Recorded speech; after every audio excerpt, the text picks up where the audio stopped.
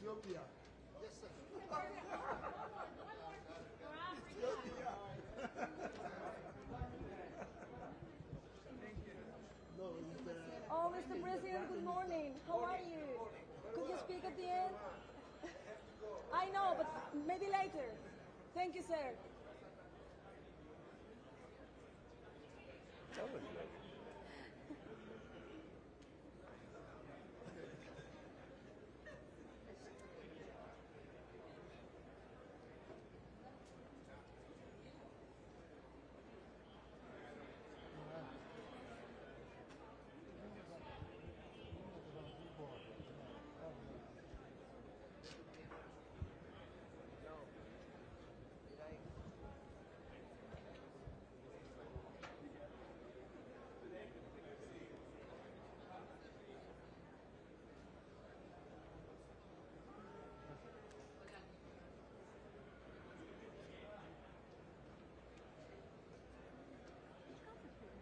Holland. Yeah, the new one. Karun Navratri.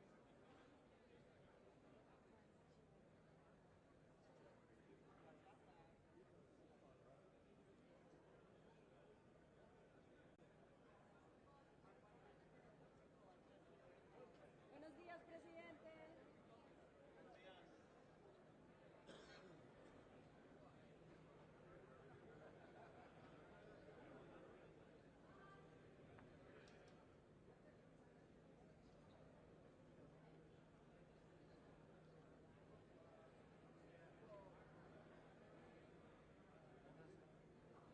Onu daha yaxşı. O daha yaxşı.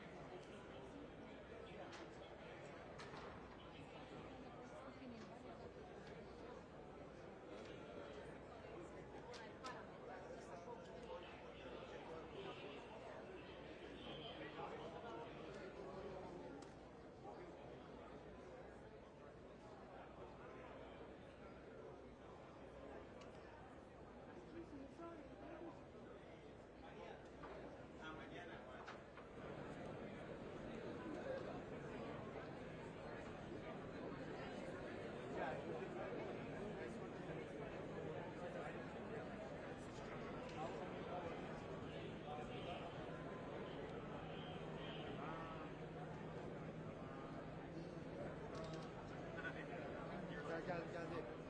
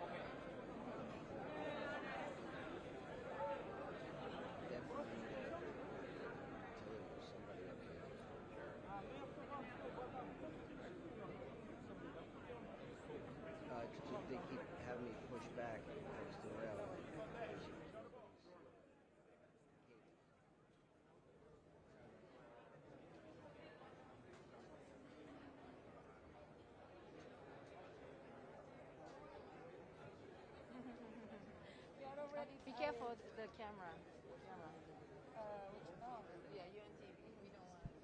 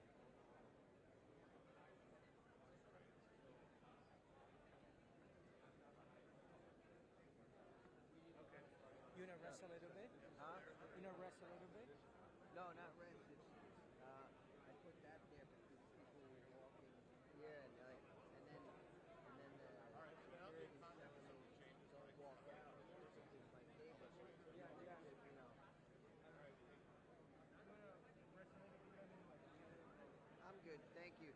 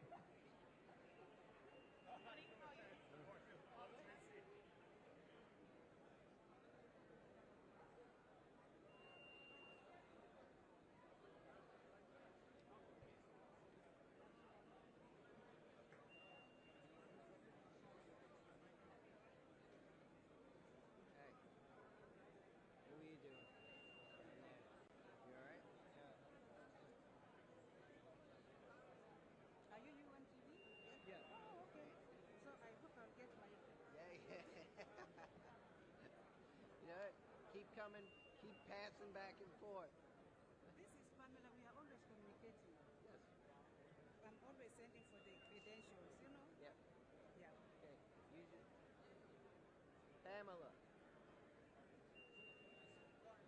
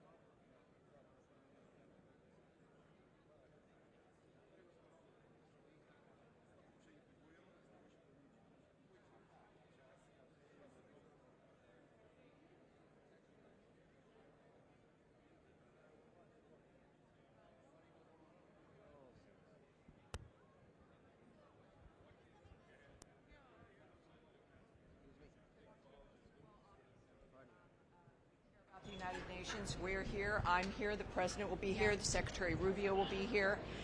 They're transparent. They've been very clear. The President obviously loves New York.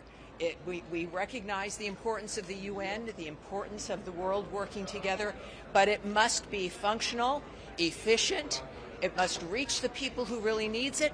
It must be rapid. As the Secretary of State has said, Marco Rubio, we must operate at the speed of relevancy. So it's because we can, is why you're going to hear messages about reform and restoration, things that will take us into the future. Do you think the President will address the peace in DRC? I'm not going to get ahead of the President. He will address everything of importance to us. It's clear. He's made a difference in the world. He'll continue to. It's going to be a very exciting day. The door is open to the future.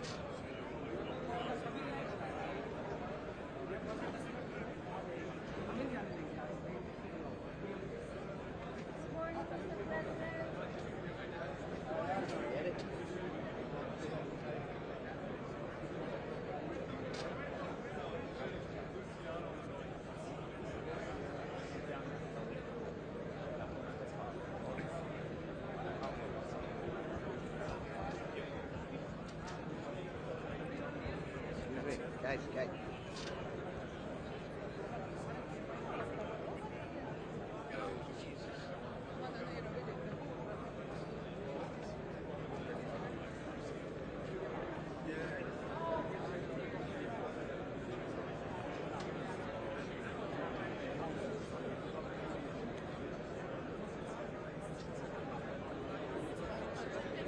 Pode só interpretar para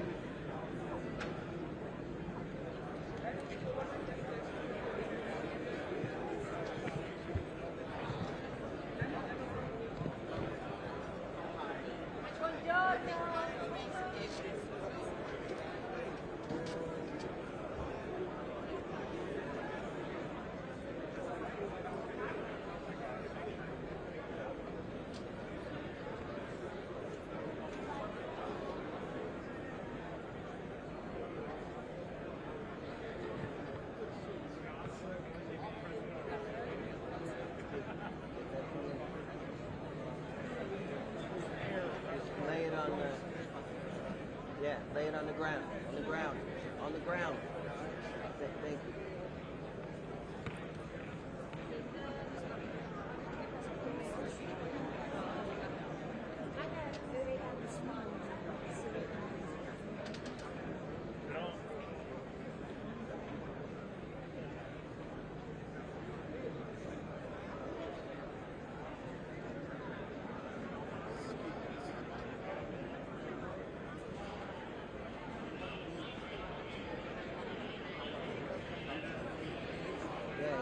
Disappeared before.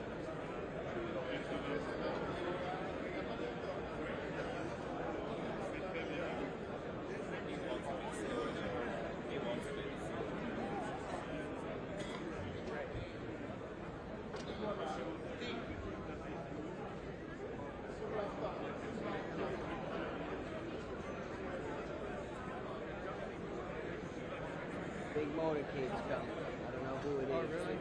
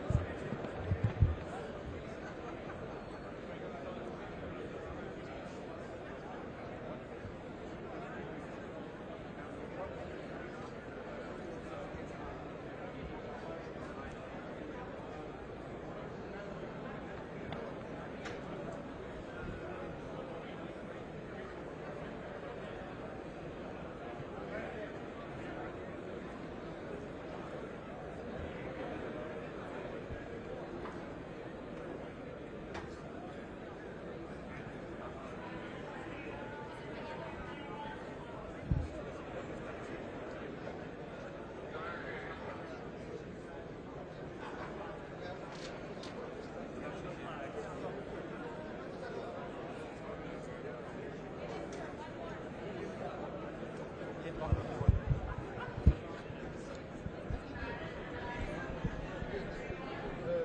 can we expect from Rwanda this 80-year of existence of the United Nations? It's to take stock about the 80 years of existence of the UN.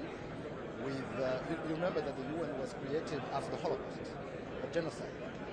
But there are failures that happened during the last 80 years, including the genocide against the Tutsi in Rwanda. So, and we are a bit concerned actually with the resurgence of genocide ideology in our region, especially in Syria.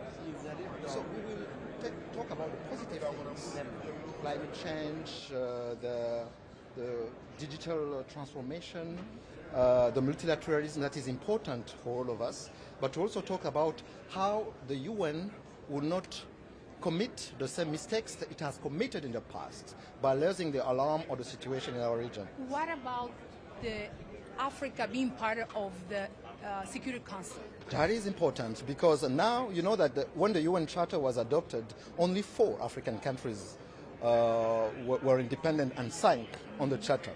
And now 2/3 of the items on the agenda of Security Council is about African conflict, African issues. Yet we don't have any single permanent member. So what we believe is that we need to have at least 2 African states as permanent member with all rights and privileges, including the veto right. So we believe in that. What about the ceasefire in DRC? Can you share something? Is it coming? When are we seeing the ceasefire? We signed an important agreement, the Washington Peace Agreement, was mediated by the U.S. administration, the Trump administration. Now meetings are taking place in Washington of organs that are provided for by the process, the Washington peace process. But on the ground, we are concerned about the violation of the ceasefire, including the targeting of communities, Banyamulenge communities, which are being targeted as we speak with hate speech, with military attacks. So we hope that the U.S. and the Qatar and other mediators will help in putting back the agreement on the right track. Thank you. Thank you very much. Thank you. Okay.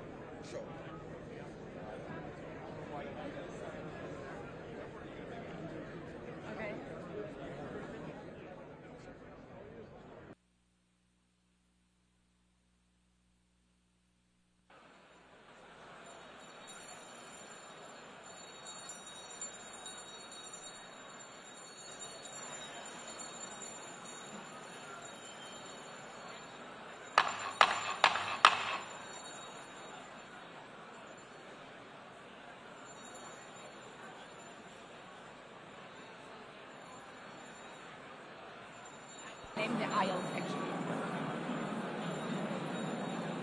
Please take your seats. We are going to start now.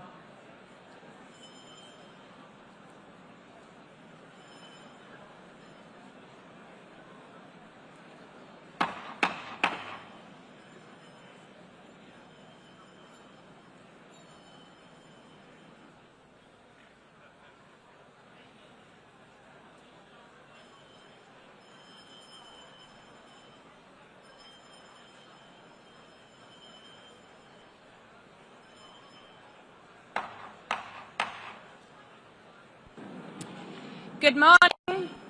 Good morning, heads of states, excellencies, dear guests, people watching from home. The 4th plenary meeting of the General Assembly is called to order. After our intense Monday, today starts the general debate of the 80th session. Before proceeding to the general debate, the Assembly will hear an introduction by Secretary General of his annual report on the work of the organization. Under Agenda Item 110, in accordance with Resolution 51/4 241 of 31st July 1997. Please take your seat. I now give the floor to the Secretary General of the United Nations, His Excellency António Guterres.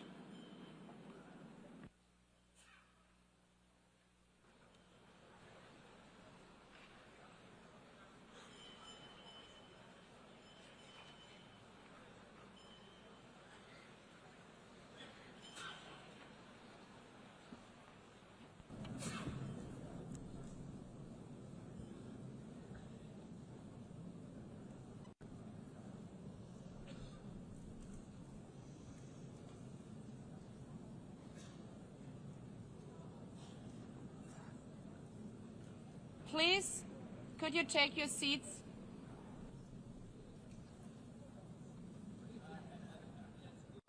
Let me begin with two words we have not been able to say often enough in this hall. Madam President.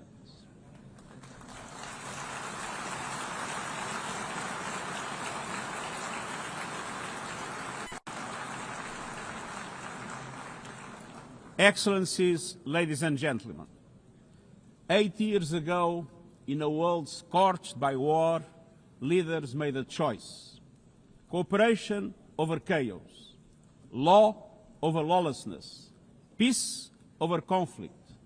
And that choice gave birth to the United Nations, not as a dream for perfection, but as a practical strategy for the survival of humanity.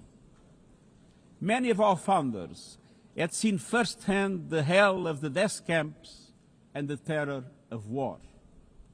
They knew that true leadership meant creating a system to prevent a replay of those horrors, a firewall against the flames of conflict and World War III, a forum for sovereign states to pursue dialogue and cooperation, and the concrete affirmation of an essential human truth: we are all in this together.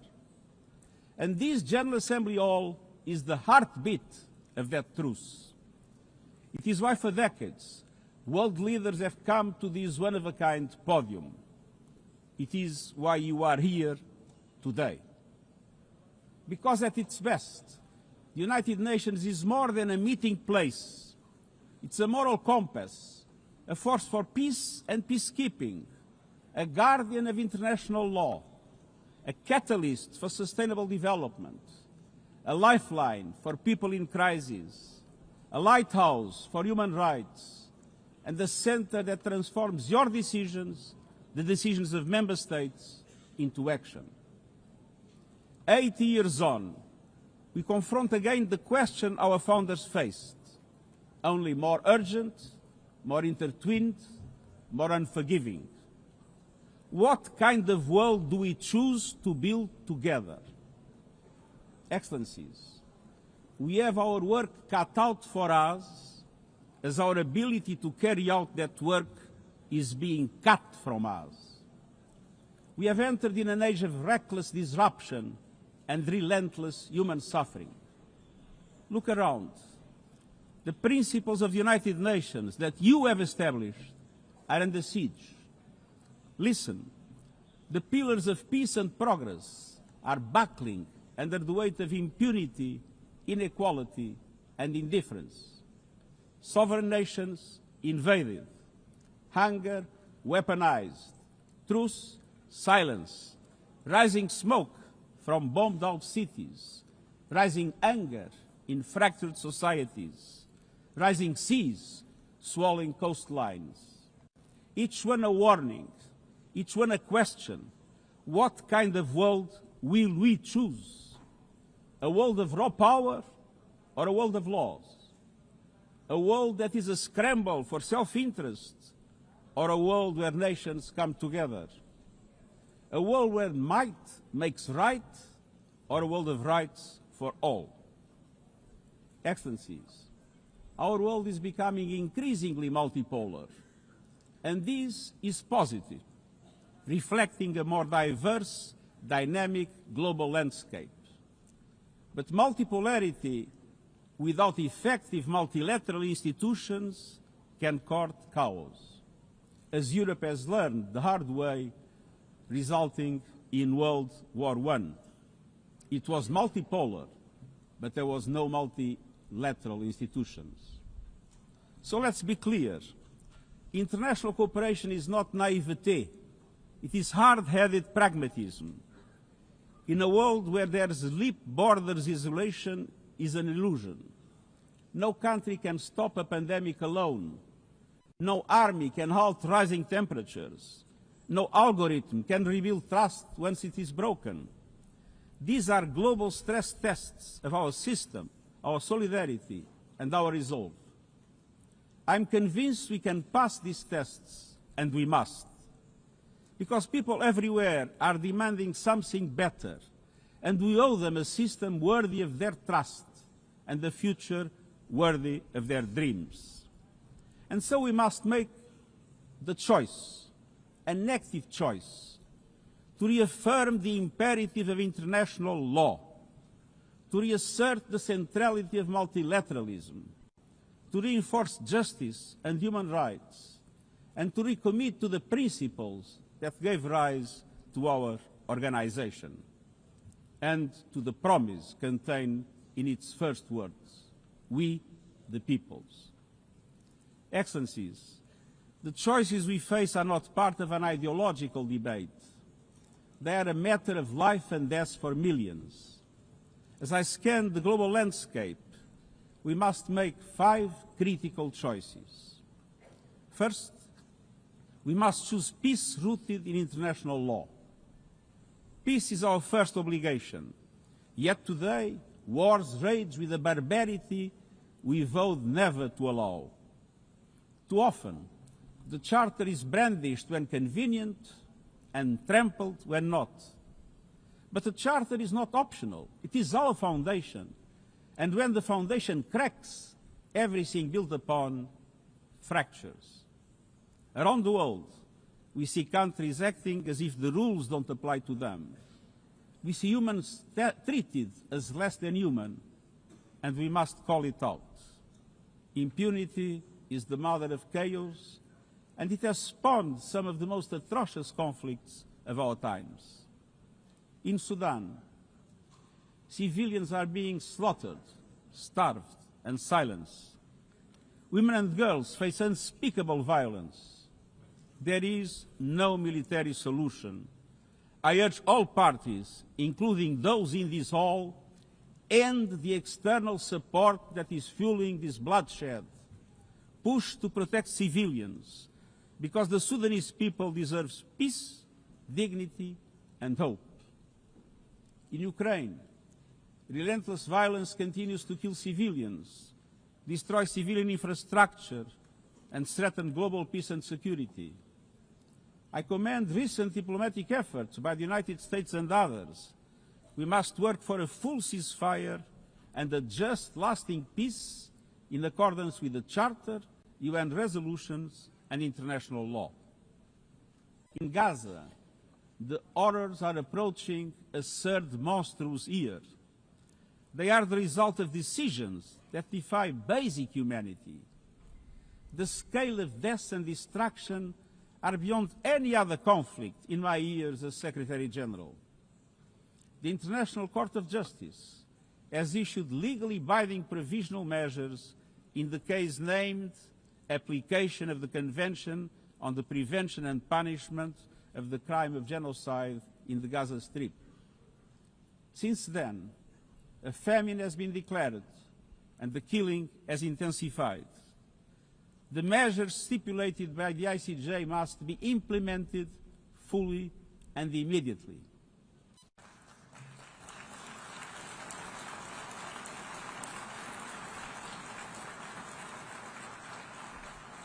Nothing can justify the horrific Hamas terror attacks of October 7 and taking of hostages, both of which I have repeatedly condemned. And nothing can justify the collective punishment of the Palestinian people and the systematic destruction of Gaza. We know what is needed: permanent ceasefire now. All the hostages released, now. Full humanitarian access, now. And we must not relent in the only viable answer to sustainable Middle East peace, a two-state solution as so eloquently reaffirmed yesterday. We must urgently reverse dangerous trends on the ground. Relentless settler expansion and violence, and the looming threat of annexation must stop. Everywhere, from Haiti to Yemen, to Myanmar and the Sahel and beyond, we must choose peace anchored in international law. The past year has brought glimmers of hope, including the ceasefire between Cambodia and Thailand, and the agreement between Azerbaijan and Armenia brokered by the United States. But far too many crises continue unchecked. Impunity prevails, lawlessness is a contagion, it invites mayhem, accelerates terror, and risks a nuclear free-for-all. When accountability shrinks, graveyards grow. When UN staff and facilities are attacked, violating legal obligations, so too is the core of our ability to serve and deliver. The Security Council must live up to its responsibilities. It must be more representative, more transparent, and more effective. Beyond crisis response, we must tackle the injustices that ignite conflict: exclusion, inequality, impunity, and corruption. The surest way to silence the guns is to raise the volume for justice. Real security is born of fairness and opportunity for all. Excellences, cela m'amène au deuxième point. Nous devons choisir les droits humains et la dignité humaine. Les droits humains ne sont pas un ornement de la paix, ils en sont le socle. Les droits humains, sociaux, économiques, politiques, civiques et culturels sont universels, indivisibles et interdépendants. Choisir les droits, c'est plus que des paroles.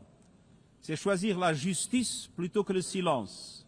C'est préserver la liberté et l'espace civique. Faire avancer l'égalité pour les femmes et les filles. Combattre le racisme et la discrimination sous toutes leurs formes.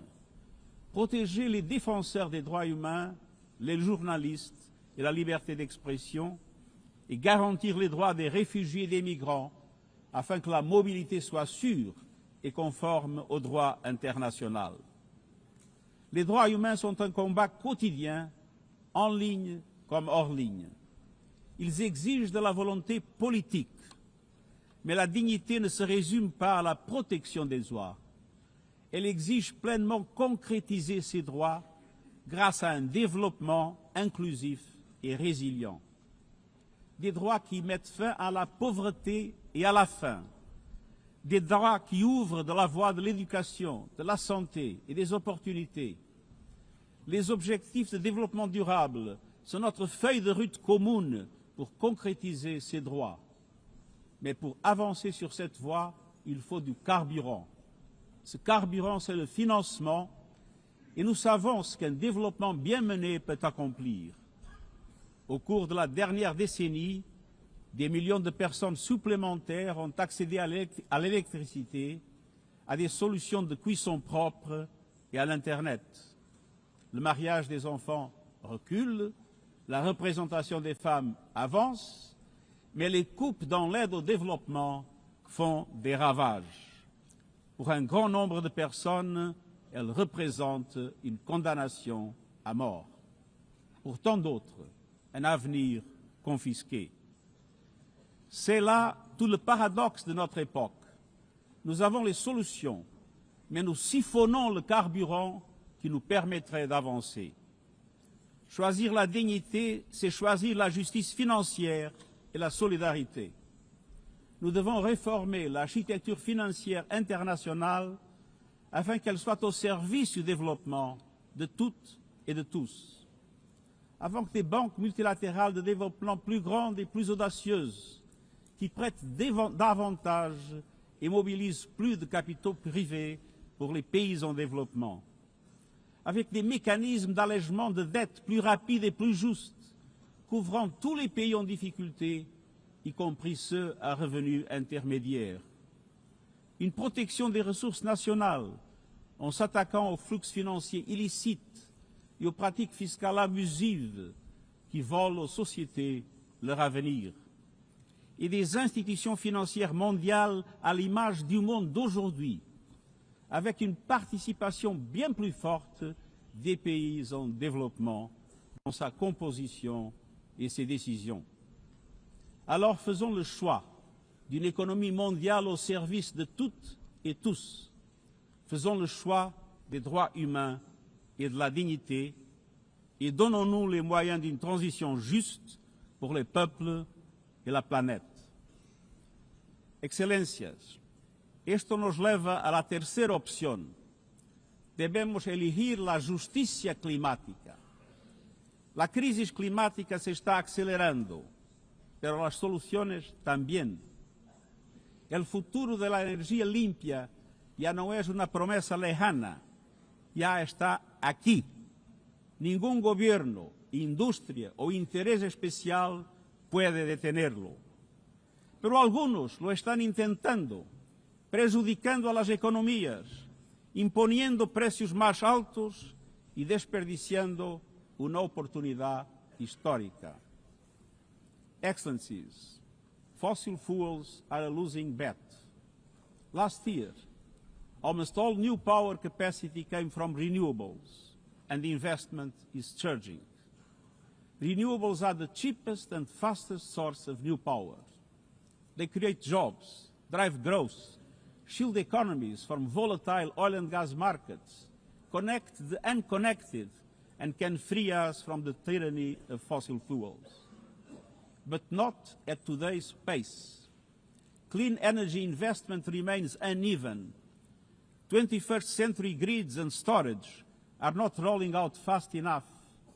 And public subsidies, taking from taxpayer money, still flow to fossil fuels over clean energy by a factor of 9 to 1. Meanwhile, emissions, temperatures, and disasters keep rising. And those least responsible suffer the most. Science says limiting global temperature rise to 1.5 degrees by the end of this century is still possible, but the window is closing. The International Court of Justice has affirmed the legal obligation of states. We must step up action and ambition, especially through strengthened national climate plans. Tomorrow, I will welcome leaders to announce new targets. The G20, the biggest emitters, must lead, guided by common but differentiated responsibilities. But all countries must step up and do more as we head to the UN Climate Conference in Brazil. By accelerating action in energy, forests, methane and industrial decarbonization. By defining a credible roadmap to mobilize $1.3 trillion annually in climate finance by 2035 for developing countries. By supporting just transitions, by doubling finance for adaptation to at least $40 billion this year, and rapidly deploying proven tools to unlock billions more in concessional finance. And by capitalizing the Loss and Damage Fund with significant contributions. All of these requires government, international financial institutions, philanthropies, civil society, and the private sector to work together. To provide fiscal space to developing countries and unlock new innovative sources of finance at scale, including solidarity levies on high-emitting sectors and debt swaps. We have the solutions and tools, but we must choose climate justice and climate action. Fourth, we must choose to put technology at the service of humanity. Artificial intelligence is rewriting human existence in real time, transforming how we learn, work, communicate, and what we can trust. And the question is not how to stop it, but how to steer it for the greater good. Technology must be our servant, not our master. It must promote human rights, human dignity, and human agency. Yet today, AI's advancement in outpacing regulation and responsibility and is concentrated in a few hands. And the risks are expanding to new frontiers, from biotech to autonomous weapons. We are witnessing the rise of tools for mass surveillance, mass social control, mass disruption, and even mass destruction. Tools that can drain energy, strain ecosystems, and intensify the race for critical minerals, potentially stoking instability and conflict. Yet, these technologies remain largely ungoverned. We need universal guardrails and common standards across platforms. No company should be above the law. No machines should decide who lives or dies. No system should be deployed without transparency, safety, and accountability. Last month, this Assembly took a historic step, establishing an independent international scientific panel on AI and an annual global dialogue on AI governance. Two new pillars of a shared architecture, connecting science with policy to bring clarity and foresight, enabling innovation to flourish while advancing our values and our rights, and ensuring governments, companies, and civil society can help shape common norms. We must build on these mechanisms and close the capacity gap. All countries must be able to design and develop AI, not just to consume it. I have proposed voluntary financing options to build AI computing power, data, and skills in developing nations. No country should be locked out of the digital future or locked into systems it cannot shape or trust. And governments must lead with vision, and companies must act with responsibility. And we, the international community, must ensure that technology lifts up humanity. So let us choose cooperation over fragmentation, ethics over expediency, and transparency over opacity. Technology will not wait for us, but we can still choose what it serves. So let us choose wisely. Fifth and finally, to meet all these goals, we must choose to strengthen the United Nations for the 21st century.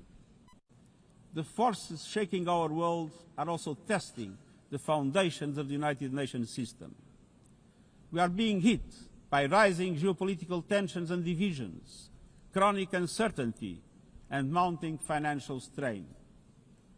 But those who depend on the United Nations must not be made to bear the cost, especially now, when for every dollar invested to support our core work to build peace, the world spends $750 on weapons of war. This is not only unsustainable, it is indefensible. In this moment of crisis, the United Nations has never been more essential. The world needs our unique legitimacy, our convening power, our vision to unite nations, to bridge divides and confront the challenges before us.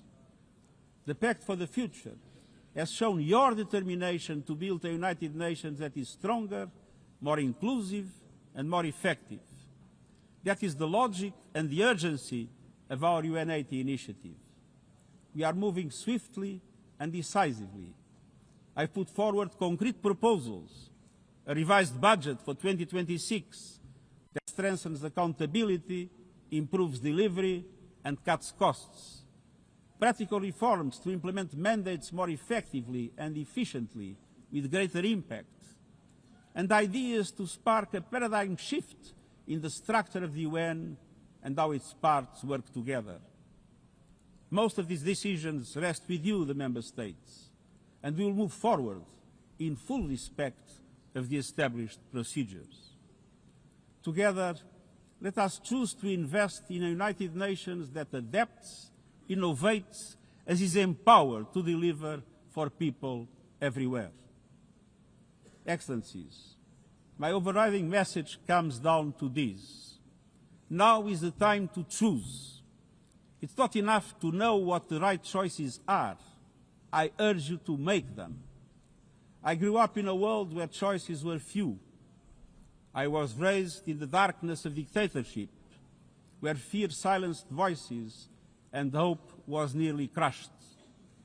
Yet, even the bleakest hours, especially then, I discovered a truth that has never left me. Power does not reside in the hands of those who dominate or divide. Real power resides from people, from our shared resolve to uphold dignity, to defend equality, to believe fiercely in our common humanity and the potential of every human being.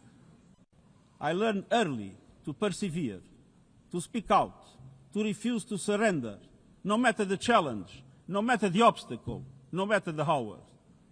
We must and we will overcome. Because in a world of many choices, there is one choice we must never make, the choice to give up. We must never give up. That is my promise to you, for peace, for dignity, for justice, for humanity, for the world we know is possible when we work as one. I will never, ever give up. Thank you.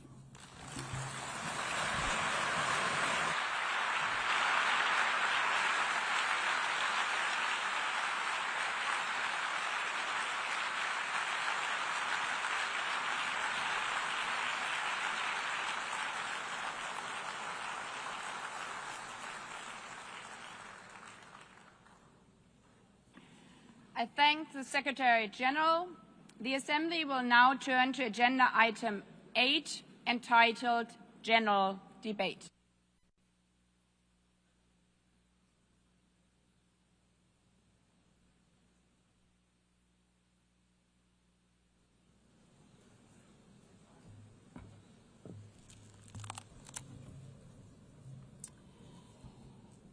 "80 years. Longer than the average human life. This anniversary of the United Nations should have been a moment of celebration. But this is not an ordinary year.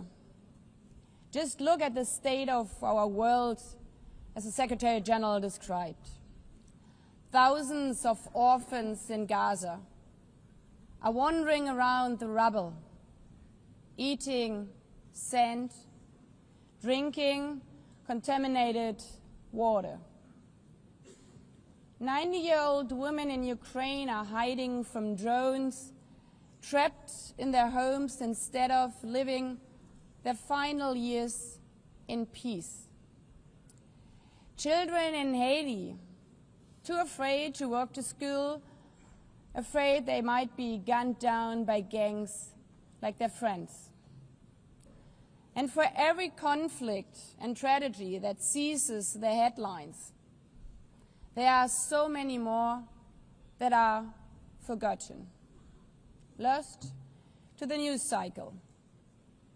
Like women in Democratic Republic of the Congo, shielding their daughters from armed groups, fearful they might be raped. And Rohingya children spending their whole childhood in tattered tents, unable to remember what their home looks like. Faced with these realities, now is not the time to celebrate, but to ask ourselves, where is the United Nations? Distinguished heads of state and government, Mr. Secretary General, Excellencies, ladies and gentlemen, people out there in the world watching us. Clearly, we have to do better. But what we should not let cynics allow to weaponize these failures, to argue that our institution is a waste of money, outdated, irrelevant. when the principles of the Charter are ignored? Is it the UN that has failed?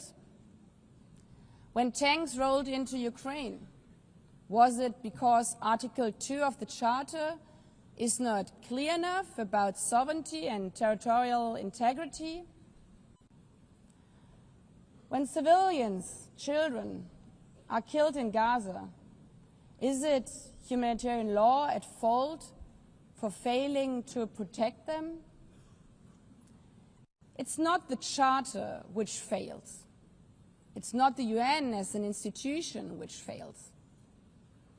The Charter, our Charter, is only as strong as member states' willingness to uphold it, and their willingness to hold to account those who violate it. Excellencies, yes, our world is in pain. Yes, we have failures. But imagine how much worse would it be without the United Nations? Would a single person be better off without it? Without UNICEF, 26 million children would not have received an education. Without the World Food Programme, nearly 125 million people would have lacked life-saving food assistance. Without the World Health Organization, over 1 billion vaccines would not have been supplied. Sometimes we could have done more, but we cannot let this dishearten us. If we stop doing the right thing, evil would prevail. This 80th session is not about big celebrations. It's about finding the resolve not to give up, the resolve to be better together, just as our predecessors did 8 decades ago. This institution was born in a world on fire and desperate for reprieve.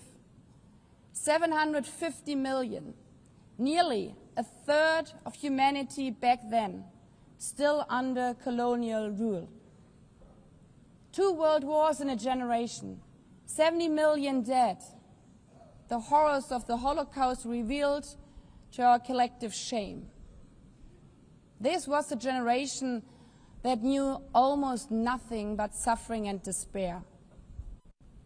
The signing of the Charter in 1945 gave hope to millions, gave us a North Star that guided our path from the ashes of war, helped guide nations from colonial rule into independent states, helped end apartheid. Across the decades, the United Nations has been a compass pointing toward peace, humanity, and justice. We have not always succeeded, but the story of this institution is not a story of easy victories. It's a story of falling and rising, of pulling ourselves and each other back up and trying harder.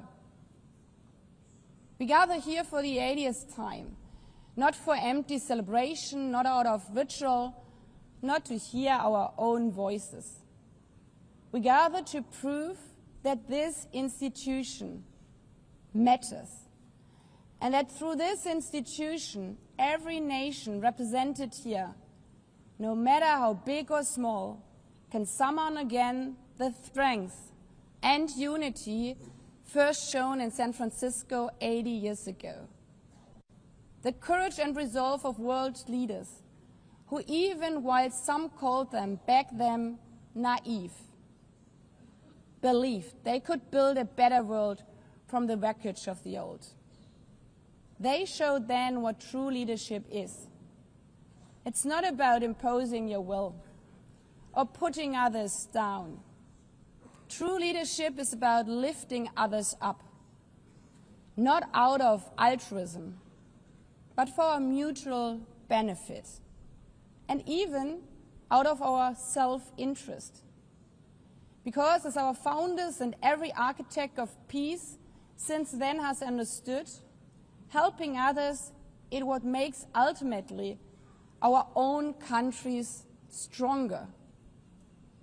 Could any state have faced the global pandemic alone?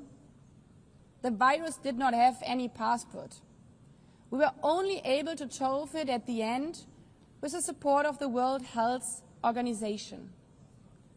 The climate crisis does not stop at borders. CO2 emissions anywhere affect people everywhere. Even the wealthiest cities in the world cannot shield themselves from wildfires.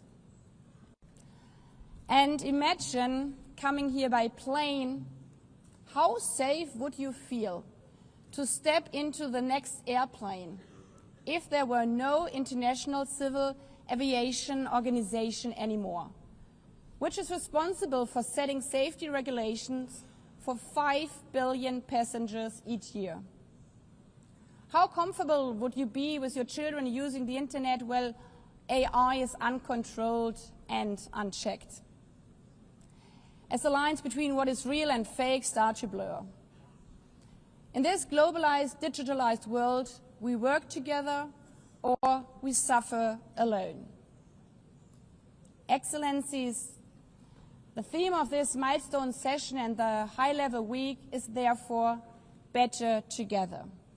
80 years and more for peace, development, and human rights. Will living up to that be easy? No. But this hall was not built for easy times. It was built to come together to confront the hardest topics. This session is a session where the high-level week is about resolving differences. We showed some of it yesterday already. But even the House of Dialogue and Diplomacy needs a renovation. That is why the UNGA initiative and the wider reform process are not luxuries, but necessities. We are literally now at a crossroads, a make it or break it moment, politically, financially. Therefore, we have to deliver a United Nations that is agile, cost-effective, and fit for purpose. Member States have to give the Secretary General and this process their full support, because reform cannot stop in New York. It must carry through to every capital. That includes delivering the Pact for the Future and accelerating progress on the Sustainable Development Goals. Again, this is not about charity. It's about addressing the core purposes of this institution, about strengthening our foundations across all 3 pillars: peace and security, human rights, and sustainable development. They are inseparable. Leaving hundreds of millions trapped in extreme poverty, vulnerable to crisis, and denied their human rights is not only a moral failure, it's a recipe for global unrest, terrorism, and a tragic waste of humanity's greatest resource, its people.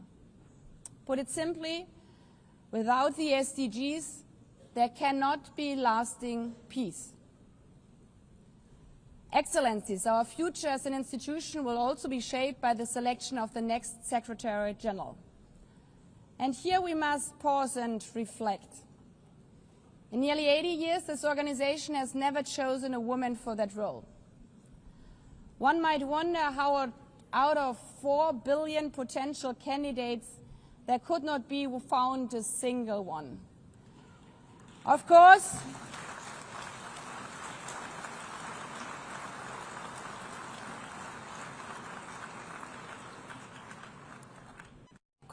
the choice rests with member states. But those of you having been there yesterday celebrating Beijing, one strong female leader after the other from all our continents. Like 80 years ago, we are standing at a crossroads. And it's up to us, to every single member state, to live up to the same leadership as your predecessors did, to act when action is needed, to uphold the principles of our Charter, to be better together, to show the people around the world that this United Nation is there. Today, tomorrow, and for the next 8 decades. Because, after all, it's the life insurance for every country.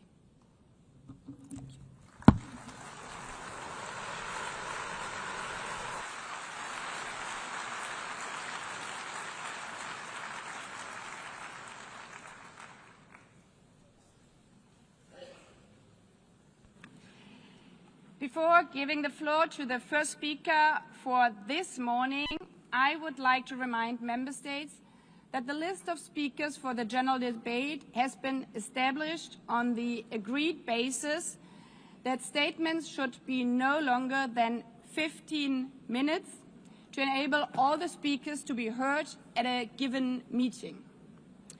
Within this time frame, I would like to appeal to speakers to deliver their statements at a reasonable pace so that interpretation into the other official languages may be provided properly. I would also like to draw your attention to the decision taken by the Assembly at previous sessions, namely that the practice of expressing congratulations inside the Assembly Hall after speech has been delivered is strongly discouraged. After delivering their statements from the rostrum, speakers are invited to exit the hall through room JA200, located behind the podium, before returning to their seats. May I take it that the Assembly agrees to proceed in this manner? It's so decided. Finally, I should like to draw the attention of Member States that during the general debate, official photographers are in the room and will take official photographs of all speakers by the Department of Global Communications. Members interested in obtaining these photographs are requested to contact the Photo Library of the United Nations. By this, the Assembly will hear an address by His Excellency Luiz Inácio Lula da Silva, President of the Federative Republic of Brazil. I request the protocol to escort His Excellency and invite him to address the Assembly.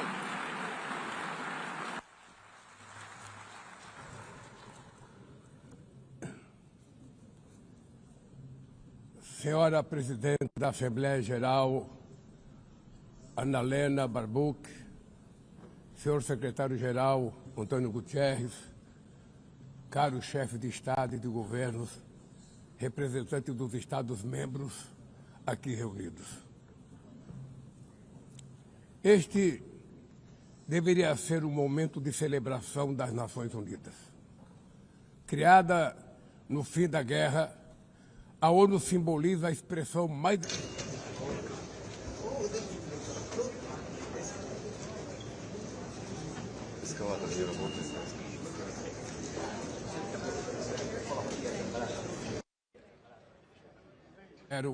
em toda a sua história.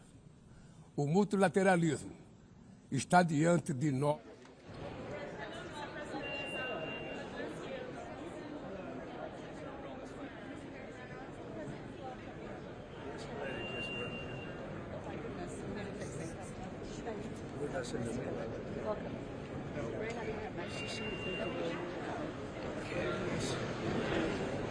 Everyone's waiting?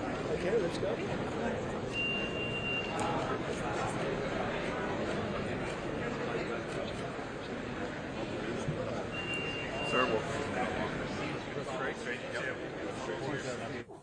O autoritarismo se fortalece quando nos omitimos frente à arbitrariedade. Quando a sociedade internacional vacila na defesa da paz, da soberania e do direito, as consequências são trágicas. Em todo o mundo, forças antidemocráticas tentam subjugar as instituições e sufocar as liberdades. Cultuam a violência, exaltam a ignorância, atuam como milícias físicas e digitais e cerceiam a imprensa.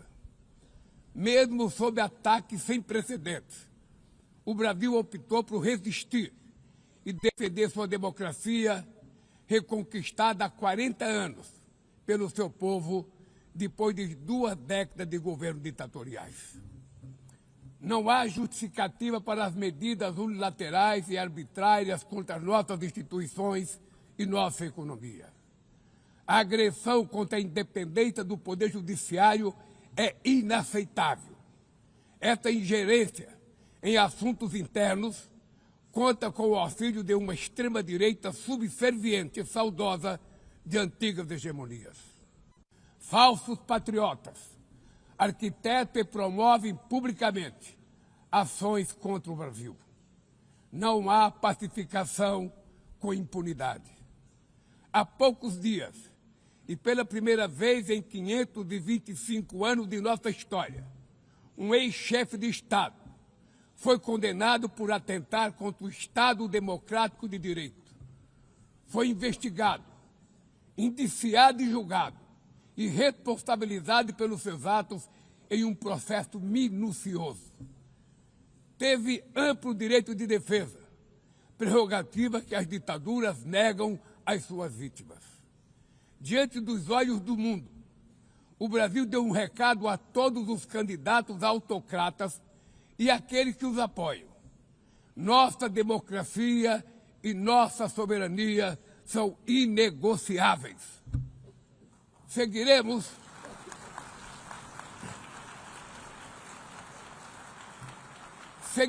como nação independente e como povo livre de qualquer tipo de tutela. Democracias sólidas vão além do ritual eleitoral. Seu vigor pressupõe a redução das desigualdades, a garantia dos direitos mais elementares, a alimentação, a segurança, o trabalho, a moradia, a educação e a saúde. A democracia falha quando as mulheres ganham menos que os homens ou morrem pelas mãos de parceiros e familiares. Ela perde quando fecha suas portas e culpa migrantes pelas mazelas do mundo.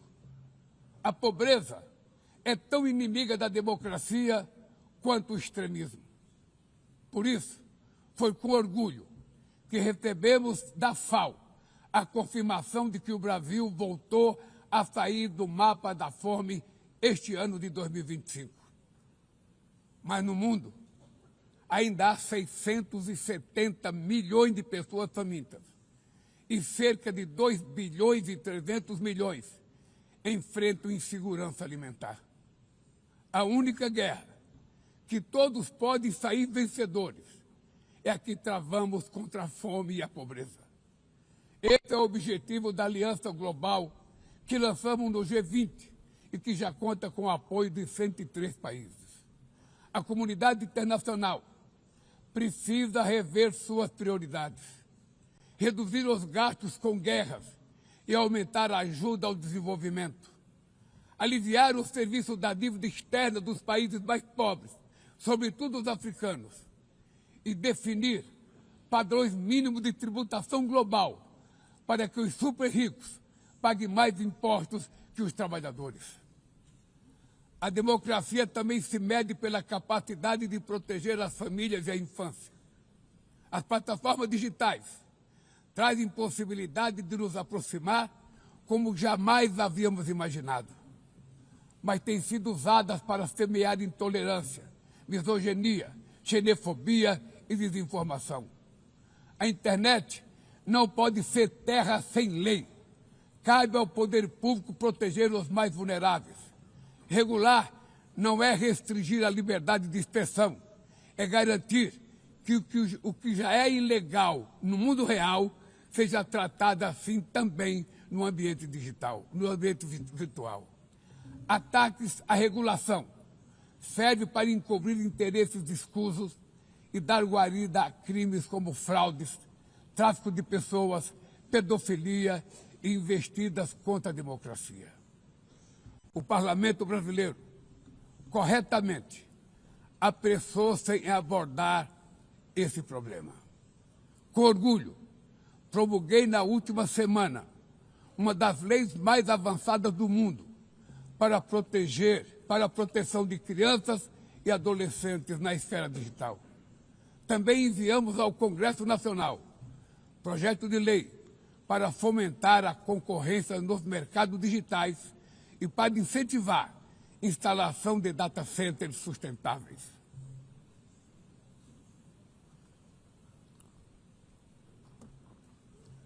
Para mitigar os riscos da inteligência artificial, apostamos na construção de uma governança multilateral em linha com o Pacto Digital Global aprovado neste plenário o ano passado.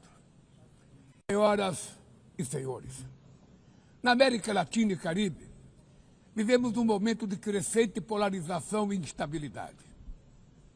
Manter a região como zona de paz sempre foi e é a nossa prioridade.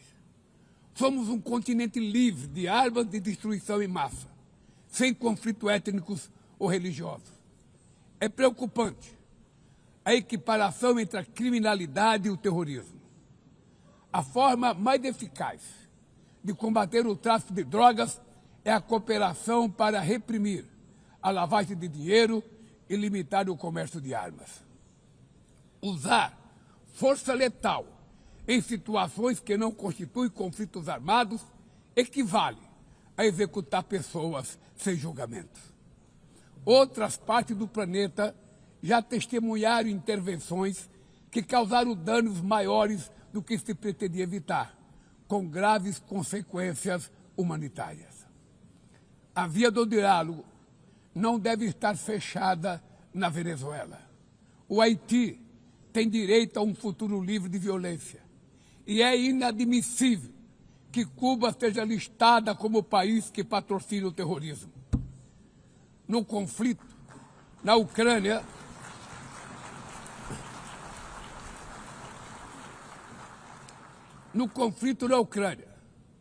todos já sabemos que não haverá solução militar. O recente encontro no Alasca despertou a esperança de uma saída negociada. É preciso pavimentar caminhos para uma solução realista.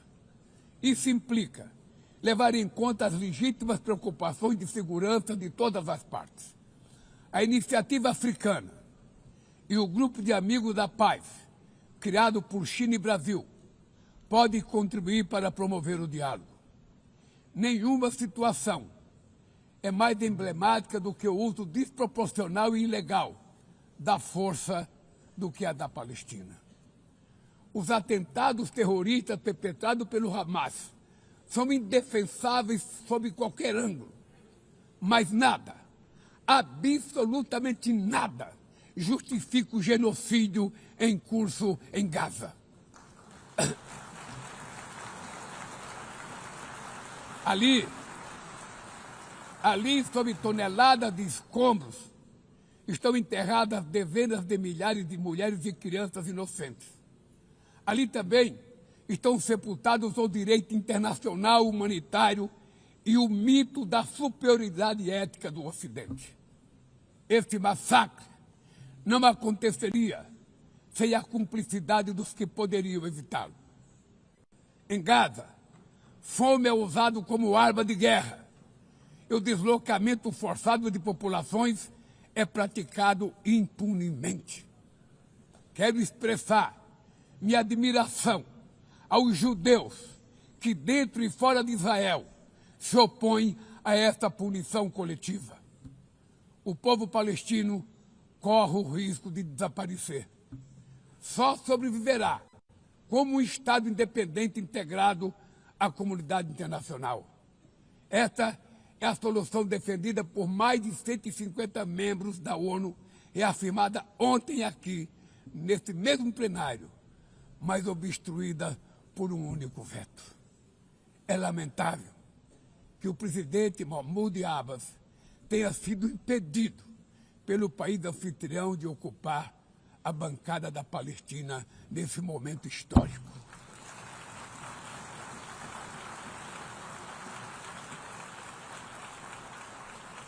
O alastramento desse conflito para o Líbano para a Síria e o Irã e o Qatar fomenta a escalada armamentista sem precedentes.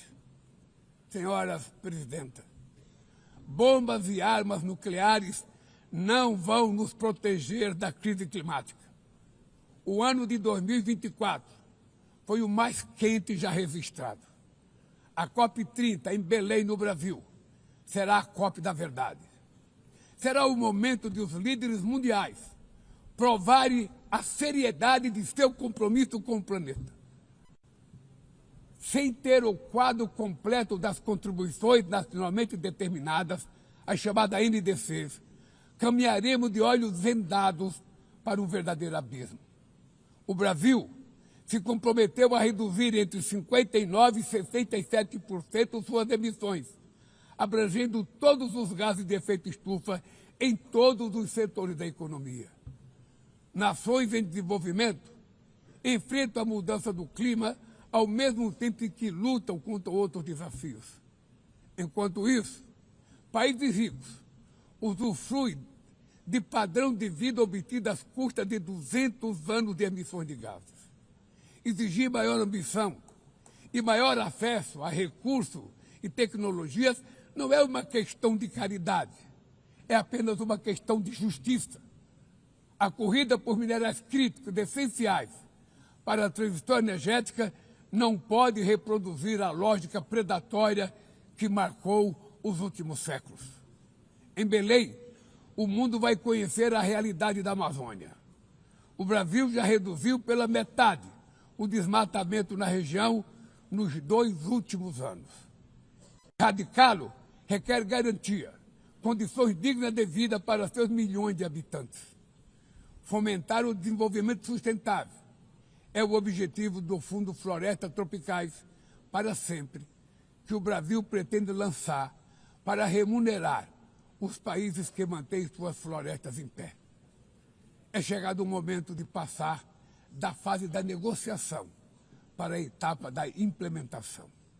O mundo deve muito ao regime criado pela Convenção do Clima, mas é necessário trazer o combate à mudança do clima para o coração da ONU, para que ela tenha a atenção que merece. Um conselho vinculado à Assembleia Geral, com força e legitimidade para monitorar compromissos, dará coerência à ação climática. Trata-se de um passo fundamental na direção de uma reforma mais abrangente da organização, que contemple também um Conselho de Segurança ampliado nas 2 categorias de seus membros. Poucas áreas retrocederam tanto como o sistema multilateral de comércio.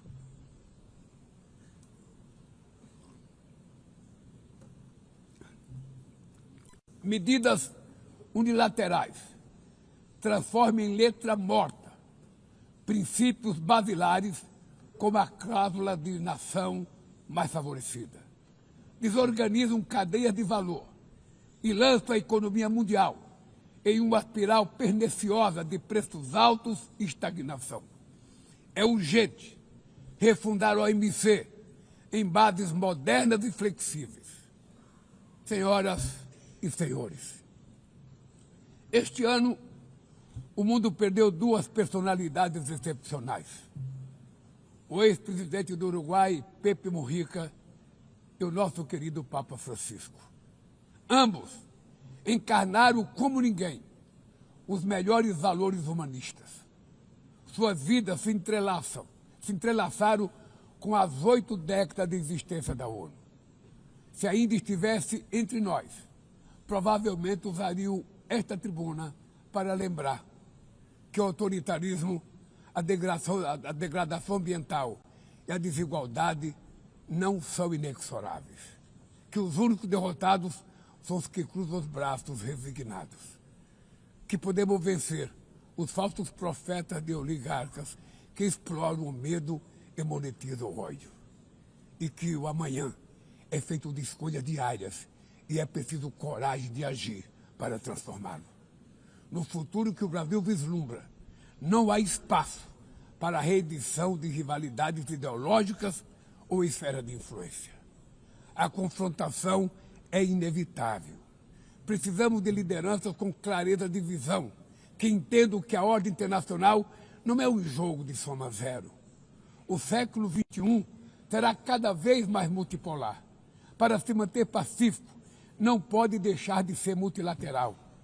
O Brasil confere crescente importância à União Europeia, à União Africana, à ASEAN, à CELAC, aos BRICS e ao G20. A voz do Sul global deve ser respeitada e ouvida. A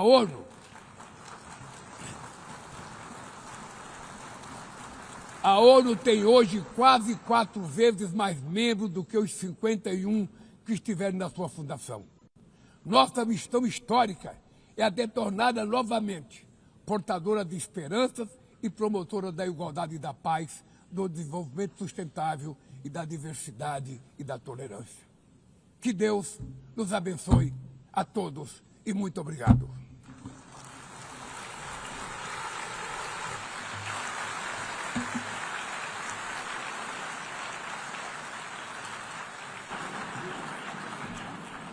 On behalf of the Assembly, I wish to thank the President of the Federative Republic of Brazil,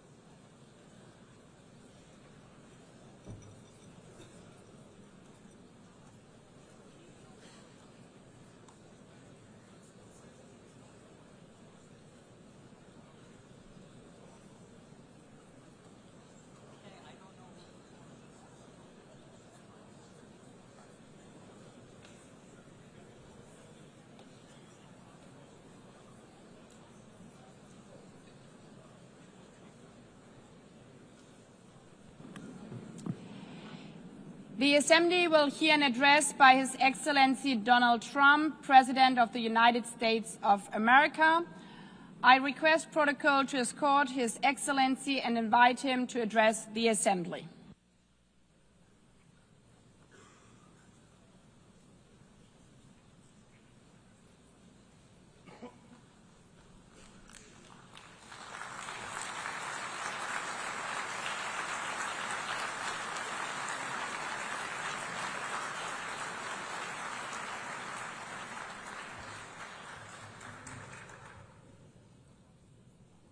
Thank you very much. Very much appreciated.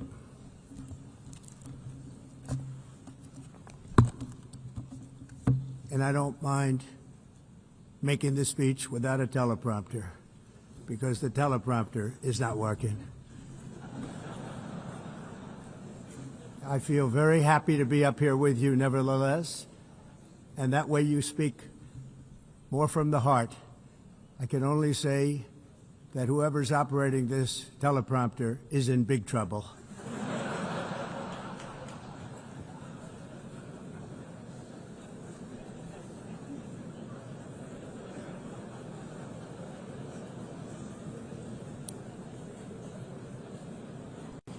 Hello, Madam First Lady.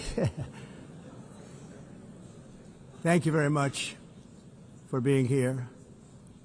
And Madam President, Mr. Secretary General, First Lady of the United States, distinguished delegates, ambassadors, and world leaders. 6 years have passed since I last stood in this grand hall and addressed a world that was prosperous and at peace in my first term. Since that day, the guns of war have shattered the peace I forged on 2 continents. An era of calm and stability gave way to one of the great crises of our time. And here in the United States, 4 years of weakness, lawlessness, and radicalism under the last administration delivered our nation into a repeated set of disasters. 1 year ago, our country was in deep trouble, but today, just 8 months into my administration, we are the hottest country anywhere in the world, and there is no other country even close. America is blessed with the strongest economy, the strongest borders, the strongest military, the strongest friendships, and the strongest spirit of any nation on the face of the earth. This is indeed the golden age of America. We are rapidly reversing the economic calamity we inherited from the previous administration, including ruinous price increases and record-setting inflation. Inflation like we've never had before. Under my leadership, energy costs are down, gasoline prices are down, grocery prices are down, mortgage rates are down, and inflation has been defeated. The only thing that's up is the stock market, which just hit a record high. In fact, it hit a record high 48 times in the last short period of time. Growth is surging, manufacturing is booming. The stock market, as I said, is doing better than it's ever done. And all of you in this room benefit by that, almost everybody. And importantly, workers' wages are rising at the fastest pace in more than 60 years. And that's what it's all about, isn't it? In 4 years of President Biden, we had less than $1 trillion of new investment into the United States. In just 8 months since I took office, we have secured commitments and money already paid for $17 trillion. Think of it, 4 years, less than $1 trillion, 8 months, much more than $17 trillion is being invested in the United States, and it's now pouring in from all parts of the world. We've implemented the largest tax cuts in American history and the largest regulation cuts in American history, making this once and again the best country on earth to do business. And many of the people in this room are investing in America, and it's turned out to be an awfully good investment during this 8-month period. In my first term, I built the greatest economy in the history of the world. We had the best economy ever, history of the world. And I'm doing the same thing again, but this time it's actually much bigger and even better. The numbers far surpass my record-setting first term. On our southern border, we have successfully repelled a colossal invasion. And for the last 4 months, and that's 4 months in a row, the number of illegal aliens admitted and entering our country has been 0. Hard to believe, because if you look back just a year ago, it was millions and millions of people pouring in from all over the world, from prisons, from mental institutions, drug dealers. All over the world they came. They just poured into our country with the ridiculous open border policy of the Biden administration. Our message is very simple. If you come illegally into the United States, you're going to jail, or you're going back to where you came from, or perhaps even further than that. You know what that means. I want to thank the country of El Salvador for the successful and professional job they've done in receiving and jailing so many criminals that entered our country. And it was under the previous administration that the number became record-setting, and they're all being taken out. We have no choice. And other countries have no choice, because other countries are in the exact same situation with immigration. It's destroying your country, and you have to do something about it. On the world stage, America is respected again like it has never been respected before. You think about 2 years ago, 3 years ago, 4 years ago, or 1 year ago, we were a laughingstock all over the world. At the NATO summit in June, virtually all NATO members formally committed to increase defense spending at my request from 2% to 5% of GDP, making our alliance far stronger and more powerful. than it was ever before. In May, I traveled to the Middle East to visit my friends and rebuild our partnerships in the Gulf, and those valued relationships with Saudi Arabia, Qatar, and the UAE and other countries are now, I believe, closer than ever before. My administration has negotiated one historic trade deal after another, including with the United Kingdom, the European Union, Japan, South Korea, Vietnam, Indonesia, the Philippines, Malaysia, and many, many others. Likewise, in a period of just 7 months, I have ended 7 unendable wars. They said they were unendable. You're never going to get them solved. Some were going for 31 years, 2 of them, 31, think of it, 31 years. One was 36 years. One was 28 years. I ended 7 wars. And in all cases, they were raging with countless thousands of people being killed. This includes Cambodia and Thailand, Kosovo and Serbia, the Congo and Rwanda, a vicious, violent war that was, Pakistan and India, Israel and Iran, Egypt and Ethiopia, and Armenia and Azerbaijan. It included all of them. No president or prime minister, and for that matter, no other country has ever done anything close to that. And I did it in just 7 months. It's never happened before. There's never been anything like that. I'm very honored to have done it. It's too bad that I had to do these things instead of the United Nations doing them. And sadly, in all cases, the United Nations did not even try to help in any of them. I ended 7 wars, dealt with the leaders of each and every one of these countries, and never even received a phone call from the United Nations offering to help in finalizing the deal. All I got from the United Nations was an escalator that on the way up stopped right in the middle. If the First Lady wasn't in great shape, she would have fallen. But she's in great shape. We're both in good shape. We both stood. And then a teleprompter that didn't work. These are the 2 things I got from the United Nations, a bad escalator and a bad teleprompter. Thank you very much. And by the way, it's working now. It just went on. Thank you. I think I should just do it the other way. It's easier. Thank you very much. I didn't think of it at the time because I was too busy working to save millions of lives. That is the saving and stopping of these wars. But later I realized that the United Nations wasn't there for us. They weren't there. I thought of it really after the fact, not during these negotiations, which were not easy. That being the case, what is the purpose of the United Nations? The UN has such tremendous potential. I've always said it. It has such tremendous, tremendous potential, but it's not even coming close to living up to that potential. For the most part, at least for now, all they seem to do is write a really strongly worded letter and then never follow that letter up.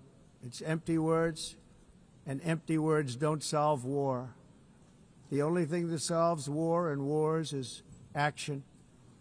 Now, after ending all of these wars and also earlier negotiating the Abraham Accords, which is a very big thing for which our country received no credit, never receives credit.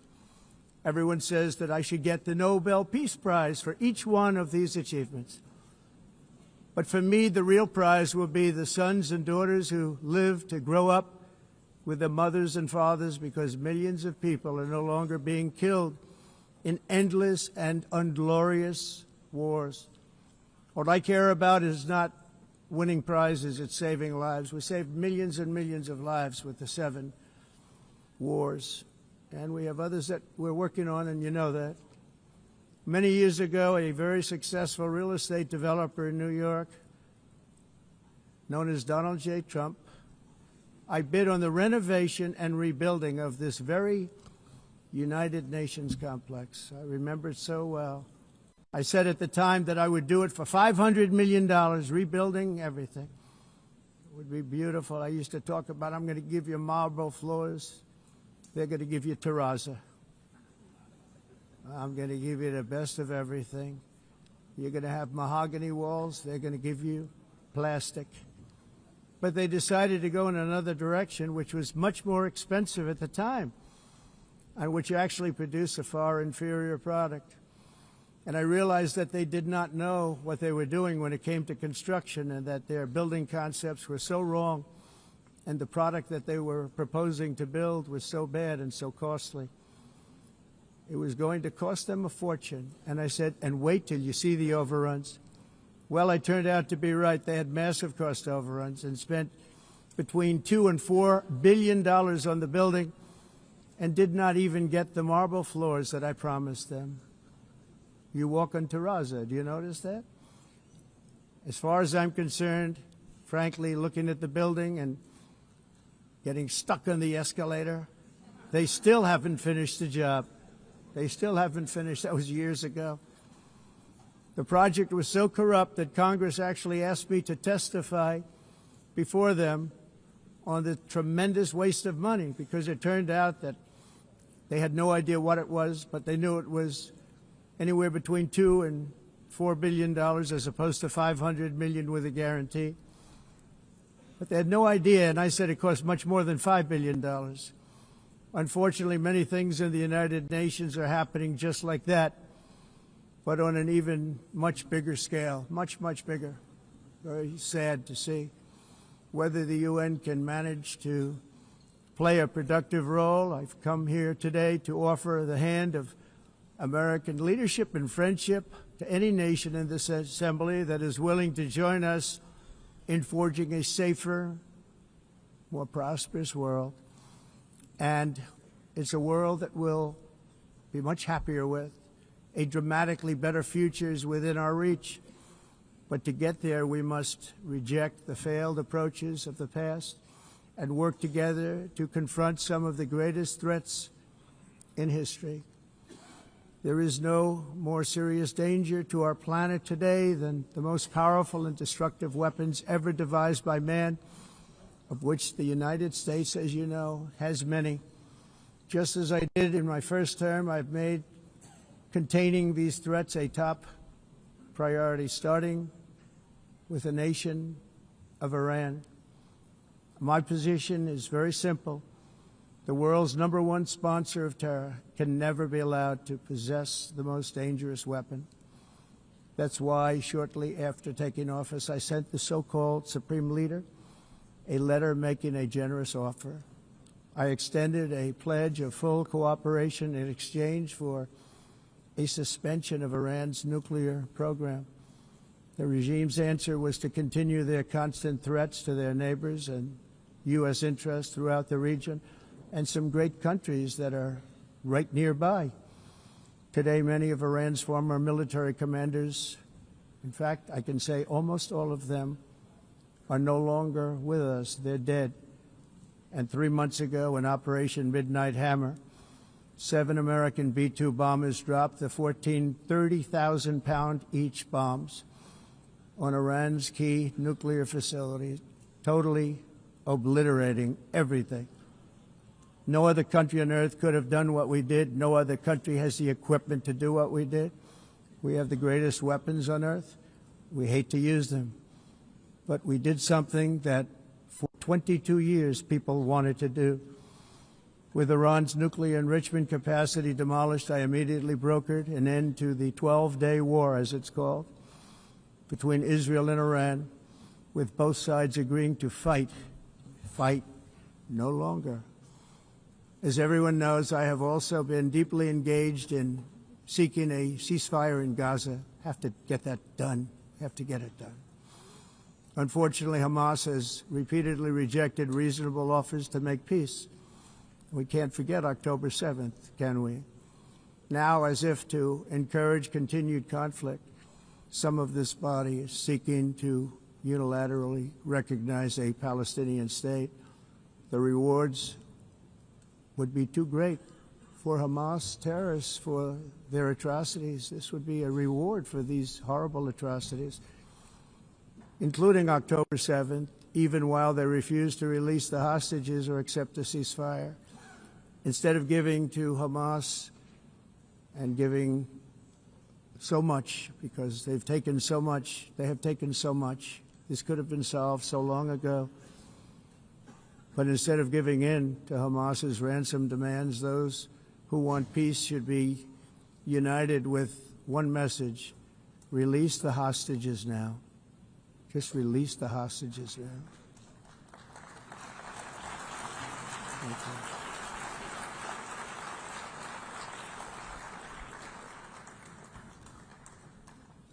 Thank you. As we have got to come together, and we will come together, going to get it done. We have to stop the war in Gaza immediately. We have to stop it. We have to get it done. We have to negotiate, immediately have to negotiate peace. We got to get the hostages back. We want all 20 back. We don't want 2 and 4. As you know, I got, along with Steve Witkoff and others that helped us, Marco Rubio, we got most of them back. We were involved in all of them. But I always said the last 20 are going to be the hardest, and that's exactly what happened.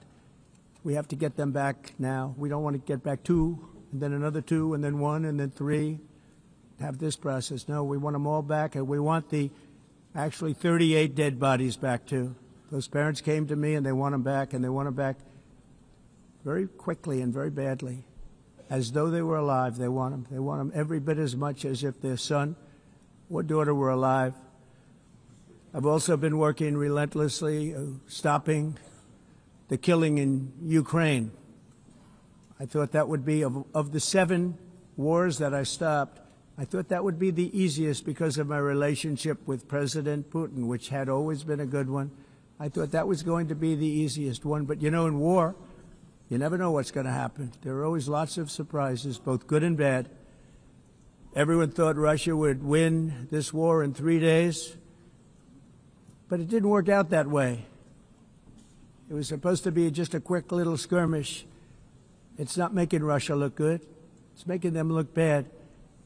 No matter what happens from here on out, this was something that should have taken a matter of days, certainly less than a week, and they've been fighting for 3.5 years and killing anywhere from 5,000 to 7,000 young soldiers, mostly soldiers, on both sides, every single week, from 5,000 to 7,000 dead young people, and some in cities, much smaller numbers, where rockets are shot, where drones are dropped. This war would never have started if I were president. This was a war that should have never happened. It shows you what leadership is, what bad leadership can do to a country. Look what happened to the United States, and look where we are right now in just a short period of time. The only question now is how many more lives will be needlessly lost on both sides. China and India are the primary funders of the ongoing war by continuing to purchase Russian oil. But inexcusably, even NATO countries have not cut off much Russian energy and Russian energy products, which, as you know, I found out about 2 weeks ago, and I wasn't happy. Think of it. They're funding the war against themselves. Who the hell ever heard of that one? In the event that Russia is not ready to make a deal to end the war, then the United States is fully prepared to impose a very strong round of powerful tariffs, which would stop the bloodshed, I believe, very quickly. But for those tariffs to be effective, European nations, all of you are gathered here right now, would have to join us in adopting the exact same measures. I mean, you're much closer to this. We have an ocean in between. You're right there. And Europe has to step it up. They can't be doing what they're doing. They're buying oil and gas from Russia while they're fighting Russia. It's embarrassing to them, and it was very embarrassing to them when I found out about it, I can tell you that. They have to immediately cease all energy purchases from Russia. Otherwise, we're all wasting a lot of time. So I'm ready to discuss this. We're going to discuss it today with the European nations, all gathered here. I'm sure they're thrilled to hear me speak about it, but that's the way it is. I like to speak my mind and speak the truth. As we seek to reduce the threat of dangerous weapons today, I'm also calling on every nation to join us in ending the development of biological weapons once and for all. And biological is terrible, and nuclear is even beyond, and we include nuclear in that. We want to have a cessation of the development of nuclear weapons. We know, and I get to view it all the time. Sir, would you like to see? And I look at weapons that are so powerful that we just can't ever use them. If we ever use them, the world literally might come to an end. There would be no United Nations to be talking about. There would be no nothing. Just a few years ago, reckless experiments overseas gave us a devastating global pandemic. Yet despite that worldwide catastrophe, many countries are continuing extremely risky research into bioweapons and man-made pathogens. This is unbelievably dangerous. To prevent potential disasters, I'm announcing today that my administration will lead an international effort to enforce biological weapons convention, which is going to be meeting with the top leaders of the world by pioneering an AI verification system that everyone can trust. Hopefully the UN can play a constructive role, and it will also be one of the early projects under AI. Let's see how good it is, because a lot of people are saying it could be one of the great things ever, but it also can be dangerous, but it could be put to tremendous use and tremendous good, and this would be an example of that. Not only is the UN not solving the problems it should, too often, it's actually creating new problems for us to solve. The best example is the #1 political issue of our time, the crisis of uncontrolled migration. It's uncontrolled. Your countries are being ruined. The United Nations is funding an assault on Western countries and their borders. In 2024, the UN budgeted $372 million in cash assistance to support an estimated 624,000 migrants journeying into the United States. Think of that. The UN is supporting people that are illegally coming into the United States, and then we have to get them out. The UN also provided food, shelter, transportation, and debit cards to illegal aliens. Can you believe that? On the way to infiltrate our southern border. Millions of people came through that southern border. Just a year ago, millions and millions of people were pouring in, 25 million altogether over the 4 years of the incompetent Biden administration. And now we have it stopped, totally stopped. In fact, they're not even coming anymore because they know they can't get through. But what took place is totally unacceptable. The UN is supposed to stop invasions, not create them and not finance them. In the United States, we reject the idea that mass numbers of people from foreign lands can be permitted to travel halfway around the world, trample our borders, violate our sovereignty, cause unmitigated crime, and deplete our social safety net. We have reasserted that America belongs to the American people, and I encourage all countries to take their own stand in defense of their citizens as well. You have to do that because I see it. I'm not mentioning names. I see it, and I can call every single one of them out. You're destroying your countries. They're being destroyed. Europe is in serious trouble. They've been invaded by a force of illegal aliens like nobody's ever seen before. Illegal aliens are pouring into Europe. Nobody is ever, and nobody's doing anything to change it, to get them out. It's not sustainable. And because they choose to be politically correct, they're doing just absolutely nothing about it.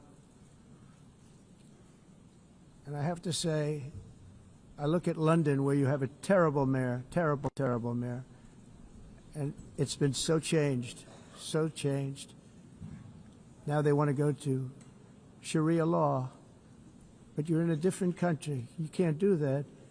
Both the immigration and their suicidal energy ideas will be the death of Western Europe if something is not done immediately. This cannot be sustained. What makes the world so beautiful is that each country is unique. But to stay this way, every sovereign nation must have the right to control their own borders. You have the right to control your borders, as we do now, and to limit the sheer numbers of migrants entering their countries and paid for by the people of that nation that were there and that built that particular nation at the time. They put their blood, sweat, tears, money into that country, and now they're being ruined. Proud nations must be allowed to protect their communities and prevent their societies from being overwhelmed by people they have never seen before, with different customs, religions, with different everything. Where migrants have violated laws, lodged false asylum claims, or claimed refugee status for illegitimate reasons, they should, in many cases, be immediately sent home. And while we will always have a big heart for places and people that are struggling and truly compassionate, answers will be given. We have to solve the problem, and we have to solve it in their countries, not create new problems in our countries. And we are very helpful to a lot of countries that are just not able to send their people anymore. They used to send them to us in caravans of 25,000, 30,000 people each. These massive caravans of people pouring into our country, totally unchecked and unvetted. But not anymore. According to the Council of Europe, in 2024, almost 50% of inmates in German prisons were foreign nationals or migrants. In Austria, the number was 53% of the people in prisons were from places that weren't from where they are now. In Greece, the number was 54%, and in Switzerland, beautiful Switzerland, 72% of the people in prisons are from outside of Switzerland. When your prisons are filled with so-called asylum seekers who repaid kindness, and that's what they did, they repaid kindness with crime, it's time to end the failed experiment of open borders. You have to end it now. See, I can tell you. I'm really good at this stuff. Your countries are going to hell. In America, we've taken bold action to swiftly shut down uncontrolled migration. Once we started detaining and deporting everyone who crossed the border and removing illegal aliens from the United States, they simply stopped coming. They're not coming anymore. We're getting a lot of credit, but they're not coming anymore. This was a humanitarian act for all involved, because on the trips up, thousands of people a week were dying. Women were being raped. Nobody's ever seen anything like it. Raped, horribly beaten, raped. On the trip up, the journey up, it was a long walk. It was a long, arduous journey, indeed. And it was also a historic victory against human trafficking throughout the region. What we did was a victory, and we saved so many lives of people that wouldn't make the journey. That journey was loaded up with death. Loaded up with death. Dead bodies all along the roads of jungles to get up. They go through jungles, they go through areas so hot you couldn't breathe. They were dying of suffocation, areas so hot that you couldn't breathe. Dead bodies all over. By them not coming, we're saving tremendous numbers of lives.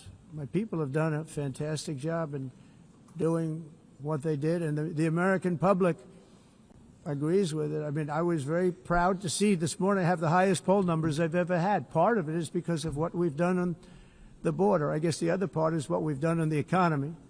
Joe Biden's policies empowered murderous gangs, human smugglers, child traffickers, drug cartels, and prisoners from all over the world.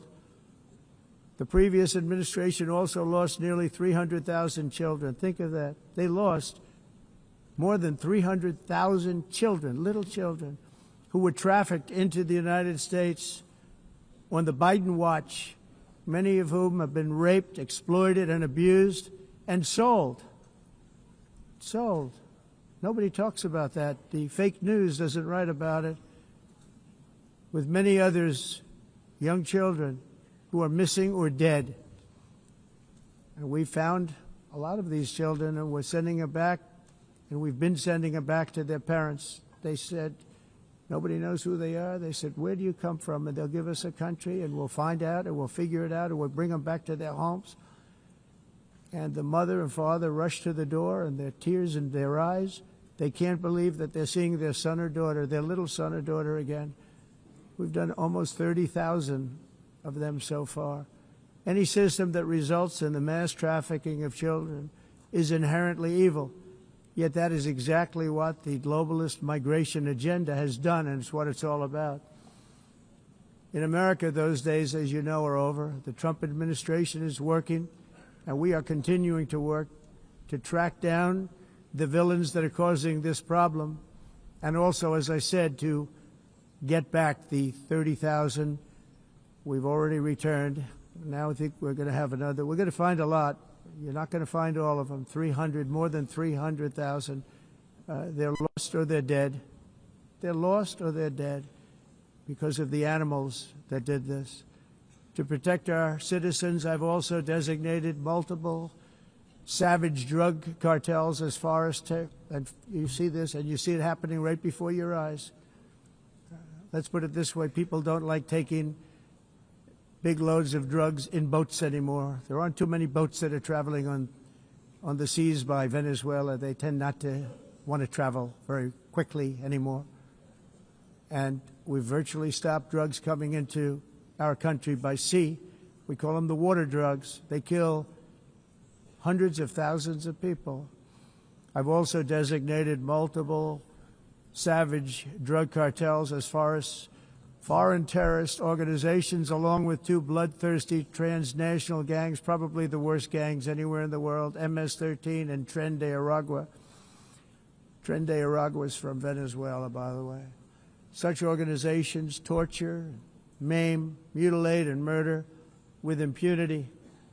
They're the enemies of all humanity. For this reason, we've recently begun using the supreme power of the United States military to destroy Venezuelan terrorists and trafficking networks led by Nicolas Maduro. To every terrorist thug smuggling poisonous drugs into the United States of America, please be warned that we will blow you out of existence. That's what we're doing. We have no choice. Can't let it happen. They're destroying. I believe we lost 300,000 people last year to drugs, 300,000. Fentanyl and other drugs. Each boat that we sink carries drugs that would kill more than 25,000 Americans. We will not let that happen. Energy is another area where the United States is now thriving like never before. We're getting rid of the falsely named renewables. By the way, they're a joke. They don't work. They're too expensive. They're not strong enough to fire up the plants that you need to make your country great. The wind doesn't blow. Those big windmills are so pathetic and so bad, so expensive to operate. And they have to be rebuilt all the time, and they start to rust and rot. Most expensive energy ever conceived, and it's actually energy. You're supposed to make money with energy, not lose money. You lose money, the governments have to subsidize. You can't put them out without massive subsidies. And most of them are built in China, and I give China a lot of credit. They build them, but they have very few wind farms. So why is it that they build them and they send them all over the world, but they barely use them? You know what they use? Coal. They use gas. They use almost anything, but they don't like wind. But they sure as hell like selling the windmills. Europe, on the other hand, has a long way to go, with many countries being on the brink of destruction because of the green energy agenda. And I give a lot of credit to Germany. Germany was being led down a very sick path, both on immigration, by the way, and on energy. They were going green, and they were going bankrupt. And the new leadership came in, and they went back to where they were, with fossil fuel and with nuclear, which is good. It's now safe, and you can do it properly. But they went back to where they were, and they opened up a lot of different plants, energy-producing plants, and they're doing well. I give Germany a lot of credit for that. They've said this is a disaster, what's happening. They were going all green. All green is all bankrupt. That's what it represents. And it's not politically correct. I'll be very badly criticized for saying it, but I'm here to tell the truth. I don't care. It doesn't matter to me. I'm in New York City.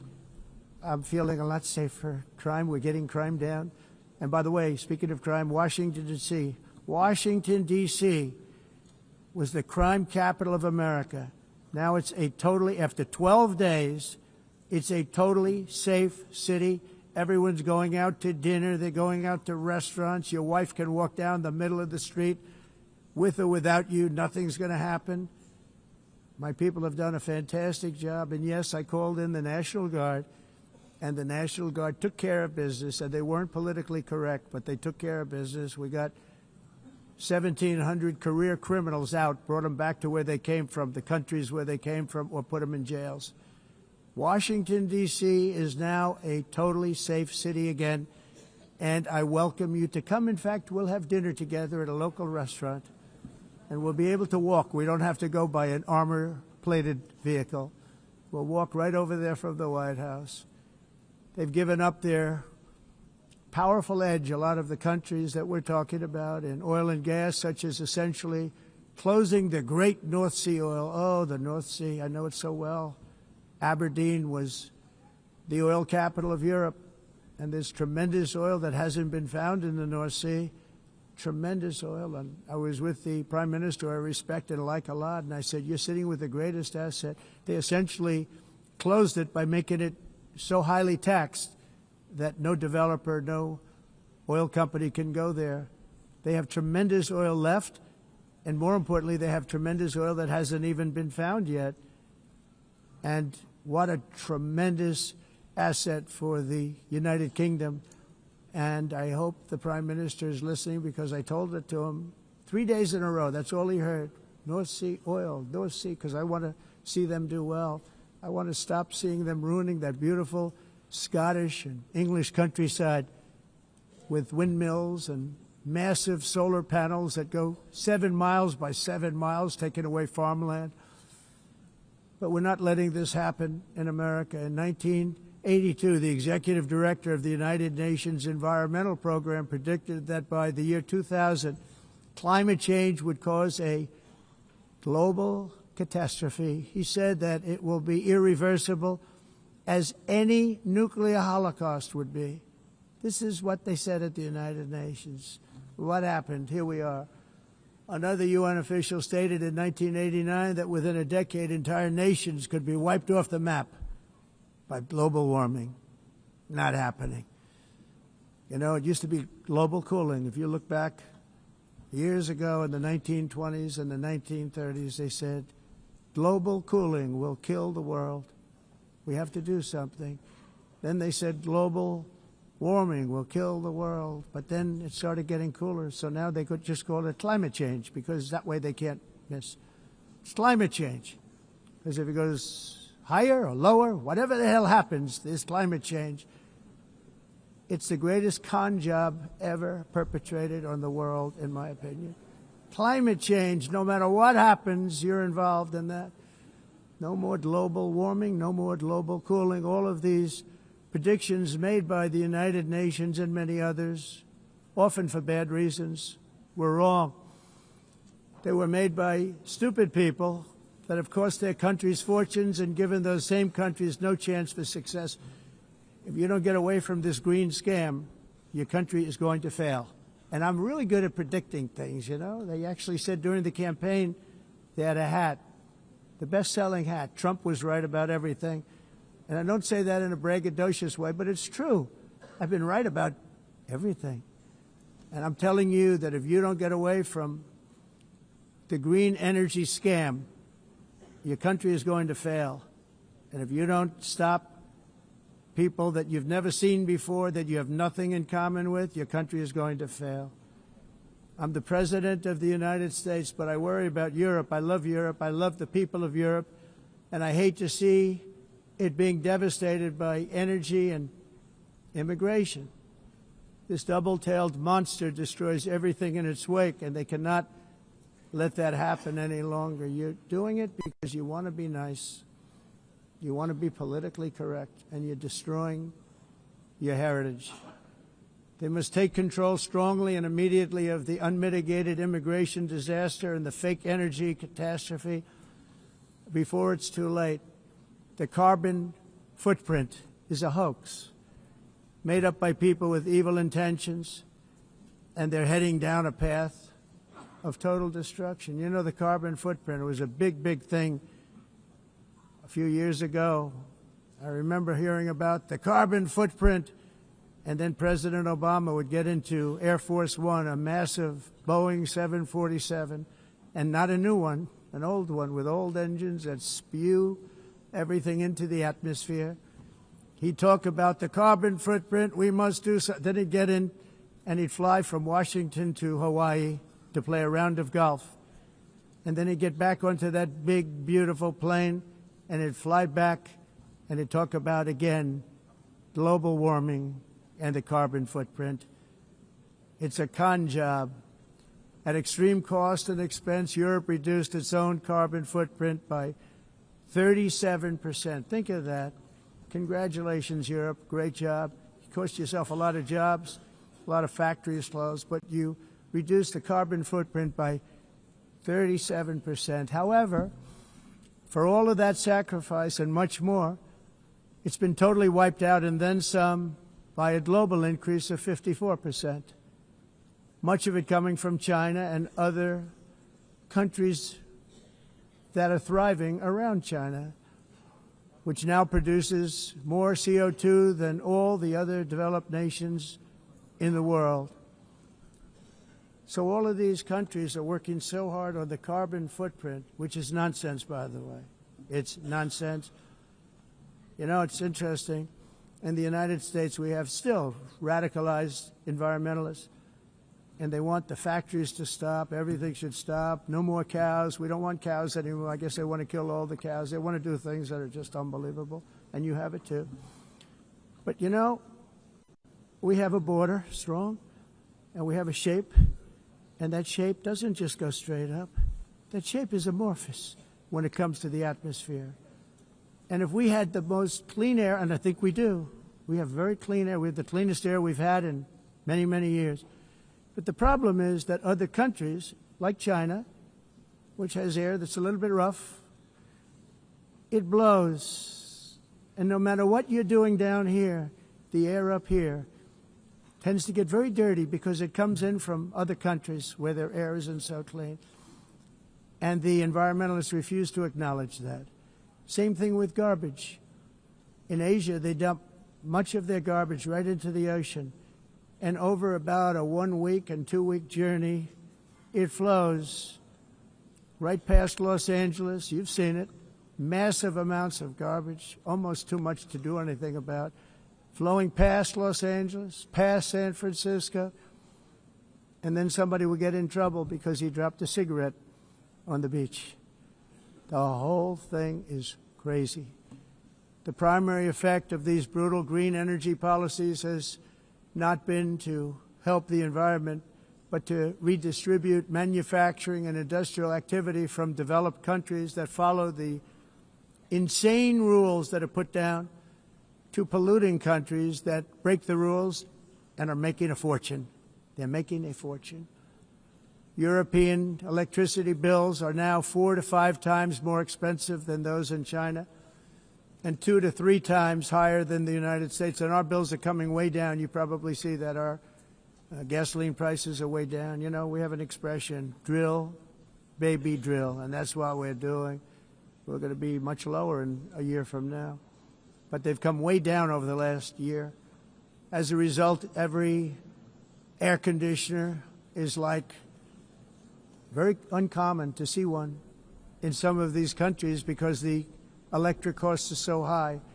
So while the U.S. has approximately 1,300 heat-related deaths annually, that's a lot, Europe loses more than 175,000 people to heat deaths each year because the costs are so expensive you can't turn on an air conditioner. What is that all about? That's not Europe.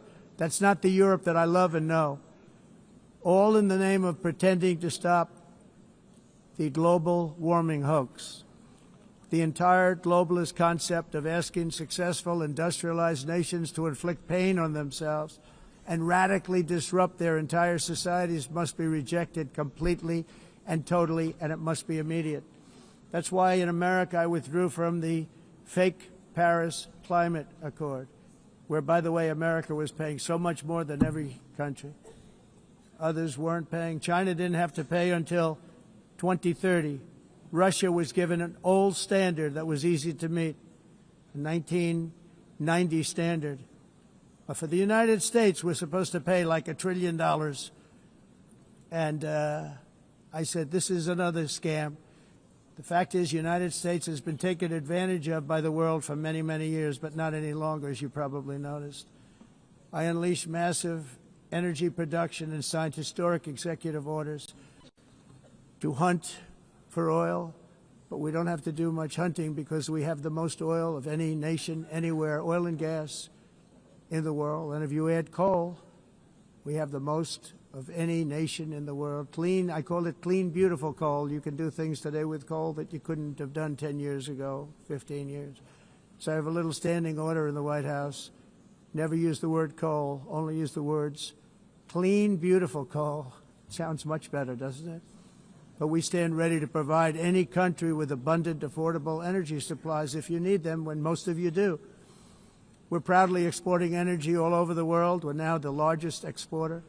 In the United States, we want trade and robust commerce with all nations, everybody. We want to help nations. We're going to help nations. But it must also be fair and reciprocal. The challenge with trade is much the same with climate. The countries that followed the rules, all their factories have been plundered. It's really sad to watch. They've been broken. They've been broken by countries that broke the rules. That's why the United States is now applying tariffs to other countries, and much as these tariffs were for many years applied to us, uncontrollably applied to us. We've used tariffs as a defense mechanism under the Trump administration, including my first term, where hundreds of billions of dollars in tariffs were taken in. And by the way, we had the lowest inflation, and now we have very low inflation. The only thing different is that we have hundreds of billions of dollars flowing into our country. But this is how we will ensure that the system works for everyone and is sustainable into the future. We're also using tariffs to defend our sovereignty and security throughout the world, including against nations that have taken advantage of former U.S. administrations for decades, including the most corrupt, incompetent administration in history, the sleepy Joe Biden administration. Brazil now faces major tariffs in response to its unprecedented efforts to interfere in the rights and freedoms of our American citizens and others, with censorship, repression, weaponization, judicial corruption, and targeting of political critics in the United States. I have a little problem saying this because I must tell you, I was walking in and the leader of Brazil was walking out. We saw him and I saw him, he saw me, and we embraced. And then I'm saying, can you believe I'm going to be saying this in just 2 minutes? We actually agreed that we would meet next week. We didn't have much time to talk, like about 20 seconds. They were in retrospect, I'm glad I waited because this thing didn't work out too well. But we did talk. We had a good talk, and we agreed to meet next week, if that's of interest. But he seemed like a very nice man, actually. He liked me, I liked him. But if you, and I only do business with people I like. When I don't like them, I don't like them. But we had, at least for about 39 seconds, we had excellent chemistry. It's a good sign. But also in the past, Brazil, can you believe this, unfairly tariffed our nation, but now because of our tariffs, we are hitting them back, and we're hitting them back very hard. As president, I will always defend our national sovereignty and the rights of American citizens. So I'm very sorry to say this, that Brazil is doing poorly and will continue to do poorly. They can only do well when they're working with us. Without us, they will fail, just as others have failed. It's true. Next year, the United States will celebrate the 250th anniversary of our glorious independence, a testament to enduring power and American freedom and spirit. We will also be proudly hosting the 2026 FIFA World Cup, and shortly thereafter the 2028 Olympics, which is going to be very exciting. I hope you all come. I hope that countless people from all over the globe will take part of these will be great celebrations of liberty and human achievement, and that together we all can rejoice in the miracles of history that began in July 4th, 1776, when we founded the light to all nations. And it's something really that an amazing thing came out of that date. It's called the United States of America. In honor of this momentous anniversary, I hope that all countries who find inspiration in our example will join us in renewing our commitment, values, and those values really that we hold so dear. Together, let us defend free speech and free expression. Let us protect religious liberty, including for the most persecuted religion on the planet today. It's called Christianity. And let us safeguard our sovereignty and cherish qualities that have made each of our nations so special, incredible, and extraordinary. In closing, I just want to repeat that immigration and the high cost of so-called green renewable energy is destroying a large part of the free world and a large part of our planet. Countries that cherish freedom are fading fast because of their policies on these two subjects. You need strong borders and traditional energy sources if you are going to be great again.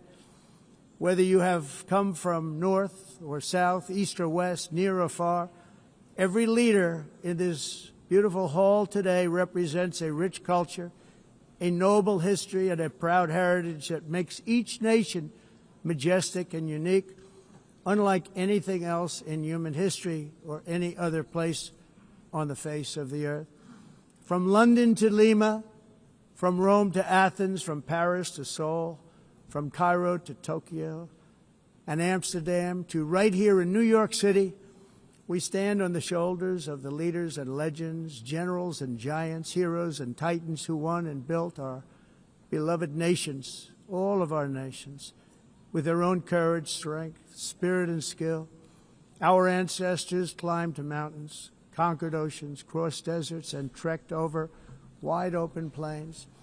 They charged into thunderous battles, plunged into grave dangers, and they were soldiers and farmers and workers and warriors and explorers and patriots. They built towns into cities, tribes into kingdoms, ideas into industries, and small islands into mighty empires. You're a part of all of that. They were champions for their people who never gave up and who never, ever gave in. Their values defined our national identities. Their visions forged our magnificent destiny. Everybody in this room is a part of it in your own way.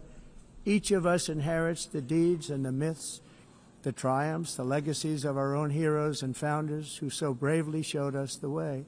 Our ancestors gave everything for homelands that they defended with pride, with sweat, with blood, with life, and with death. Now the righteous task of protecting the nations that they built belongs to each and every one of us. So together let us uphold our sacred duty to our people and to our citizens. Let us protect their borders, ensure their safety, preserve their cultures, treasure, and traditions, and fight, fight, fight for their precious dreams and their cherished freedoms. And in friendship and really a beautiful vision, let us all work together to build a bright, beautiful planet, a planet that we all share, a planet of peace and a world that is richer, better, and more beautiful than ever before. That can happen. It will happen. It will happen, and I hope it can happen and start right now, right at this moment. We'll turn it around. We're going to make our countries better, safer, more beautiful. We're going to take care of our people. Thank you very much. It's been an honor. God bless the nations of the world. Thank you very much. Bye.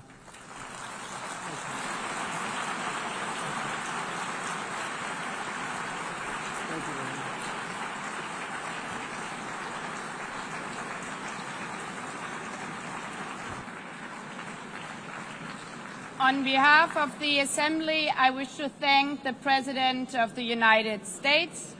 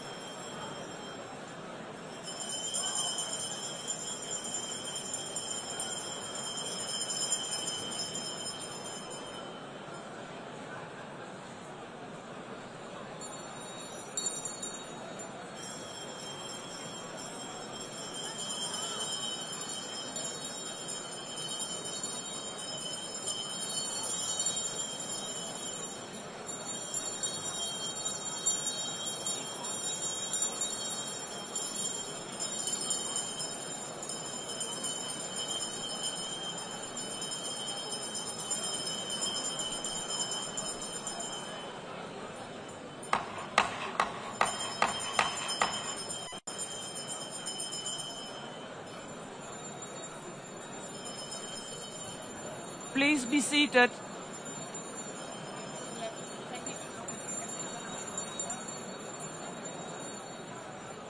Please be seated.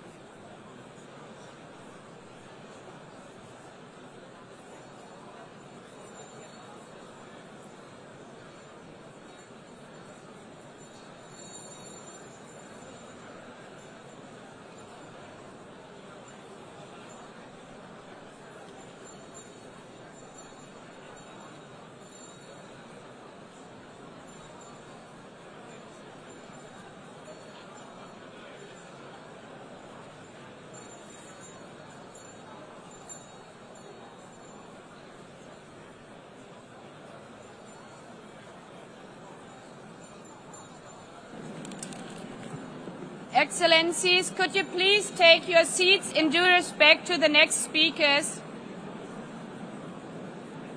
The second row, could you please take your seat right now?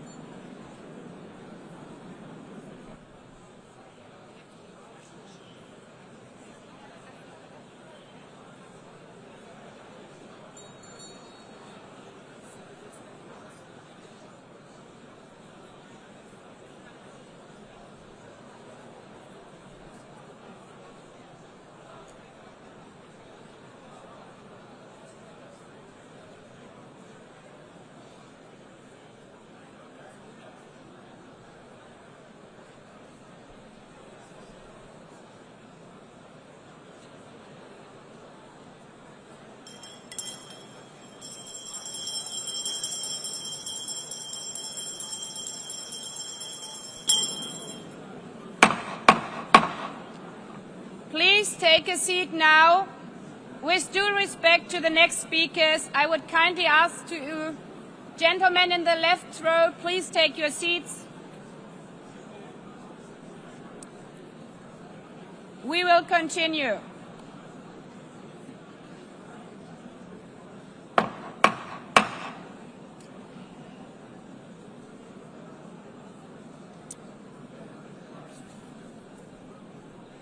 Excellencies, as we are receiving queries, I would like to assure you that don't worry, the UN teleprompters are working perfectly. And by this technical note, I would like to call on the next speaker. The Assembly will hear an address by His Excellency Prabowo Subianto, President of the Republic of Indonesia. I request protocol to escort His Excellency and invite him to address the Assembly.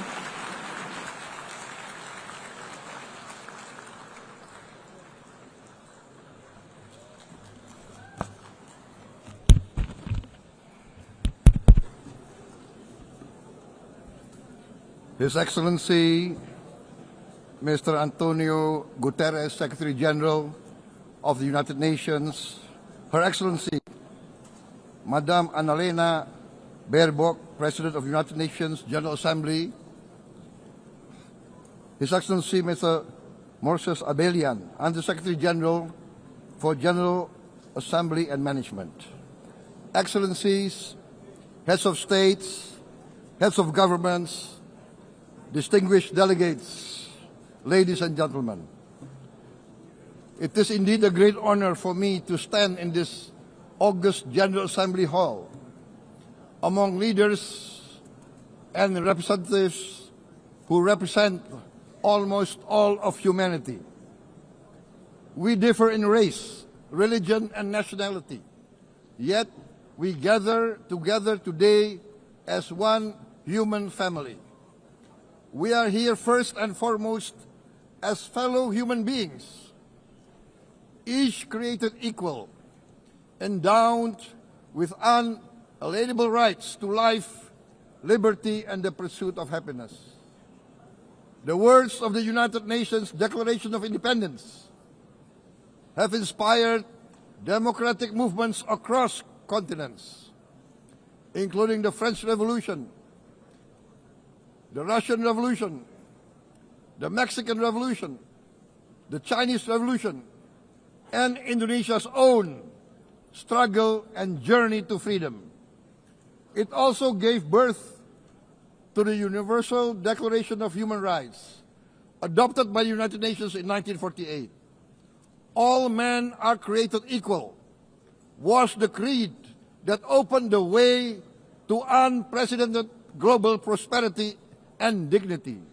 And yet, in our own era of scientific and technological triumphs, an era capable of ending hunger, poverty, and environmental ruin, we also continue to face today grave dangers, challenges, and uncertainties. Human folly, fueled by fear, racism, hatred, oppression, and apartheid, threatens our common future. My country knows this pain. For centuries, Indonesians lived under colonial domination, oppression, and slavery. We were treated less than dogs in our own homeland. We Indonesians know what it means to be denied justice and what it means to live in apartheid, to live in poverty, and to be denied equal opportunity. We also knew what solidarity can do. In our struggle for independence, in our fight to overcome hunger, disease, and poverty, the United Nations stood with Indonesia and gave us vital assistance. Decisions made here based on human solidarity by the Security Council and this Assembly gave Indonesia independence, international legitimacy, opened doors, and supported our early development through the efforts of the United Nations Children Fund, the United Nations Food and Agriculture Organization, the FAO, the World Health Organization, and many, many other United Nations institutions. And because of that, Indonesia today stands on the cusp of shared prosperity and greater equality and dignity. Madam President, Excellencies, our world today is driven by conflict, injustice, and deepening uncertainty. Every day we witness suffering, genocide, and blatant disregard for international law and human decency. In the face of these challenges, we must not give up. As the United Nations Secretary General said, we cannot give up. We cannot surrender our hopes or our ideals. We must draw closer, not drift apart. Together we must strive to achieve our hopes, our dreams. The United Nations was born from the ashes of the Second World War that claimed scores of millions of lives. It was created to secure peace, security, justice, and freedom for all. We remain committed to internationalism, to multilateralism, and to every effort that strengthens this great institution. Today, Indonesia is nearer than ever before to meeting the sustainable development goals of ending extreme poverty and hunger. Because years ago, this very chamber chose to listen and uphold social and economic justice. We will never forget. And today, we must never be silent while Palestinians are denied that same justice and legitimacy in this very hall. Excellencies, Thucydides warned, the strong do what they can, the weak suffer what they must. We must reject this doctrine. The United Nations exist to reject this doctrine. We must stand for all, the strong and the weak. Might cannot be right. Right must be right. Indonesia today is one of the largest contributors to United Peacekeeping Forces. We believe in the United Nations. We will continue to serve where peace needs guardians, not with just words, but with boots on the ground.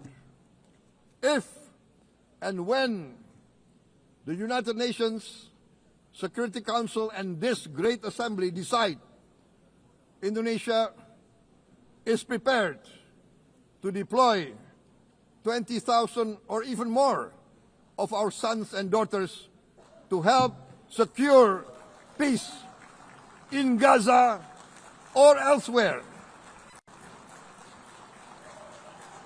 in Ukraine, in Sudan, in Libya, everywhere when the peace needs to be enforced, peace needs to be guarded, we are ready.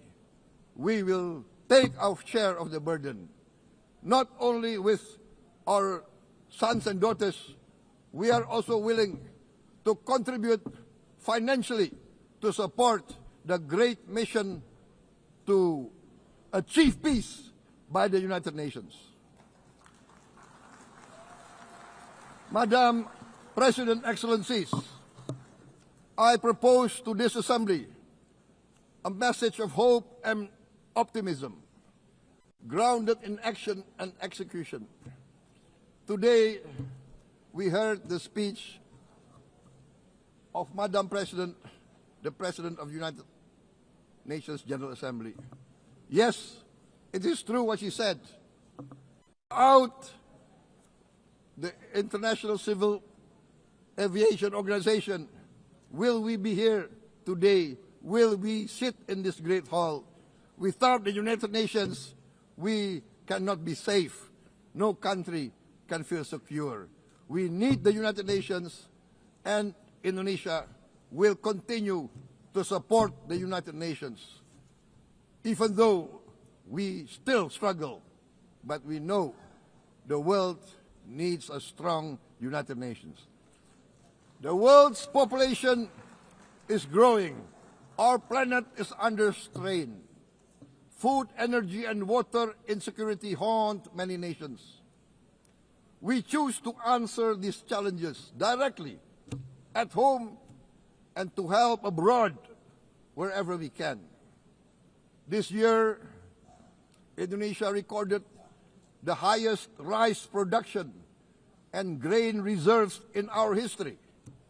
We are now self-sufficient in rice, and we are starting now to export rice to other nations in need, including providing rice for Palestine.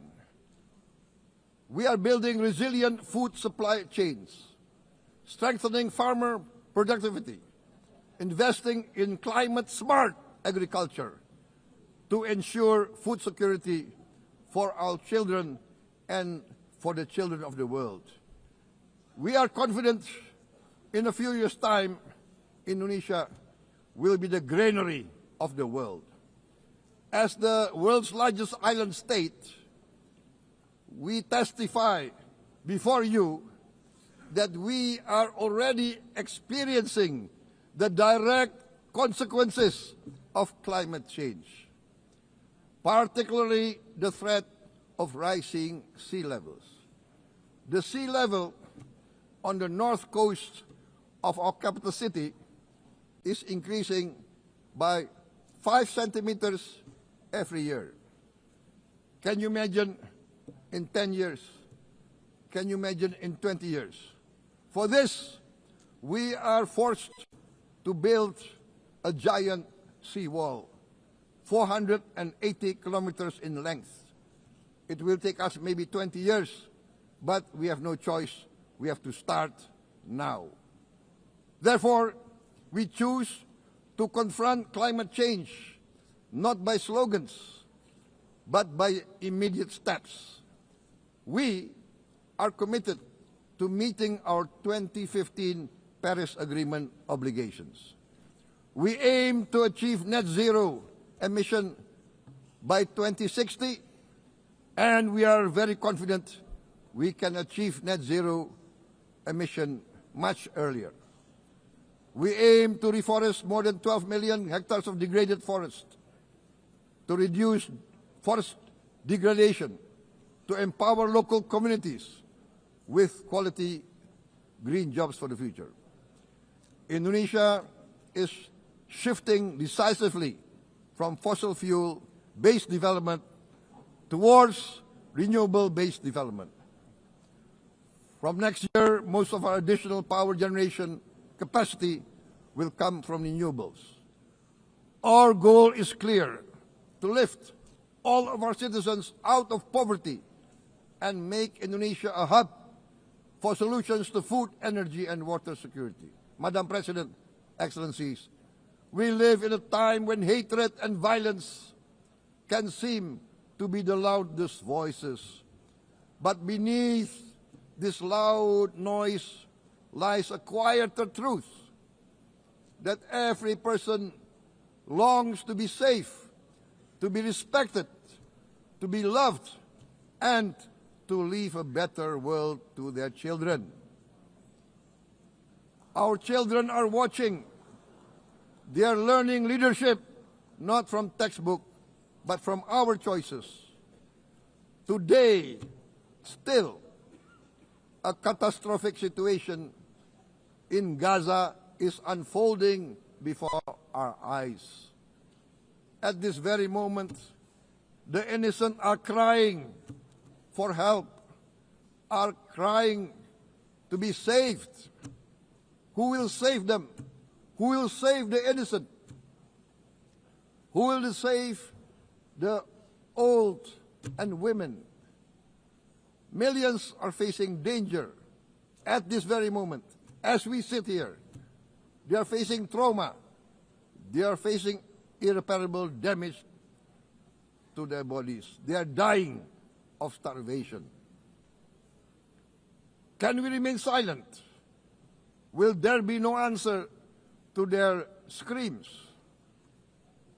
Will we teach them that the human family can rise to the challenge? Madam President,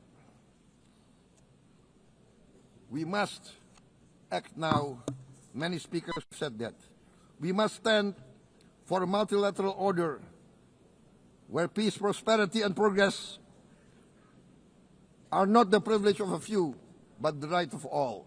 With a strong United Nations, we can build a world where the weak do not suffer what they must, but live the justice that they deserve.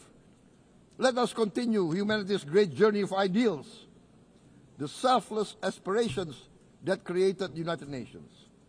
Let us use science to uplift, not use science to destroy. Let rising nations help others to lift themselves. I am convinced that the leaders of the great world civilizations of the West, of the East, of the North, of the South, leaders of America, Europe, of India, China, the Islamic world, the whole world, I am convinced they will rise to their role demanded by history. We are all hopeful that the leaders of the world will show great statesmanship, great wisdom, restraint, humility, overcome hate, overcome suspicion. Madam President, distinguished delegates, we are greatly heartened by the events of the last few days, where significant leading countries of the world have chosen to side with history, to choose the right side of history, the path of the moral high ground, the path of rectitude, the path of justice, the path of humanity, to shun hatred, to overcome suspicion, and to avoid the use of violence. The use of violence will beget violence. No one country can bully the whole community of the human family.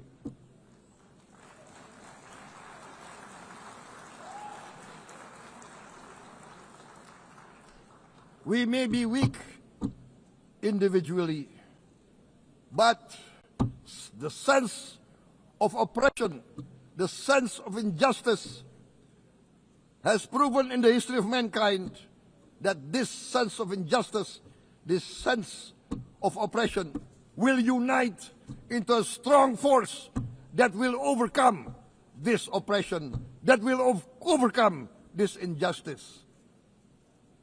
To close, I would like to reiterate again Indonesia's complete support for the two-state solution in Palestine. We must have an independent Palestine, but we must also recognize, we must also respect, and we must also guarantee the safety and security of Israel. Only then we can have real peace, and no longer hate and no longer suspicion. The only solution is this two-state solution. Two descendants of Abraham must live in reconciliation, peace, and harmony. Arabs, Jews, Muslims, Christians, Hindus, Buddhists, all religions, we must live as one human family. Indonesia is committed to being part of making this vision a reality. Is this a dream? Maybe, but this is the beautiful dream that we must work together towards. Let us work towards this noble goal. Let us continue humanity's journey of hope, a journey started by our forefathers, a journey that we must complete. Thank you. Wassalamualaikum warahmatullahi wabarakatuh.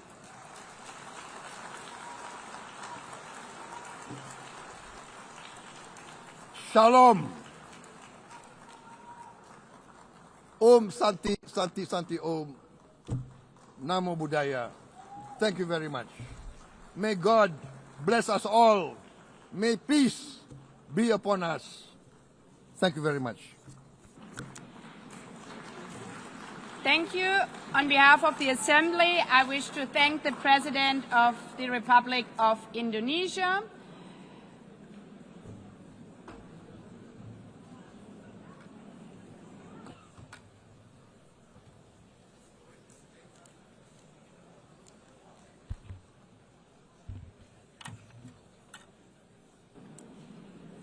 The Assembly will hear an address by His Excellency Recep Tayyip Erdogan, President of the Republic of Turkey. I request protocol to escort His Excellency and invite him to address the Assembly.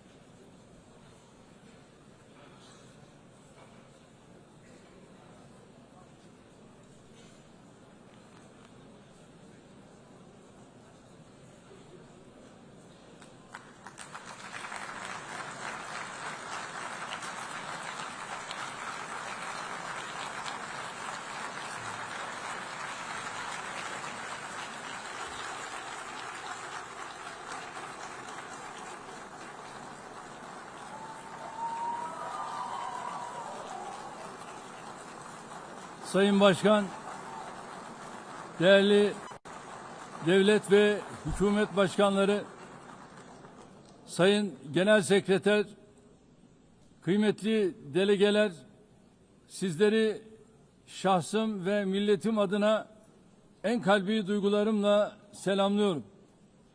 Birleşmiş Milletler 80. Genel Kurulu'nun tüm insanlık için hayırlara vesile olmasını temenni ediyorum. İnsanlığın ortak vicdanını temsil eden bu kürsüden sizlere bir kez daha hitap etmekten büyük bir bahtiyarlık duyuyorum. Genel Kurul Başkanlığını tamamlayan Sayın UNGA'yı tebrik ediyor. Bu görevi devralan Sayın Berbok'a başarılar diliyorum.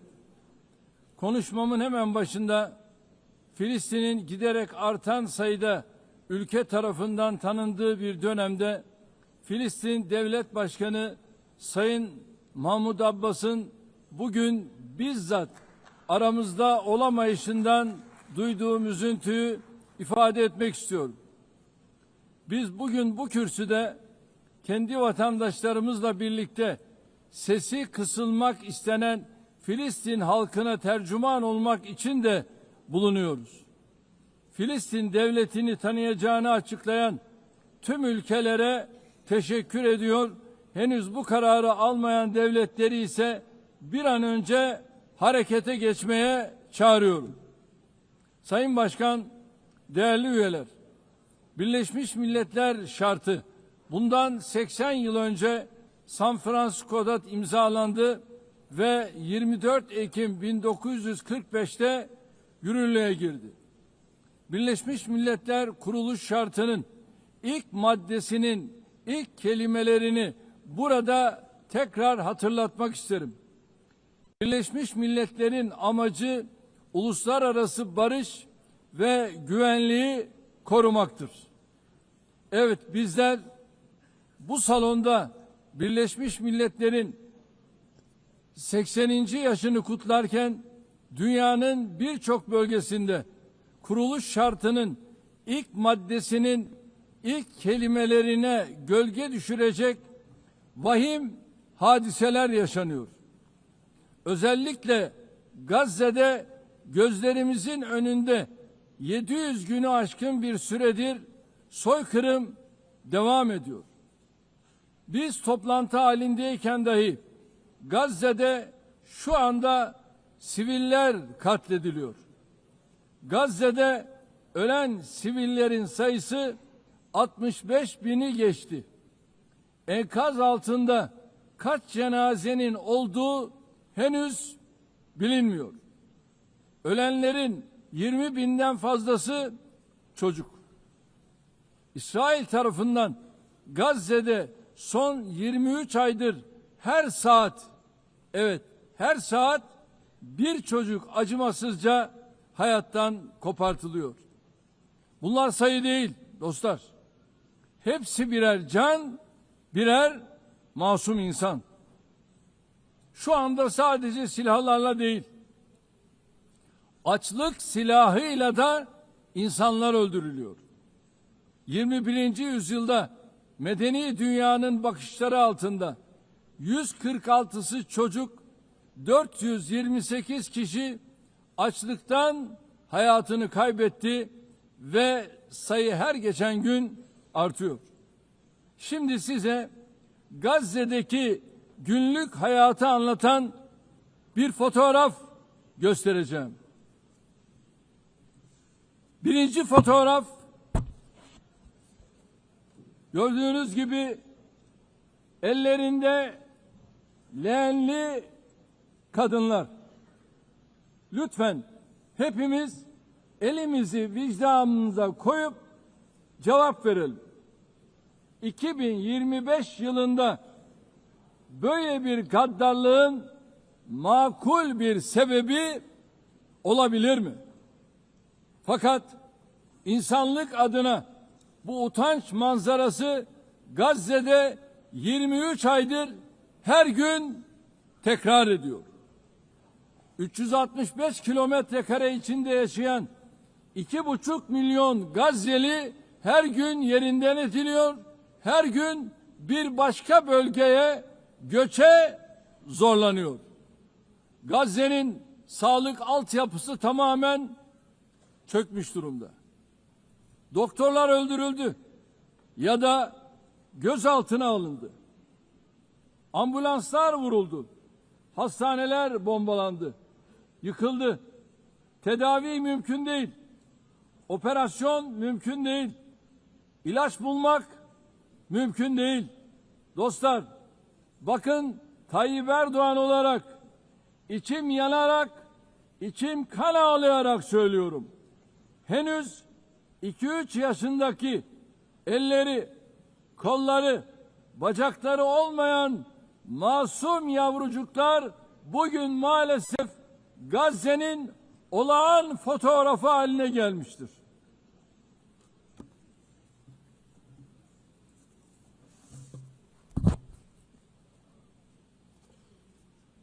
Buna hangi vicdan dayanır? Hangi vicdan buna sessiz kalabilir? Çocukların açlıktan, ilaçsızlıktan öldüğü bir dünyada huzur olur mu? Hepimiz anne babayız. Üzerine titrediğimiz evlatlarımız, torunlarımız var.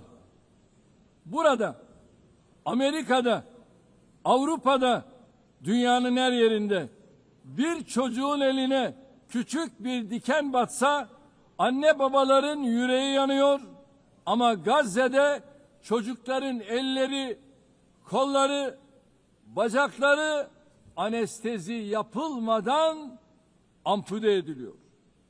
Kimse kusura bakmasın ama bu insanlığın dip noktasıdır.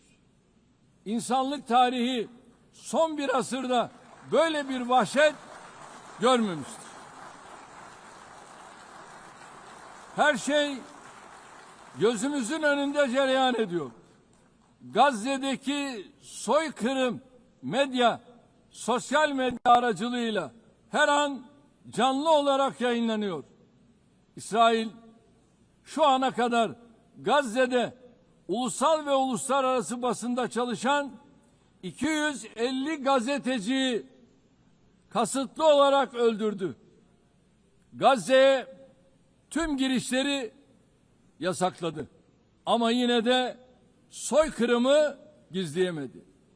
Filistin topraklarında devam eden soykırıma her fırsatta dikkatleri çeken Genel Sekreter Sayın Guterres'i gönülden destekliyorum. Cesareti için kendisini bir kez daha tebrik ediyorum.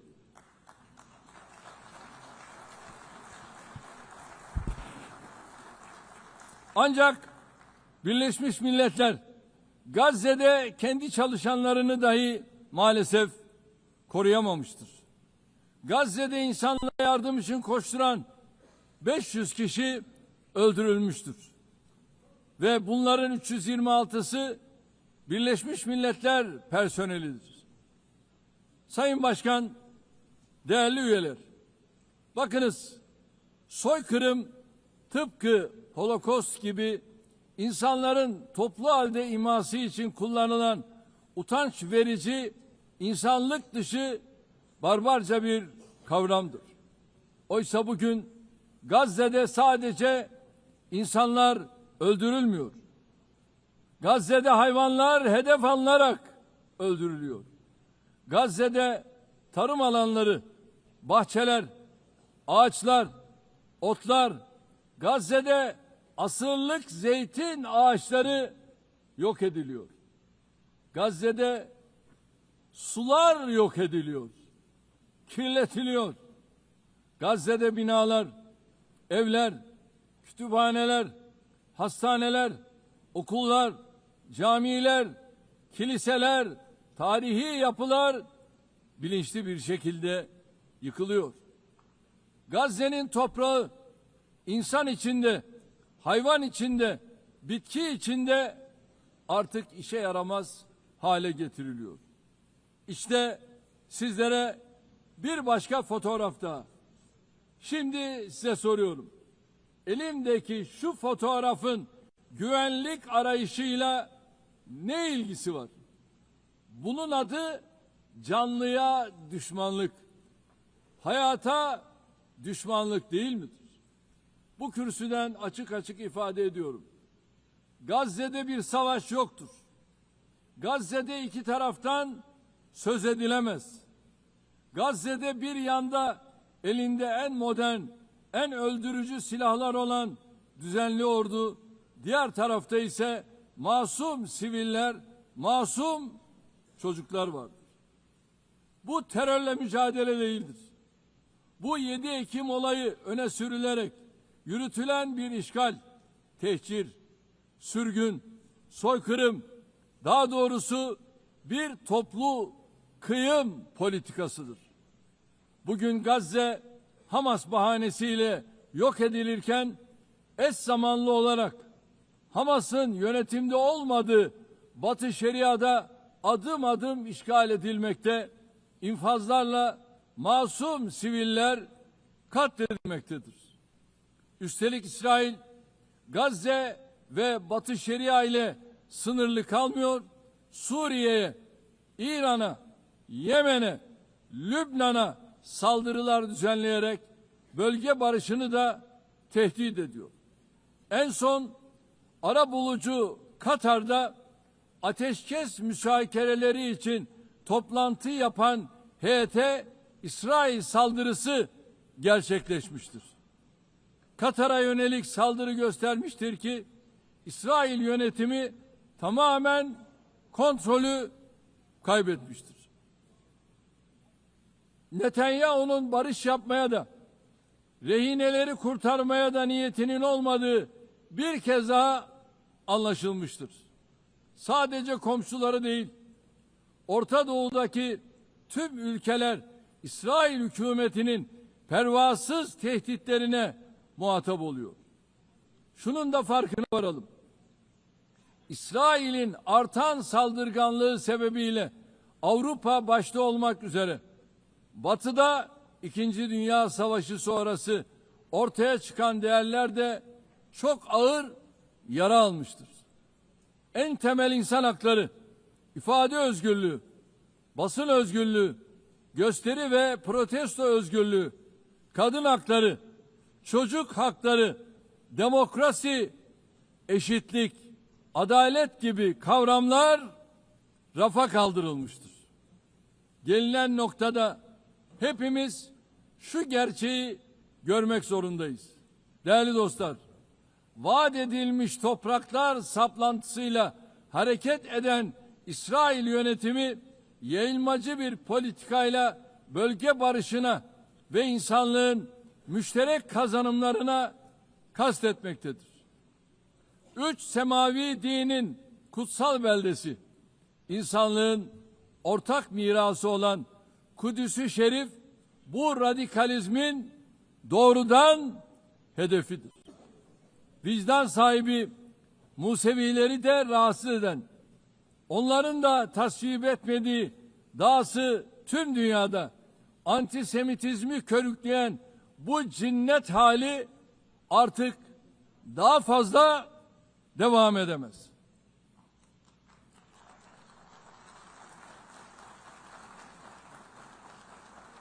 Gazze'de ateşkes bir an önce sağlanmalı, saldırılar durmalı, insani yardımların engelsiz girişine mutlaka izin verilmelidir.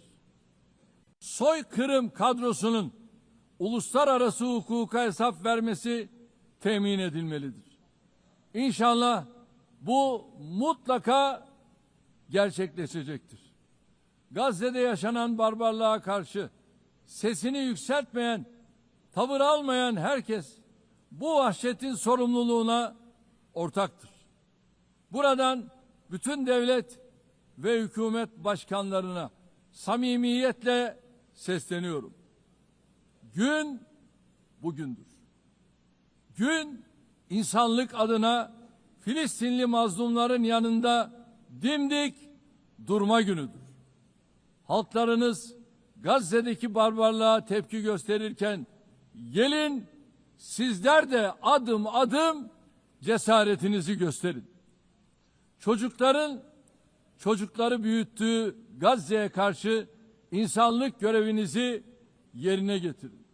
Bu vesileyle dünyanın farklı ülkelerinde Gazze'li mazlumlara sahip çıkmak için meydanları dolduran Gazze'li masumlara destek olmak için denizlere yelken açan akademisyeniyle, sanatçısıyla, siyasetçisiyle, aktivistiyle, öğrencisiyle tüm Filistin savunucularına en kalbi selamlarımı yolluyorum.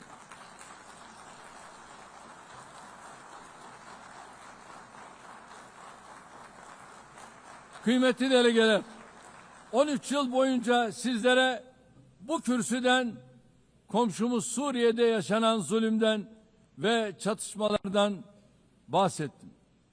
Nasıl bugün Gazze'li mazlumlar için sesimizi yükseltiyorsak, 13 yıl süresince de Suriyelilerin feryatlarına dikkat çektik. Burada onların da sesi, nefesi olduk. 1 milyon insanın hayatına, milyonlarcasının da vatanlarını terk etmesine sebep olan zulüm, 8 Aralık devrimiyle birlikte hamdolsun artık tarihe karıştı. Suriyeli kardeşlerimiz 8 Aralık tarihi itibariyle yeni bir dönemin kapılarını açtılar. Eli kanlı bir rejime karşı mücadeleyi kazanan Suriye halkı, inanıyorum ki büyük bedeller ödeyerek elde ettikleri zaferi de inşallah menziline ulaştıracaktır. DAEŞ başta olmak üzere terörün hiçbir çeşidinin olmadığı, güvenliğin tesis edildiği bir ve bütün Suriye vizyonunu tüm imkanlarımızla destekleyeceğiz. Suriye'de istikrar kökleştikçe hiç şüphesiz bunun kazananı Suriyelilerle birlikte tüm komşu ülkeler, tüm bölgemiz olacaktır. Körfez'deki kardeş ülkelere de Suriye'nin toparlanmasına verdikleri katkılar için teşekkürlerimi iletiyorum. Bizimle aynı ilkeleri paylaşan tüm bölgesel ve uluslararası aktörlerle işbirliğimizi inşallah aynı şekilde sürdüreceğiz. Değerli dostlar, komşumuz İran'la ilgili nükleer dosyanın bir an evvel diplomasi yoluyla çözülmesini temenni ediyoruz. Unutulmamalıdır ki bölgemiz yeni bir krizi daha kaldıramaz. Komşumuz Irak'ın istikrarı, güvenliği ve refahı bölgemizin selameti bakımından fevkalade önemlidir. Kalkınma yolu projesi gibi kolektif refahı önceleyen stratejik hamlelere bu bakımdan büyük önem atfediyoruz. Kuzeyde her ikisi de komşumuz olan Rusya ve Ukrayna arasında İstanbul sürecine büyük bir iştiyakla ev sahipliği yapıyoruz. Doğrudan görüşmeler sayesinde çok sayıda esirin ve naaşın mübadelesine aracılık ettik. Taraflar arasında barış müzakerelerinin modalitelerini belirlemeye çalıştık. Unutmayın, savaşın kazananı adil bir barışın kaybedeni olmaz şiarıyla önümüzdeki dönemde de ateşkes için çaba göstermeye devam edeceğiz. Azerbaycan ve Ermenistan arasında barışın tesisi için tarafları en başından bu yana cesaretlendirdik. 8 Ağustos tarihinde iki ülke arasında kalıcı barışa giden adımların atılmasından memnuniyet duyuyoruz. Azerbaycan Cumhurbaşkanı Sayın Aliyev ile Ermenistan Başbakanı Sayın Paşinyan başta olmak üzere sürece katkıda bulunan Amerikan Başkanı Sayın Trump'ı burada bir kez daha tebrik ediyorum.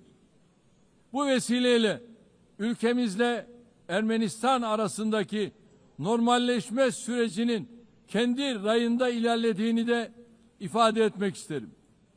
Diğer bir arabuluculuk faaliyetimiz olan Ankara süreci kapsamında Somali ile Etiyopya arasındaki ihtilafın halline yönelik gayretlerimizi sürdürüyoruz.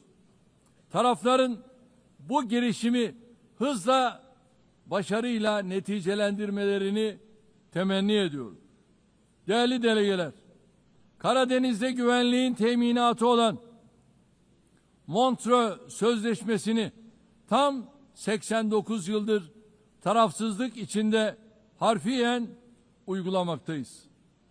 Ege Denizi'ni ve Doğu Akdeniz'i ilgili tüm tarafların meşru menfaatlerine riayet edilen bir istikrar ve refah havzası olarak görmek istiyoruz. Enerji ve çevre başta olmak üzere her konuda yapıcı işbirliğine hazırız. Komşularımızdan da aynısını bekliyoruz. Bu vesileyle Doğu Akdeniz'de Türkiye'yi ve Kuzey Kıbrıs Türk Cumhuriyeti'ni dışlayan projelerin başarılı olamayacağını burada özellikle vurgulamak istiyorum. Kıbrıs adasının batısında Türkiye'nin hak ve yetkileri, adanın etrafındaki alanlarda ise Kıbrıs Türklerinin meşru hakları vardır. Daha evvel de teklif ettiğimiz Doğu Akdeniz Konferansı müşterek bir zeminin bulunmasına katkı yapacaktır.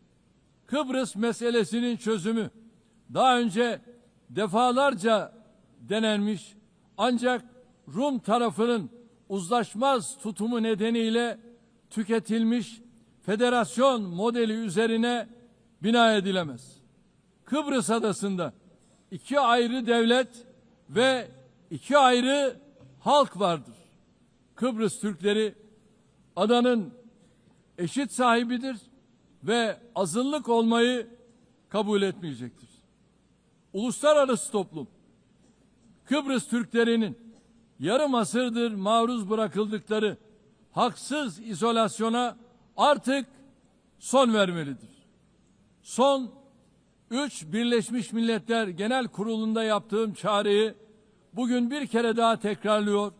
Uluslararası toplumu Kuzey Kıbrıs Türk Cumhuriyeti'ni tanımaya, diplomatik, siyasi ve ekonomik ilişkiler kurmaya davet ediyorum. Sayın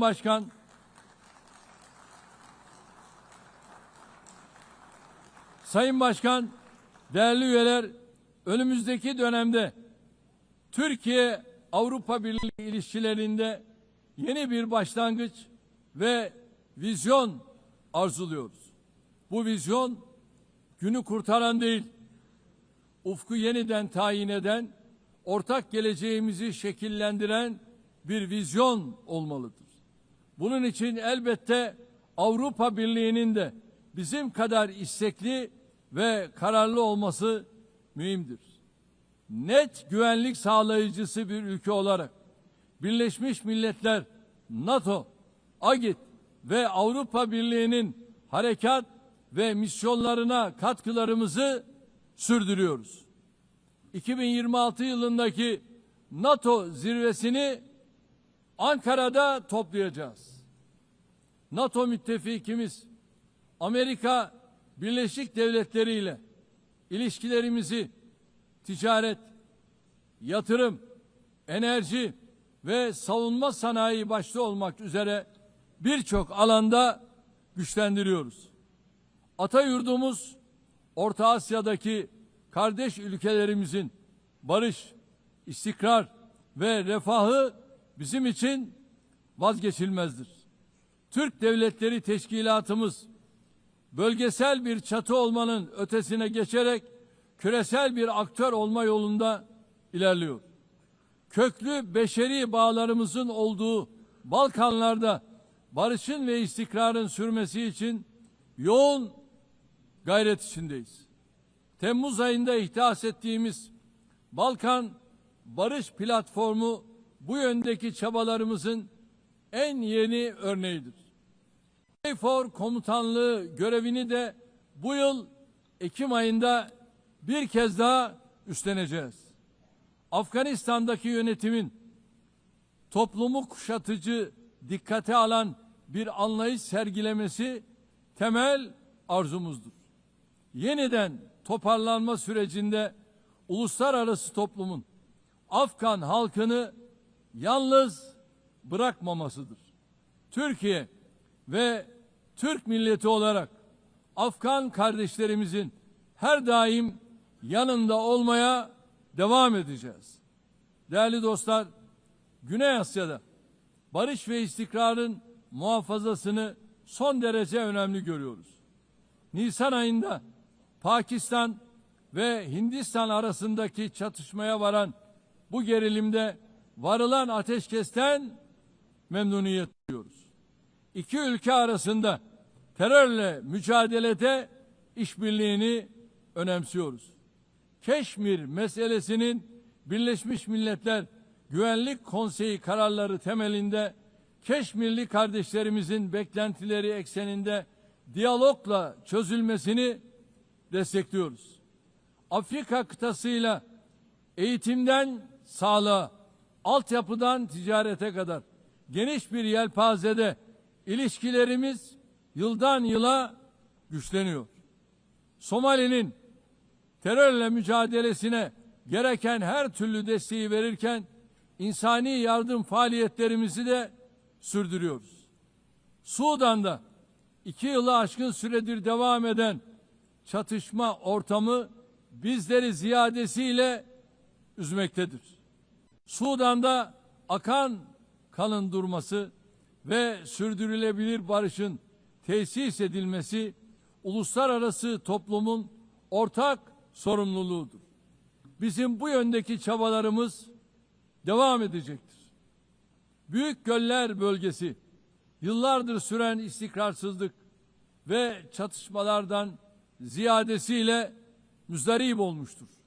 Kongo Demokratik Cumhuriyeti'nin doğusunda yaşanan çatışmalar bir an önce çözülmelidir. Amerika'nın arabuluculuğu ve Katar'ın kolaylaştırıcılığında yürütülen gayretleri samimiyetle destekliyoruz. Batı Afrika'da bilhassa sahil havzasında artan terör faaliyetlerini de endişeyle takip ediyoruz.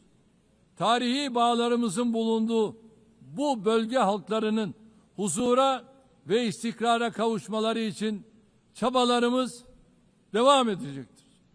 İlhamını çift başlı Selçuklu Kartalı'ndan alan bizim de 360 derecelik yaklaşımla yürüttüğümüz Türk dış politikasında Asya ülkeleriyle ilişkilerimiz büyük stratejik öneme sahiptir.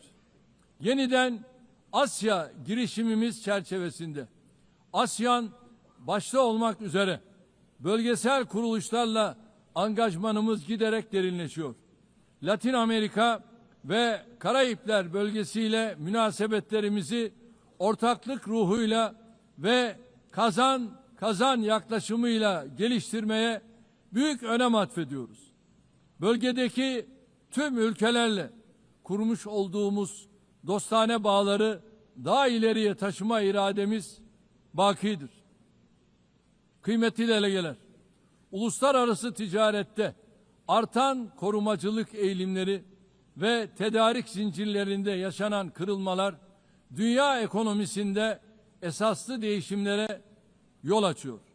Mevcut sınamalarla başarılı mücadele için Dünya Ticaret Örgütü'nün yer aldığı kurallara dayalı uluslararası ticaretin reforme edilmesini destekliyoruz. Ucuz, güvenli ve sürdürülebilir enerjiye erişimi özellikle gelişmekte olan ülkelerin kalkınma hedeflerinin gerçekleştirilmesi için vazgeçilmez buluyorum. Çin'den Avrupa'ya uzanan ve stratejik önemi haiz Hazar geçişli Doğu-Batı ortak koridoru projesini ilerletiyoruz. Modern ulaştırma altyapımız ve Bakü-Tiflis-Kars hattıyla dünya ticaretinin gelişimine katkı sunuyoruz. Tabiata saygılı bir gelecek inşa etme hedefiyle çıktığımız yolda 2053 net sıfır emisyon hedefine doğru kararlılıkla ilerliyoruz.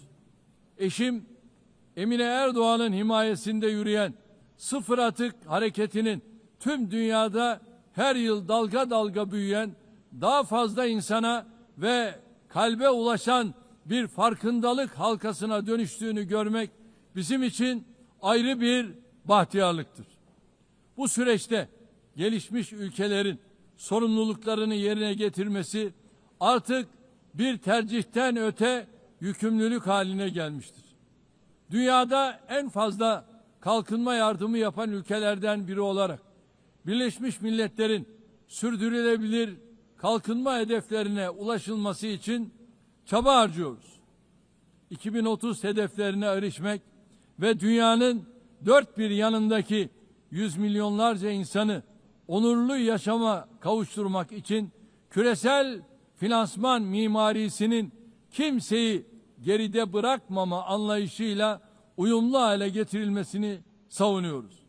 Burada şunu da özellikle dikkatinizi çekerek söylemek istiyorum. Biz jeopolitik sınamalarla uğraşırken insanlık yapay zeka alanında olağanüstü bir sıçramaya şahitlik ediyor. Çığır açan bu teknolojilerin dönüştürücü gücü ve sunduğu nimetlerden hiçbir toplumun mahrum bırakılmaması gerekiyor. Yapay zeka teknolojileri yeni bir tahakküm aracı olarak değil, insanlığın lehine kullanılmalıdır. Ev sahipliğini yaptığımız en az gelişmiş ülkeler için Birleşmiş Milletler Teknoloji Bankası, dijital ve teknolojik açığın kapatılmasında kritik rol oynuyor. Hazırladığımız ve evrensel mutabakatla yakında imzayı açacağımız dijital dünyada çocuk hakları sözleşmesinin bu alanda küresel bir farkındalık oluşturacağına inanıyor. Çabalarımıza güçlü desteğinizi bekliyoruz. Diğer taraftan ırkçılık, yabancı karşıtlığı ve bilhassa İslam düşmanlığının vahim boyutlara ulaştığı günümüzde bir arada yaşama kültürünü tehdit eden bu akımlarla mücadele insanlık için zaruret halini almıştır. Medeniyetler İttifakı Yüksek Temsilcisi Sayın Moratinos'un Birleşmiş Milletler Genel Sekreterinin İslamofobi ile mücadele özel elçisi olarak da atanması kıymetlidir. Geçen sene burada ifade ettiğim gibi aile kurumu günümüzde daha önce hiç olmadığı kadar tehdit altındadır. Kadın ve erkekten oluşan aileyi savunmak aynı zamanda insanı, fıtratı, yaşamı ve geleceği savunmak demektir. Türkiye olarak artan saldırılar karşısında aileyi savunmaya devam edeceğiz. Kıymetli delegeler, insanlığın bir daha savaş felaketi yaşamaması için kurulan Birleşmiş Milletler'in kökleri içinde bulunduğumuz karanlık döneme ışık tutacak değerlerle doludur.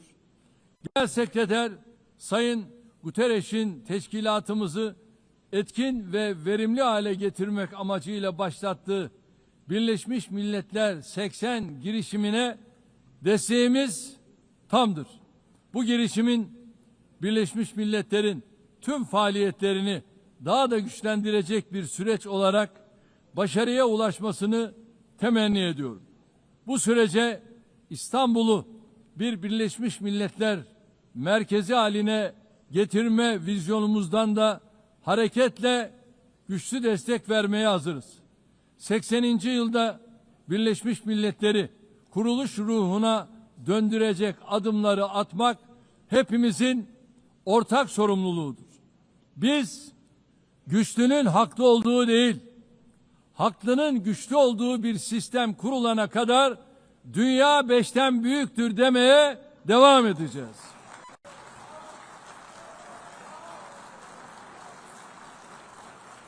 Görevimiz sistemi terk etmek değil, onarmak, yeniden işler hale getirmektir.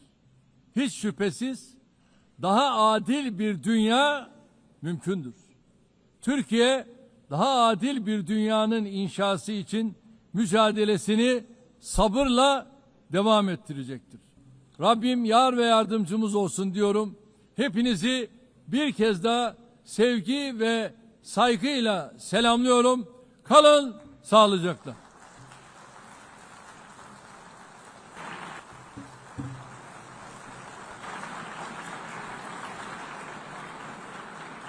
On behalf of the Assembly, I wish to thank the President of the Republic of Turkey.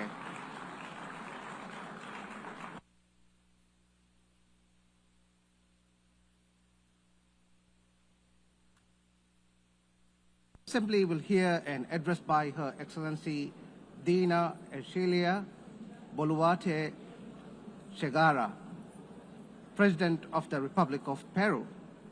I request protocol to escort Her Excellency and invite her to address the Assembly.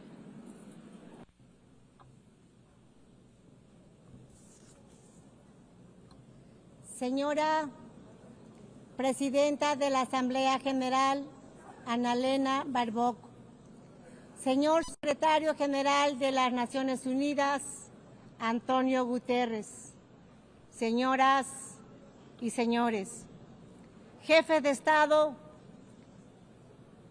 y señoras presentes en esta magna asamblea. El Perú es el centro y cuna de grandes civilizaciones milenarias, siendo la última el imperio de los incas, que dejó un legado de grandeza. Somos herederos asimismo del virreinato del Perú, que abarcó las 2/3 partes de América del Sur. Somos un país mestizo, mezcla fundamental entre hispanos y andinos, orgulloso de ser heredero de los más grandes imperios de Europa y América del siglo XVI. El pueblo peruano es hoy resiliente, emprendedor, solidario, amante de la paz, la libertad y la democracia. Nuestros grandes escritores, Mario Vargas Llosa y José María Arguedas, compartieron la idea de que el Perú es país de todas las sangres. Nuestra identidad expresa creativamente que somos la unidad de los diversos, unidos bajo la misma roja y blanca bandera peruana. En nuestro país viven los pueblos originarios y los pueblos del mundo en paz y unidad, como una gran síntesis del Perú, país en el que vivió y trabajó durante 40 años el Papa León XIV, nacionalizado peruano, por su profundo amor a nuestra gente, tanto por su carácter solidario y pacífico, como por su fe católica y cristiana. Todos los estudios señalan que somos el país más emprendedor del mundo, razón por la cual después de la pandemia del COVID-19, que por una pésima administración gubernamental alcanzó más de 2 millones de fallecidos, nos hemos empezado a recuperar, logrando hoy más de 17 meses de crecimiento consecutivo de nuestra economía. Hemos derrotado la recesión y la inflación originada por la violencia política y por la corrupción. Un golpe de Estado fallido y la fuga de más de 20.000 millones de dólares entre los años 2021 y 2023. Hemos recuperado la confianza de la inversión nacional, pero también del extranjero, y abrazado a la libertad. Somos un país solvente y estable por el golpe de Estado de diciembre del 2022 que pretendía instaurar una dictadura sometiendo a todos los poderes del Estado. Tuve que asumir constitucionalmente la presidencia de la República. Desde ese entonces se estableció una narrativa por la cual el golpista se convirtió en víctima y la presidenta que asumió constitucional y legalmente la presidencia fue acusada por algunas voces de golpista y usurpadora. La mentira trastocada en verdad y la verdad en mentira. Este es uno de los temas de nuestro tiempo. La construcción de narrativas falsas que buscan armar proyectos políticos antidemocráticos.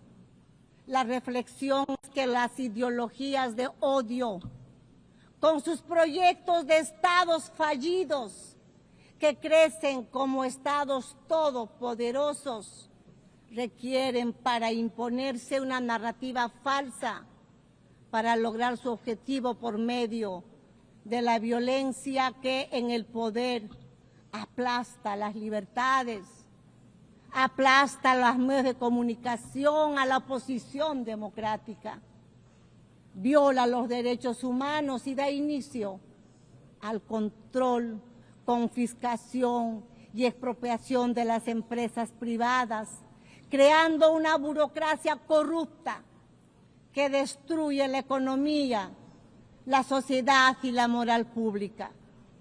El primer paso para todo ello es la construcción de un relato en el que se miente, se engaña y se manipula. La ideología del odio de clases es muy hábil en trastocar la realidad y construir falsos relatos, pues utiliza el método totalitario de repetir ad infinitum una mentira, como se hiciera en el mundo antes de la Segunda Guerra Mundial y como se viene haciendo nuevamente porque el totalitarismo se renueva, se presenta con otros rostros, porque lo que sigue siendo una grave amenaza para los países y para el mundo. El cínico relato se ve reforzado por el intervencionismo en los asuntos internos de los países, apoyando y difundiendo falsedades para destruir la democracia y eliminar la libertad. En el Perú hemos superado una fuerte, organizada y persistente violencia política que pretendía la vuelta al gobierno del golpista, y desde el año 2024 se ha logrado avanzar en el restablecimiento de la estabilidad y la confianza, razón por la cual la economía peruana logró crecer ese año 3,3% y en el presente año 2025 está superando un crecimiento del 3,5%, previéndose que el año 2026 se mantenga la tendencia de la expansión económica. El gobierno garantiza 3 años de crecimiento económico encabezando las cifras en Sudamérica. La inflación que tenemos es inferior al 2% anual. Las reservas internacionales son superiores a los 88.000 millones de dólares y nuestra moneda se mantiene estable y se fortalece cada día más. Nuestra deuda externa es menor al 32,2% del PBI, una de las más bajas de América y del mundo. Nuestro déficit fiscal este año será de 2,2% anual. Señora Presidenta de esta magna Asamblea, el 24 de octubre se creó las Naciones Unidas, después de la Segunda Guerra Mundial, cuando se logró derrotar a uno de los mayores proyectos políticos totalitarios, construido bajo una ideología de odio que produjo el más grave genocidio en la historia de la humanidad, el Holocausto, que jamás debemos olvidar. Esa nefasta guerra causó la muerte de 60 millones de seres humanos. Toda ideología de odio, el odio de clases y su elevación a principio y motor de la historia, el odio racial, el nacionalista, el odio religioso, étnico, el odio a las mujeres, entre otros, son los causantes de los peores crímenes en la historia humana. Las ideologías de odio construyen relatos como verdades absolutas que instrumentalizan a las personas y a los pueblos. La Constitución política de mi patria afirma que la defensa de la persona humana y su dignidad es el fin supremo de la sociedad y del Estado. El Perú rechaza, en consecuencia, los dos principales relatos de odio en el mundo: el odio de clases y el odio religioso, origen de guerras y violencia humana. En el Perú hemos sufrido más de 20 años de un terrorismo mesiánico, dogmático, violento y genocida, que le costó la vida a más de 70,000 peruanos. El terrorista odia las elecciones y el derecho ciudadano a elegir y a ser elegido. Cuando participa, lo hace para destruir la democracia desde adentro. Sin embargo, el relato que se ha querido imponer es una mentira flagrante. Las Fuerzas Armadas y policiales que defendieron la vida y la libertad de los peruanos son acusados de violar los derechos humanos, convirtiéndose así los héroes, defensores de la vida, la democracia y la libertad, en victimarios, y los terroristas en víctimas. Así, los héroes que defendieron la democracia son perseguidos en juicios que se prolongan por décadas, mientras que los terroristas son indemnizados y considerados víctimas.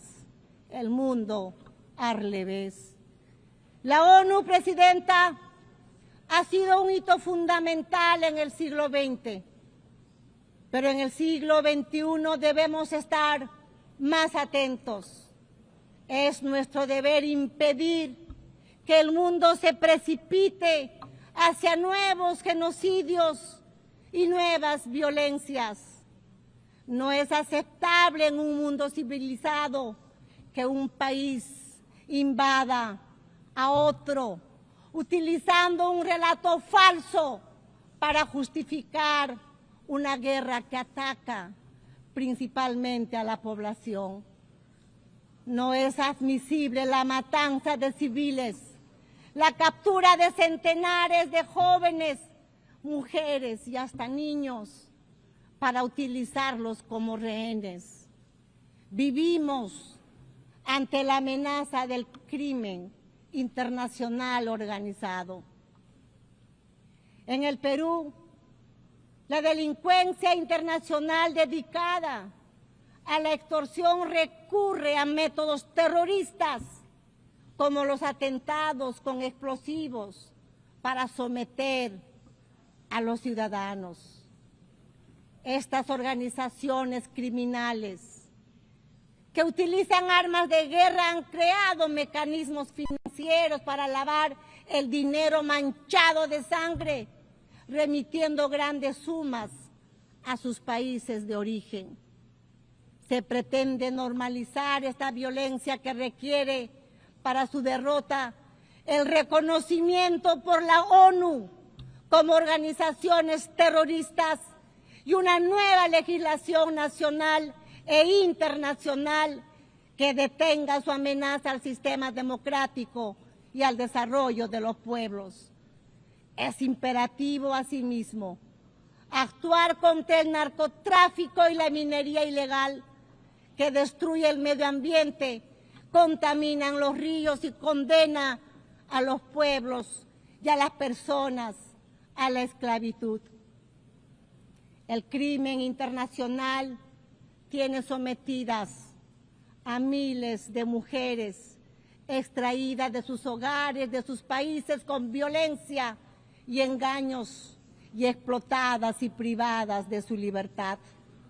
Señoras y señores, vivimos momentos que nos recuerdan los episodios más oscuros de nuestra historia moderna y el Perú está convencido que el mundo no necesita menos ONU, sino más y mejor ONU.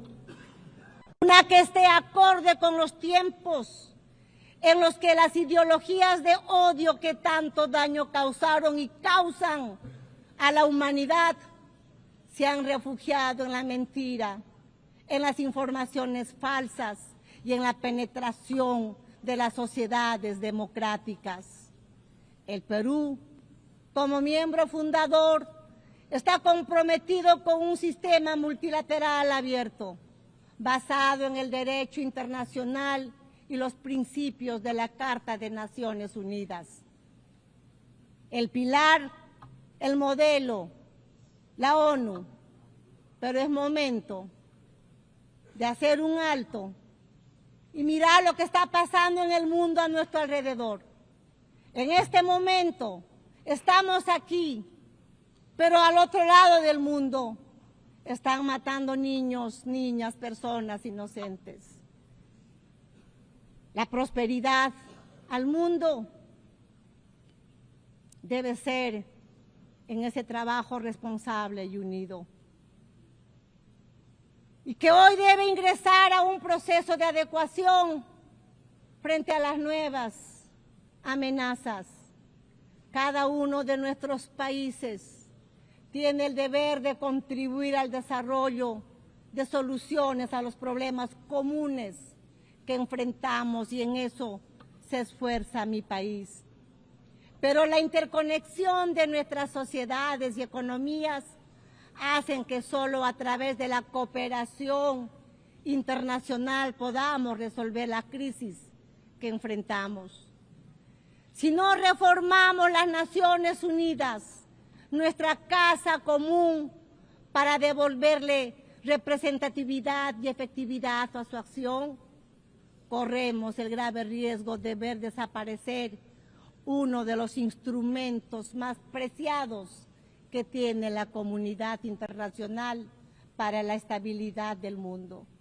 Por ello, el Perú apoya los trabajos de la iniciativa ONU 80, iniciados por el secretario general, poniendo especial énfasis en la necesidad de volver a centrar la organización en sus funciones fundamentales, acercándola a las necesidades de los pueblos, a la vez que volviéndola más eficiente. La ONU 80 debe ser una oportunidad para fortalecer el multilateralismo y asegurar que la organización esté mejor preparada para cumplir sus objetivos esenciales. Esta reforma solo podrá rendir plenamente sus frutos si es complementada por una transformación de la gobernanza de la ONU, que evite los bloqueos institucionales en la toma de decisiones a a la vez que asegure su idoneidad. Señoras y señores, en el Perú, nuestro gobierno trabaja en el cumplimiento de sus compromisos, tanto como su población como con la comunidad internacional, enfrentando la amenaza del crimen organizado, resultado de la descomposición de gobiernos tiránicos y haber provocado la migración a países como el nuestro. Desde el primer día de mi gobierno hemos luchado por restablecer la gobernabilidad en el país y derrotar la polarización y la violencia. En el Perú rige la plena separación de poderes y el Estado de Derecho, el respeto a la libertad y a los derechos humanos. Mi gobierno es el más estable en un periodo de 5 años en el que se han sucedido 5 presidentes. Estamos luchando por la seguridad ciudadana, enfrentando a la delincuencia que aprovecha el alza del precio del oro y el narcotráfico, con resultados positivos que pueden ser verificados. Trabajamos por fortalecer el capital humano. Estamos dando la batalla contra la desnutrición infantil y la anemia. Construimos escuelas y hospitales en todo el país, como no se ha hecho en los últimos años. La prioridad son los niños, las mujeres y la familia peruana. Estamos modernizando la infraestructura de mi país, puertos, aeropuertos, carreteras, puentes, diseñando una economía mejor conectada al mundo, así como una firme política de lucha contra la corrupción. Nuestro objetivo es garantizar elecciones libres e imparciales, derrotando el intento de una minoría violenta que busca su fracaso. Señoras y señores, la Organización de las Naciones Unidas ha estado siempre presente en la historia moderna de mi país, en particular en sus momentos más difíciles.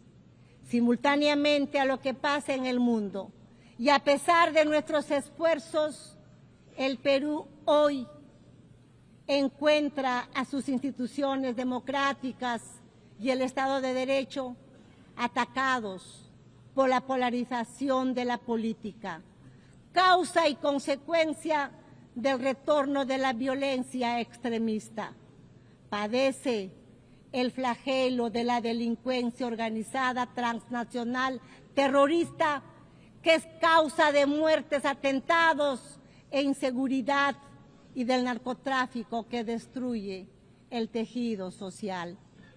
Afronta la amenaza del cambio climático que deteriora su Amazonía, provoca el derretimiento de sus glaciares y pone en riesgo su biodiversidad.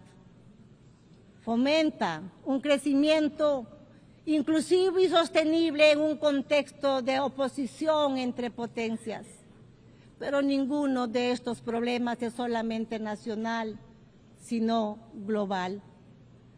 Por ello, necesitamos que las Naciones Unidas vuelva a ser un ágora del diálogo y la cooperación. Deseo recordar el legado del embajador Javier Pérez de Cuéllar, quien logró ejercer una acción relevante de la organización a pesar de la Guerra Fría. Con ese ejemplo y en el apego de nuestra región a los propósitos de la Carta y en aras de una mejor representación, creemos que es tiempo de que quien ocupe la próxima Secretaría General provenga de Latinoamérica. Señoras y señores, el Perú está comprometido en lograr que esta Asamblea General no sea una simple efemérides, sino la reafirmación de nuestro compromiso hacia una acción colectiva que revitalice a las Naciones Unidas como herramienta que apoye la paz y la unidad global, así como el desarrollo.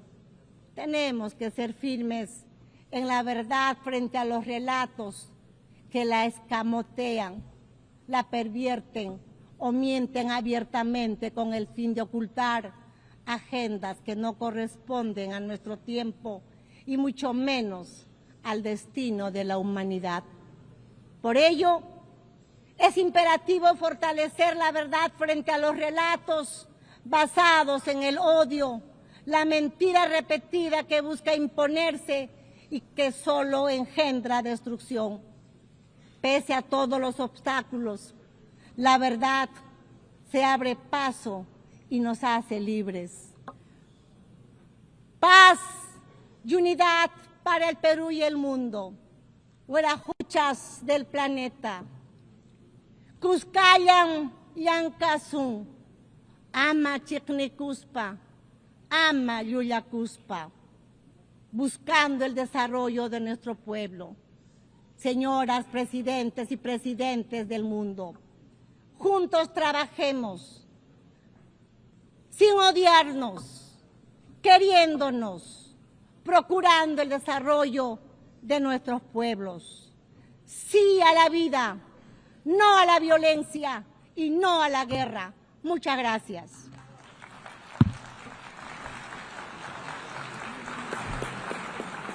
On behalf of the General Assembly, I wish to thank the President of the Republic of Peru.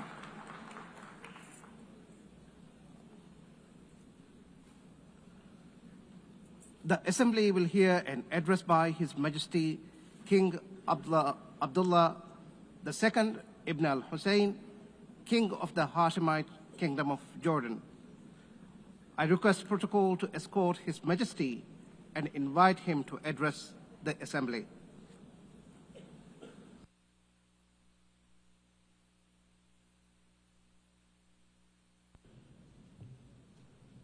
Bismillah ar-Rahman ar-Rahim. Madam President, Mr. Secretary General, Your Excellencies. Another year, another UN General Assembly, and another occasion when I stand before you to address the same issue, the conflict in the Middle East. And not for the first time, developments on the ground have made me question the worth and utility of words in capturing the magnitude of the crisis. Yet not speaking about it would signal acceptance of the situation and abandonment of our humanity. And that I will not do. Our UN General Assembly was born 80 years ago, pledging to learn from, not repeat, history. The world vowed never again.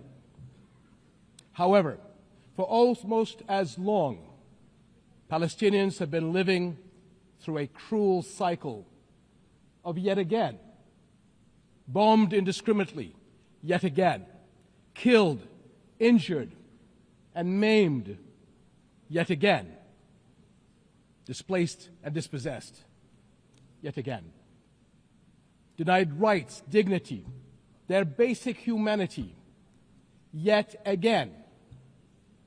So I must ask, how long?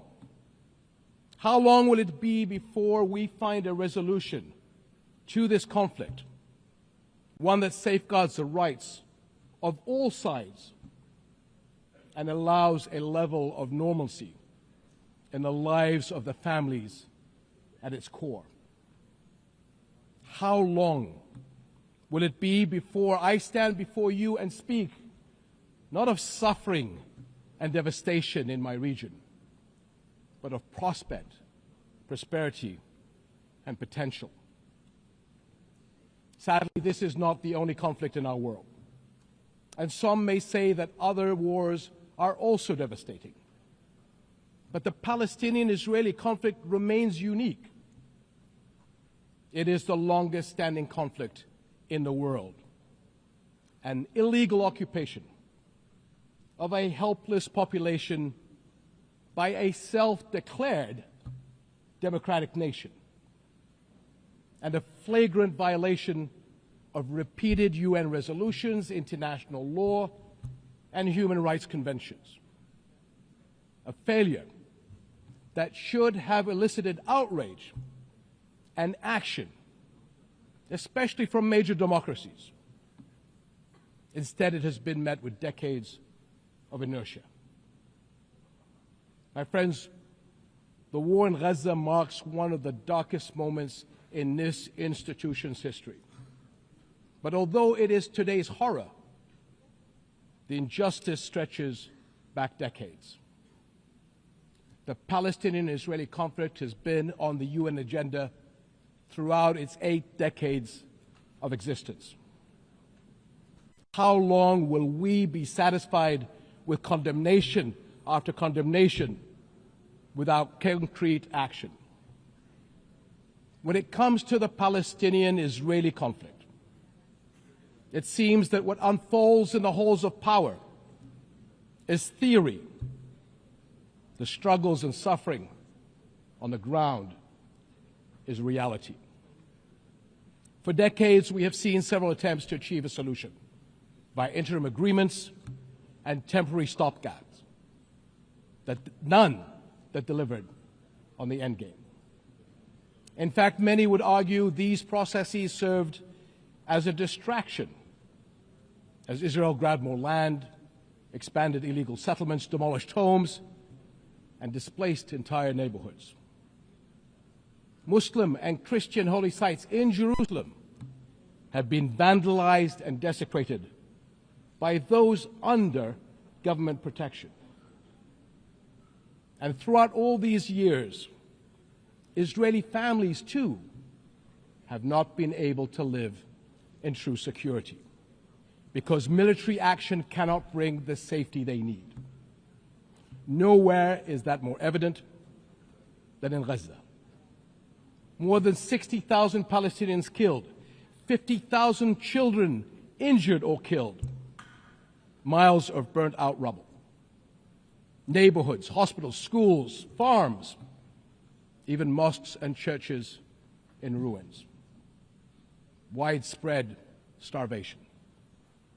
And what we are seeing is only a glimpse, because never in our modern history has the lenses of international media been obstructed like this from capturing the reality on the ground.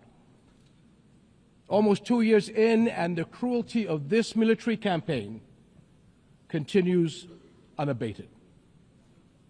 Furthermore, the current Israeli government's provocative calls for a so-called Greater Israel can only be realized through the blatant violation of the sovereignty and territorial integrity of its neighbors.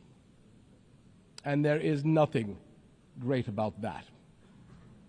I can't help but wonder if a similar outrageous call were made by an Arab leader, would it be met with the same global apathy? The international community must stop entertaining the illusion that this government is a willing partner for peace. Far from it.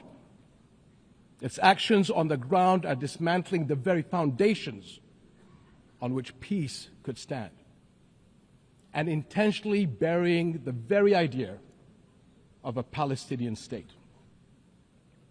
It has shown how little it respects the sovereignty of other countries, as we have seen in flagrant violations in Lebanon, Iran, Syria, Tunisia, and most recently, Qatar.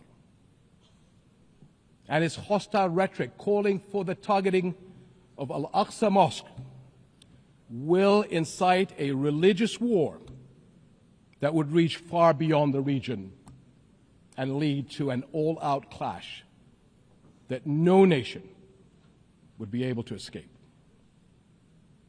How long before we hold all nations to the same standards? How long before we recognize the Palestinians as people who aspire to the same things you and I do. And we act on that recognition. How long before we recognize that statehood is not something Palestinians need to earn? It is not a reward. It is an indisputable right.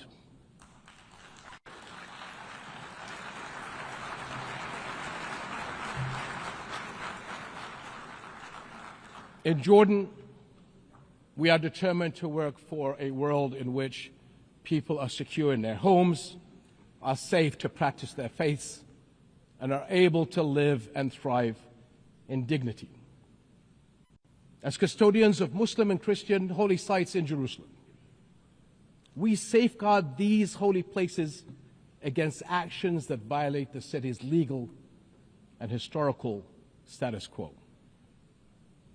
Compromising the delicate balance in the holy city will turn it into a tinderbox that ignites global conflict.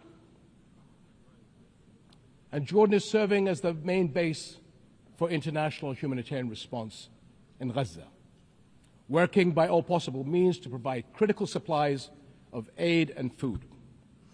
And we appreciate our regional and international partners.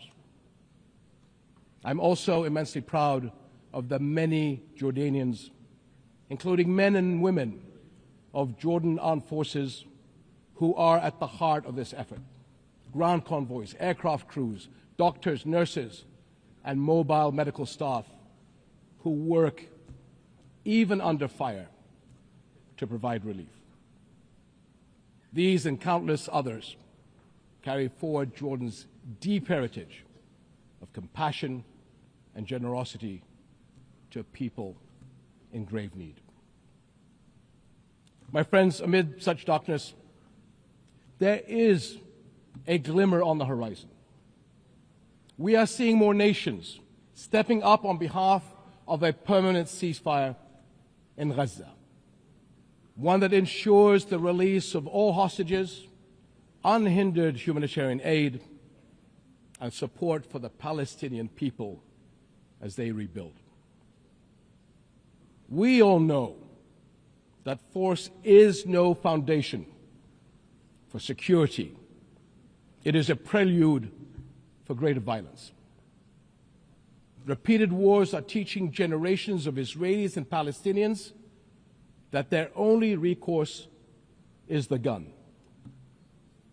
Security will only come when Palestine and Israel begin to coexist. Seems I have the same problem as President Trump. Begin to coexist side by side. This is the two-state solution, in line with international law and UN resolutions. An independent and viable Palestinian state with East Jerusalem as its capital, alongside a secure Israel living in peace with its neighbors.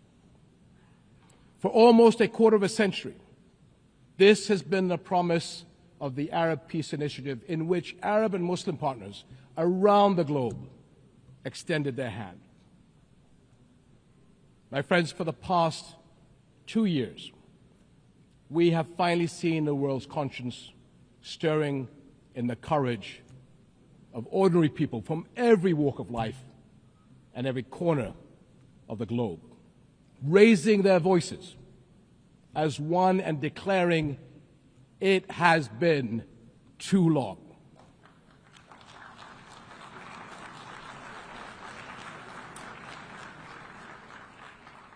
This United Nations must echo that call.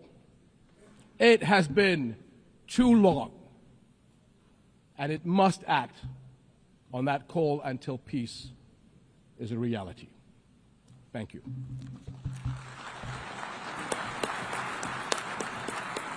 On behalf of the Assembly, I wish to thank the King of the Hashemite Kingdom of Jordan.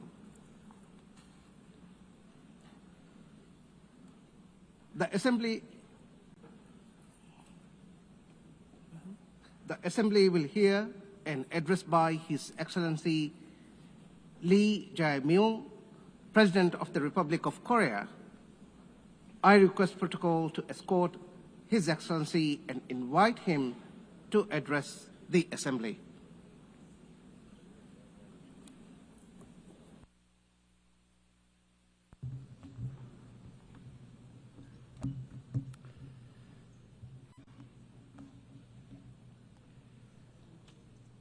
세계 평화와 공동 번영에 기여해온 모든 유엔 회원국과 유엔 직원 여러분께 먼저 존경과 감사의 말씀을 전합니다.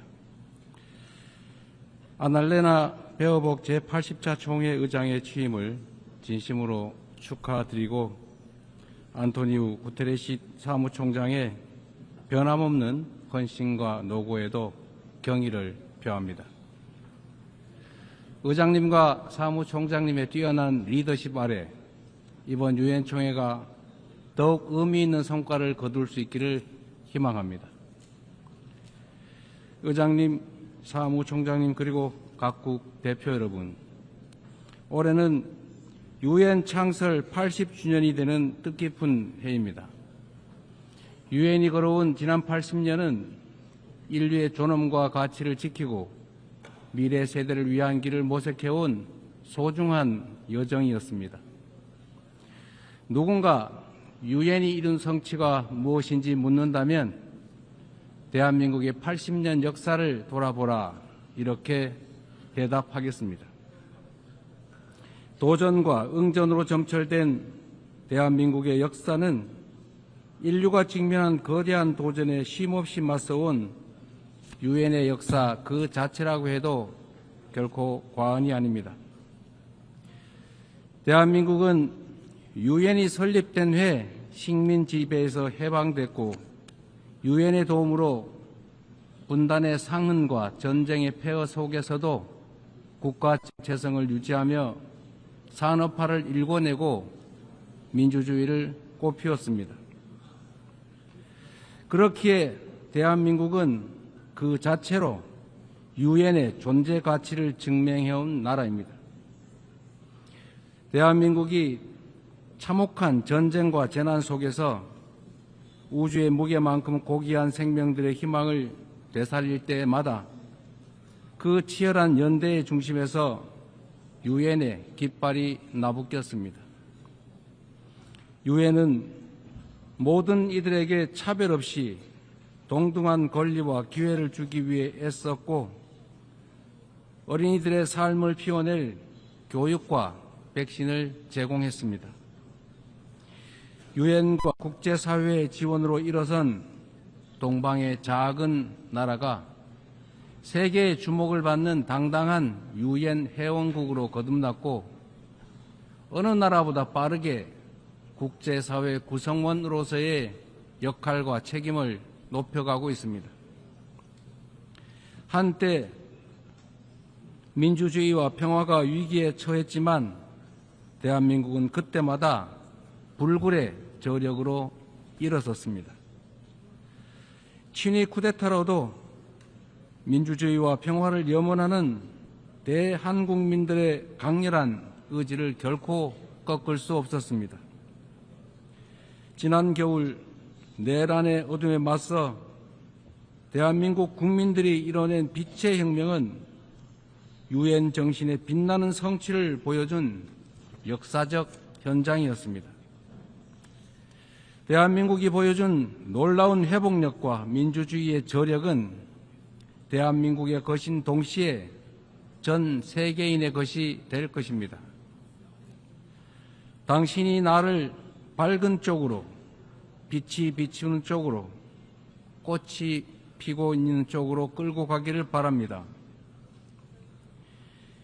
노벨 문학상을 수상한 한강 작가의 말처럼 대한민국은 민주주의를 향한 여정을 함께할 모든 이들에게 빛의 이정표가 될 것입니다. 저는 오늘 세계 평화와 인류 공영의 미래를 논의할 이 유엔 총회에서 세계 시민의 등불이 될 새로운 대한민국이 국제사회에 완전히 복귀했음을 당당하게 선언합니다. 감사합니다.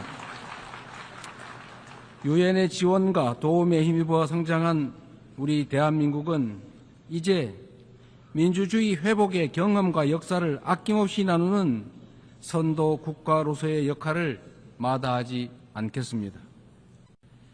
각국의 끊임없는 노력에도 불구하고 세계 평화와 안전 유지라는 80년 전 국제사회의 결의와 염원은 아직 끝나지 않은 우리 모두의 과제입니다. 여전히 2억 8천만 명의 인구가 극심한 기아 상태에 놓여 있고 우크라이나, 중동을 비롯한 세계 곳곳의 무력 분쟁, 이미 현실이 된 기후위기가 인류 생존을 위협하고 있습니다. 유엔을 창설한 선각자들의 지혜에 그리고 대한민국 국민이 증명한 길에 답이 있습니다. 방법은 하나, 더 많은 민주주의입니다. 대한민국의 국민 주권 정부는 집단 지성의 힘으로 더 나은 대안을 찾아내는 민주주의의 혁신을 끊임없이 시도하고 있습니다. 국제사회가 직면한 공동의 과제를 해결할 방법도 결코 다르지 않습니다. 같은 문제를 겪는 모든 국가가 이곳 유엔에 모여 함께 머리를 맞대는 다자주의적 협력을 이어나갈 때 우리 모두 평화와 번영의 밝은 미래로 함께 나아갈 수 있을 것입니다. 총장이 제시한 UN 80 이니셔티브가 이 시대적 요구에 발맞춰 유엔의 진화와 발전을 이뤄낼 비전으로 자리 잡기를 기대합니다. 유엔 안전보장이사회 또한 변화된 국제 환경을 반영해서 비상임 이사국을 확대하고 효과성과 대표성을 제고할 수 있기를 희망합니다.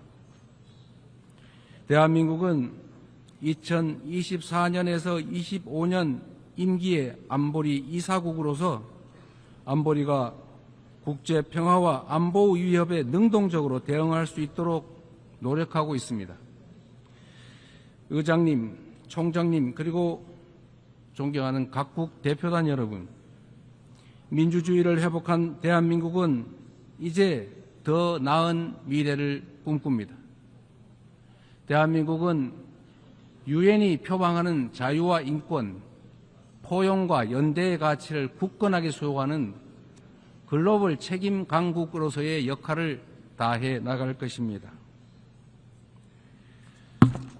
대한민국에 거주하는 내 외국인 모두가 사회의 동등한 구성원으로서 삶의 모든 현장에서 존중받을 수 있도록 제도와 문화를 더욱 발전시켜 나갈 것입니다.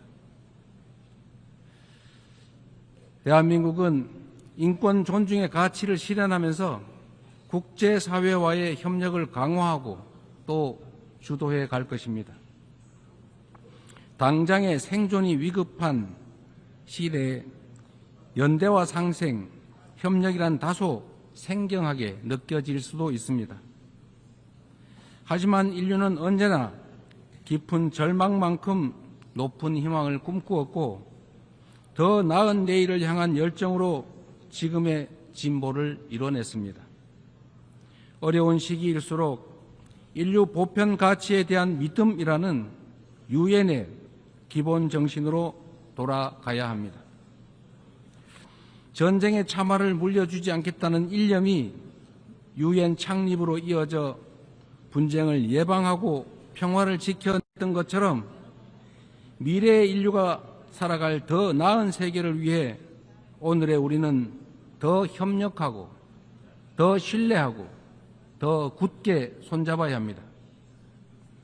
지속 가능한 미래를 향한 다자주의적 협력의 길, 우리 민주 대한민국이 앞서가겠습니다. 평화는 무엇보다 중요한 가치입니다.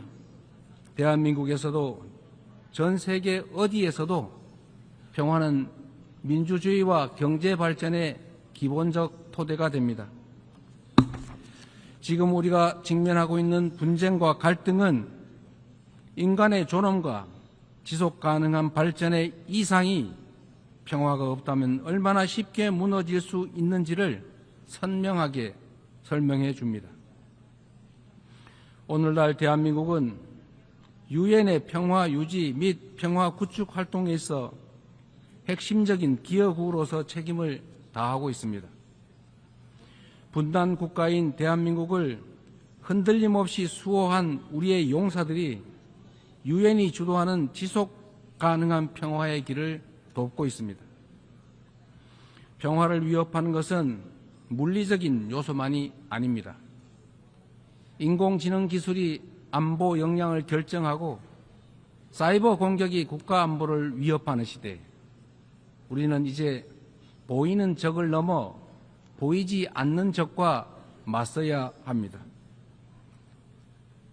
AI 시대의 변화에 수동적으로 끌려다닌다면 기술 악용으로 인한 인권 침해의 그 어두운 그림자를 떨쳐내지 못한 채 양극화와 불평등 심화라는 디스토피아를 맞이하게 될 것입니다. 그러나 변화에 능동적으로 대처한다면 높은 생산력을 동력 삼아 혁신과 번영의 토대를 세우고 직접 민주주의를 강화하는 유용한 기반을 만들 수 있습니다. 내일 안보리 의장으로서 주재하는 공개 토의 자리가 인공지능의 책임 있는 이용을 촉진하는 국제사회의 노력에 큰 보탬이 될 것으로 확신합니다. 아울러 다음 달 대한민국 경주에서 열릴 에이펙 정상회의에서 에이펙 AI 이니셔티브를 통한 AI 미래 비전을 공유하고자 합니다. 첨단 기술 발전이 인류의 보편적 가치에 기여하는 모두를 위한 AI의 비전이 국제사회의 뉴 노멀로 자리 잡을 수 있도록 노력하겠습니다. AI가 주도할 기술 혁신은 기후위기 같은 전 지구적 과제를 해결할 중요하고 또 새로운 도구가 될 것입니다. 지난 80년간 지속 가능한 발전의 길을 열어젖히고 인류의 존망이 걸린 기후위기 대응을 선도해온 유엔의 노력에 세계 각국이 화답해야 합니다. 대한민국은 과학기술과 디지털 혁신을 활용해 에너지 효율을 높이고 재생에너지 비중을 확대하면서 에너지 대전환을 추진하고 있습니다. 올해 안으로 책임감 있는 국가 온실가스 감축 목표를 제출하여 국제사회의 단합된 의지에 동참할 것입니다. 2028년 칠레와 공동 개최하는 제4차 유엔 해양총회에서도 지속가능한 해양 발전을 위한 실질적 연대를 구축할 수 있도록 할 것입니다. 이처럼 전 지구적 과제에 적극 대처하는 우리 대한민국의 노력은 지속가능한 발전이라는 인류 공동의 약속을 실현하겠다는 확고한 의지를 바탕으로 한 것입니다. 10년 전 유엔이 지속가능한 발전 목표를 수립한 이래 국제사회는 빈곤 퇴치와 불평등 해소를 위한 여러 진전을 이뤄냈습니다. 그러나 개발 재원에 대한 수요는 지속적으로 늘어나고 가장 취약한 이들은 여전히 고통 속에 놓여 있습니다. 엄중한 현실을 직시하고 새로운 변화를 만들어냅시다. 글로벌 개발 거버넌스를 구조적으로 개혁하는 동시에 재원의 질을 높이는 방향으로 나아가야 합니다. 원조받던 나라에서 원조하는 나라로 성장하고 도약한 대한민국의 사례가 더 많이 나올 수 있도록 함께 힘을 모아주실 것으로 믿습니다. 올해는 유엔 창설 80주년이자 한반도 분단 80주년입니다. 새로운 도전과 함께 미완의 과제가 우리를 기다리고 있습니다. 민주 대한민국은 평화 공존, 공동 성장의 한반도를 향한 새로운 여정을 시작합니다. 그 첫걸음은 남북 간 무너진 신뢰를 회복하고 상호 존중의 자세로 전환하는 것입니다.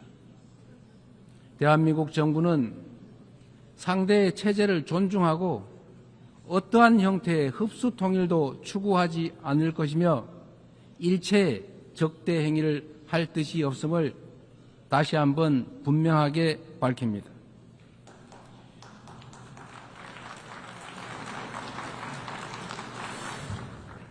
이 세 가지 원칙을 바탕으로 우선 남북 간 불필요한 군사적 긴장과 적대 행위의 악순환을 끊어내고자 합니다. 취임 직후 대북 전단 살포와 대북 방송 중단 등의 조치를 선제적으로 취한 것도 같은 이유입니다. 앞으로 우리 정부는 남북 간 군사적 긴장 완화와 신뢰 회복의 길을 일관되게 모색할 것입니다. 가장 확실한 평화는 싸울 필요가 없는 상태입니다. 교류, 관계 정상화, 비핵화, 즉 END를 중심으로 한 포괄적인 대화로 한반도에서의 적대와 대결의 시대를 종식하고 평화 공존과 공동 성장의 새 시대를 열어가야 합니다. 교류와 협력이야말로 평화의 지름길이라는 사실은 굴곡진 남북관계의 역사가 증명해왔던 불변의 교훈이기도 합니다. 남북 간 교류 협력을 단계적으로 확대함으로써 한반도에서 지속 가능한 평화의 길을 열어 나가겠습니다. 한반도 평화는 남북은 물론 국제사회가 함께 만들어가는 게 중요합니다. 남북 관계 발전을 추구하면서 북미 사이를 비롯한 국제사회와의 관계 정상화 노력도 적극적으로 지지하고 협력하겠습니다. 비핵화는 엄중한 과제임에 틀림없습니다. 그러나 단기간에 해결되기 어렵다는 냉철한 인식의 기초 위에 현실적이고 합리적인 방안을 모색해야 할 시점이 됐습니다. 핵과 미사일 능력 고도화 중단부터 시작하여 축소의 과정을 거쳐 폐기에 도달하는 실용적, 단계적 해법에 우리 국제사회가 지혜를 모아주시기 바랍니다. 한반도에서의 항구적 평화 실현은 분쟁으로 고통받는 인류에게 새로운 희망과 가능성을 제공할 것입니다.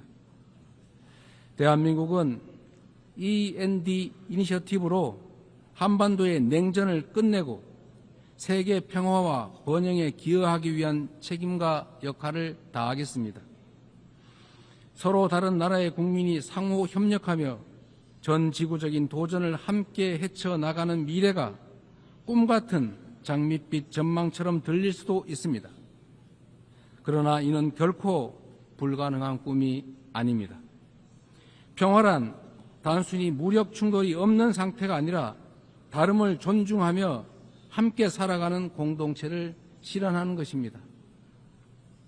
다양성에 대한 존중과 열망이 우리 안에 살아있는 한 언제든 연대하고 서로를 포용할 수 있습니다.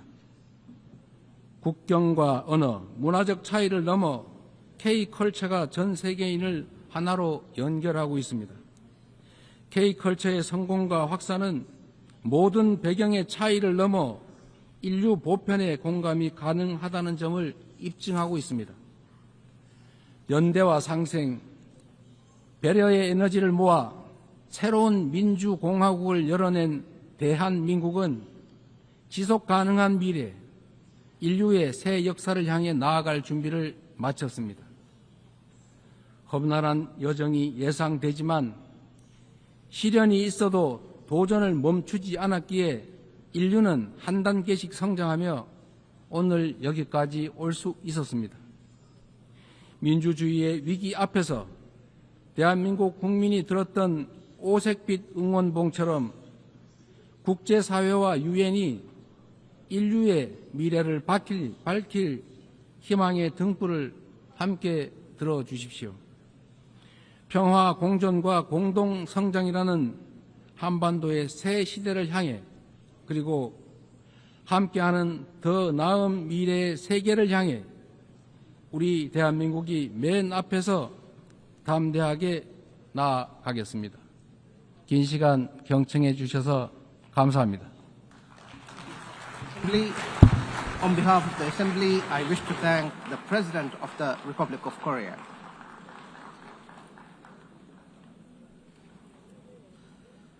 The Assembly will hear an address by His Highness Sheikh Tamim bin Hamad Al Thani, Amir of the State of Qatar.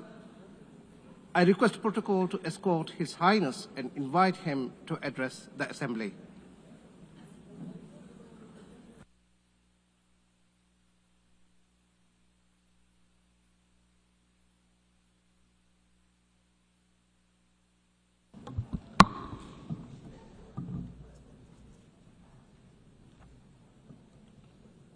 بسم الله الرحمن الرحيم. سعادة رئيسة الجمعية العامة، سعادة الأمين العام، الحضور الكرام، السلام عليكم ورحمة الله وبركاته.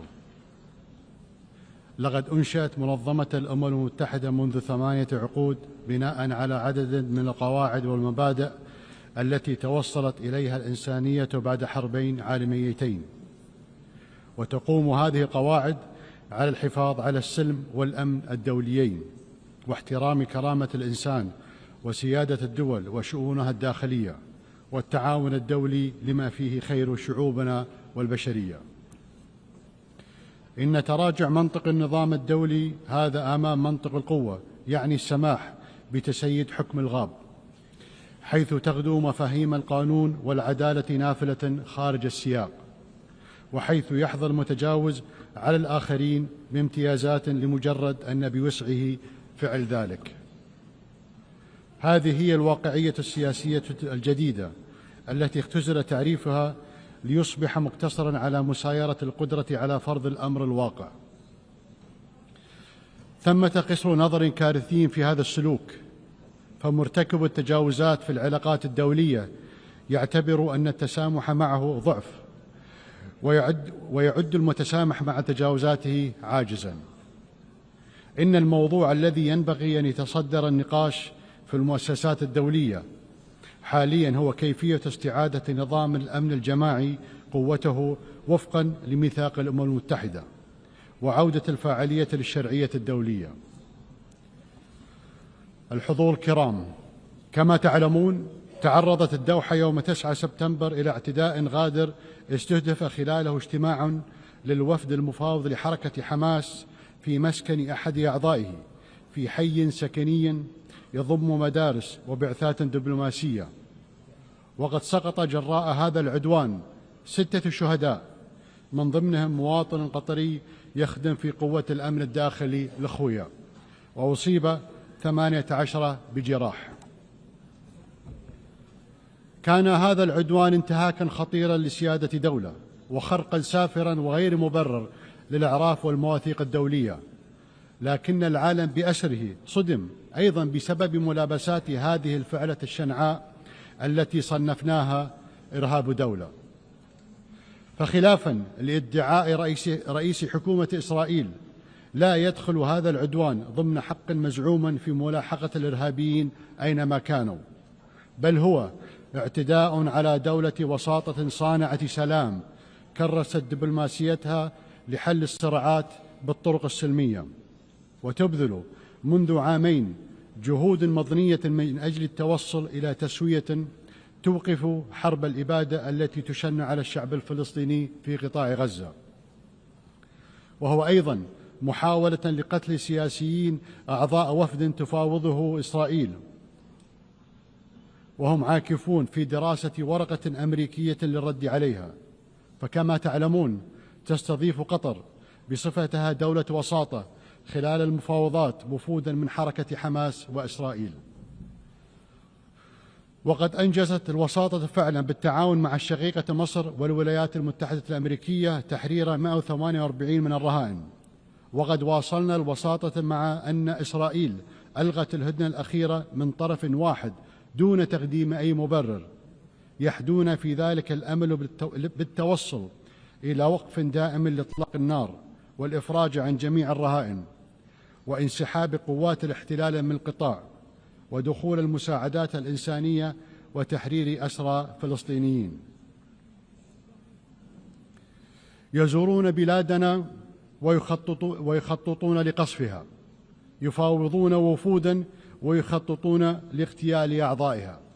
من الصعب التعامل مع هذه الذهنية التي لا تحترم أبسط المبادئ في التعامل بين البشر، فتوقع تصرفات أصحابها يكاد يكون مستحيلا. أليس هذا هو تعريف الحكومة المارغة؟ لا يسعى طرف لاغتيال الوفد الذي يفاوضه إلا إذا كان هدفه إفشال المفاوضات، وما المفاوضات عنده إلا مواصلة للحرب بطرق أخرى ووسيلة لتضليل الرأي العام الإسرائيلي. إذا كان ثمن تحرير الرهائن الإسرائيليين هو وقف الحرب، فإن حكومة إسرائيل تتخلى عن تحريرهم، فهدفها الحقيقي هو تدمير غزة، بحيث يستحيل فيها السكن والعمل والتعليم والعلاج، أي تنعدم مقومات الحياة الإنسانية، وذلك تمهيدا لتهجير سكانها. لهذا السبب يريد رئيسها مواصلة الحرب. إنه يؤمن بما يسمى أرض إسرائيل الكاملة، وهو يعتبر أن الحرب فرصة لتوسيع المستوطنات وتغيير الوضع القائم في الحرم القدسي الشريف، كما يخطط لعمليات ضم في الضفة الغربية. لم يعد هناك شك في أن التطهير العرقي وتغيير واقع المناطق المحتلة بل وفرض وقائع جديدة على الإقليم هو هدف هذه الحرب. وقد بين هذا الاعتداء الغادر على سيادة دولة خليجية على بعد الآلاف الأميال أن رئيس الحكومة الإسرائيلية الذي يتباهى بأنه غير وجه الشرق الأوسط في العامين الأخيرين يقصد فعلا أن تتدخل إسرائيل حيثما شاءت ومتى شاءت. إنه يحلم أن تصبح المنطقة العربية منطقة نفوذ إسرائيلي، وقد حذرت الدول العربية والإسلامية التي تنادت وعقدت مؤتمر قمة في الدوحة من عواقب هذا الوهم الخطير. ليست إسرائيل دولة ديمقراطية في محيط معاد كما يدعي قادتها، بل هي في الحقيقة معادية لمحيطها وضالعة في بناء نظام فصل عنصري وفي حرب إبادة. ويفتخر رئيس حكومتها أمام شعبه أنه منع قيام دولة الفلسطينية، ويعده أن الدولة الفلسطينية لن تقوم مستقبلا، وإنه يتباهى بمنع تحقيق السلام مع الفلسطينيين وبأنه سوف يمنع تحقيقه في المستقبل. إسرائيل محاطة بدول إما وقعت اتفاق السلام أو ملتزمة بمبادرة السلام العربية، ولكنها لا تكتفي بالتسويات والهدن حتى تلك القائمة على موازين قوى مختلة، بل تريد أن تفرض إرادتها على محيطها العربي، وكل من يعترض على ذلك هو في دعايتها إما إرهابي أو معادل للسامية. وهذا ما أصبح الرأي العام حتى في الدول الحليفة لإسرائيل يدركه ويرفضه. وها نحن نشهد نشوء حركة تضامن عالمية تشبه الحركة العالمية ضد نظام الفصل العنصري في القرن الماضي. ولا يفوتني في هذه المناسبة أن أعرب عن تقديري للتضامن العالمي مع قطر، بما في ذلك بيان مجلس الأمن الذي أدان العدوان بإجماع أعضائه. الحضور الكرام، لقد اختارت دولة قطر أن تظل كعهدها وفية لنهجها بالوقوف في صف القيم والمبادئ التي يفترض أن المجتمع الدولي يقوم عليها، والإيمان بإمكانية التوفيق بينها وبين المصالح حين تكون السياسة عقلانية وواقعية، وعدم الخشية في رفع صوت الحق حين يخيم الصمت، والتمسك بالدبلوماسية حيث يستسهل الخصوم استخدام السلاح. لقد انخرطنا في وساطة شاقة لوقف الحرب وضمان تدفق المساعدات الإنسانية، وإطلاق سراح الأسرى والمحتجزين، وواجهنا حملات تضليل ضد الجهود التي نبذلها، لكن تلك الحملات لن تثنينا عن مواصلة جهودنا بالشراكة مع جمهورية مصر العربية الشقيقة والولايات المتحدة الأمريكية. إن قناعتنا راسخة بأنه لا يمكن تحقيق السلام في منطقتنا دون اتخاذ المجتمع الدولي ولا سيما مجلس الأمن موقفا حازما بالانتقال من انقياده لإيقاع الاحتلال في فرض الوقائع في حروبه المتتالية إلى حل القضية الفلسطينية على أساس إنهاء احتلال الأراضي الفلسطينية والسماح للشعب الفلسطيني بممارسة حقه في تغيير مصيره وإقامة دولته المستقلة وعاصمتها القدس الشرقية على حدود عام 1967 وفقا للقرارات الشرعية الدولية وحل الدولتين الذي توافق عليه المجتمع الدولي. إننا نثمن دور الدول التي اعترفت بدولة فلسطين، ولا شك أن هذه الاعترافات تكتسب أهمية معنوية إذ تبعث برسالة مفادها أن العنف والمزيد من العنف لا ينجح في تصفية قضية عادلة مثل قضية فلسطين، ونحث باقي الدول على الاعتراف بدولة فلسطين. وإيمانا منا بأن عدم الاستقرار لا يعرف حدودا وأن الإنسانية مصيرها مترابط، فقد واصلت دولة قطر جهودها الدبلوماسية للإسهام في حل أزمات أخرى كالحرب في أوكرانيا والحروب في أفريقيا، وقد أثمرت المثابرة في هذه الجهود مع شركائنا في القارة الإفريقية عن خطوات نوعية نحو إحلال السلام، كان أبرزها التوقيع على إعلان المبادئ في الدوحة بين حكومة جمهورية الكونغو الديمقراطية وتحالف نهر الكونغو حركة 23 مارس، دعما لمسار تقوده الولايات المتحدة لاتفاق سلام شامل في الشرق البلاد. وستظل دولة قطر شريكا فاعلا في المجتمع الدولي لحل المنازعات بالطرق السلمية واقتناص الفرص لإحلال السلام العالمي. الحضور الكرام، ما زالت بعض الدول في منطقتنا تعاني من غياب الاستقرار والأمن، ولكن ما يبعث على الأمل حدوث بعض التطورات الإيجابية. فسوريا الشقيقة تشهد منذ أواخر العام الماضي مرحلة جديدة نأمل أن تكون بداية مسار نحو تحقيق تطلعات الشعب السوري في الاستقرار والتنمية وسيادة القانون، وذلك بعد أن طويت صفحة قاتمة من تاريخ وطنه.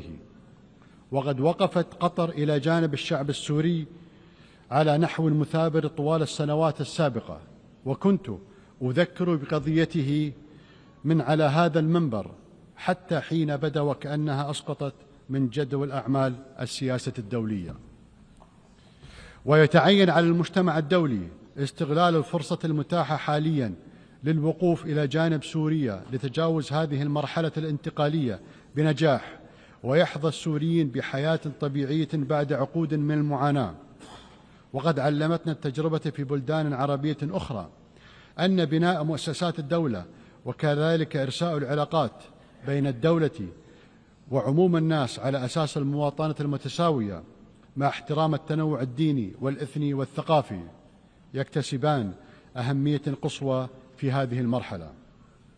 ولن تتذخر دولة قطر وسعا في تقديم الدعم اللازم للشقيقة سوريا، وإنني على ثقة بقدرة الشعب السوري على التغلب على مصاعب المرحلة الانتقالية ونبذ الطائفية بأشكالها كافة والعنف وعناصر الشقاق الأخرى، ورفض التدخل الخارجي ولا سيما المحاولات الإسرائيلية لتقسيم سوريا والتصرف وكأن المناطق الواقعة جنوب دمشق هي مناطق نفوذ إسرائيلية.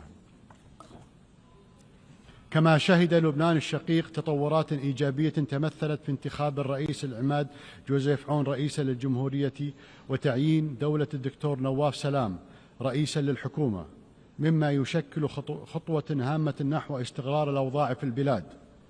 وتواصل دولة قطر الوقوف إلى جانب لبنان وشعبه ومؤسساته ودعم الجيش اللبناني، ونؤكد على ضرورة تنفيذ قرار مجلس الأمن 1701 وانسحاب القوات الإسرائيلية من المواقع التي احتلتها خلال الحرب الأخيرة ووقف تدخلها في شؤون لبنان الداخلية. وبالنسبة للسودان الشقيق فإن شعبه ما زال يعاني من أزمة إنسانية غير مسبوغة نتيجة استمرار العنف، ونحن ندعو مجددا جميع الأطراف إلى إعلاء المصلحة الوطنية العليا والانخراط في حوار شامل يقود إلى سلام مستدام ويحفظ وحدة السودان واستغلاله وسيادته ويحقق تطلعات شعبه في الأمن والاستقرار والتنمية. ونعرب عن دعمنا للجهود الإقليمية والدولية الرامية إلى تحقيق هذه الغاية. الحضور الكرام، لطالما كانت الدوحة عاصمة عالمية تحتضن الفعاليات الكبرى السياسية والاقتصادية والرياضية، ومركزا يجمع القادة وصناع القرار من مختلف أنحاء العالم للتشاور وصياغة حلول واقعية للتحديات العالمية المشتركة. وسوف تستضيف مؤتمر القمة العالمي الثاني للتنمية الاجتماعية خلال الفترة من 4 إلى 6 نوفمبر 2025، ونتطلع للترحيب بكم خلال هذا المؤتمر. ولا شك أن ثقة المجتمع الدولي بنا إنما تقوم على سجل من النجاحات التنظيمية التي حققتها دولة قطر على مر السنوات، وبناء على هذا الإرث الراسخ قدمت ملف ترشحها لاستضافة دورة الألعاب الأولمبية 2036، إيمانا منا بأن الرياضة ليست مجرد منافسة بل جسر يربط بين الشعوب ومنصة لترسيخ قيم السلام والتفاهم. ولقد أثبت تنظيمنا لبطولة كأس العالم لكرة القدم 2022 أننا قادرون على جعل الأحداث الرياضية الكبرى ساحة للتواصل والتقارب بين الثقافات المختلفة.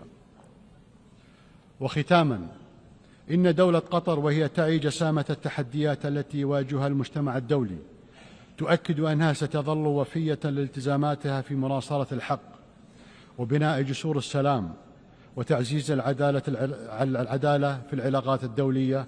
أشكركم والسلام عليكم ورحمة الله وبركاته.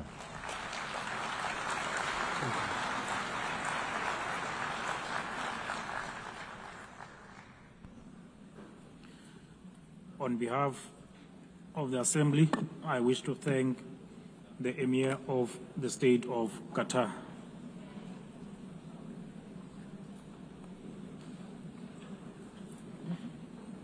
The Assembly will now hear an address by Her Excellency Jennifer Gillings-Simons, the President of the Republic of Suriname. I request the protocol to escort Her Excellency and invite her to address the Assembly.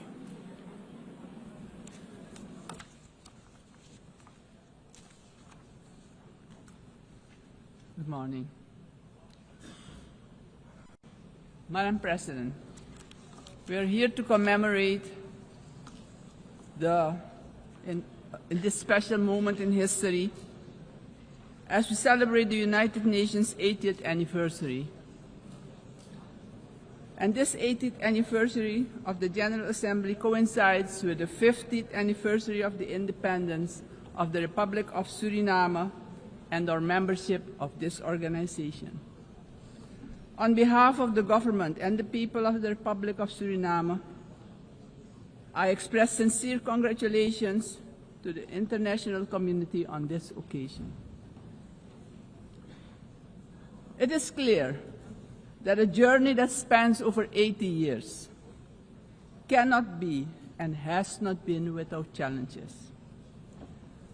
The United Nations played, in some instances, an important role in ending colonial rule, worked on advancing human rights, and often provided hope and a future to the most vulnerable in our global community. This is also the organization that provided a voice to the global community and worked to establish a balanced world order aimed at adopting a framework for sustainable development agenda and contribute significantly to advancing human rights, more specifically the rights of women and children. The organization promoted education for all and universal access to health care. In some instances, the peaceful resolution of conflicts was achieved, preventing misery and saving human lives. Madam President, on the other hand, we must admit that the UN at other times regrettably has been unsuccessful in avoiding conflicts, wars, and violations of human rights. As we look at the world today, we see that in Europe, war has returned. Elsewhere, wars are displacing millions, killing many, and threatening global security and peace. In other countries and regions, for instance in the Middle East, we have witnessed unspeakable terror at the hands of terrorist organizations. The UN was not able to prevent that. At this moment, there are increased occurrences of grave violations of human rights and more specifically, the rights of children. For example, in Gaza, it is unbearable to even think about their suffering. Also, within our own region, which is the Caribbean, we have not been spared of rising tensions. It is with heightened concern that we noted the Secretary General's recent briefing on the Security Council meeting on the situation in Haiti, mentioning that the Haitians are enduring a perfect storm of suffering. Haiti is still paying a hefty price for being the first to throw away the shackles of slavery in the region of the Caribbean. Our hearts go out to the people of Haiti. Suriname strongly reiterates its position that conflicts should primarily be resolved through dialogue. And we remind the international community that Latin America and the Caribbean are proclaimed a zone of peace. We do not want military aggression in our region.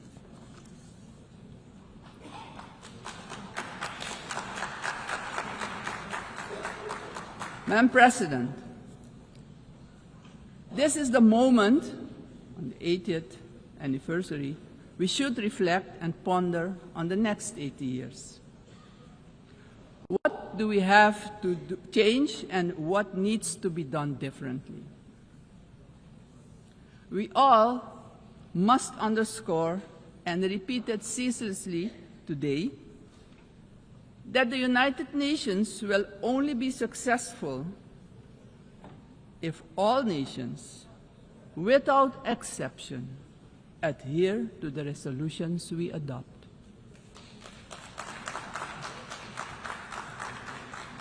We can only keep the peace if we stop allowing that the votes of all the countries in the world can be nullified by one veto. Today, partially because of the work done by our organization, some poor countries have developed substantially, economically and otherwise. They have become powers who can't be ignored any longer. We have to remind ourselves that the world in which the United Nations was established 80 years ago does no longer exist.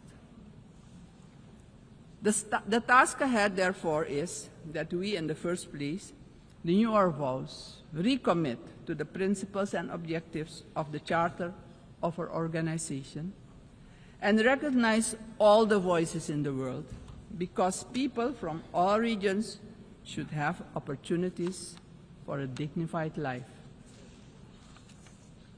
Furthermore, the UN should adjust to the world we currently live in.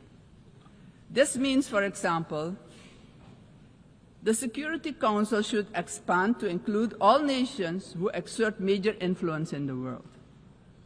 Exclusion of these players will only increase the risk of conflict and obstruct the beneficial cooperation necessary for humanity to develop and prosper. It is of great importance that all economically and otherwise strong nations and countries maintain a healthy competition that promotes the scientific advancement we need for sustainable development. On the other hand, these countries need to work together to guarantee global peace, so crucial for the existence and growth of the developing states and for their own countries. In this context, Suriname endorses the inclusion of, amongst others, Brazil, India, and the representation of the African continent for equal membership of the Council.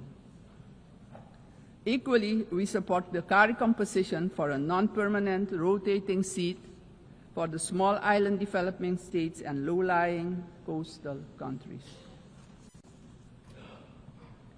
I would also like to remind the member states that my country, Suriname, has presented its candidacy as a non-permanent member of the Council for the period 2043 to 2044.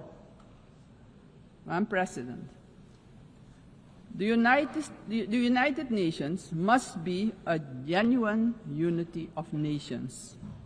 If our organization, moving forward, wants to play a crucial role in creating a prosperous future for humanity, we have no choice than to genuinely unite, all of us.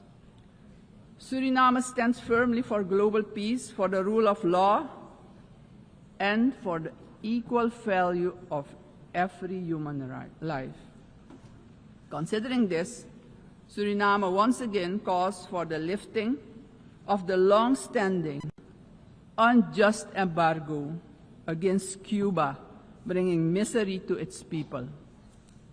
Madam President, Suriname is a country with people of indigenous, Maroon, Javanese, Hindustani, Creole, African, Chinese, and European descent. We all live together in a mosaic of cultures and faiths. The persons from Surinamese origin living abroad are part of this mosaic of our population and can contribute to the socio-economic development of the nation. We consider this diversity a great asset. Actually, Suriname does not have diversity. Suriname is diversity, and we keep working together to protect and grow our national unity for our own well-being and as an example of harmony in this often divided world. My country also carries immense natural wealth, and it is our vision to create an economy that is resilient, sustainable, and inclusive. Together we strive to build this more diverse economy by developing, among others, our tourism and agricultural sectors, strengthen our educational system, and work towards universal access to basic health care.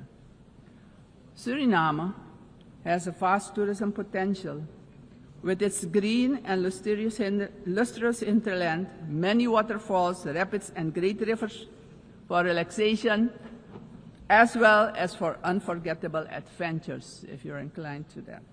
Rich biodiversity, cultural treasures, and the UNESCO-acknowledged historical city of Paramaribo. Through cooperation in the agriculture sector with our neighbors, we aim at improving food security within Suriname and the Caribbean community. My government views energy security as a strategic priority for national development, regional stability, and economic resilience. With an investment of more than $10 billion for the development of our offshore oil and gas, the country is getting a new beginning, a new start that will contribute significantly to our economic growth. However, we know oil and gas revenues should not be the sole fundament of our economic development. Hence, we need investments in relevant sectors in our country. We are steadily advancing our energy transition. While we already source about 50% of our energy needs through hydropower, we are moving toward natural gas and other forms of renewable energy as part of our long-term vision, because we know climate change is a fact. Madam President, I firmly believe that education is the foundation upon which every prosperous society is built. We are committed to invest in our education system, our teachers, our children and youth. The future of any country depends on the talent and skills of its people. My country reaffirms strongly its commitment to upholding the rights of indigenous and tribal communities, ensuring that their livelihoods, tradition, knowledge systems are respected and preserved, and the acknowledgement of their collective land rights. Strengthening our institutions is high on our agenda. Suriname has worked tirelessly on the prevention of diseases, and despite challenges, we have achieved results that we as a country can be proud of. As of June 30, 2025, Suriname has officially been declared malaria-free by the World Health Organization after 30 years of continuous fight against this disease, the first in the Amazon region to receive such a recognition. We are aware of the responsibility to remain vigilant as government as well as a community to ensure that these gains are sustained. Suriname's example showcases that we too can surely make a valuable contribution in combating infectious diseases. Madam President, the Caribbean community is expanding its outreach. And in this light, Suriname also welcomes the recently concluded Second Africa CARICOM Summit held in the Republic of Ethiopia. This, Madam President, honors the historic, cultural, and human bonds between the regions of the Caribbean and Africa. Suriname also acknowledges the CARICOM 10-point plan for reparatory justice, which has our full and strong endorsement. Slavery was a crime, is a crime against humanity, and we're talking about reparations, yes. We will furthermore continue to contribute with CARICOM, aiming at enhancing the organization's geopolitical influence. Despite our commitment as a country to the Paris Agreement 10 years ago, we see that the climate crisis is worsening. It's worse than we feared. Our countries have least contributed to climate change and carbon emissions, but are hit the hardest by its effects, directly impacting the livelihood and economic growth of our peoples. Suriname calls for the urgent attention of the international community to address the detrimental impact of climate change facing the small island developing states and countries with low-lying coastal areas. Our forests stand strong.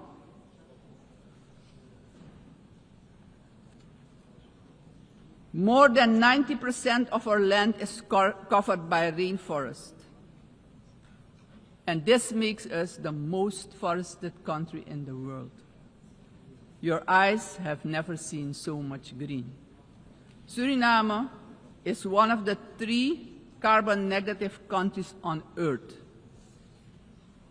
Since 1992, our forest has absorbed nearly 290 million tons of carbon, and each year we capture more than we emit, and we want to keep it that way. The protection and conservation of our forests has been a priority. It doesn't stand by default, but by design. We have been logging sustainably for decades, and did so with the Sustainable Tropical Rainforest Management System developed in Suriname, an ecological approach to forestry. Also, the indigenous and tribal communities protect the forest by their continued stewardship. We are proud of the way we did it, but pride alone does not pay the bills and does not develop the indigenous and tribal communities. Madam President, we must not forget that these forests, our forests, are in competition with vast resources such as gold, diamond, bauxite, and more. We will need to make difficult choices. We want to keep our forest coverage at a minimum of 90%. But we cannot do it alone. The time has come for the world's largest emitters to share this responsibility, not only with words, but with action, justice, and finance.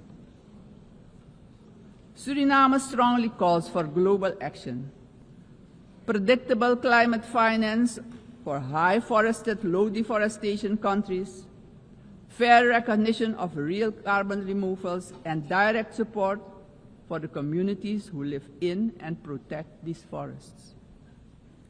Suriname, Madam President, therefore endorses the initiative of the COP30 presidency to launch the Tropical Forest Forever facility and calls upon the international community to contribute to its success. Suriname, as mentioned previously, takes pride in being an example of peaceful coexistence, having different cultures, religions, and the traditions to live together in respect and solidarity. This is our gift to the world. The second gift, because we also have a forest that is delivering services to the whole world. This gift proves that harmony can prevail. As stated upon our admission to the United Nations in 1975, our republic indicated our willingness to engage with the international community. My country reiterates its strong commitment to multilateralism, one of humanity's most important achievements, which needs our protection in this time of change. In closing, aggression and military force should be replaced with peaceful resolution and dialogue, because it doesn't solve problems, it creates destruction and misery. As a matter of urgency, I call on every member state to keep the peace, protect the planet and all human rights. Suriname has shown the world that living sustainably together is possible. We are really better together. Thank you, Grantanye, and may God be with you.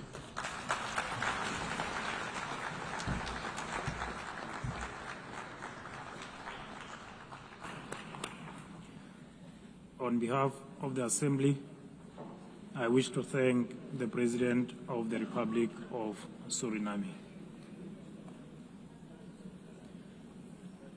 The Assembly will hear an address by His Excellency Katinas Nauseda, President of the Republic of Lithuania. I request protocol to escort His Excellency and invite him to address the Assembly.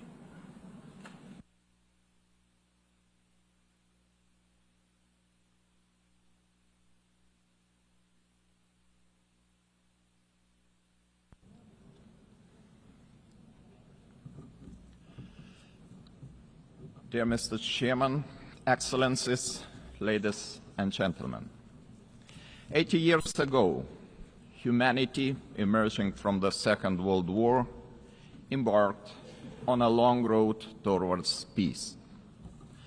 Building on the solid foundation of the rules-based international order, our forefathers created the United Nations and its institutional system.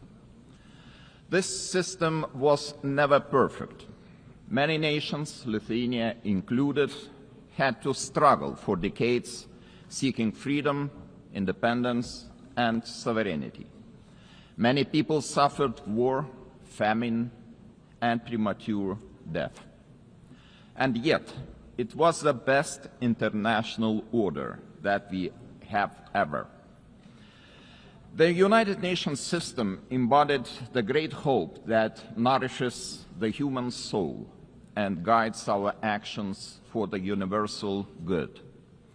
Together we succeeded in condemning war and conquest, at least in theory, if not always in practice. To this day, even the worst aggressors feel ashamed to openly conquer, destroy, and enslave. Instead, they talk about special military operations and the need to protect those who frankly do not want to be protected. This shame is a significant achievement of our time. To the extent that current international norms limit the behavior of offenders, they help countless people to survive, escape torture, or even prosper. Thus, it is an ever-growing concern to witness these same norms being subjected to increasingly open and brutal attacks. Our international order is being slowly eroded by the irresponsible actions of those who should know better. The world is turning into a much more dangerous place. We have seen this before. We cannot ignore the striking parallels between the present day and the events of 1938, a time when the world chose appeasement over international law and diplomacy over deterrence, culminating in the infamous Munich Pact. That was a short-sighted attempt to satisfy a dangerous revisionist aggressor by giving away the territory of a sovereign nation. It proved to be a complete failure. The Munich Pact not only emboldened the Nazi regime, but also opened the door for Soviet expansion.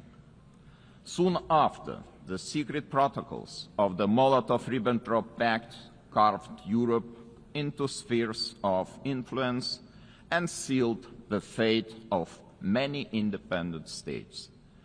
As Europe descended into another great war, Lithuania and the other Baltic states were illegally occupied, annexed, and brutalized. After regaining the independence 35 years ago, Lithuania feels a duty to guard the bitter memory of past mistakes. Never again will we place our hopes in appeasement. Never again will we stand aside. Never again shall Pandora's box be opened. In 1938, it was Czechoslovakia that was abandoned. Today, we cannot abandon Ukraine alone. The war in Ukraine is well into its 4th year. The international community has not done enough to stop aggressor. This is a quest that goes far beyond the usual lines that keep different nations apart. What matters is not the distinction between large and small, or between global North and global South nations, but the basic principles of the UN Charter, which guarantee peace and security across the globe. If one UN member is attacked with impunity year after year by a permanent member of the Security Council, What does that mean for the rest of us? When power replaces law and fear silences the truth, the foundations of the global order begin to crack. And then nobody can feel safe anymore. Ladies and gentlemen, the effects of Russia's war against Ukraine are being felt across the world. This war has sparked crises in energy, migration, and food security, while also deepening global poverty, hunger, environmental damage, and climate change. It all began with the illegal occupation of Crimea in 2014 and escalated into a full-scale invasion marked by systematic war crimes. The targeted destruction of civilian infrastructure, indiscriminate missile attacks, and the forced deportation of thousands of Ukrainian children are not isolated abuses. These are calculated efforts to erase Ukraine's identity and undermine its sovereignty and territorial integrity, all in open defiance of the United Nations Charter. Let me be clear, Lithuania will never recognize Russia's illegal occupation and annexation of Ukrainian lands. Ukraine's borders are not up for negotiation. Attempts to redraw them by force are unacceptable. The United Nations Charter is not a menu to pick from. It is a binding foundation of international order. Ukraine is also not the only target. Russia continues to occupy two Georgian regions, destabilizes Moldova, and uses proxies and mercenaries to spread instability across the Sahel, the Middle East, and beyond. These are not isolated episodes. They are part of a calculated policy to undermine international norms and export chaos for strategic gain. Russia is not acting alone. The countries enabling Russia's war against Ukraine also violate international law. They prolong the war and deepen unnecessary suffering. Their actions damage us all, every sovereign nation. Lithuania therefore calls on the international community to maintain strong political, military, humanitarian, and economic support for Ukraine.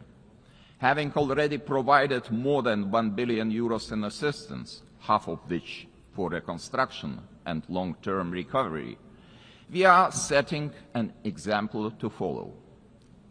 It is equally vital that the international community stop buying Russia's energy resources. Without all that oil and gas money, Moscow's war machine would finally stop.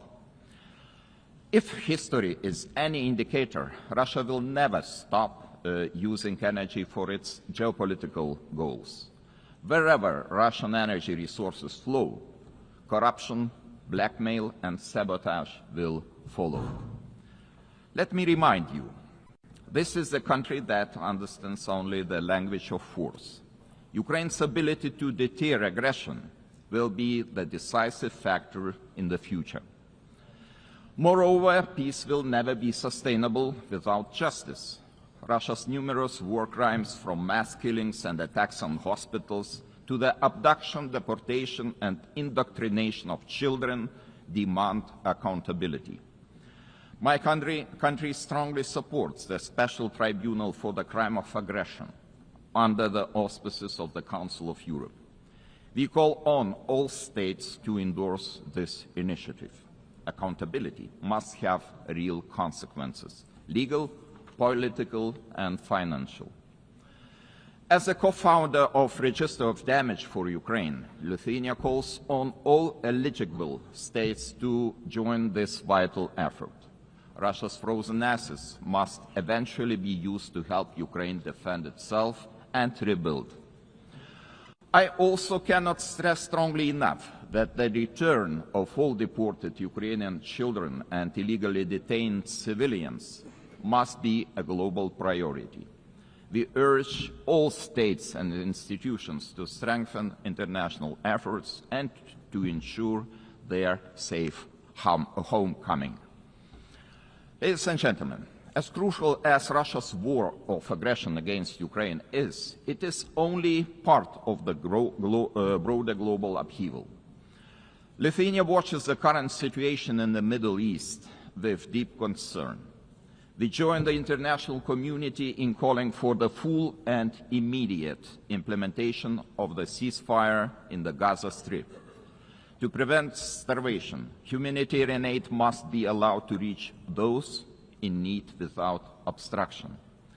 At the same time, the unconditional release of all remaining Israeli hostages remains a crucial step towards ending hostilities. Lithuania is firmly committed to a just and lasting peace in the Middle East. We condemn all the actions that undermine this goal.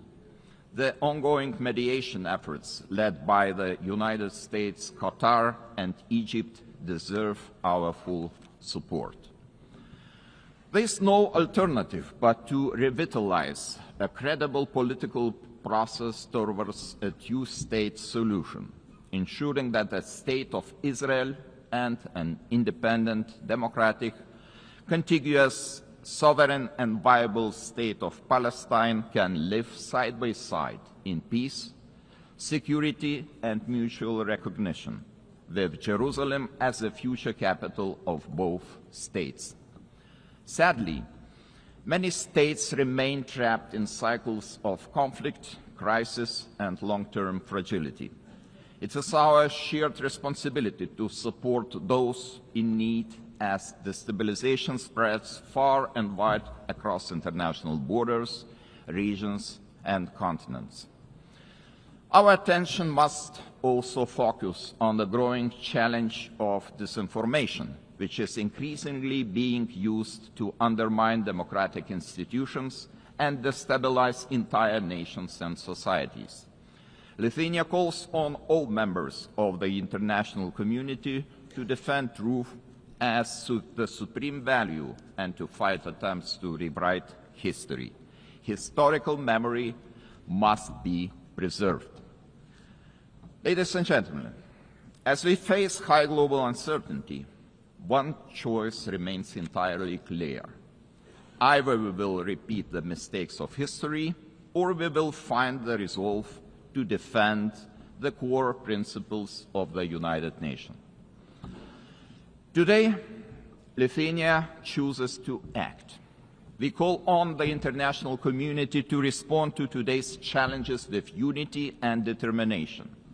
We call on the United Nations to return to its founding purpose, to prevent the scourge of war, to protect human dignity, and to uphold the rights of nations large and small. Together, we must ensure that no permanent seat on the Security Council grants any state permanent impunity. We must support those who defend the very principles of the UN Charter.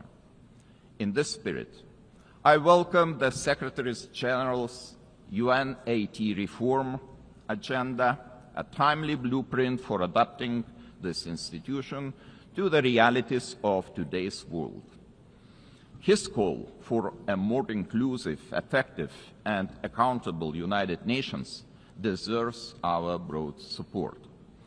Lithuania stands firmly behind these efforts to reimagine multilateralism. We call on all states to strengthen our collective ability to act across all three pillars: peace and security, human rights, and development. Our message must be simple and straightforward. Aggression cannot win, and the principles of the UN Charter must prevail. Let us rise to the demands of this moment. Thank you very much.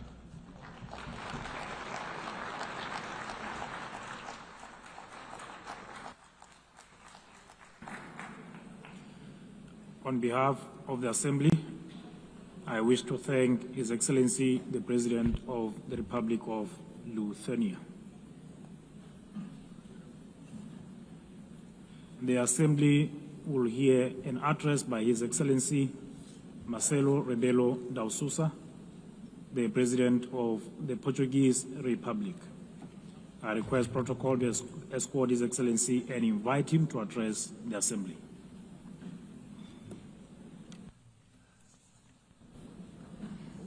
Mr. Chairman, Excellencies, symbolic moment this one for United Nations, the celebration of 80 years, and for us, Portuguese, 70 years of membership. The time of judgment, of compromise, of renewal, multilateral ambition. Portugal is today what always aspired to be, an open country to the world, listening, dialoguing, building bridges, deeply multilateralist and guided by the Charter of United Nations.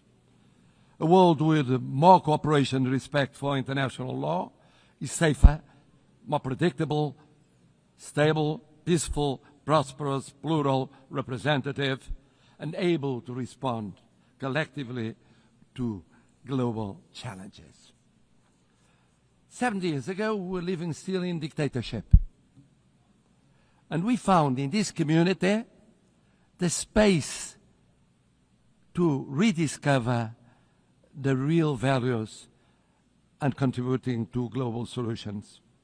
And even now, in a changed world, fragmented, polarized, unpredictable, this community is a key community to defend basic principles of a coexistence between nations, cultures, civilizations. And it is with this coherence and the sense of responsibility, with the conscience of the need of contributing, acting and deciding, guided by values and principles, that will be candidates to the Security Council in 27-28, a decision we formalized in 2013. Excellencies, let me pay tribute to the former President of the General Assembly for his support to the adoption of the Pact for the Future.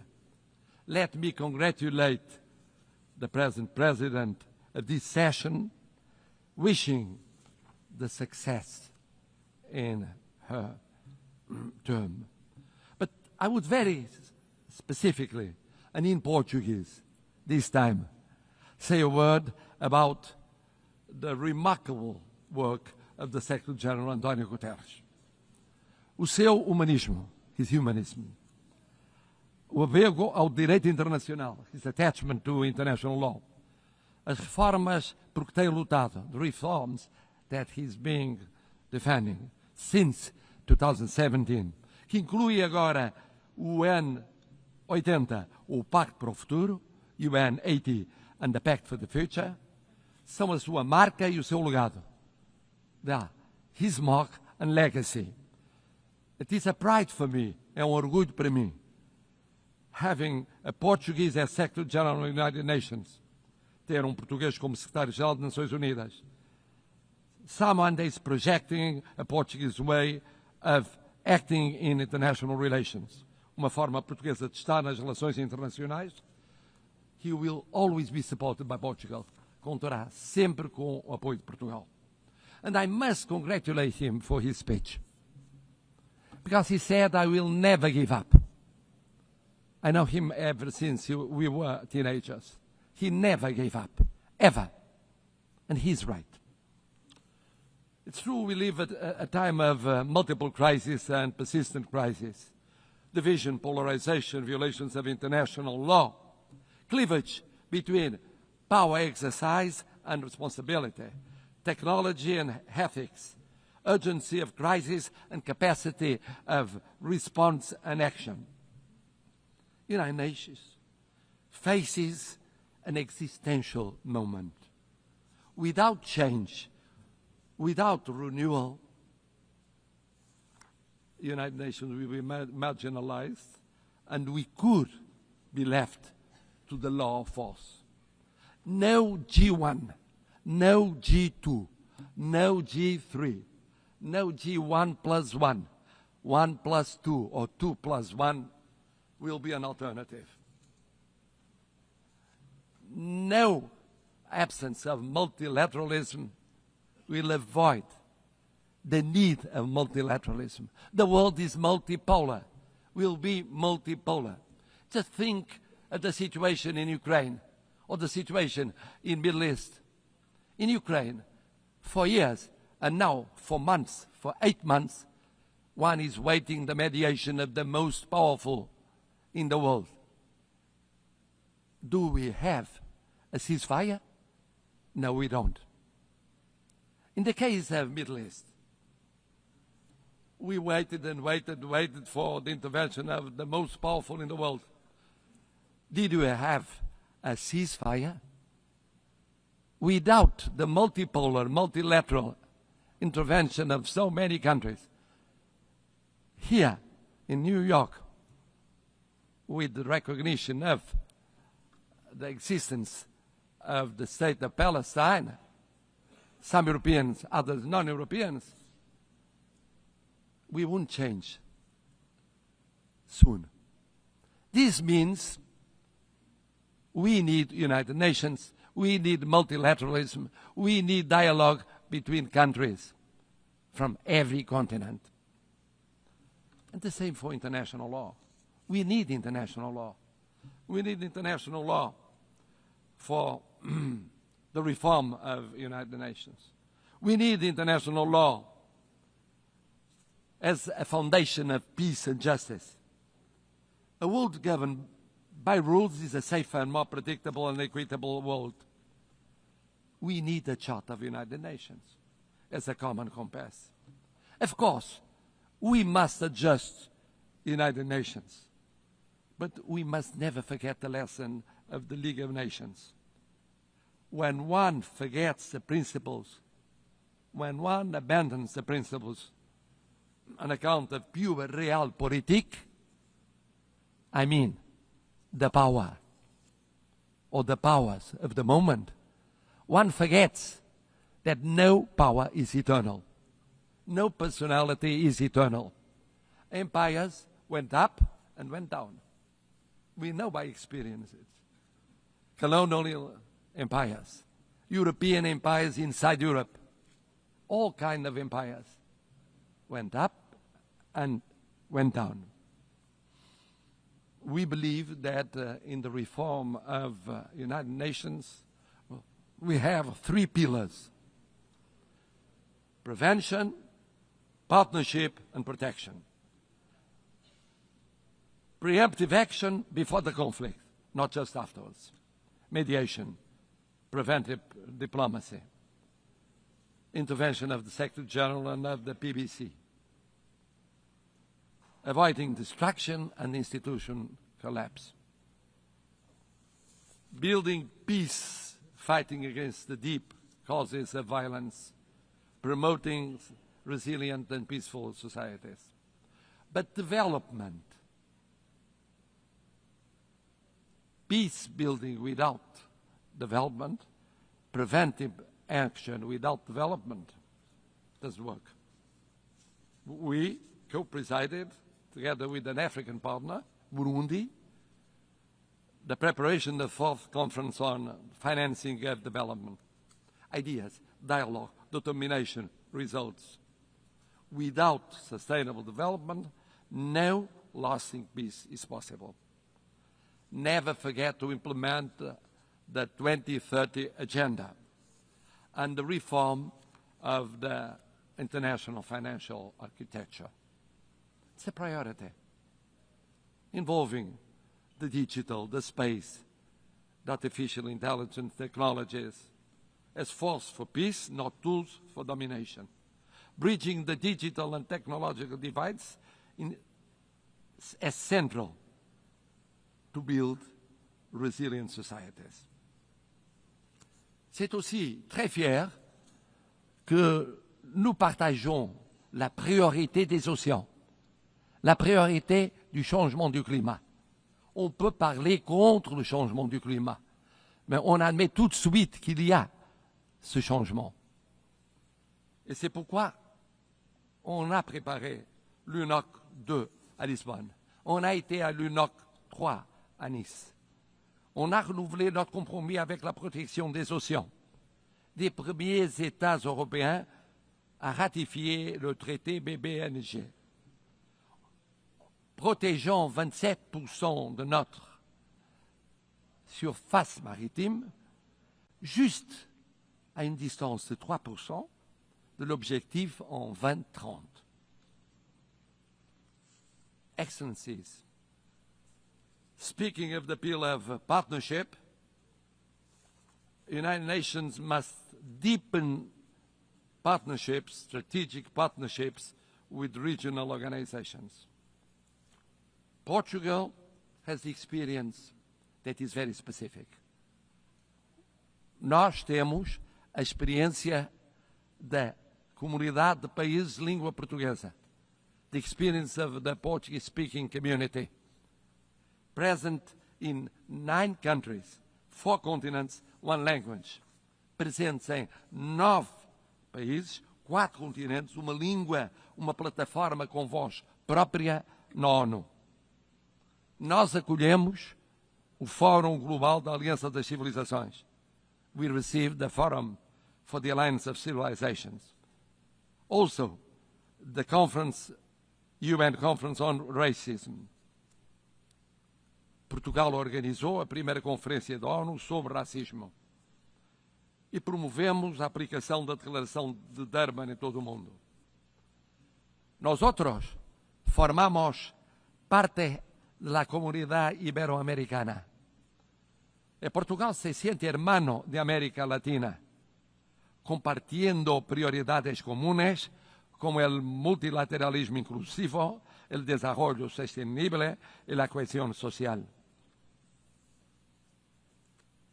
A nossa parceria, our partnership with the Global South, is made of respect and solidarity. Lançamos as primeiras cimeiras União Europeia e União Africana.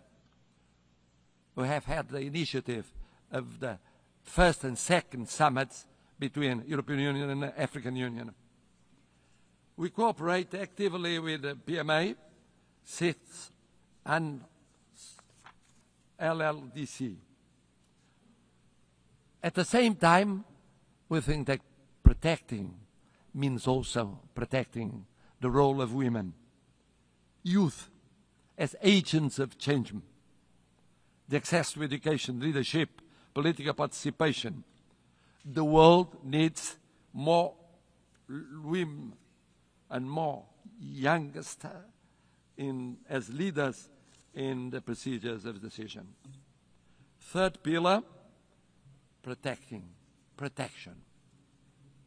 We participate for 65 years in peacekeeping. Thousands of armed forces and security forces participated in 25 missions in 4 continents, mostly in Africa. Peacekeeping now with 4 peace operations, a quick reaction force, punctual payment, example of intervention in every continent, defense of a predictable and stable financing, including for the missions that are promoted by Security Council or accepted by Security Council, but initiative of African Union. This year, we celebrate the 25th anniversary of the additional protocol to the Convention of Rights of Children involved in armed conflicts. It's a drama. It's a drama. Children going on being victims in every war scenario. We have the legal duty, the political and the moral duty of protecting them. And then, of course, humanitarian international law. One spoke of it, about the situation in areas of conflict. Geneva Conventions are not suggestions. They involve duties. We participated in the 6th Commission preparing the Convention on Crimes Against Humanity. Human rights. Human rights. Human rights mean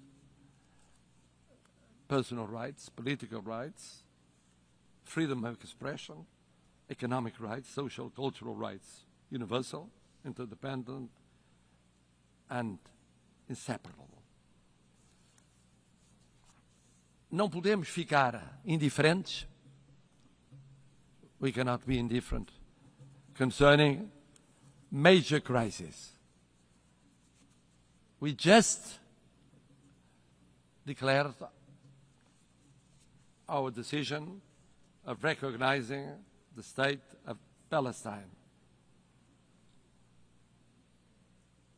In the Middle East, now we think that the following step is creating conditions for a ceasefire, immediately releasing the hostages, humanitarian assistance, but also creating political, economic, and social conditions to strengthen the solution of two sovereign states, rebuilding economies and societies, giving an opportunity to peace, to the daily life of Israelis and Palestinians, so that they can live, not die. Live, not die. In Ukraine, sovereignty, independence, and integrity with global total ceasefire, immediate and unconditional, first step for a fair peace, respecting international law and respecting the Charter of the United Nations. In Sudan, intervening to react much more quickly to perhaps the greatest humanitarian catastrophe in Africa. En Haïti, où les souffrances de la population ne sont plus tenables, face aux atrocités barbares des gangs criminels et le recrutement d'enfants soldats, une assistance décisive de l'ONU à la mission multinationale de soutien à la sécurité avant qu'il ne soit trop tard. Excelências, no momento em que assistimos ao maior número de conflitos armados desde a criação das Nações Unidas, estamos disponíveis para assumir responsabilidades acrescidas como uma voz global no Conselho de Segurança. Com a experiência de uma história de serviço, com as lições aprendidas nas últimas décadas, com a proximidade com todos os Estados aqui representados, sem discriminações. E por isso, no Conselho de Segurança, agiremos prevenindo, criando parcerias e protegendo, defendendo a reforma do Conselho de Segurança, tornando mais representativo e eficaz, refletindo a geopolítica do século XXI e não a de 1945, com presença africana permanente, CIDs representados e reconhecimento de grandes potências emergentes como o Brasil e a Índia, com mais transparência, Conselho mais plural e coerente com a letra e espírito da Carta. Em 2024, o Conselho reuniu mais vezes do que desde 1989. E, no entanto, tendo reunido mais vezes, menos deliberações aprovou e mais vetou deliberações, mesmo implicando o sofrimento de pessoas concretas em todo o mundo. É incompreensível que o uso do veto continue a paralisar decisões essenciais perante o sofrimento humano. A Carta é clara. Uma parte no conflito não pode ser juiz no próprio caso. Portugal apoia o Código de Conduta do Grupo ACT, as medidas de restrição ao uso do veto, todas as iniciativas que reforcem a transparência e prestação de contas dentro do Conselho. Excellencies, a last word. Portugal is presenting itself to the Security Council without hidden agendas, but rather with an agenda aligned with the values and objectives of the UN, with humility, but with confidence. contributing to a council that is more effective, representative, and close to those who expect protection from it. We are a predictable country, a bridge builder, a reliable partner, an uncompromising defender of the UN Charter. It is in this spirit that we want to serve, that we reaffirm our commitment to the United Nations today, and that we hope will earn your trust for the future of the United Nations, but mostly for the future of the world, more peaceful, more just, more respectful of dignity, human dignity, in so many conflicts that represent a shame for all of us. Thank you.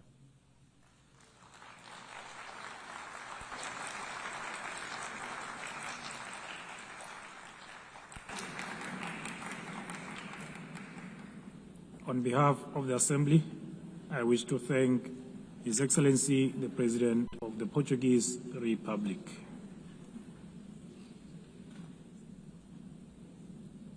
The Assembly will hear an address by His Excellency Yomandu Usi, President of the Eastern Republic of Uruguay.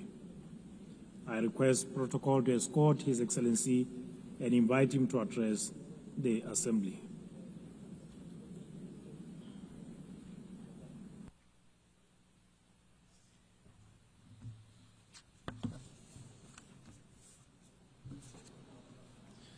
Señora Presidenta de la Asamblea General, señor Secretario General, señores y señoras jefas y jefes de Estado y de Gobierno, señores representantes de organismos internacionales, delegaciones oficiales, señores y señoras. Vengo de una república situada al oriente del río Uruguay que el mapa, la historia y la cultura ubican en una pequeña esquina del sur del mundo. Un país pradera con balcón al mar, donde la tranquilidad y hospitalidad de su gente es una de sus principales señas de identidad.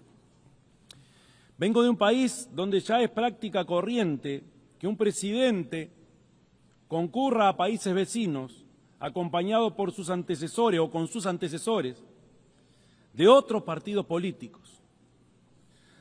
Un país donde la alternancia de los partidos en un gobierno no se traduce en una crisis de carácter institucional. Es más, esa alternancia se constituye en un acto de pura normalidad. Vengo de un país cuyo presidente puede caminar sin custodia entre la gente, puede disfrutar de un partido de fútbol en una tribuna como un hincha más.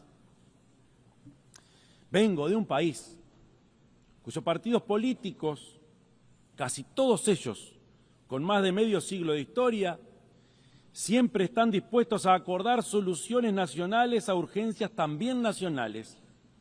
Soluciones, como decimos nosotros, a la uruguaya. Con estos gestos quiero expresar que Uruguay lleva en su vida cotidiana una vocación profunda de paz y de respeto. Vivo en un país, por supuesto, que no está a las puertas del paraíso, porque enfrenta nuevos desafíos en términos de pobreza infantil, seguridad pública o desigualdad social, y sobre estos temas también hay en líneas generales un consenso nacional. La histórica solidez institucional y política ha permitido que Uruguay aún se destaque en la región por su alto nivel de desarrollo humano o sus políticas de distribución del ingreso, y que sea un país de reglas estables, donde los contratos se cumplen, donde se honran los compromisos internacionales, donde la estabilidad macroeconómica es una política de Estado. Pero esta acumulación positiva también se expresa más allá de nuestras fronteras. Porque Uruguay es reconocido en el mundo por su vocación de paz, su incansable lucha en pos de la solución pacífica de los conflictos, su respeto irrestricto al derecho internacional como a la mayor garantía para la soberanía de los pueblos y por ser una tierra fraterna y hospitalaria con los migrantes de todas las latitudes. Desde ese pequeño país que cultiva la tolerancia y el diálogo y cultiva el acuerdo como clave histórica de convivencia y que está inserto en un continente sin conflictos ni guerra entre estados, venimos a esta asamblea a sumar esfuerzos para contribuir con la estabilidad y la paz en el mundo cada vez más convulsionado y desafiante.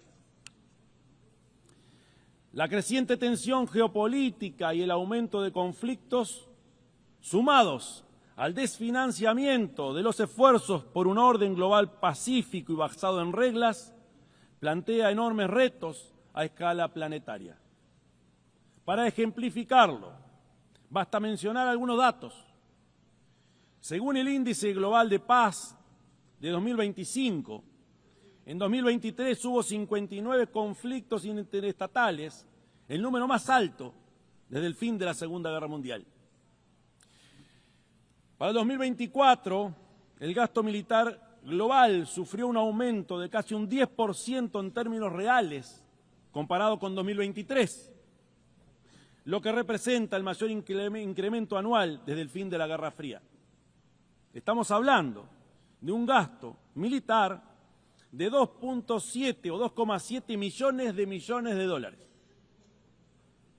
No solo se trata de un mayor aumento de conflictividad entre naciones, ni de un gasto militar que crece aceleradamente para sustentarlo. Se trata también de nuevas formas de crueldad y muerte que están adquiriendo las guerras actuales.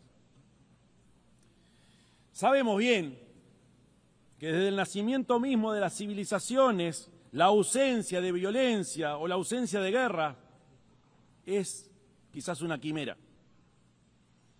Pero en nuestros días, los avances tecnológicos aplicados han desencadenado otras lógicas mucho más perversas, como el uso de prácticas militares destinadas a sembrar el miedo, el terror y la muerte en la población civil. Que quede muy claro, condenamos toda forma de terrorismo, ya que constituye, entre otras cosas, una despreciable actitud de cobardía. Existe otra lógica actual, y es la que nos lleva a que el objeto central o el objetivo central en las guerras actuales pareciera ser la práctica sistemática del exterminio. El fin nunca justificó los medios. Debemos desterrar aquel viejo precepto de que la guerra es la continuación de la política por otros medios. Toda guerra es criminal, sin importar dónde ocurra, sin importar el Dios que se invoque para justificarla, y merecerá siempre nuestra más visceral condena. Es cierto que toda nación tiene el derecho a un territorio y a un gobierno propios. Es cierto que tiene derecho a establecer un nivel de autodeterminación que le permita la convivencia con los demás pueblos. Eso es real. Y el valor de las Naciones Unidas es justamente garantizar que estos principios se concreten de manera pacífica y civilizada. Ningún Estado que se precie de democrático y de vivir bajo el mandato del derecho internacional puede, aún bajo el legítimo derecho de defenderse contra el terrorismo, ejercer la barbarie sobre ninguna población civil, menos aún contra personas especialmente vulnerables e indefensas. Desde 1948, Uruguay ha mantenido una posición coherente y firme que va en línea con los principios de autodeterminación y coexistencia pacífica. Y bien conocidas son nuestras posturas históricas con respecto a los principales conflictos a escala mundial, en especial el que se desarrolla en Oriente Medio. Siempre Uruguay sostuvo la posición: dos naciones, dos pueblos, dos estados.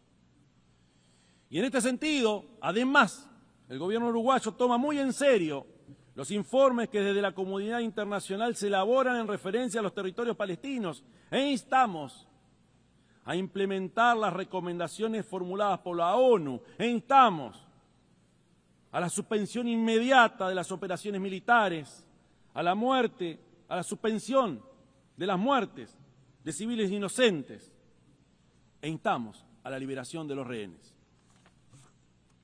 En nuestro mundo también persisten y se agravan otros dramas más extendidos y permanentes, a tal punto que la Declaración Universal de Derechos Humanos, votada en el marco de esta Asamblea hace ya 77 años, constituye un manifiesto revolucionario ante los tiempos que estamos viviendo.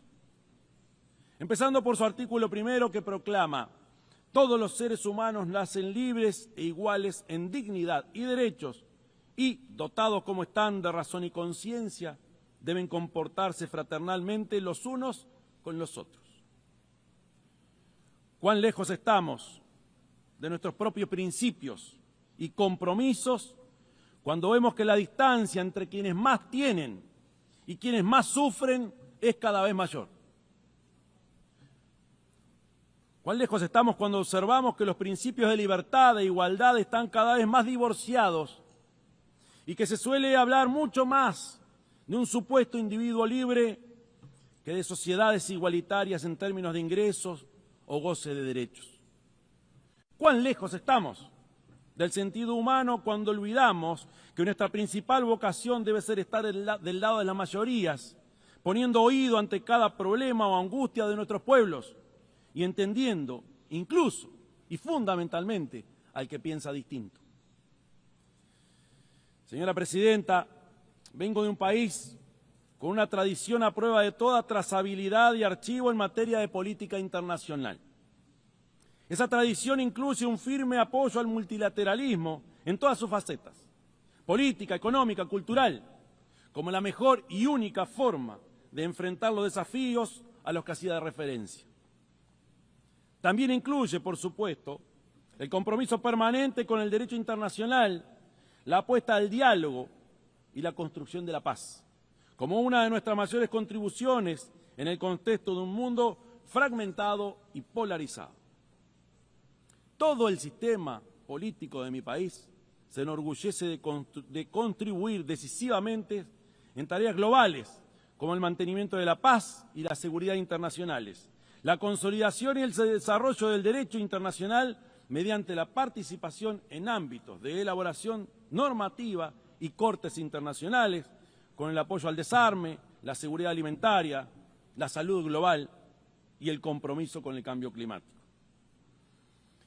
En este contexto, quiero destacar especialmente un compromiso histórico de mi país con el sistema multilateral de mantenimiento de la paz. En los últimos 35 años, y de manera ininterrumpida, Uruguay ha desplegado batallones en diversas operaciones de paz de las Naciones Unidas. A tal punto hemos asumido esta tarea que nos hemos convertido en el principal país de América Latina y el segundo per cápita a nivel mundial en contribuir a este tipo de misiones. Pero además, lo hemos hecho con una particularidad, porque nuestros contingentes se han especializado en la función más emblemática que llevan adelante estas operaciones de paz: la protección de civiles en conflictos armados. Bien saben las naciones que integran esta asamblea que mi pequeño país está muy lejos de caracterizarse por su poderío militar o su predominio económico. Y es allí, paradojalmente, que reside nuestra fortaleza, porque somos incapaces de estorbar a nadie. Por el contrario, nuestra fortaleza radica en capacidades intangibles, pero que este mundo mucho necesita, porque somos un país muy confiable en la promoción del diálogo y de la paz. En primer lugar, porque estos principios nos definen como república y se expresan en el respeto a la separación de poderes y el Estado de Derecho, la fortaleza del sistema democrático y el respeto y promoción de los derechos humanos y la equidad social, entre otros. Y en segundo lugar, porque esa ha sido nuestra conducta histórica en los foros internacionales. Ya en 1907, por ejemplo, mi país llevó una postura firme a la Conferencia de La Haya sobre el arbitraje como mecanismo esencial y obligatorio para resolver los conflictos entre Estados. Unos años después, 1921, Uruguay fue el primer Estado del mundo en aceptar la jurisdicción de la Corte Permanente de Justicia Internacional, predecesora de la Corte Internacional de Justicia. En función de estos y otros antecedentes históricos, me permito afirmar que Uruguay está en condiciones inmejorables de ofrecerse al mundo como un anfitrión de negociaciones, como promotor de redes de diálogo y mediación que conduzcan a la construcción de la paz y prevención de conflictos. Créanme que estamos preparados para este reto cada vez más urgente, para este reto cada vez más necesario. Entre otras razones, porque aprendimos, como dijo el presidente de mi país, José Mujica, que la tolerancia es el fundamento para poder vivir en paz. Muchas gracias.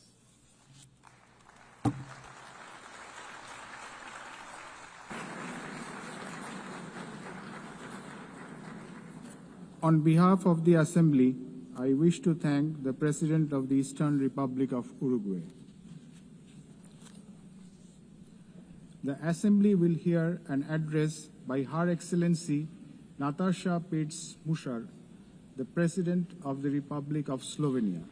I request protocol to escort Her Excellency and invite her to address the Assembly.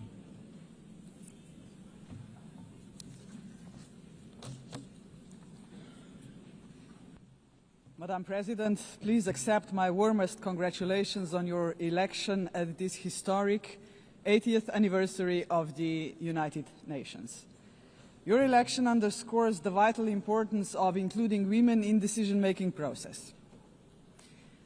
Ladies and gentlemen, Excellencies, in 1945, the end of the Second World War was greeted with celebrations, and hopes were placed in a new era of peace and cooperation, embodied by the creation of the United Nations. However, those hopes were soon overshadowed by the onset of the Cold War. When it ended in 1991, we once again dared to believe that this would pave the way to the vision of lasting peace, security and cooperation as enshrined in the UN Charter. Sadly, that vision has not materialized. In fact, the situation has worsened, and here is why. Firstly, the Security Council, envisioned as the very pillar of collective security, is failing to meet the expectations of the world, if it ever has. The Permanent Five were supposed to be role models for the rest of the world working for peace. Some work in their own interests instead. Secondly, the promise of the Sustainable Development Goals is faltering. Progress is lagging, and with cuts in development assistance, millions of the world's poorest are pushed further away from the access to even the most basic services. Thirdly, international law appears to stand at the precipice of irrelevance. The independence of elected international judges, the integrity of human rights institutions, personal security of human rights defenders, and the authority of this organization are under siege. Fourthly, the Genocide Convention risks becoming a relic of the past. Some states have put the International Criminal Court to its greatest challenge ever. Its prosecutors, whose only duty is the pursuit of justice, and its judges, whose responsibility is to uphold the law, our international law, now face sanctions and intimidation. as if the states that sanction them would prefer to shield the alleged perpetrators of atrocities rather than confront the truth and help deliver justice.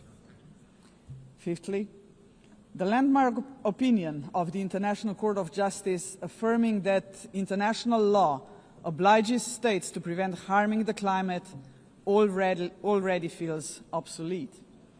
And finally, states are withdrawing from the Paris Climate Agreement, from the Ottawa Treaty, and from the UN agencies, or simply cutting their finances. Each such act chips away at the support for multilateralism, a system designed not for the powerful few, but for the benefit of all of us. Madam President, how are we to explain these trends to our electorates, to our people, and above all, to our children? Shall we tell them that this is the new normal, that might makes right, that the strong may seize what they want, because they can, that they can kill with impunity, because they can, that they may pollute, wage wars, and trample on international law, just because they can? Are we prepared to look our children in the eyes and say, this is the world you will inherit and there is nothing we can do about it? With the adoption of the Pact for the Future last year, we have charted a path toward a stronger, more forward-looking United Nations. But we must now create the conditions to fulfill our commitments. One way forward is to establish a permanent advocacy network to give the Pact unconditional, sustained political support. To this end, I propose the creation of a global forum for the future, an inclusive movement of states committed to multilateralism, mutual respect, and the defense of our shared vision. A movement determined to stand up for the Pact and drive its implementation at every level. As states consider how to implement the Pact for the Future, some solutions may be seen as inconvenient today, but in the long run, ladies and gentlemen, they are not optional. They are systemically necessary. The first example is the reform of the Security Council. We all recognize that it is the principal organ entrusted with the maintenance of international peace and security. But what it is not, and must never be, is a body that stands above international law to defend the interests of some at the expense of others. Jus cogens norms must be safeguarded as a matter of principle. If the prohibitions against genocide and crimes against humanity are accepted as jus cogens norms, can any permanent member claim a legitimate veto right in such circumstances? Member states have attempted to address this question through many reform proposals, but with minimal progress. This is why we must dare to go further now. We, the General Assembly, must take a bold step and request an advisory opinion from the International Court of Justice on this very question. Second, we must confront the gap between our words and actions on gender equity. Progress has been made, but far too modestly. Over the past 80 years, 13% of leaders in multilateral organizations have been women. And no woman has ever served as Secretary General of the United Nations. And this, ladies and gentlemen, must change. So, Excellencies, ladies and gentlemen, let us make history. Today, the 80th session of the General Assembly is led by only the 5th woman to hold the presidency. By the end of this session, she would be joined by a Madam Secretary General-elect, a living proof to 4 billion women that even the most impossible job is not beyond their reach. But gender representation is not enough. What we must achieve is actual gender equity because it benefits not only women and girls, but entire societies. True equity requires systemic change, And so women's empowerment must remain at the heart of our global agenda. International organizations must weave a gender perspective into every strand of policy making. And that should be a result of effective participation of women and girls themselves. Electing a Madam Secretary General would be historic, but it must only be the beginning of a much deeper transformation. Madam President, the Pact for the Future sets out clearly what must be done to change our world for the better. I have mentioned only two of the many challenges we must confront decisively. But we can only succeed as a community if we accept that there is no future for humanity without a fundamental change. The mandate of the Global Forum for the Future would be to push towards such a change. This is why it must be inclusive. It must not be merely a coalition of countries. It must inspire hundreds of millions of people. For when it comes to human dignity, the constituency of like-minded individuals is vast, diverse, and knows no borders. Human dignity is indivisible. We must fight for it no matter how great the obstacles are. And there are many, we know that. Think of hunger. Time and again, humanity rose across continents to confront the scourge of hunger, to no avail. Worse still, hunger is now being weaponized, turned into a tool of war. We receive reports on a daily basis of how women and children are starved because they are marked as legitimate targets, as enemies. How cruel, how inhumane is that, ladies and gentlemen? We cannot allow this to happen any longer. 40 years ago, musicians stood against hunger. Instead of guns, they, the Band 8, used music. The world heard them, but they were not loud enough, as hunger has not been eradicated. Today, we have science. We can address on a scale beyond imagination not only hunger, but every act of violence against human beings and all human fears. Granted, science, technology, and global connectivity are too often twisted by cynical leaders and warmongering regimes. But they can also be harnessed for the common good. Artists, influencers, and visionaries with audiences of millions can join forces with the governments of like-minded nations. Together, their voice in defense of humanity could become irresistible. Together, we can demand real action by all governments, all world and community leaders on the Pact for the Future, and hold to account those who betray human dignity to its very core, through wars of aggression, genocidal policies, and crimes against humanity. If we join forces and make ourselves heard, nobody can ignore us, not even the most arrogant governments and individual politicians. Of course, such initiatives cannot emerge out of thin air. They require leadership, strong, inclusive, and fearless leadership.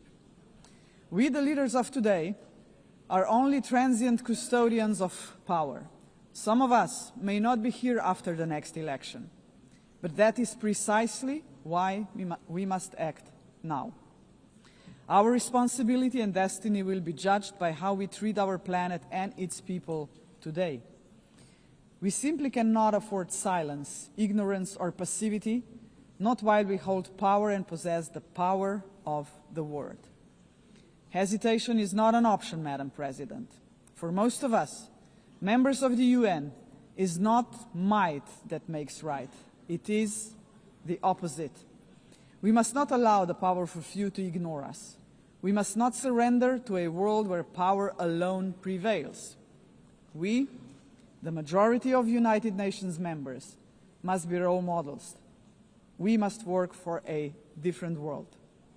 The Global Forum for the Future can be a platform for the much-needed transformation in which partnerships with non-state actors and companies are indispensable.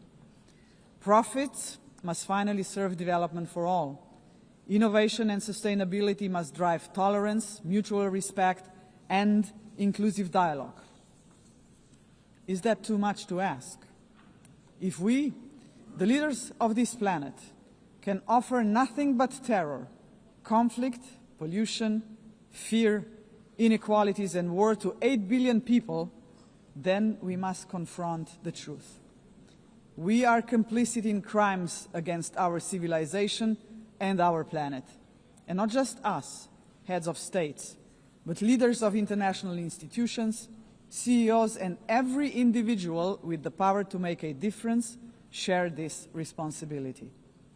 None of us can claim ignorance of what is at stake. If we believe in human dignity for all, we must deliver more. A world that fulfills lives, not threatens them. We must say yes to inclusive multilateralism and a resounding no to multipolarism. Let us show that this General Assembly can and will make a difference, as it has often done before. Let us demonstrate that we reject arrogance, hatred, and willful blindness to a lack of equality and justice, to wars of aggression, crimes against humanity, and genocide, because they tear us apart for generations. And let us proclaim in all seriousness and sincerity that we embrace personal and collective responsibility to uphold humanity, sustainable development, and international law, because this will keep us together as a civilization for generations. And Madam President, let me end on a personal note. For the sake of future generations, to fulfill our responsibility as human beings, to ensure that we are on the right side of the history, we should do the right thing. We did not stop the Holocaust. We did not stop the genocide in Rwanda. We did not stop the genocide in Srebrenica. We must stop the genocide in Gaza. There are no excuses anymore. None. Ladies and gentlemen, thank you very much. On behalf of the Assembly, I wish to thank the President of the Republic of Slovenia. The Assembly will hear an address by His Excellency Kasim Jomart Tokayev, the President of the Republic of Kazakhstan. I request protocol to escort His Excellency and invite him to address the Assembly.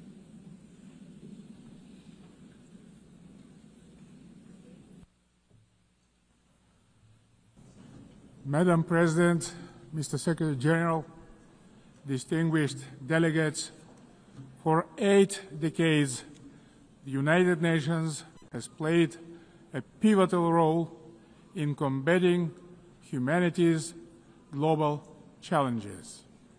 Over that time, it has led our common efforts on collective security, nuclear non-proliferation, peacekeeping, development, poverty reduction, sustainability, and human rights. But we must also face the truth. The world around us has changed profoundly and, unfortunately, not for the better. That's why the United Nations remains today a symbol of hope for millions around the globe. This historic meeting is a unique opportunity to recommit ourselves to the founding principles and goals of our universal and truly indispensable organization. However, we cannot turn a blind eye to the real crisis thrust in multilateral institutions. Serious violations of international law have become new normality, which undermines global stability and erodes confidence between peoples, between political leaders, and between states. In this challenging time, we all must empower the United Nations to make it more adjustable to the realities of today's unpredictable world. The spirit of mutual understanding and eagerness to cooperate must prevail over dangerous warmongering. State leaders have a responsibility to move toward making peace. A failure of the current generation of leaders to act is not an option, because future generations will pay a much greater price. In this regard, comprehensive reform of the United Nations is a strategic necessity, not a subject for endless contemplations. We need to establish a new group of truly dedicated people who will highly professionally and without any hesitations make concrete proposals for reforming the United Nations to make it better suited to the challenges of today and objectives of tomorrow. A central pillar of this bold effort to renew the United Nations should be a reform of the Security Council. Major powers of Asia, Africa, and Latin America should be represented in the Security Council on the rotational basis. In addition, Kazakhstan strongly believes that the voices of responsible middle powers also need to be seriously amplified in the Security Council. In fact, they have already started to play a larger positive role in international relations, bringing balance and building trust. They can act as bridges within the United Nations when major powers are divided or failing to resolve pressing issues of common concern. Above all, a credible United Nations for the 21st century requires member states to take concrete steps toward durable peace and security. Otherwise, the United Nations is doomed to forever mitigate consequences while root causes forever proliferate. We can begin this process already today by reaffirming our steadfast commitment to the Charter of the United Nations. The founding principles of sovereignty, territorial integrity, and peaceful resolution of disputes must be upheld without exception. Selective application of the Charter undermines its credibility. The world needs a new consensus based on trust, inclusiveness, and shared responsibility. For example, the enemy state clauses of the Charter, historical remnants of the Second World War, have already been recognized by the overwhelming majority of the international community is obsolete. For all these reasons, it's time to have a serious conversation about Charter review. Today we face an alarming reality. Arms control treaties are collapsing, and with them, so are the foundations of strategic stability. Global military spending in 2024 hit a record $2.7 trillion. The global cost of violence reached nearly $20 trillion. Therefore, rebuilding a robust global security architecture should remain a top priority for the international community. We advocate relaunching high-level dialogue among nuclear powers and stronger multilateral action to drastically reduce the looming threat of nuclear weapons. More widely, we must begin the hard work of getting rid of the militant mindset. We can do so by tracking closely how much our countries invest in peace. Kazakhstan is ready to host a new dialogue on nuclear disarmament and non-proliferation. We can focus on informal, inclusive exchanges that reinforce the NPT and support progress toward the CTBT. We also call to advance our proposal to establish international agency for biological safety and security. Kazakhstan remains concerned by the Ukrainian crisis, which continues to seriously harm civilians, damage global trust, and undermine international security.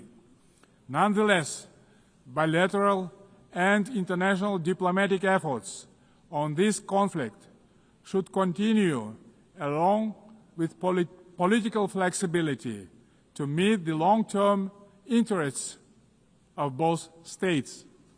Territorial disputes are never easy to resolve and require mutual restraint and responsibility for the sake of future generations.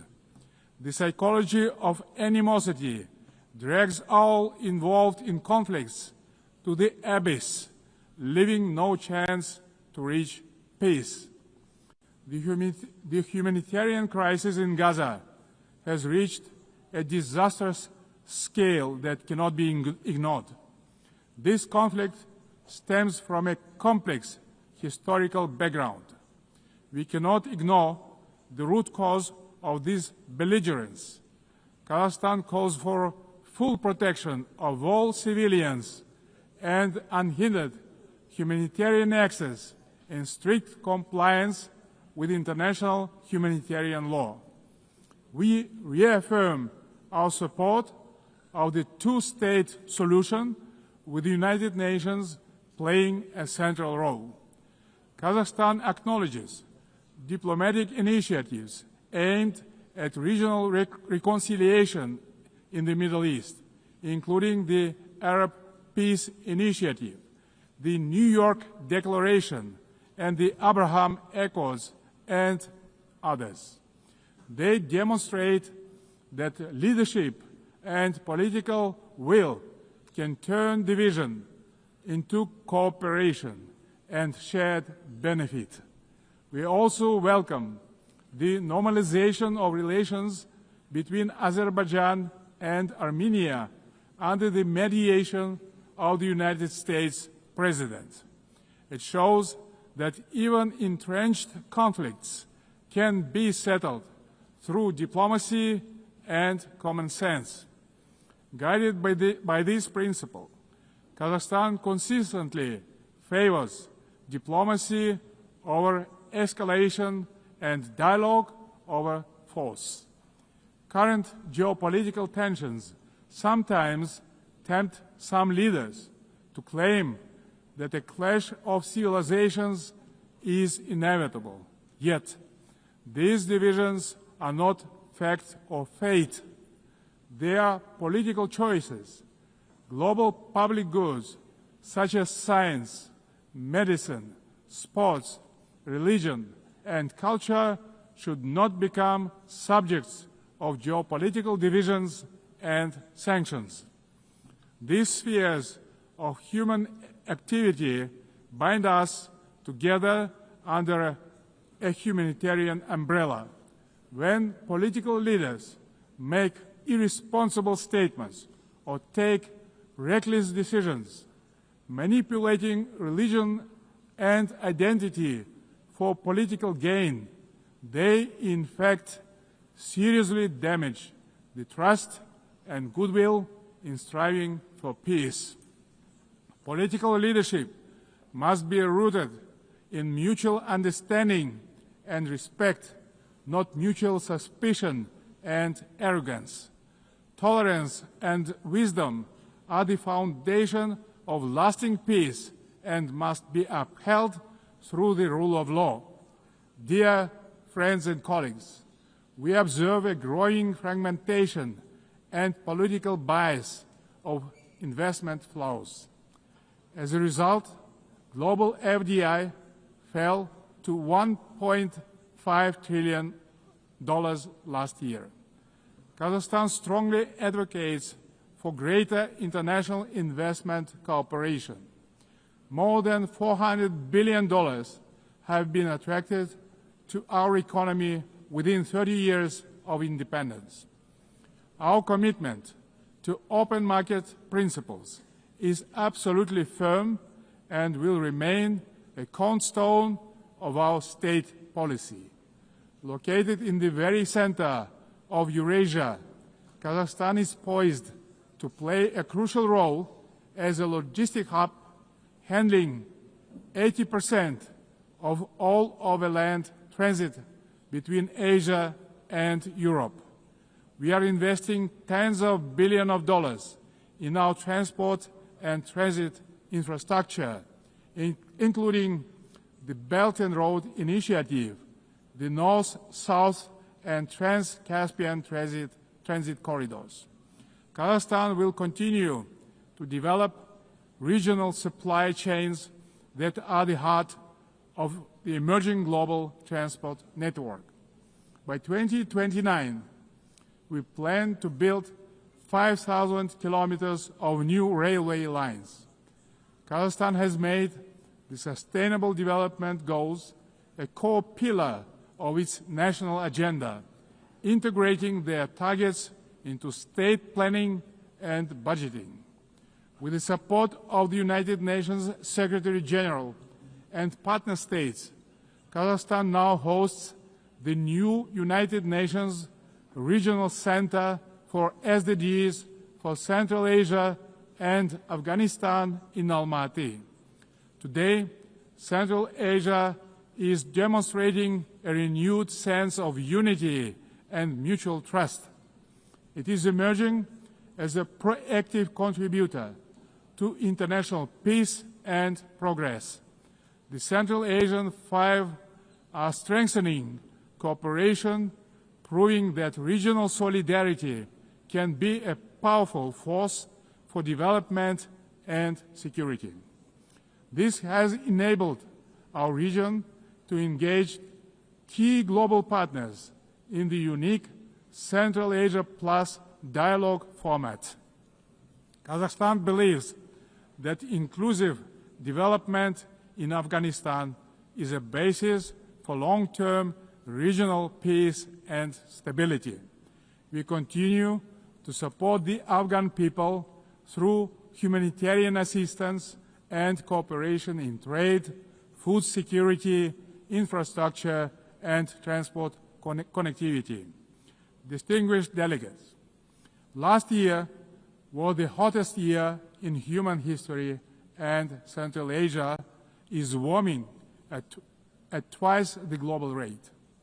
The melting of glaciers in the Alatau Mountains is accelerating, multiplying threats to water and food security for millions. Kazakhstan has drawn profound lessons from the tragedy of the Aral Sea. Thanks to our consistent efforts, including at the international level, we succeeded in preserving the northern part of the sea. As the current chair of the International Fund for Saving the Aral Sea, Kazakhstan will continue to play a proactive role in this common priority. Meanwhile, the Caspian Sea is rapidly shrinking. It is no longer just a regional concern. It is a global warning signal.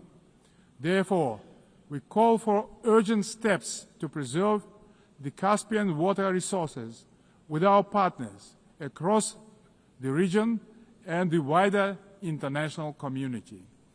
Last year, Kazakhstan co-organized the One Water Summit with France, Saudi Arabia, and the World Bank. Looking forward, stronger coordination, investments, and sustainable solutions are urgently needed to prevent future water crises.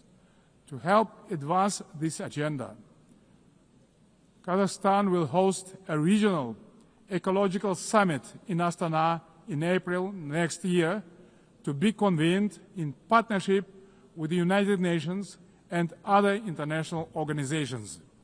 As part of our broader environmental commitment, Kazakhstan is implementing a nationwide Clean Kazakhstan campaign. This national movement mobilizes millions of volunteers in cleanup actions, waste reduction, and eco-education. At this initiative of Kazakhstan, the United Nations declared 2026 the International Year of Volunteers for Sustainable Development. We invite all member states to collaborate on this important endeavor.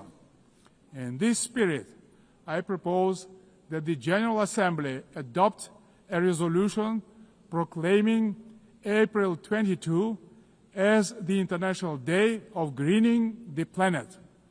Dear friends, Kazakhstan views artificial intelligence not as one more technological advancement, but as a major breakthrough that can be a true engine of human progress. Yet, as artificial intelligence accelerates, so do the related risks, specifically deepening technological, economic, and geopolitical divides. At the same time, we should not let ethical norms fall behind this rapid evolution. Pressing questions of fairness, accountability, and individual rights must be addressed with clarity and urgency. We must act collectively to ensure that every country can benefit from AI. Kazakhstan welcomes the establishment under UN auspices of the Global Dialogue on AI Governance. We stand ready to actively contribute to this platform to help ensure that AI remains safe, inclusive, and human-centered. In Kazakhstan, artificial intelligence will be integrated across all sectors of economy and public services. The basic infrastructure to deliver this plan is being built, and our bright young people are getting ready to turn this vision into reality. Our strategic goal is to transform Kazakhstan into a fully digital power within the next 3 years.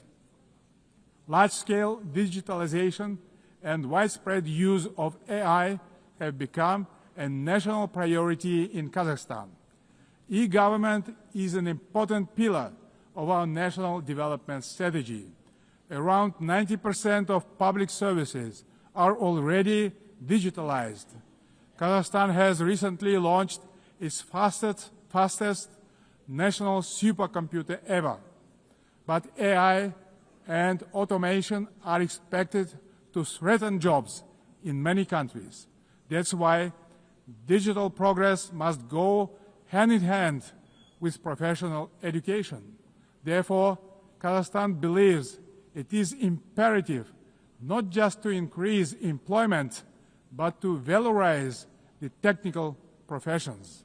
Ladies and gentlemen, amid global turbulence, Kazakhstan is pursuing a bold national renewal to build a truly just and fair state. Over the last 3 years, we have carried out large-scale political and economic reforms that are unprecedented in our part of the world. Through a national referendum, we introduced a single 7-year presidential term, thereby strengthening democratic accountability.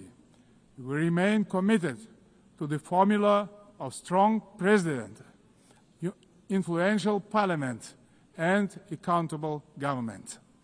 Guided by strong wish to modernize Kazakhstan, I have proposed a single-chamber parliament for a national referendum to consider. Our objective is to continuously embrace the political system to make it more transparent, effective, and reflective of people's aspirations. At the heart of these reforms lies a clear principle: law and order must prevail. We believe that only governance rooted in common sense and the rule of law can ensure public order and protect the rights of all citizens. It creates good conditions for international investment, trade, cooperation, and more broadly, the dynamic development of our country. The interests of law-abiding people and decent citizens must always come first, maintained through justice, accountability, and mutual respect. Kazakhstan's economy is showing clear signs of sustainability and resilience.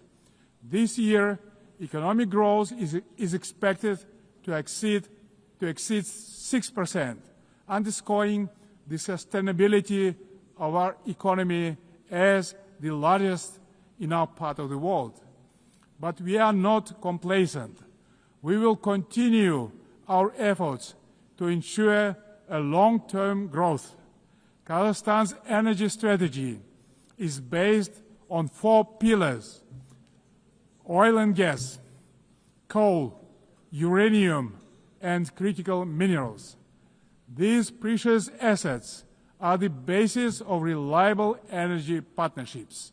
Climate change and the green agenda cannot be accepted by all countries that have huge deposits like coal, which nowadays can be cleaned up by advanced technologies. That's why we have committed to decarbonize our country in 35 years. Renewable energy is not the single solution to all energy problems. Agriculture is another driver of our development with huge potential for global markets. Kazakhstan's grain export capacity has amounted to 12 million tons, reaching a great number of international markets, creating new opportunities for trade expansion using enhanced transport connectivity. We will continue our cooperation with all major international partners and regional stakeholders to further diversify our external trade and economy, making it more inclusive and resilient. Excellencies, we will remain firmly on this path, deepening governance reforms at home while supporting global governance abroad. Kazakhstan will continue to serve as a bridge builder and peacemaker. It will also continue to choose balance over domination, cooperation over confrontation, and peace over war. We stand ready in cooperation with other players, stakeholders in the international community to renew the promise of the United Nations as a beacon of peace, justice, and cooperation. Thank you very much. On behalf of the Assembly, I wish to thank the President of the Republic of Kazakhstan. The Assembly will hear an address by His Excellency Matamela Cyril Ramaphosa, President of the Republic of South Africa. I request protocol to escort His Excellency and invite him to address the Assembly.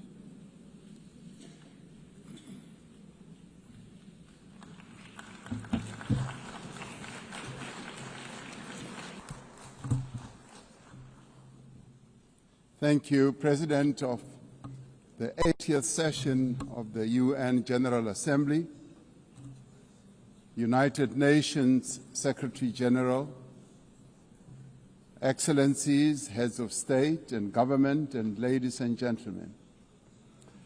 80 years ago, the United Nations was established to save succeeding generations of humanity from the scourge of war and to build a peaceful, prosperous, and just world arising from the devastation brought about by global conflict. Through the UN Charter, the nations of the world pledge to uphold peace, development, and human rights, which would be underpinned by international law. Now more than ever, we are called upon to uphold the values and advance the purpose of the United Nations. We are also called upon to advance cooperation and solidarity between nations. We are called upon to promote multilateralism and safeguard the institutions that enable it. South Africa's engagement in the international sphere echoes our domestic imperatives of eradicating poverty, reducing unemployment, and addressing the root causes of inequality. Our foreign policy is guided not only by the needs of our people, but also those of the continent of Africa and the global South. Inspired by our own history, South Africa strives to maintain world peace and also the settlement of all international disputes through negotiation and dialogue and not through war. We therefore welcome the strong partnership between the African Union and the United Nations in promoting peace, security, and stability on the African continent. This year, South Africa is honored to preside over the G20. This is the first time that G20 Leaders Summit will be held on the African continent, the cradle of humanity. South Africa's G20 presidency is guided by the theme equality, solidarity, and sustainability. To give full meaning to our theme of equality, solidarity, and sustainability, we have invited the G20 countries to join us in prioritizing the following areas. Firstly, in discussion to strengthen disaster resilience and response by addressing the increasing frequency and impact of climate-induced natural disasters. Secondly, to ensure that we have debt sustainability for low-income countries by crafting innovative ways to support countries to have low levels of debt to maintain economic stability. Thirdly, to discuss how to mobilize finance for a just energy transition by encouraging investments in renewable energy and sustainable technologies, without foregoing what we would call baseload energy sources. Fourthly, by harnessing critical minerals for inclusive growth and sustainable development through the value addition processes, that is, beneficiation of these minerals at the source where the minerals are extracted, to foster the development of communities where these minerals are found. These priorities reflect South Africa's commitment to addressing global challenges and promoting inclusive growth and sustainable development. Our country's G20 presidency is a significant opportunity for South Africa to advocate for Africa's development agenda and to amplify African voices in global economic governance for a continent that is irreversibly on the rise. As member states of the United Nations, we have all adopted the Sustainable Development Goals. However, many of these goals remain elusive. There are many reasons that hold many countries back from fulfilling and implementing these development goals. Some of these reasons are lack of sufficient financial resources that can finance the advance that these countries need to make to fulfill those goals. Many countries with developing economies, especially in Africa and the global south, do not have adequate capital to finance their development goals. They are indebted and are paying much more on debt servicing than they do on health and education. In fact, these countries pay much more than countries in the north for their debt. Yet through global solidarity, by having fairer lending rules, especially for several of the global south countries, we can achieve our shared commitment. Through the G20 process, we are working towards building consensus on how this problem can be tackled, including the reform of international financial institutions, particularly multilateral development banks, to better tackle global challenges that many countries face. The multilateral trading system needs to be reformed as we reconfirm that the World Trade Organization remains the only multilateral body that is capable of managing differences and coordinating positions in global trade. Trade is one of the most important instruments to mobilize domestic resources for development. It is concerning that geopolitical shocks and unprecedented trade policy volatility are destabilizing the global economy and jeopardizing a critical source of development finance. In fact, trade is now being used as a weapon against a number of countries in the world. We must redouble our efforts to strengthen the link between trade and development. Unilateral trade practices and economic cohesion have a detrimental impact on many nations. This includes the economic embargo against Cuba, which has caused untold damage to the country's economy over the years. This unfair embargo must be lifted, and we want it lifted sooner rather than later.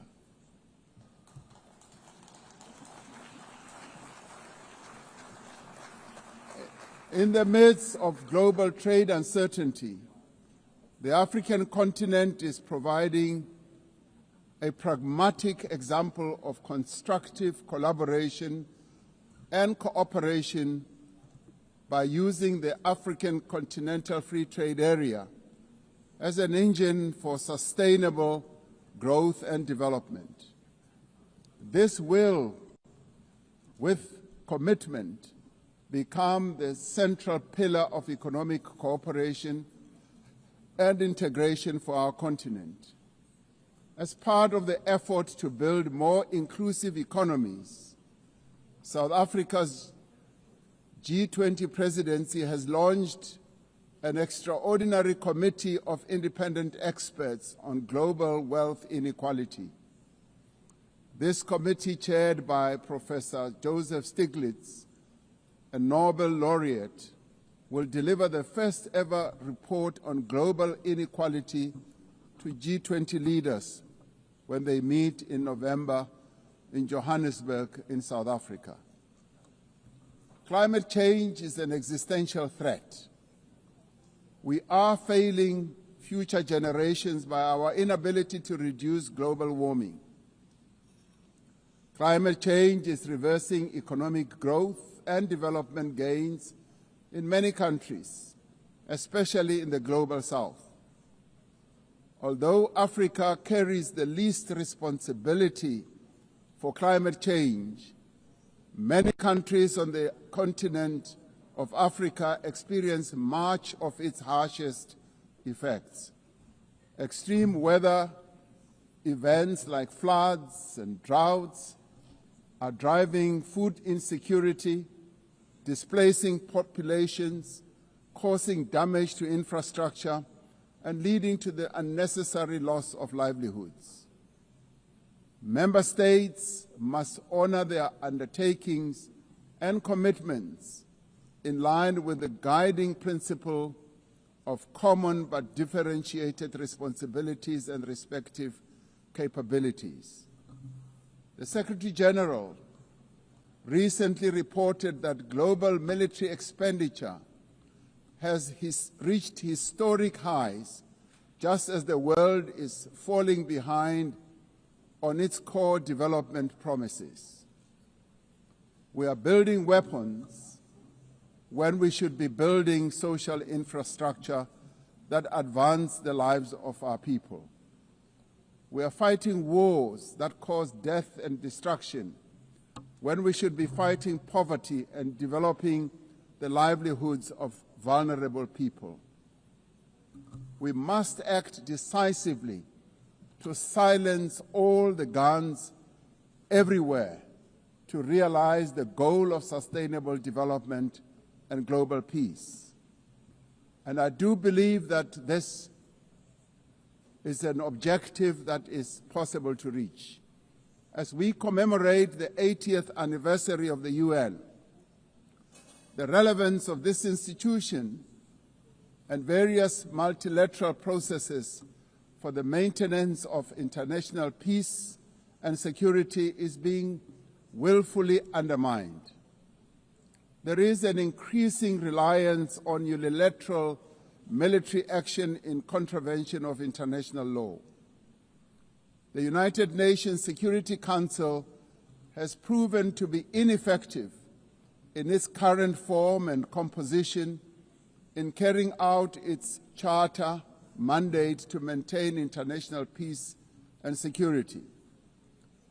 South Africa remains deeply concerned by the erosion of the credibility of the Security Council and its failures to ensure accountability and uphold international law.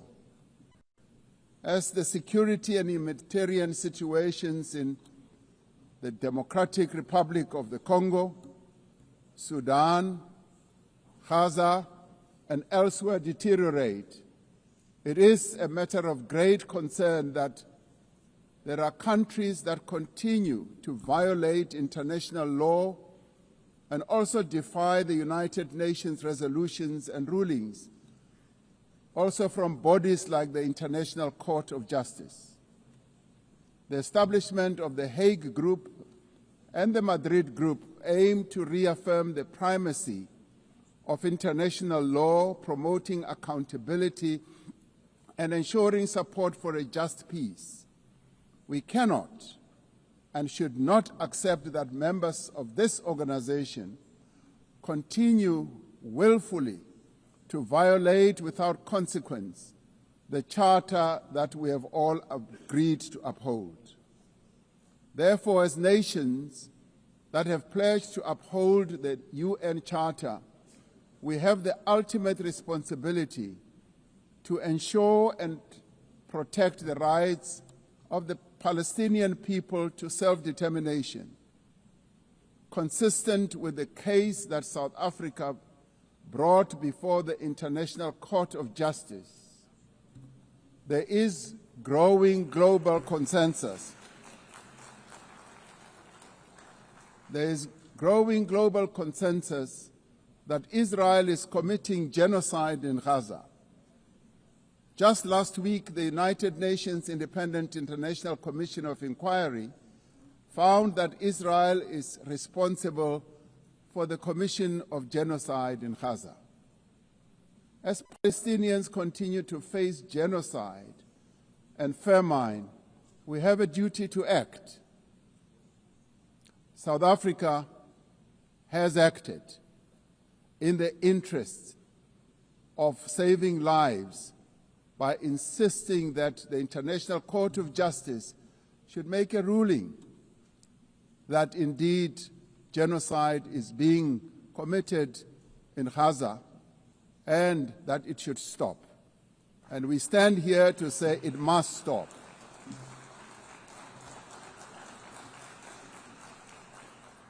We welcome the historic high-level meeting held yesterday on the two-state solution yesterday in this very chamber. This reflects the determination of the global majority, a global majority that now stands at 142 and more countries, that Palestinians deserve a peaceful state alongside a peaceful Israel. Many nations in the world are calling for that, and that is the voice that we believe that Israel should heed, and those powerful nations that can make a two-state solution viable and possible and implementable should act in that regard. The long overdue announcement by increasing number of countries to recognize the state of Palestine is testament to this determination. We have a responsibility as the member states of the United Nations to reaffirm the right also of self-determination of the people of Western Sahara.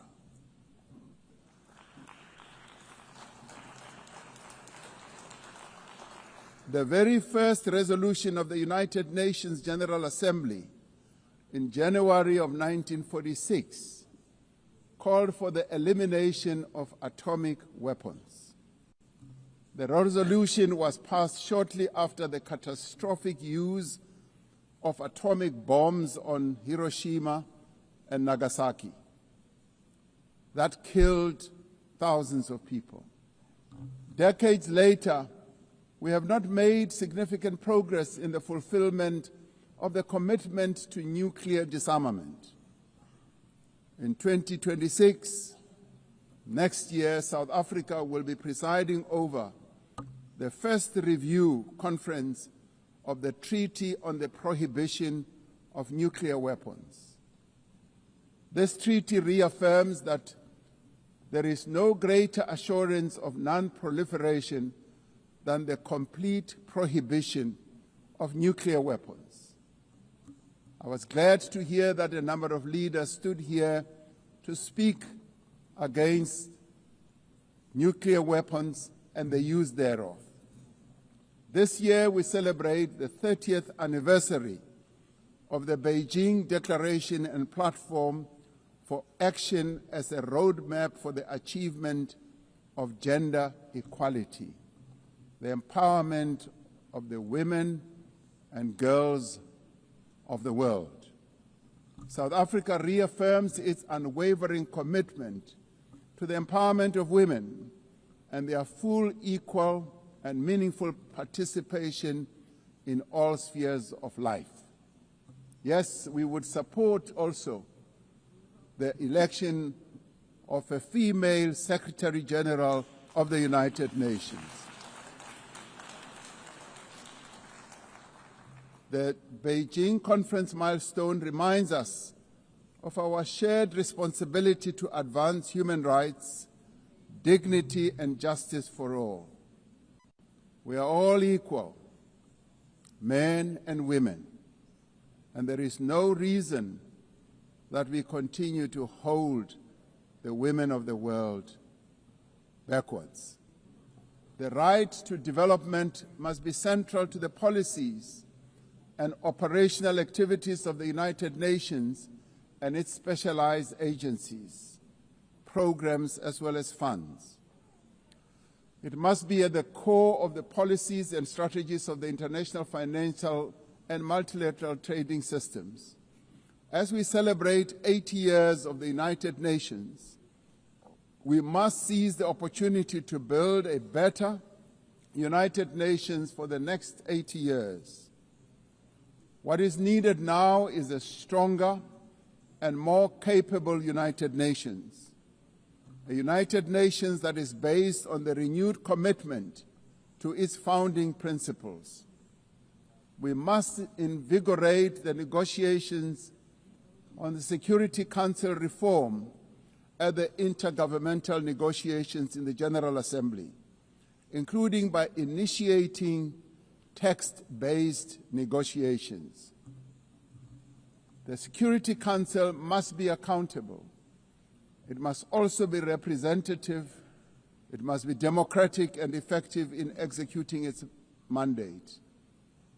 We can no longer accept that a large portion of the world's population is not represented in the United Nations Security Council.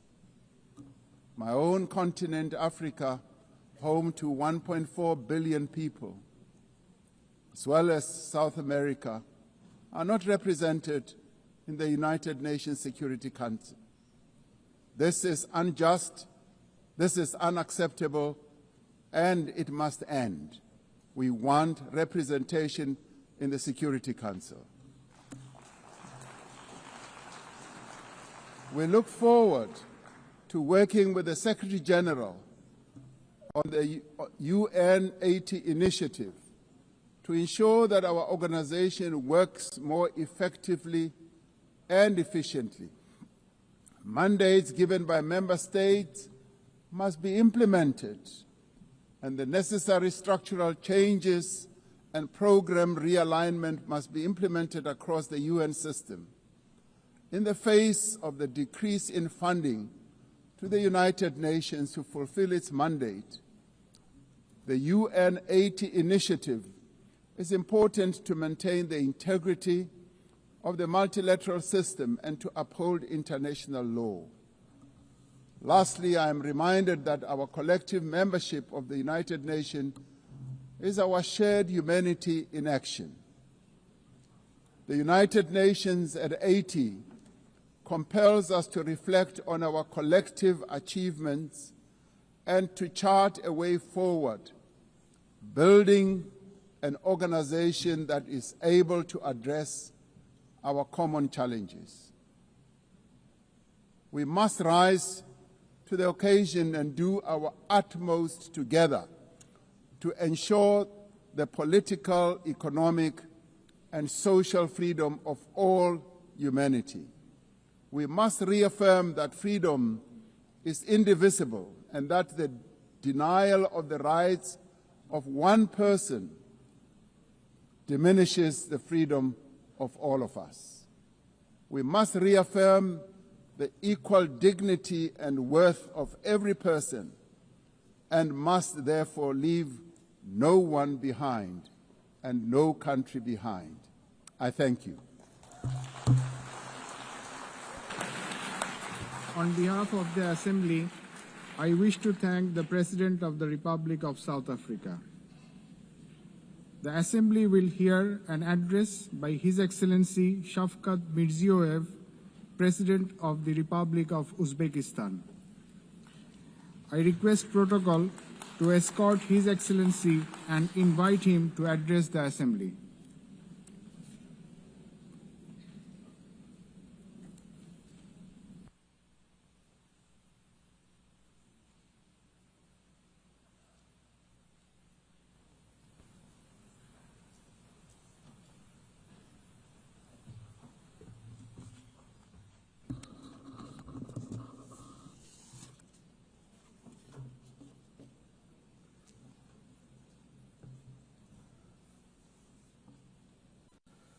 Hurmatli rais xonimlari, hurmatli bosh kotib janoblari, delegatsiya rahbarlari, xonimlar va janoblar.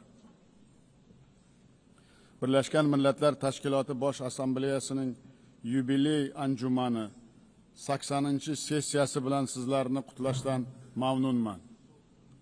Bugungi yig'ilishimiz shiddat bilan o'zgarayotgan murakkab global vaziyatda o'tmoqda.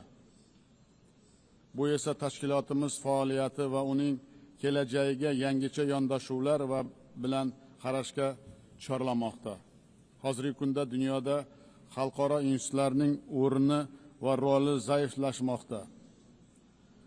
Qarama-qarshilik, nizo va urushlar kuchaymoqda. Texnologik va ijtimoiy tengsizlik keskin oshmoqda. Iqtisodiy va gumanitar inqirozlar ortib bormoqda. Bularning hammasi mutlaqo yangi xavotirli geosiyosiy voqelikning vujudga keltirmoqda. Biz bosh kotib António Guterres janob olilarining tashkilotimizning eng og'ir va o'tkir global masalalarni murosa bilan hal etish uchun asosiy platforma sifatida saqlab qolishga qaratilgan sa'y-harakatlarini yuksak baholaymiz. Bu borada BMT 80 tashabbuslarini to'liq qo'llab-quvvatlaymiz. Kelajak uchun paktga qat'iy sodiqligimizni tasdiqlaymiz. Biz zamonaviy xavf-xatarlarni qarshi samarali kurashish, rivojlanayotgan davlatlarning manfaatlarini himoya qilish maqsadida Birlashgan Millatlar Tashkiloti Xavfsizlik kengashini transformatsiya qilish va uning tartibini kengaytirish tarafdorimiz.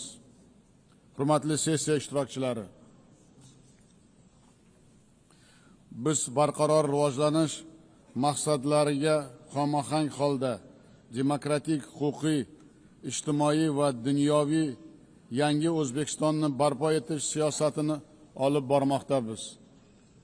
Ortga qaytmas islohotlarimizning izchil davom ettiryapmiz. Ustuvor maqsadimiz mamlakatimizda yashayotgan har bir oilaning, har bir fuqaroning hayotini tubdan o'zgartirish, inson qadrini va farovonligini oshirishdir. So'nggi yillarda O'zbekistonda kambag'allik darajasi 35% dan 6.6% gacha qisqartirishga erishdik.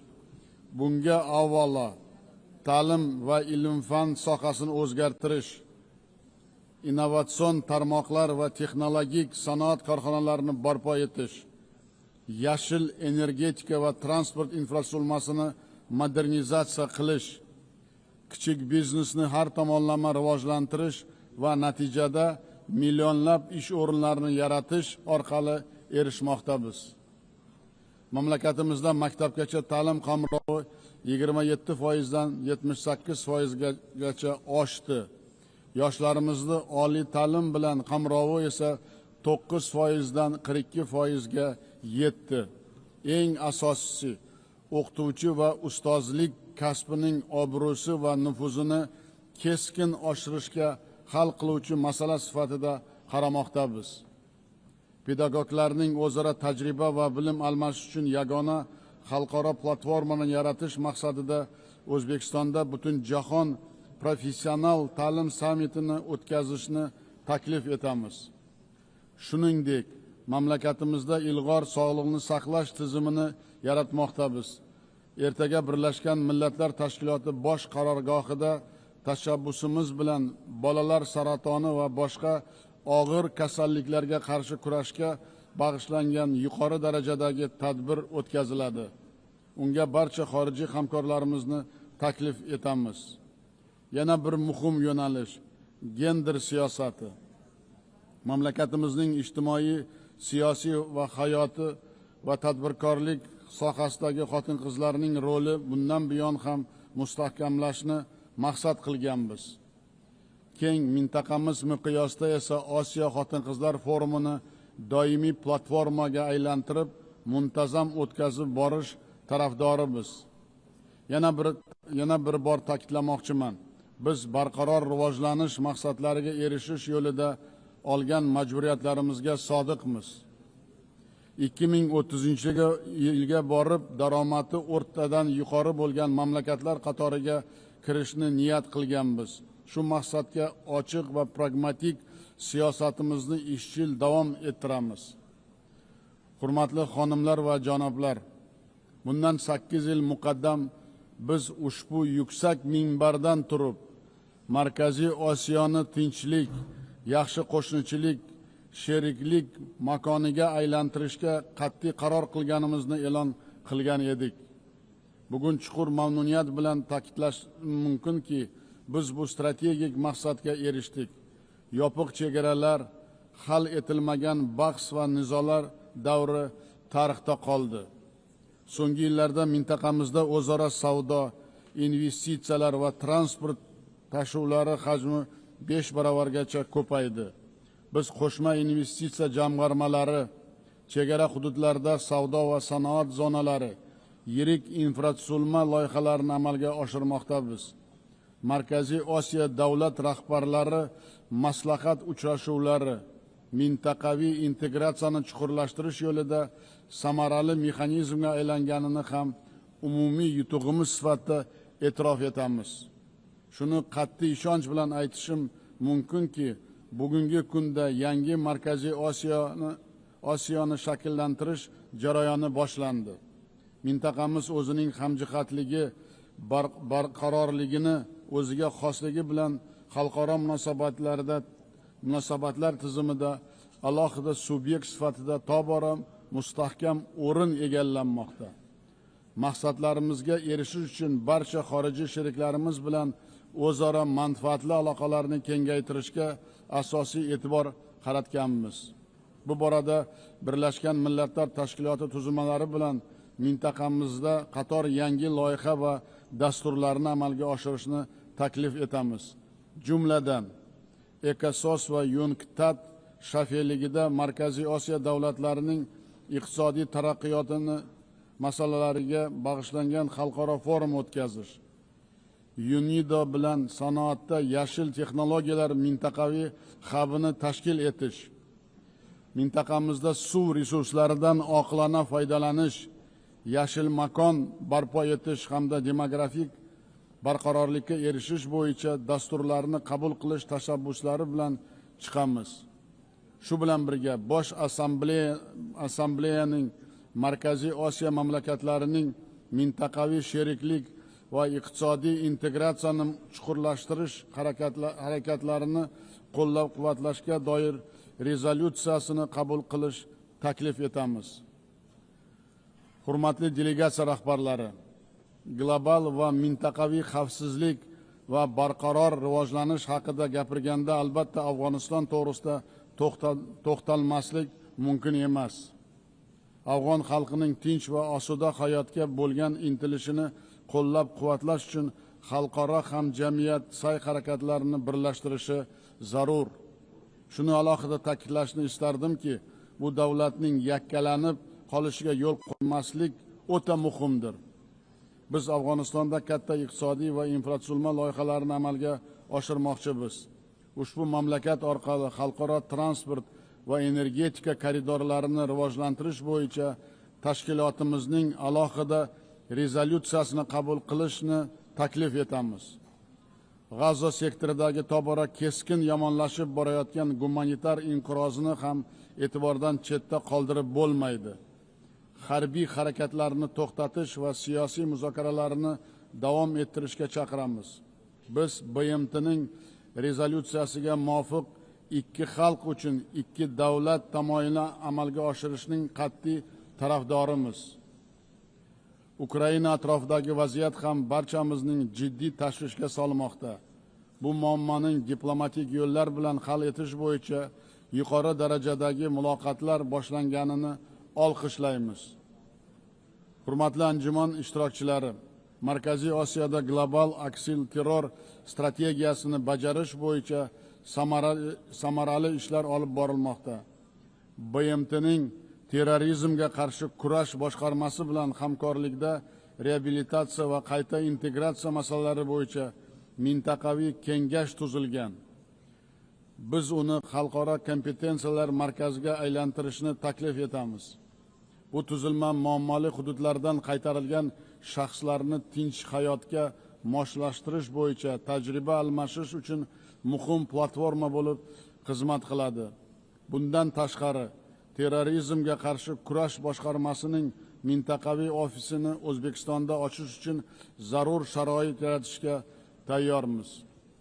Hurmatli xonimlar va janoblar, bugungi tahdidlarga to'la dunyoda global transport tizimi naqadar zaif ekanligiga amin bo'layapmiz. Bu muammolar birinchi navbatda dengizga chiqish imkoniyati bo'lmagan rivojlanayotgan davlatlarning barqarorligiga salbiy ta'sir ko'rsatmoqda. Xalqaro tranzit koridorlarining xavfsizligini ta'minlash va samarali logistika zanjirlarini yaratish o'ta muhimdir. Shu borada barqaror rivojlanish maqsadlari uchun o'zaro transport bog'liqligining mustahkamlash global mexanizmini joriy etish vaqti keldi deb hisoblaymiz. Shuningdek, tobora o'tkir tus olayotgan iqlim o'zgarishi muammolariga ham alohida to'xtalmoqchiman. Jumladan Orol dengizini qurishini salbiy oqibatlarining jahon hamjamiyatining doimiy diqqat markazida bo'lishi lozim. Biz Orol bo'yi ekotizimining qayta tiklash bo'yicha ishlarni izchil davom ettiryapmiz. So'nggi yillarda dengizning qurigan tubida 2 million gektar maydonda sho'rga chidamli cho'l o'simliklari ekildi. 2030-yilgacha ushbu hududning 80% qismida yashil qoplamalar hosil qilinadi. Yana bir muhim muammo bu suv resurslarining taqchilligidir. Hozirda dunyo aholisining 2 milliarddan ortig'i toza ichimlik suvidan foydalanish imkoniyatiga ega emas. Biz mamlakatimizda suvni tejash bo'yicha butun jahon forumini o'tkazishni rejalashtirganmiz. Mazkur anjuman yakunlari bo'yicha suv inqirozini barqaror taraqqiyot uchun jiddiy tahdid sifatida belgilash mo'ljallanmoqda. Bu borada global darajada innovatsiya texnologiyalarini joriy etish uchun alohida yo'l xaritasini qabul qilish niyatdamiz. Ekologik o'zgarishlarning yana bir salbiy ko'rinishi iqlim migratsiyasining kuchayib borayotganidir. Afsuski ushbu yo'nalishda aniq xalqaro mexanizmlar va huquqiy baza hanuzgacha yaratilmagan. Biz bu jiddiy masalaga keng xalqaro sheriklik va muvofiqlashtirilgan siyosat yuritish bo'yicha global pakt qabul qilish tarafdorimiz. Hurmatli yig'ilish ishtirokchilari, mamlakatlar o'rtasida raqamli rivojlanish va sun'iy intellektdan foydalanishda tengsizlikning oldini olish juda muhim ahamiyatga ega. Sog'liqni saqlash, ta'lim va madaniyat sohalarida sun'iy intellektning amaliy yechimlari va modellarini beg'araz almashishga qaratilgan xalqaro hamkorlik mexanizm yaratishni taklif etamiz. Yana bir ustuvor masalaga alohida to'xtalmoqchiman. Ertangi kunimiz dunyoning taqdiri va farovonligi o'sib kelayotgan yosh avlod qo'lida. Yoshlarimizni qalbini va ongining tinchlik, gumanizm va do'stlik, o'zaro ishonch va hurmat bilan oliyjanob g'oyalari sindirish dolzarb vazifamizdir. Bu borada jahon yoshlarining tinchlik sari harakatining ta'sis etish va uning qarorgohini O'zbekistonda joylashtirish taklifini ilgari suramiz. Biz jamiyatimizdagi bag'ri kenglik siyosatini izchil amalga oshirmoqdamiz. Shu bilan birga islom ma'rifati g'oyalarini chuqur o'rganish va dunyoga targ'ib etish bo'yicha sa'y-harakatlarimizni faol davom ettiramiz. Yaqin oylarda keng mintaqamiz uchun noyob bo'lgan islom sivilizatsiya markazini ochamiz. Buyuk ajdodlarimiz, mutafakkir allomalar Imom Buxoriy, Imom Termiziy, Imom Matrudiy boy ma'naviy va ilmiy merosining alohida taqdimotini Birlashgan Millatlar Tashkilotida o'tkazish niyatdamiz. Hurmatli xonimlar va janoblar, yangi O'zbekiston barcha davlatlar bilan o'zaro hamjihatlik, ochiq muloqot va yaqin sheriklik tarafdoridir. Biz xalqlar, madaniyatlar va sivilizatsiyalar o'rtasidagi muloqotni mustahkamlash, umumbashariy maqsadlarni ro'yobga chiqarish yo'lida o'z hissamizni qo'shishga doim tayyormiz. E'tiborlaringiz uchun rahmat.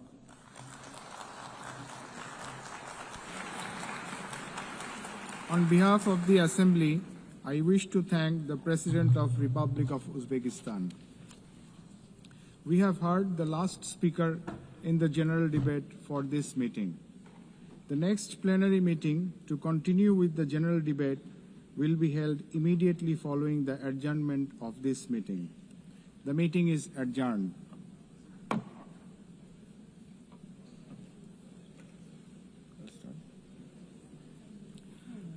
The fifth plenary meeting of the General Assembly is called to order. The Assembly will hear an address by His Excellency Hurelsuk Ukna, President of Mongolia. I request protocol to escort His Excellency and invite him to address the Assembly.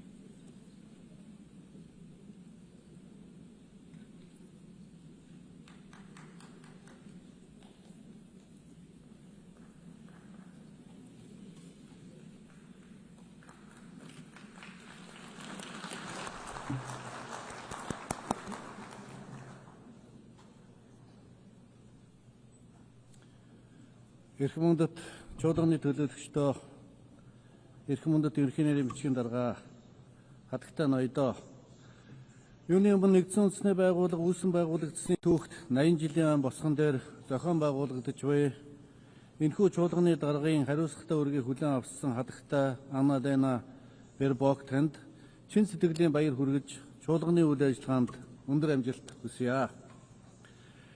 Тэртех 800-ны өмнө их эзэн Чингис хаан их Монгол улсыг байгуулж монголчууд бидний өвөг дээдэс өрөнд орныг төрт ёс хууль цаазын дор төвшөтгөн Евразийн өргөн удам нутагт Монголын их амар амгаланг цогцлоож хүн төрлөختөн хөгжин дэвжих үндэс суурийг тавьсан түүхтэй юм а. Энэхүү Монголын их амар амгалан өнөөгийн дэлхийн дахны инх тайван доктортой байдлыг сахин хамгаалахын төлөөх хамтын хүчин чармаалтын үндэс суурь болох үс дэвшилтэд үзэл санааг агуулж байсан юм а. Тэгвэл 8.10-ны тэртех дэлхийн дайны утаа замхраагүй хүн төрлөختний төгшүүр арилаагүй байсан тэр цаг үед нэгдсэн үндэсний байгууллага хэмээх их айл дайны дэлхийн их тайван аюулгүй байдлын баталгаа дэлхийн улс орнуудын итгэл найдварын их өргөө болон сүндэрлэн болсон түүхтэй юм а. Тэр цагаас хойш энэхүү байгууллага хүн төрлөختний зам мөрийг гэрэлтүүлж улс орнууд инх таймнаар зэрэгцэн хамтдаа хөгжих итгэл найдварын гал галмт болон оршсоор ирлээ. Олон улсын найрамдал, олон улсын нөхцөл байдал хувьсамтгай бэрхшээл сорилтоор дүүрмэн хэвээр байгаа энэ цаг үед Ерөнхий Ассамблеийн 80-р чуулган ерөнхий санал шүүмжлийн сэдвийг хамтдаа хүчтэй 80 жил инх тайван хөгжил дэвшил хүний эрхийн төлөөх илүү сайхан ирээдүй хэмээн тодорхойлсныг бид талархан дэмжиж байна. Чухамдаа энэхүү сэдв нь нэгдсэн үндэсний байгууллагын өнгөрсөн 80 жилийн ололт амжилт алдаа оноог дүгнэн цэгнэж үйл ажиллагаа нь түүний дүрм олон улсын эрх зүйн зарчмуудын дагуу улам бүр бэхжүүлж цаашид илүү тодорхой үр дүн гаргахын төлөө санал бодол үйл хэрэгэ нэгтгэхэд биднийг уриалан дуудаж байна. Эрхэм хүндэт төлөөлөгчдөө Монгол улс аливаа улсын тусгаар тогтнол бүрэн эрх нутаг дэвсгэрийн бүрэн бүрэмтэн байдлыг хүндэтгэж маргаантай асуудлыг эв зүгээр шийдвэрлэх хүний эрх чөлөө дээдлэх эрх тэгш харилцан ашигтай хамтран ажиллах тухай нэгдсэн үндэсний байгууллагын дүрм нийтэд хүлээн зөвшөөрсөн олон улсын эрх хэмжээ зарчмыг тууштай баримтласаар ирсэн. Монгол улс нэгдсэн үндэсний байгууллагын бүрэн эрхт гишүүнээр илссэн 1961 оноос хойш олон улсын инх тайван аюулгүй байдлыг бэхжүүлэхийн төлөөх нэгдсэн үндэсний байгууллагын хүчин чармаалт түүний дотор зэвсэг хураах үл дэлгэрүүлэх санаачлагыг тууштай дэмжиж ирсэн бөгөөд өөрийн газар нутгийг цөмийн зэвсэггүй статустай болгон зарласан юм а.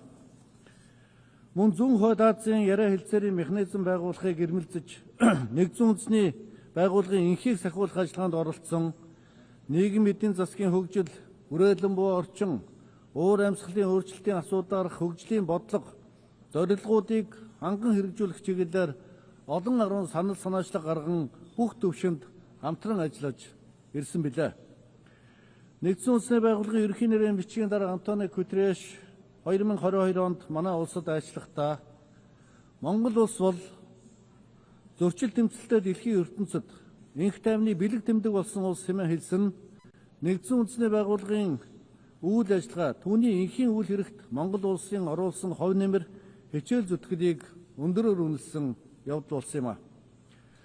Монгол улс өнгөрсөн 23 жилийн хугацаанд нэгдсэн үндэсний байгууллагын инхийг сахиулах ажиллагаанд зэвсэгт хүчний алба хаагчдаа тасралтгүй илгээн дэлхийн нийтийн болон бүс нутгийн их тайван аюулгүй байдлын төлөөх үйл хэрэгт хувь нэмрээ оруулсаар ирлээ.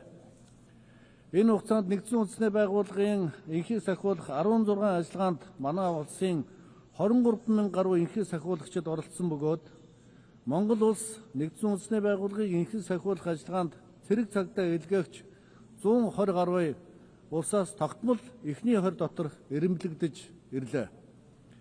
Мөн Монгол улс нэгдсэн үндэсний байгууллагын инхийг сахиулах ажиллагаанд үүрэг гүйцэтгэх эмэгтэй цэргийн албан хаагчдын тоог үе шаттайгаар нэмэгдүүлэн 14% хүргэснийг нэгдсэн үндэсний байгууллагын аюулгүй зөвлөлийн эмэгтэйчүүд, инх тайван, аюулгүй байдалд тогтоол батлагдсны 25 жилийн босгон дээр тэмдэглэн хэлэхэд бас таатай байна. Монгол улс цаашид даян дэлхийн инх тайван, аюулгүй байдлыг сахин хамгаалахад чиглэсэн нэгдсэн үндэсний байгууллагын хүчин чармаалтыг тууштай дэмжин инхийг сахиулах үйлсэд идэвхтэй оролцох болно. Эрхэм хүндэт зочид төлөөлөгчдөө тогтвортой хөгжлийн 2030 хөтөлбөр дуусахаар болоход ердөө 5 жил үлдээд буй энэхүү шийдвэрлэх цаг үед тогтвортой хөгжлийн зорилтуудын хэрэгжилт дэлхийд дахинаа дөнгөж 17% байна. Тэгвэл тогтвортой хөгжлийн 2025 оны ихтгэл дурдсанаар Монгол улсын тогтвортой хөгжлийн зорилтуудын хэрэгжилт 66.7% хүрч нэгдсэн үндэсний байгууллагын олон талт хамтын ажиллагааны индексээр 14-р байранд орсон бидний олон 10 жилийн хүчин чармаалтын үр дүн зохих амжилт юм а.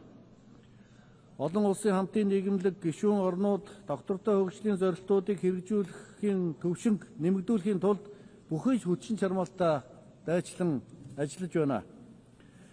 Хэдхэн сарын өмнө Испани улсын Севилийн хотноо болсон хөгжлийн санхүүжилтийн асуудлаарх олон улсын 4-р хурлаар тогтвортой хөгжлийн зорилтуудын амин чухал асуудал бол санхүүжилт гэдэг дээр улс орнууд санал нэгдэж хөгжиж буй улс орнуудын оролцоог нэмэгдүүлэх, олон улсын санхүүгийн өнөөгийн бүтцийг шинжлэх талаар олон санаачлага гаргасныг хэрэгжүүлэхээр тогтсонд баяртай байна. Уг баг хурлаас баталсан Севилягийн үүрэг амлалт баримт бичгийг хэрэгжүүлэх ажлын хүрээнд олон улсын хөгжлийн хамтын ажиллагааг хамгийн хэрэгцээтэй нэн эмзэг бүлгийн хүмүүсийг дэмжин туслах, үүнтэй холбоотой сорилт бэрхшээлүүдийг шийдвэрлэхэд чиглүүлэх нь нэн чухал байна. Түүнчлэн Монгол улс нэгдсэн үндэсний байгууллагын хүрээнд далаад гарцгүй хөгжиж байгаа орнуудын ашиг сонирхлыг хамгаалах, эдгээр улс орнуудын тусгай хэрэгцээ шаардлага, онцлог байдлыг олон улсын хамтын нийгэмлэгт таниулах, тэдэнтэй хамтран эрх ашигаа хамгаалах, дэлхийн нийтэд дуу хоолойгоо хүргэх чиглэлээр идэвхтэй мандайлан ажилласаар ирснийг тэмдэглэн хэлэхэд бас таатай байна. Далаад гарцгүй хөгжиж буй орнуудын асуудлаарх нэгдсэн үндэсний байгууллагын 3-р баг хурал өнгөрсөн 8 сард Туркменистан улсын Аваза хотноо зохион байгуулагдаж 2024-с 2034 оны Авазагийн үйл ажиллагааны хөтөлбөрийг баталсан. Газар зүүн байршлаа шалтгаалж худалдаа эдийн засгийн хувьд ямагт сорилт бэрхшээлтэй тулгарч байдаг далаад гарцгүй хөгжиж буй орнуудын хөгжлийн ирэх 10 жилд тодорхой хэмжээгээр урагшлуулах, тэдгээр улс оронд амьдарч буй 600 гаруй сая хүмүүсийн амьдрал ахуйд эерэг өөрчлөлт авчрах тус хөтөлбөрийн хэрэгжилтийг хангах үүрэг амлалтыг улс орнууд бас авсан. Авазагийн үйл ажиллагааны хөтөлбөрийг бодит ажил хэрэг болгохын тулд далаад гарцгүй хөгжиж буй орнууд уг хөтөлбөрийг өөрийн үндэснийхээ хөгжлийн хөтөлбөрүүдэд уялдуулахын сацуу бүх талын нөөц болцоог ашиглан бүс нутгийн интеграцтал хамтын ажиллагааг эрчимжүүлэх нь нэн чухал шаардлагатай байна. Мөн далаад гарцгүй хөгжиж буй орнуудыг дэмжин бодиттой дэмжлэг туслалцаа үзүүлэн хамтарч ажиллахыг олон улсын хамтын нийгэмлэг, банк санхүүгийн байгууллага, хөгжлийн түншүүдтэй бас уриалж байна. Эрхэм хүндэт зоч төлөөлөгчдөө их дэлхий бол хүн төрлөختөн та бидний цорын ганц гэр орон.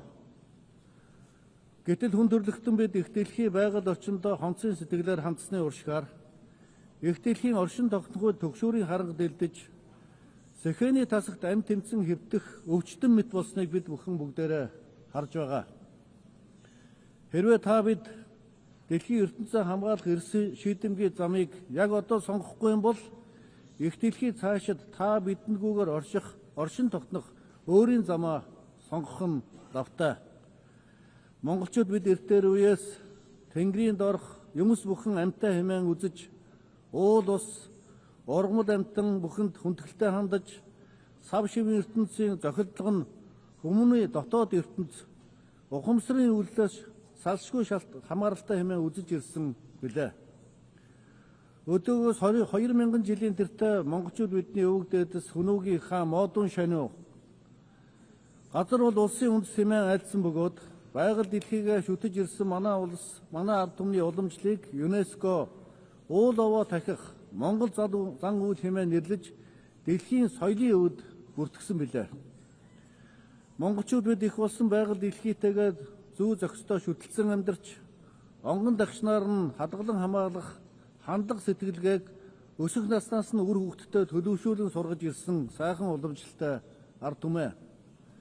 Тиймээс их Монгол улс байгуулагдсны түүхт 800 жилийн ойг тохиолдуулан Нэгдсэн үндэсний байгууллагын ерөнхий ассамблеийн 2005 онд гаргасан тогтоолд монголчуудын хүн төрөлхтний түүхэнд оруулсан хувь нэмрийг өндөрөөр үнэлсэн төдийгүй монголчуудын соёл иргэншилд уламжлагдан ирсэн байгаль дэлхийтэйгээ зохицон амьдрах ёсны ач холбогдол өнөөгийн дэлхийн ертөнцид улам бүр өсөн нэмэгдэж буйг онцлон тэмдэглэж байна хэмээн зохон тэмдэглэсэн юм а. Өнөө цаг үед монголчууд бид энэхүү өв соёл их дэлхийтэйгээ шүтлэн амьдрч ирсэн уламжлалт мэдлэг туршлагаа дэлхийд дахинаа хуваалцаж уур амьсгалын өөрчлөлтөд дасан зохицох, төсвөрлөх байдлыг нэмэгдүүлэхэд өөрсдийн хувь нэмрээ оруулахыг зорж байна. Монгол улс 2026 онд зохион байгуулах зөвлөлтөө тэмцэх тухай Нэгдсэн үндэсний байгууллагын конвенцуудын талуудын 17 дугаар баг хурал болон бэлчээр ба нүүдлийн мал аж ахуй эрхлэгчдийн олон улсын жилийн хүрээнд манай улс Нэгдсэн үндэсний байгууллагатай хамтран дэвшүүлж буй олон улсын 10 жилийн бэлчээрийн тэргүүлэх санаачлагыг дэмжин хамтран ажиллахыг та бүхнээс уриалж байна. Амьдралын их бол усны их бол мод хэмээн манай ард түмэн ярьдаг. Дэлхийд даяар усны хангамж хүртээмж буурч дэлхийн 3.6 тэрбум хүн усны хомсдолд өртөөд байна. Тиймээс улс орнууд газар болон усны нөөцийн нэгдсэн менежментийг уялдаа холбоотой хэрэгжүүлэх, усны хомсдолоос сэргийлэхэд онцгойлон анхаарч ажиллах шаардлага зүй ёсоор тавигдж байна. Уур амьсгалын өөрчлөлтөд дасан зохицсон усны нөөцийг хамгаалах, нэмэгдүүлэх, цөлжилт, газрын дөрөөтлийг бууруулах цогц хийдлийг эрэлхийлэх зорилготой Улаанбаатар хотноо 2026 онд зохион байгуулагдах Нэгдсэн үндэсний байгууллагын цөлжилтөд тэмцэх конвенцийн талуудын 17 дугаар баг хуралд та бүхнийг өндөр түвшин өргөн бүрэлдэхүүнтэй оролцохыг бид бүхэн урьж байна.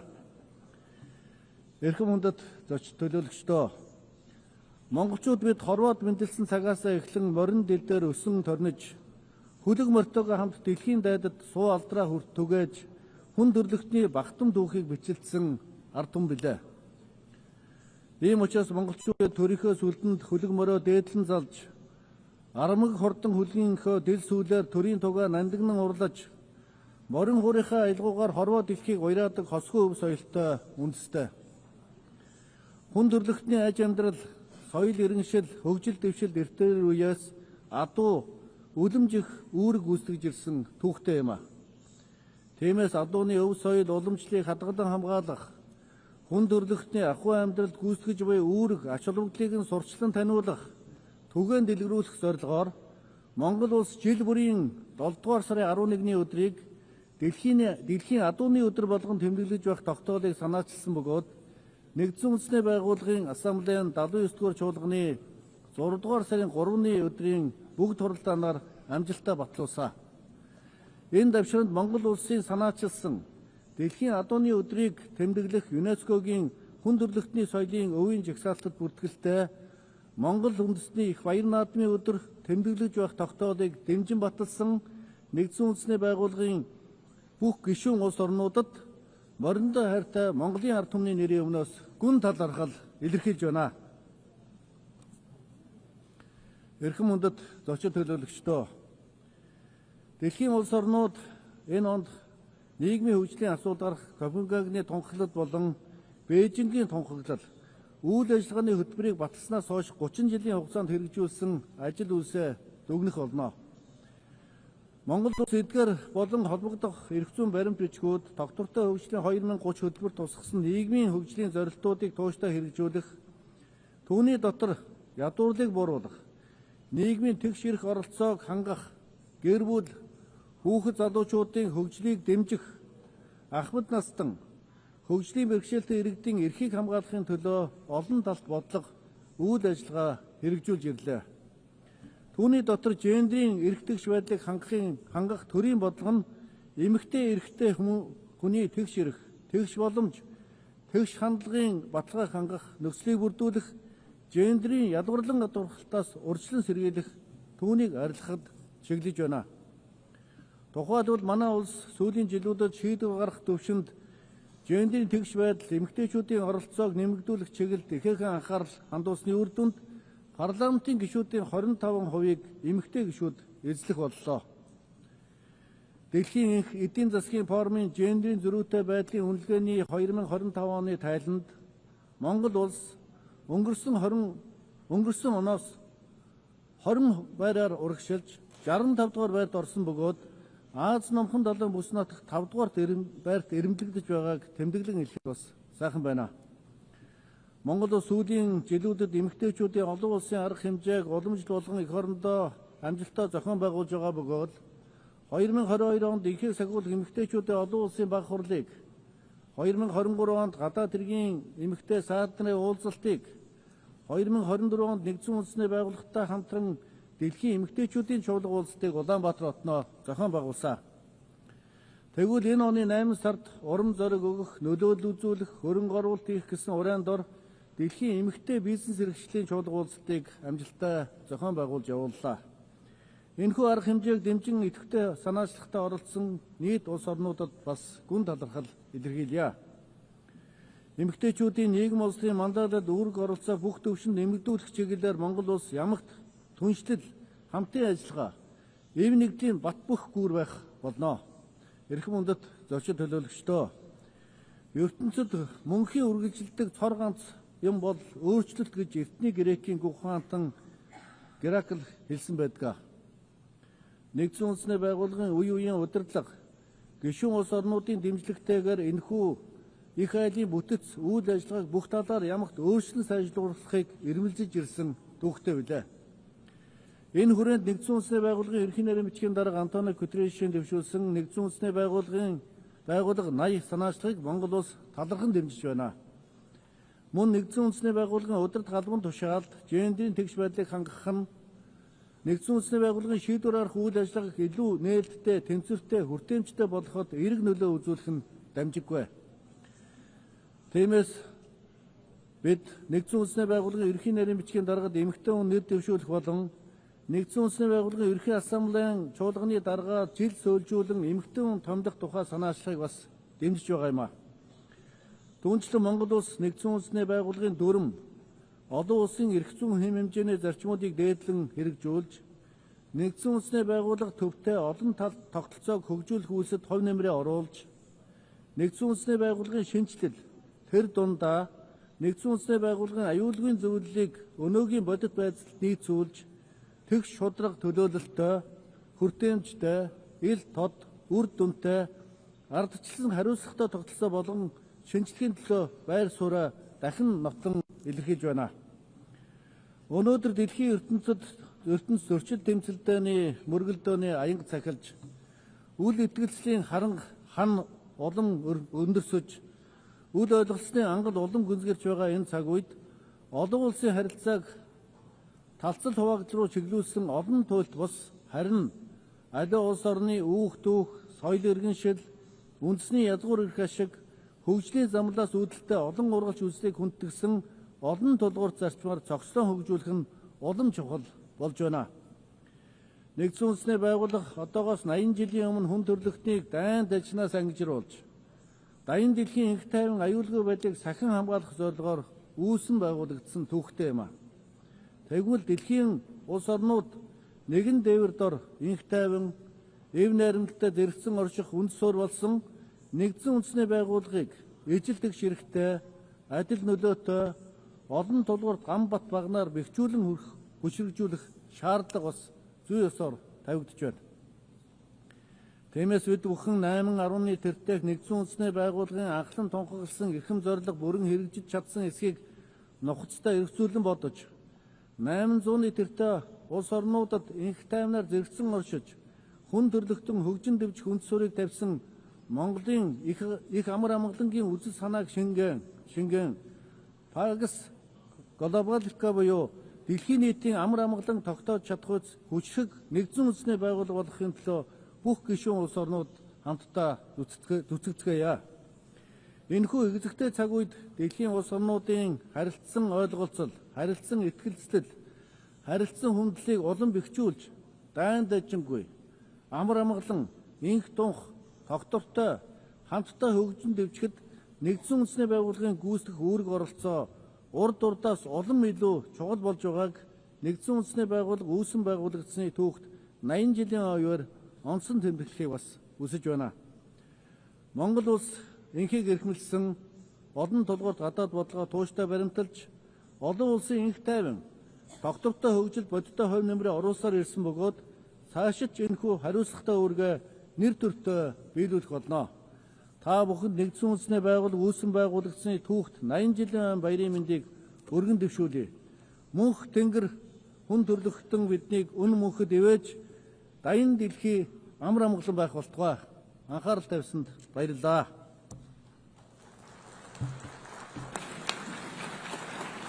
On behalf of the Assembly, I wish to thank the President of Mongolia.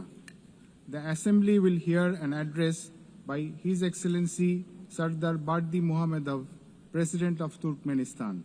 I request protocol to escort His Excellency and invite him to address the Assembly.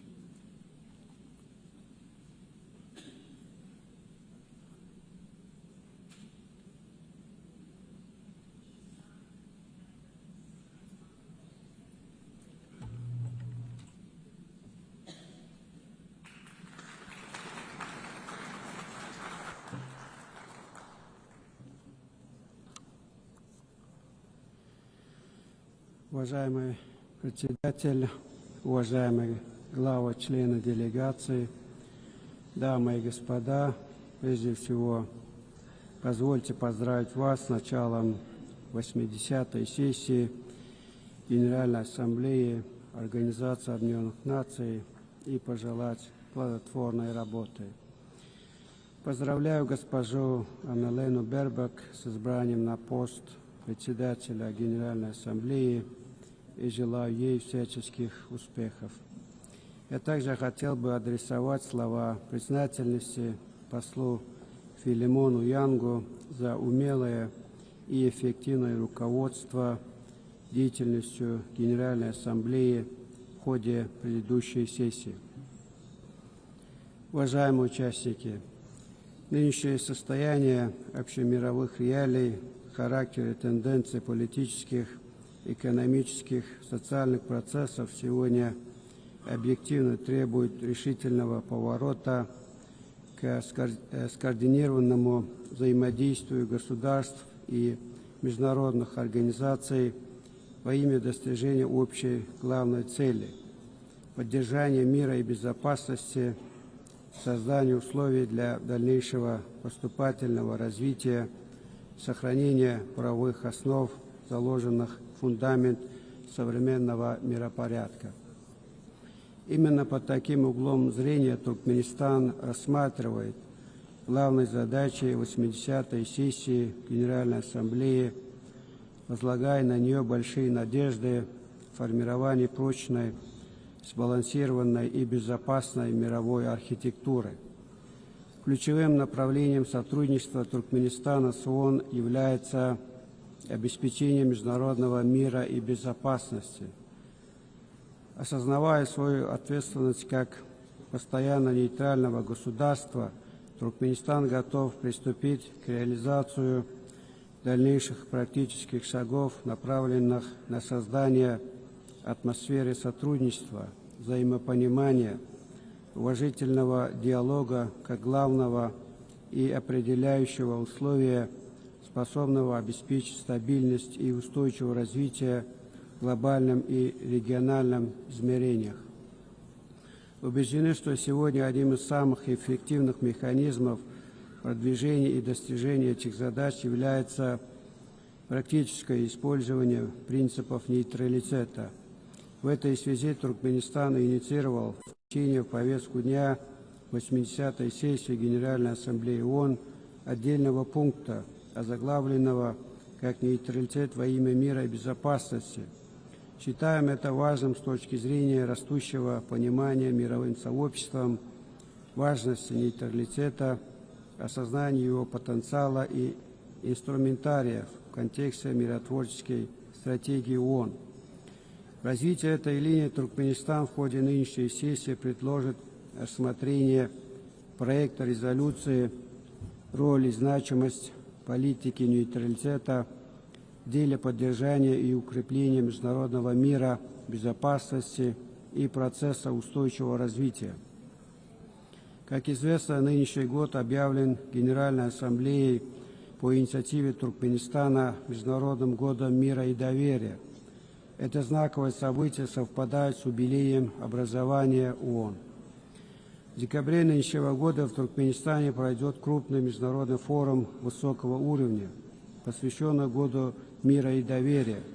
Рассматриваем его как реальный вклад в достижение стратегических целей ООН. Рассчитываем на широкое и представительное международное участие.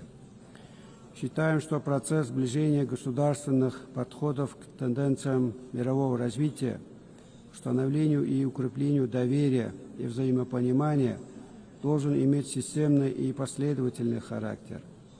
В этой связи Туркменистан инициирует проведение Всемирного саммита по вопросам культуры, мира и доверия.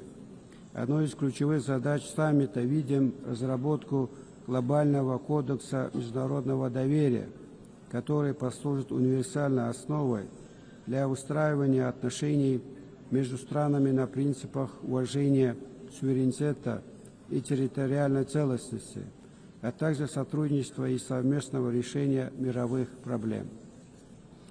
Рассматриваем вопросы обеспечения всеобщего мира и взаимопонимания с неразрывной связи с цивилизационными аспектами современного развития, необходимостью сохранения и сближения культурных и духовных связей.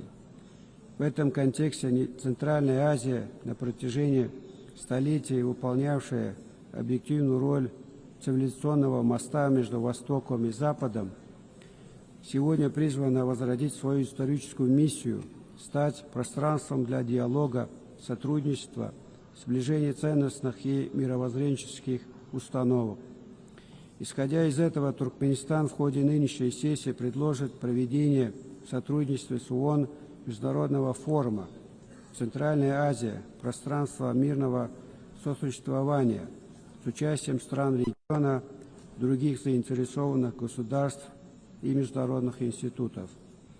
Туркменистан также представит на рассмотрение Генеральной Ассамблеи проект резолюции о провозглашении Международного дня посредничества, который подчеркнет значимость дипломатии и нейтральных площадок предотвращения и урегулирования конфликтов.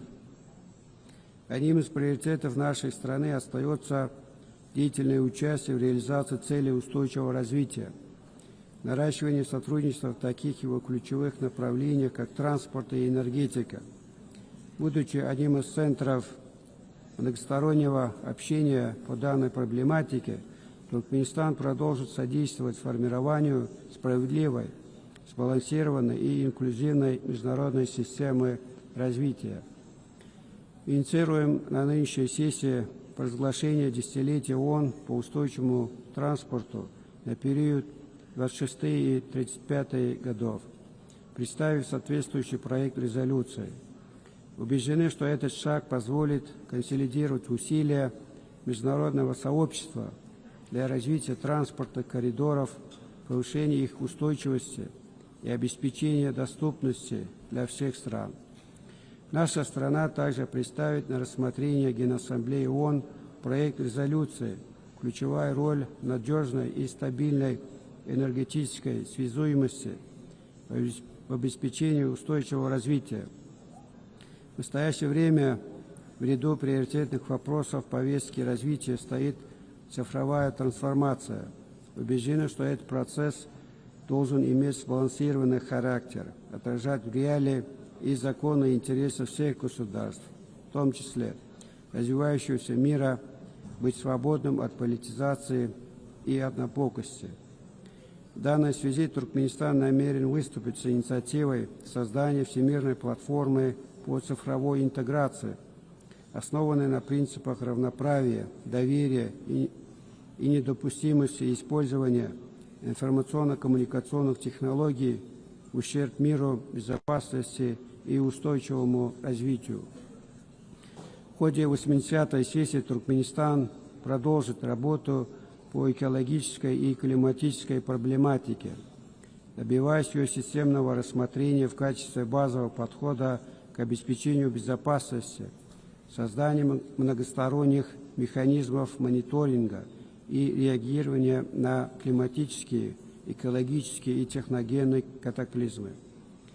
Туркменистан инициирует создание регионального центра по борьбе с опустыниванием для стран Центральной Азии.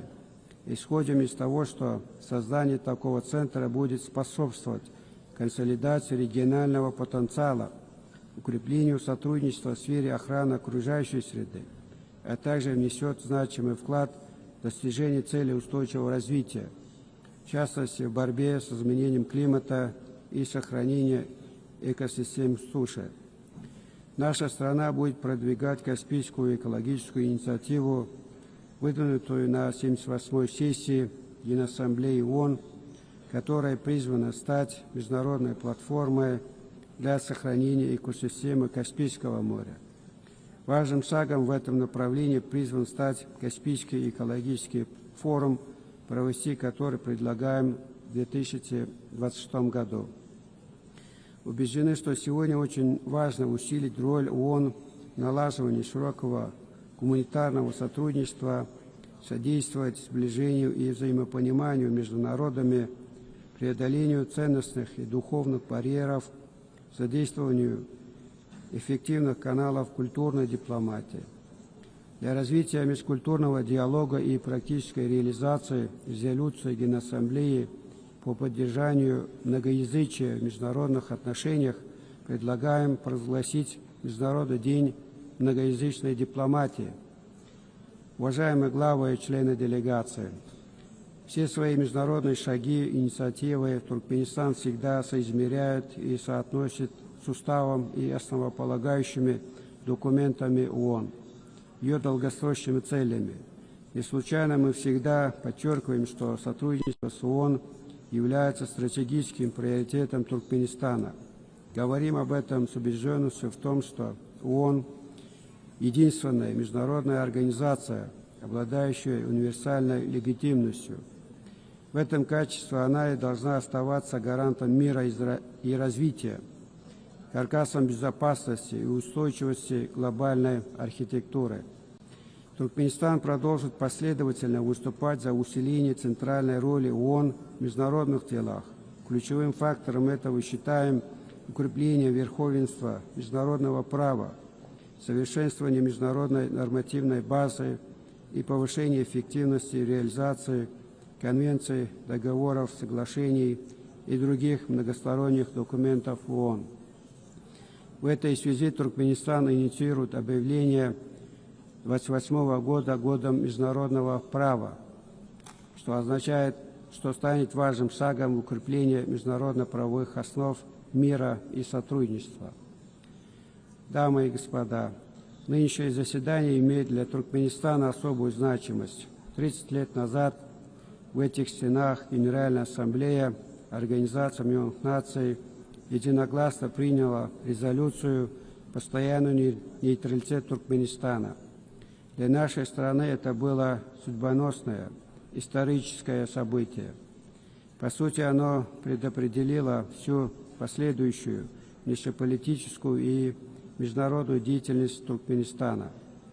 Международное признание нашего нейтралитета также способствовало активизации внутреннего развития страны, обеспечивая для этого благоприятные внешние условия. Я бы хотел, пользуясь возможностью от имени народа Туркменистана, выразить государствам-членам ООН, всему мировому сообществу благодарность за принятое в декабре 1995 года решение о признании постоянного нейтралитета Туркменистана, подтвержденное 2 последующими резолюциями Генеральной Ассамблеи. Туркменистан всегда будет помнить об оказанном ему доверии, твердо следовать взятым на себя международным обязательствам. Я еще раз поздравляю все делегации с началом работы 80-й юбилейной сессии Генеральной Ассамблеи Организации Объединенных Наций и желаю успехов в укреплении нашего сотрудничества и взаимопонимания. Благодарю за внимание.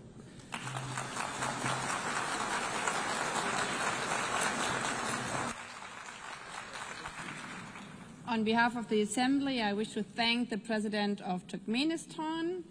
The Assembly will hear an address by His Excellency Gabriel Boric Font, President of the Republic of Chile. I request protocol to escort His Excellency and invite him to address the Assembly.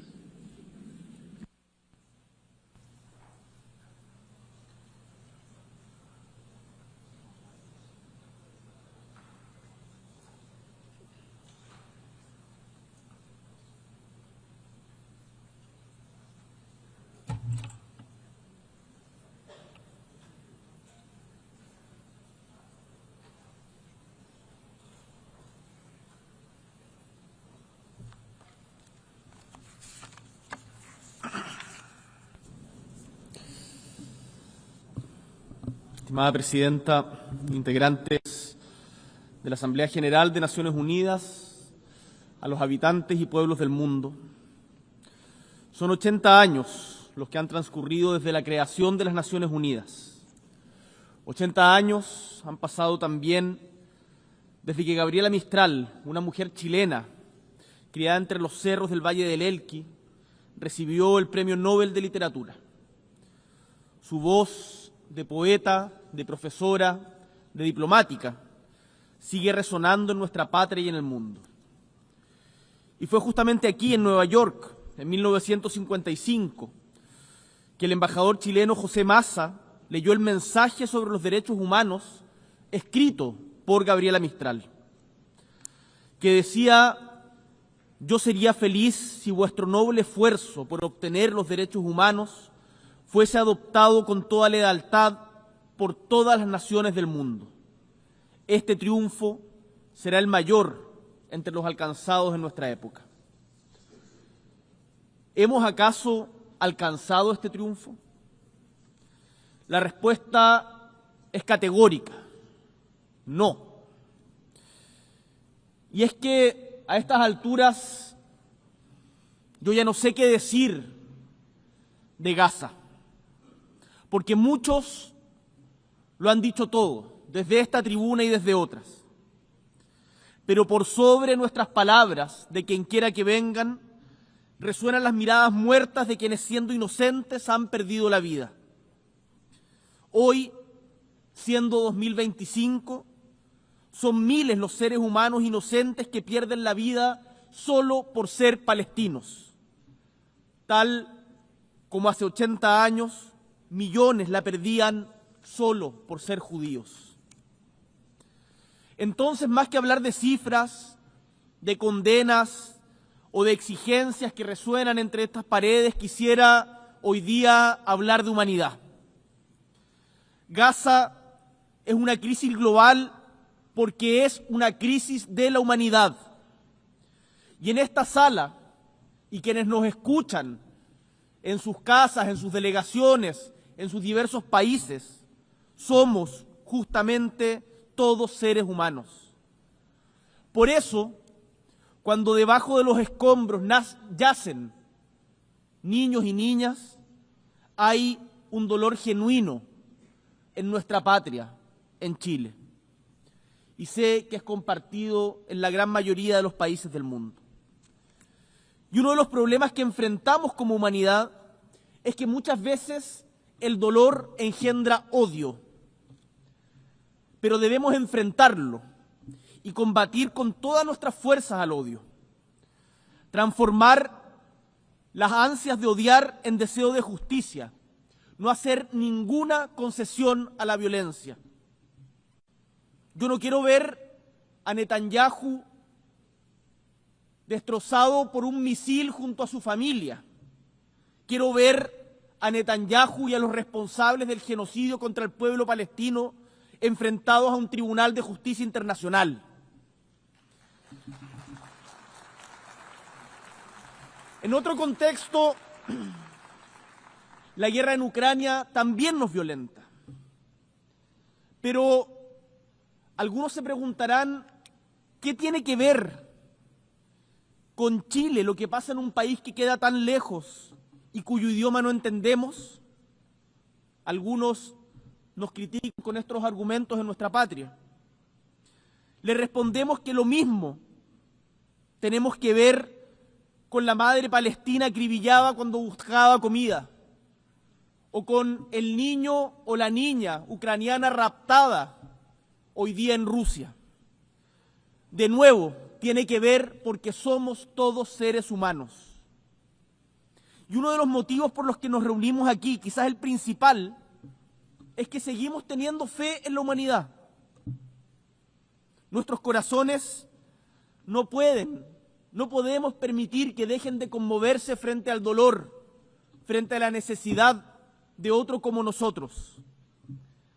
Para ello es que justamente nos hemos dado reglas que son avances civilizatorios, productos de aprendizajes de las más grandes tragedias que hemos enfrentado como humanidad. Y esas reglas, y hay que decirlo desde esta tribuna y actuar desde esta instancia, hoy no se están respetando. Porque digámoslo con fuerza, no está bien invitar a negociar a un país neutral y asesinar a tu contraparte violando la soberanía de ese país como se hizo en Doha, Qatar. No está bien bombardear las instalaciones nucleares de un país, tal como ayer tampoco estaba bien invadir Irak argumentando armas de destrucción masiva que no existían.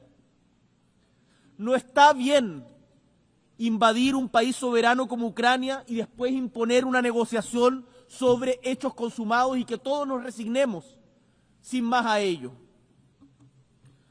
Como nos recordaba el escritor francés Albert Camus a propósito de la experiencia de la Segunda Guerra Mundial, si no creemos en nada, si nada tiene sentido y no podemos invocar ningún valor, entonces todo está permitido.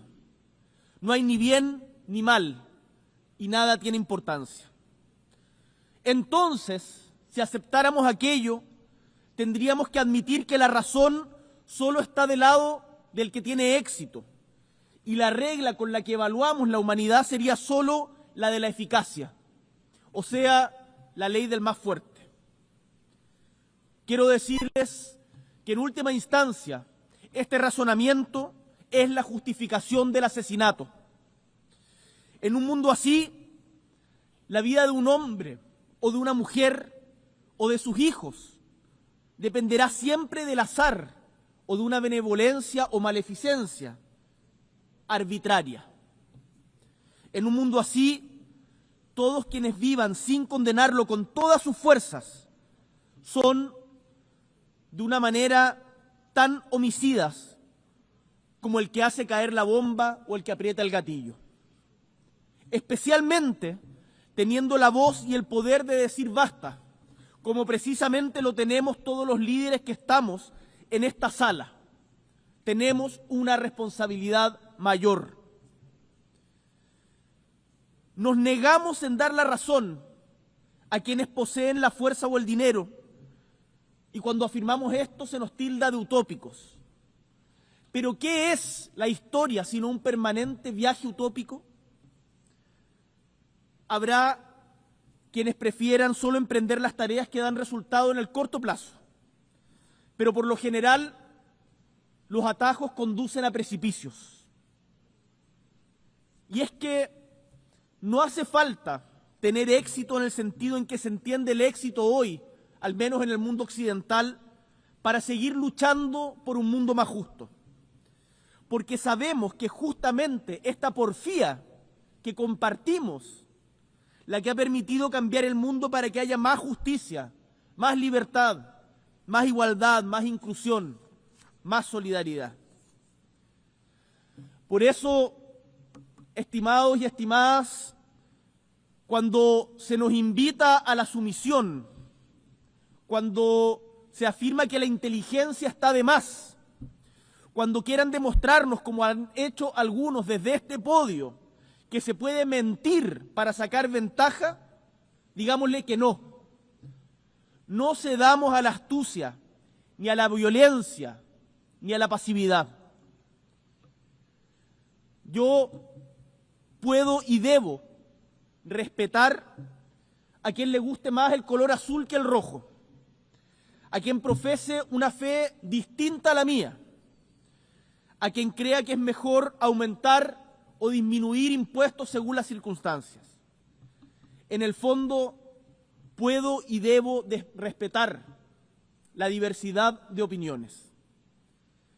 Pero a la vez que respeto la diversidad de la opinión de quien piensa distinto, enfrento la insolencia de quien miente, más aún cuando aquella persona es consciente de ello.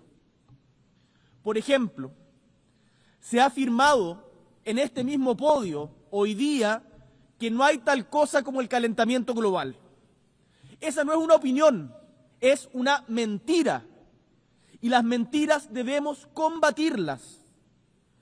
Podemos, por cierto, discutir cuáles son las mejores formas de enfrentar el calentamiento global o quiénes son más responsables que otros, pero no podemos negarlo. Podemos discutir cómo los nazis llegaron a gobernar parte importante de Europa, pero no podemos negar el Holocausto. Podemos estudiar los efectos secundarios de una vacuna, pero no podemos afirmar sin pruebas que las vacunas provocan autismo. El mundo necesita un verdadero diálogo, diálogo entre distintos, entre quienes tienen visiones diferentes de mundo. Para eso justamente fueron creadas estas Naciones Unidas, para dialogar y decidir que la barbarie no es aceptable, que los derechos humanos se deben respetar sin importar ideologías ni de víctimas ni de victimarios, que el derecho internacional es la garantía de que primará siempre la razón por sobre la fuerza.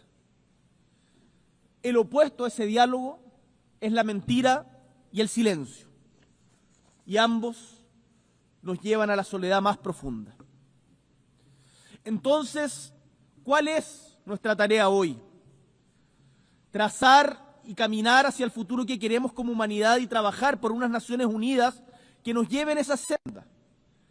Desde Chile nos moviliza justamente esa visión compartida en torno a la democracia, a los derechos humanos, a la justicia social, la equidad, el respeto irrestricto a la libertad de expresión, la acción climática, todos estos que se levantan como pilares de esperanza y acción para recorrer los tiempos difíciles que enfrentamos. Hoy, el mundo necesita voces fuertes y claras que defiendan el compromiso de democracia siempre, sin matices, sin excusas. Por ello, esta semana hemos convocado junto a Brasil, España y Uruguay y Colombia al segundo encuentro por la defensa de la democracia, un esfuerzo colectivo que partió justamente aquí, en la ONU, hace un año. Queremos construir puentes para poder identificar cuáles son las falencias de la democracia, buscar formas de corregirlas y de mejorar la calidad de vida de nuestros pueblos. No nos contentamos con apuntar lo que no nos gusta del mundo. No nos contentamos con decir esto no nos representa. Queremos proponer y defender en positivo lo que sí creemos. Dicho lo anterior, me gustaría detenerme brevemente en un tema particular. Vengo de Chile, que que es un país tricontinental, que tiene un íntimo vínculo con el océano. Tenemos más de 7.600 kilómetros de costa. Y como país que mira al océano, estamos orgullosos de haber sido el primero de América y el segundo del mundo en ratificar el acuerdo BBNJ para ampliar la gobernanza oceánica más allá de las áreas jurisdiccionales, que además en las pasadas semanas cumplió con las 60 ratificaciones para que entre en vigor y por lo tanto su primera conferencia de las partes deberá celebrarse el próximo año, ojalá, esperamos, en los primeros meses. Quiero aquí reiterar nuestro ofrecimiento para que su secretaría se establezca en nuestra perla del Pacífico, nuestra ciudad de Valparaíso, porque creemos que este acuerdo es una oportunidad para acercar la gobernanza oceánica al sur global. Chile también es un país con vocación antártica, ese continente de ciencia y de paz.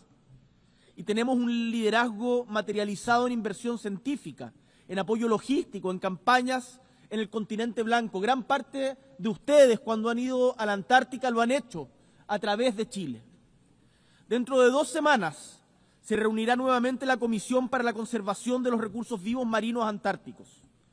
Por eso, hoy hago un llamado a sus estados parte. Es tiempo de aprobar la propuesta de área marina protegida del dominio 1 en la península antártica presentada en conjunto por Chile y Argentina. No podemos dedicarnos a explotar recursos si no adoptamos medidas de conservación adecuadas, pues ello redunda en la destrucción de la vida marina de la que también dependemos nosotros. No nos olvidemos que somos parte de un mismo ecosistema. Sostener la vida en la Tierra es una tarea que debemos asumir con urgencia y con responsabilidad por quienes nos antecedieron, por quienes hoy comparten la vida con nosotros en el mundo y por las generaciones que están por venir. Estimados y estimadas, en este escenario de tensiones, de conflictos prolongados, de crisis climática y crisis humanitaria, el proceso de selección y nominación de quien sea secretario general de las Naciones Unidas adquiere una relevancia especial. Llego a esta asamblea convencido de que siempre, incluso en las condiciones y circunstancias más adversas, hay espacio para actuar de forma lúcida, colectiva, transformadora, humanitaria, que nunca la tragedia humana es inevitable. No vamos a renunciar a la esperanza de que los cambios en el mundo y que las Naciones Unidas requieren puedan suceder, porque justamente depende de nosotros. Quiero decirles que el equilibrio regional debe ser respetado en este proceso. Este es el tiempo de América Latina y el Caribe. Somos una región sin guerras, con una rica tradición diplomática, forjadora de consensos y un compromiso inquebrantable con la Carta de Naciones Unidas desde su fundación. Enfrentar el desequilibrio histórico de género en las Naciones Unidas, en donde nunca un secretario general ha sido mujer, es también un tema pendiente. 80 años de historia sin que una mujer haya sido la secretaria general de las Naciones Unidas. La ONU debe reflejar los avances del mundo y reconocer que una mujer al mando no es solo símbolo de equidad, sino que representa y hace realidad que la mujer, siendo la mitad de la población, más de la mitad de la población, puede ocupar todos los espacios del mundo y que ningún espacio le está vetado.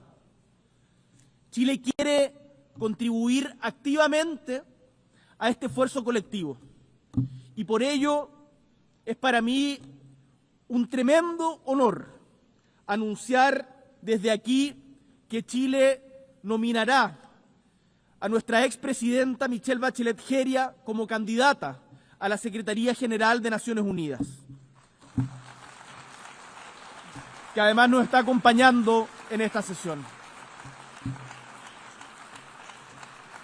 Michelle Bachelet no solo es una figura ampliamente conocida y respetada en el ámbito global, es una mujer con una biografía profundamente coherente con los valores que inspiran esta organización. Ha sido jefa de Estado de Chile en 2 ocasiones, por cierto, la primera mujer. Fue también ministra de Salud y de Defensa. Fue directora ejecutiva de ONU Mujeres y también alta comisionada de las Naciones Unidas para los Derechos Humanos. Michelle Bachelet ha gobernado, ha negociado, ha sanado y ha escuchado. Su trayectoria vital combina la empatía con la firmeza, la experiencia con la apertura y todas ellas con la capacidad ejecutiva de decidir, de hacer. En tiempos de fragmentación y desconfianza, tengo la convicción, y sé que esto es compartido en mi país, que Michelle Bachelet representa una figura capaz de tender puentes entre el norte y el sur, entre oriente y occidente, entre la urgencia de las soluciones y la defensa de los principios. Con su liderazgo, las Naciones Unidas podrán recuperar credibilidad, eficacia y propósito frente a los desafíos de nuestro tiempo, trabajando, por cierto, sobre el legado de António Guterres, quien me consta ha dado lo mejor de sí por la dignidad de la humanidad toda desde esta institución. Con humildad y convicción, desde Chile, presentamos esta candidatura con la certeza de que Michelle Bachelet puede contribuir de manera decisiva a hacer de Naciones Unidas una vez más un espacio de encuentro, de soluciones y de esperanza activa para el mundo entero. Estimados y estimadas, son 80 años. Miramos estas décadas y apreciamos los enormes avances que ha tenido la gobernanza internacional. Pese a los desastres que enfrentamos, podemos decir también que hemos avanzado. Pero también nos atenaza la sensación de que estos avances están en peligro. ¿Quiénes serán los que tracen los mapas del futuro? Queremos creer que no serán los que agreden, los que descreen y debilitan a las instituciones multilaterales, los que humillan al más débil. Queremos creer que serán en conjunto todos los pueblos de la tierra, que juntos, representados en esta asamblea, lograremos delinear los caminos definitivos para que tengamos un futuro no solo posible y viable, sino digno y respetuoso para con todas las personas. Y para lograrlo, esta organización que emergió, recordémoslo, de las cenizas de la Segunda Guerra Mundial, después del fracaso de la Sociedad de las Naciones, esta organización es fundamental y su renovación, sus cambios son fundamentales y urgentes. Por eso, renovada y reformulada, pero con el mismo propósito, que en su pluralidad la comunidad internacional trabaje unida. En palabras de Víctor Jara, ese tremendo cantante chileno, artista chileno, por ese amor a la tierra que nos ha ayudado a vivir, amor a la paz para gozar la vida, amor a la libertad de todos y todas, para que existan mis hijas y mi hogar, y el barrio, y la ciudad, y los pueblos, sin yugos propios ni yugos extranjeros. Transitemos, estimados y estimadas, juntos, libres e iguales, diversos y semejantes, en el camino compartido de buscar la verdad, la belleza, la felicidad y la justicia. Muchas gracias.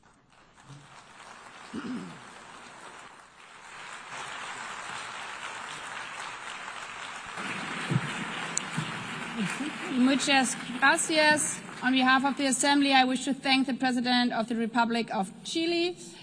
The Assembly will hear an address by His Excellency Emmanuel Ramon, President of the Republic of Tajikistan. I request the protocol to escort His Excellency and invite him to address the Assembly.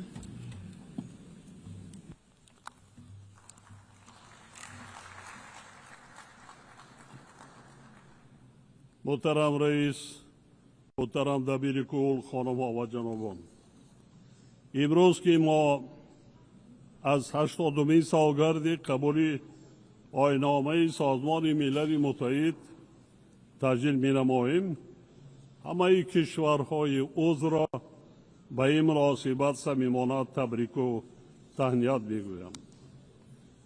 پوشیده نیست که عین حال جهان معاصر به حالت نااستواری و نامعینی و پیچیدگی های روز افزون روبرو گردیده است.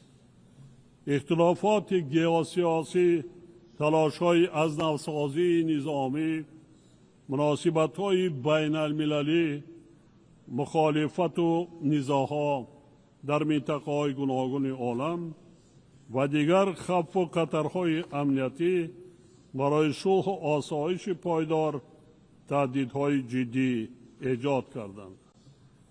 در برابر این عاقبت‌های تغییریابی اقلیم و افزایش نابرابری اجتماعی به روند رشد استوار گلوبالی محدودیت‌ها وارد می‌کنند.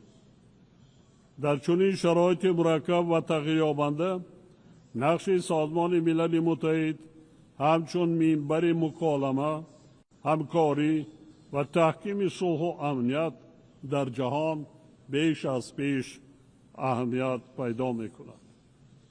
از این لحاظ کشورهای ما را ضرور است که در عملیه بین المللی جهت حفظ این اصالت بازگشت بر رعایت کامل حقوق بین المللی یکجا و پیوسته تلاش ورزند.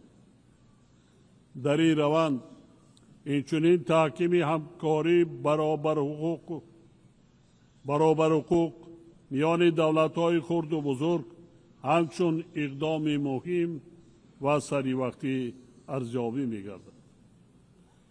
محترم رئیس، استراتژی ملی رشد تاجیکستان تا سال 2030 با هدف‌های رشد استوار کاملا همصدا است و ما جانبدار تطبیق پوره و سری وقتی این بند روزنامه جهانی میباشیم. متاسفانه دولت‌های رو به ترقی خصوصا کشورهای کوهستانی و محصور در خشکی در راه دسترسی به این هدفها با دشواری‌ها و مشکلات زیاد روبرو میباشند. آنها بخصوص کشورهای آسیب پذیر ضرورت اندیشیدن چاره‌های جدی را جهت تأمین مبلغ‌زایی، رشد استوار و بهتر نمودن دسترسی به منبع‌های مالیوی احساس می‌کنند. با وجود تلاش‌های دستجمعانه در این جهت حجم مبلغ‌زایی جامعه جهانی برای رشد استوار همانا طلبات موجوده را قانع کرده نمی‌تواند. چنین حالت واکنش سری وقتی جدا نبودن مبلغ‌های علاوه‌ای و بازنگری روش‌ها را وابسته به نظام بین المللی مالیوی تقاضا می‌نماید. تاجیکستان از اصلاحات مؤثر و عادلانه وسیله‌های مالیوی بین المللی جانبداری می‌کند. در مرحله کنونی ما شاهد سطح نابرابری رشد اقتصادی دولت‌ها میباشیم و در عملیه رفع این حالت نقش کشورهای مترقی و ساختارهای بین المللی مالیوی میتواند مؤثر باشد. بسیاری از کشورهای رو به ترقی و کم ترقی آسیب پذیر همانا زیر تأثیر پیامدهای بحرانهای اقتصادی و مالیوی، کمبزاعتی، بیماری‌های سرایتی از جمله کووید، آفت‌های طبیعی و ناامنی آذوقه‌واری قرار دارند. آنها به اندیشیدن تدبیرهای مؤثر در سمت دستگیری مالیوی از جمله ساقط کردن قرضها نیاز دارند. از نگاه ما امروز وقتی آن رسیده است که سر این موضوع عمده جداً فکر کنیم. حاضرین گرامی، امروز مشکلات مربوط به تغییریابی اقلیم در کشورهای گوناگون سیاره از جمله تاجیکستان باعث ایجاد مانع‌های جدی در راه نائل شدن به هدف‌های رشد استوار گردیدند. کشور ما نیز که 93% حدودش از کوهستان عبارت است، از پیامدهای منفی این روند نگران میباشد. تغییریابی دور هیدرولوژی و آبخیزی و خشکسالی‌های پی در پی، اینچنین خاکباریش‌های شدید در طول چند ده ساله اخیر به ذخیره‌های آبی و انرژتیکی و امنیت آذوقه‌واری تاجیکستان تأثیر بی‌واسطه می‌رسانند. ما بر اثر آفت‌های طبیعی مربوط به آب همه ساله ضرر جدی مادی و مالیوی می‌بینیم. متاسفانه این حادثه ها در اکثر موارد باعث تلفات جانی و از بین رفتن انفراستراکچور حیاتاً مهم می‌گردند. عاقبت‌های تغییریابی اقلیم و بالاروی حرارت باعث آبشوی با سرعت پیریخ‌ها و بد شدن حالت اکوسیستم‌های بحر و اقیانوس‌ها گردیدند. می‌خواهم یادآور شوم که تابستان سال جاری تاجیکستان از کنفرانس سطح بلند عاید به حفظ پیریخ‌ها در شهر دوشنبه میزبانی کرد. این همایش اهل جامعه جهانی را با مقصد بررسی مسائل مربوط به مشکلات کریاسفر گردی هم آورد. لازم به یادآوری است که تا امروز از 14,000 پیریخ تاجیکستان که یکی از سرچشمه‌های اساسی آب آشامیدنی در منطقه می باشد، زیاده از 1,300 عدد آن پر آب شده است و سرعت آبشوی پیریخ‌های ما در حال افزایش قرار دارد. این در حالی است که پیریخ‌ها و دیگر منبع‌های آب تاجیکستان تا 60% ذخیره‌های آب آسیای مرکزی را تشکیل می‌دهند. ما را می‌باید در روند حل مشکلات وابسته به سرچشمه حیات انسانیت یعنی آب بی‌طرف نباشد. حاضرین ارجمند، تاجیکستان در ساحه دیپلماتی آب موقعی فعال دارد.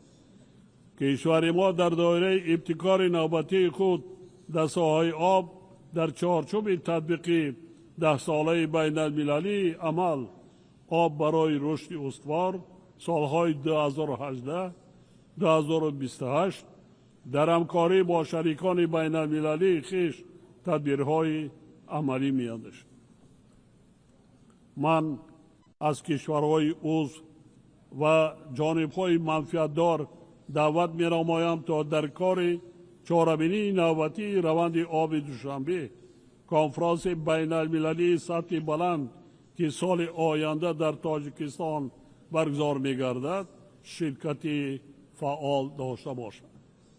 این چهاربینی بی‌شبهه به ادامه عزم و تلاش‌های مشترک ما در دایره روزنامه عمل عاید به آب تکانی تازه خواهد داشت.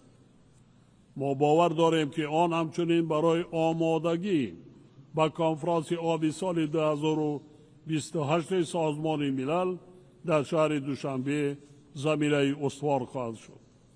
محترم رئیس، اینستیتوت‌های قوی و معرفت حقوقی پایه جامعه عادلانه و استوار می باشد.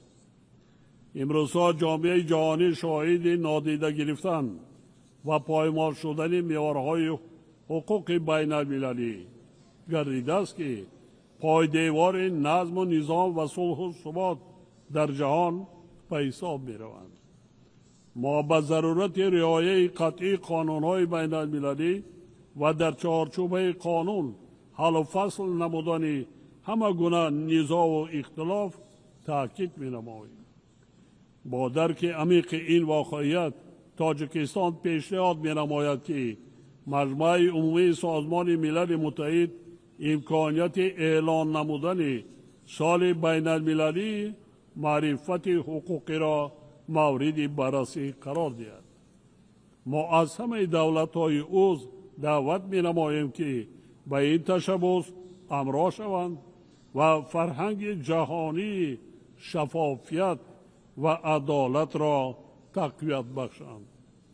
خانم ها و جنابان، تطبیق با سرعت تکنولوژی رقمی و استفاده درست ذهن صنعی می تواند بر روند عملی سازی هدفهای رشد استوار مساعدت نماید. من از همه کشورهای عضو برای جانبداری از پیشنهاد تاجیکستان اید به قبول قطعنامه مخصوص زیر عنوان نقش ذهن صنعی در فراهم آوردن امکانات نو برای رشد استوار در آسیای مرکزی اظهار سپاس می نمایم. اطمینان دارم که قطعنامه 25 ایول سال جاری از جانب مجمع عمومی قبول گردیده همچون وسیله اساسی استفاده بی خطر و عادلانه ذهن صنعی در منطقه ما خدمت خواهد کرد. در این زمینه تأسیس مرکز منطقوی ذهن صنعی را در شهر دوشنبه صلاح کار می‌شمارم. این مرکز بی‌شبهه می‌تواند بر راه اندازی تشبث و لایحه‌های مشترک کشورهای آسیای مرکزی در سمت ذهن صنعی مساعدت نماید. قابل ذکر است که همزمان با مکمل گردیدن تکنولوژی‌های رقمی تهدیدهای نوی امنیتی بخصوص جنایت‌های کیبری نیز می‌افزایند. در این زمینه ما تاکید می‌نماییم که امنیت کیبری باید جزء مهم امنیت دست جمعی باشد. واضح است که در برابر جنایت‌های کیبری، تروریسم، افراطگرایی، قاچاق سلاح، مواد مخدر و دیگر ظهورات جنایتکاری متشکل فراملی تا حال تهدید جدی به امنیت جهانی می باشد. تاجیکستان جانبدار توسعه منبع همکاری بین المللی در ساحه امنیت جهانی در زمینه روند دوشنبه آید به مبارزه با تروریسم می باشد. ما آماده ایم در دایره این روند همکاری سازنده را با نهادهای بین المللی و دولت‌های عضو سازمان ملل جهت تقویت مقاومت به خطر و تهدیدهای امنیتی ذکر شده براه مانیم. برای نظریم که نهادهای دخلدار سازمان ملل بخصوص دفتر آن آید به مبارزه با تروریسم می توانند در تطبیق همه جانبه استراتژی ها و برنامه های گلوبالی ضد تروریستی سهم مؤثر گذاشته دستگیری کشورهای عضو را در این سمت تقویت بخشند. حاضرین محترم، تاجیکستان جانبدار حل و فصل همه اختلافات و نزاعها با راه‌های سیاسی و دیپلماتی می باشد. ما باید تلاش‌های خود را در راه رسیدن به صلح پایدار و فراگیر در اساس حقوق بین المللی دوچند تقویت بخشیم. یک سال پیش من از این منبر پیشنهاد کردم که قطعنامه مخصوص سازمان ملل آید به اعلان کردن 10 ساله تحکیم صلح به خاطر نسل‌های آینده مورد بررسی قرار داده شد. با گذشت یک سال مسئله قبول چنین قطعنامه اهمیتی باز هم بیشتر پیدا نموده است.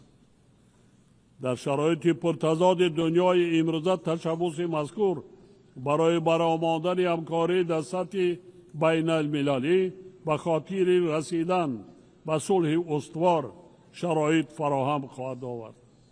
من از تمام کشورهای عضو دعوت می نمایم که پیشنهاد مذکور را هم برای ثبات زندگی امروزه ما و هم حیات بهتری نسل‌های آینده دستگیری نماید. خانم‌ها و جنابان، ما موقع اصولی خود را در مسئله فلسطین تاکید می‌کنیم. بر آن نظریم که صلح پایدار در خاورمیانه تنها در اساس تطبیق قطعنامه‌های سازمان ملل و فرمول دو دولت امکان پذیر است. در این ضمن ضرورت حل مسئله مذکور را تنها توسط مذاکرات و راه‌های دیپلماتی با رعایت حقوق بین المللی علی‌خصوص مقررات آیین‌نامه سازمان ملل متحد خاطر نشان می‌نماییم. ما دعوت می‌کنیم که در غزه آتش بس استوار برقرار و دسترسی کمک بشردوستانه تأمین کرده شود.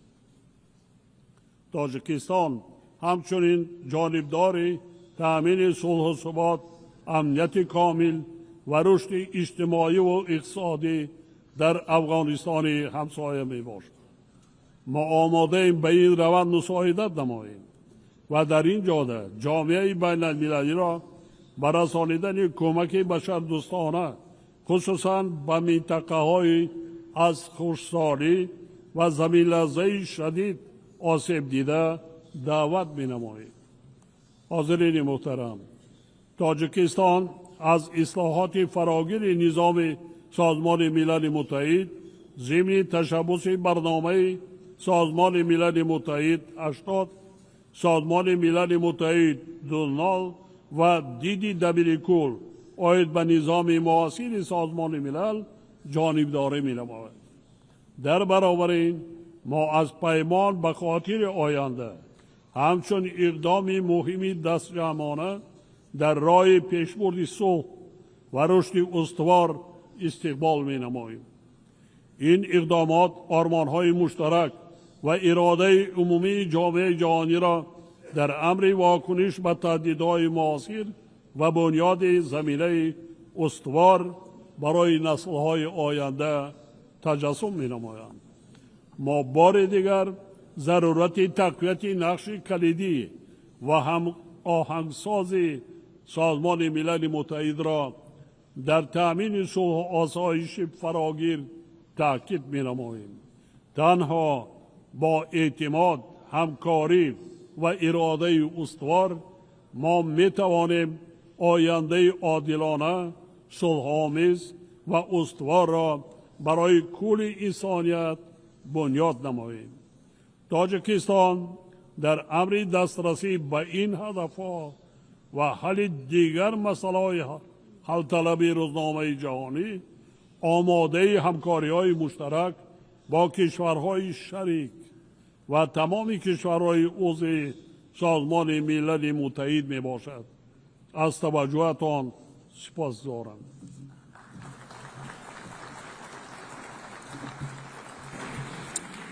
On behalf of the Assembly, I wish to thank the President of the Republic of Tajikistan.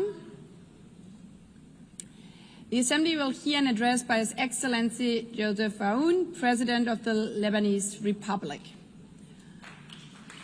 I request protocol to escort His Excellency and invite him to address the Assembly.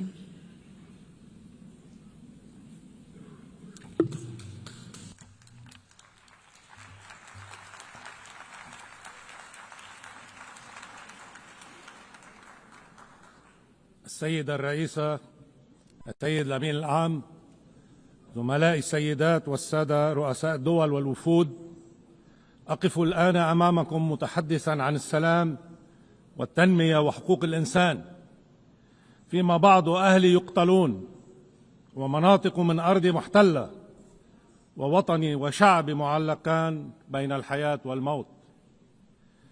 تعيدني هذه الدوامة 77 عاما في الزمن إلى لجنة صياغة الإعلان العالمي لحقوق الإنسان عام 1948.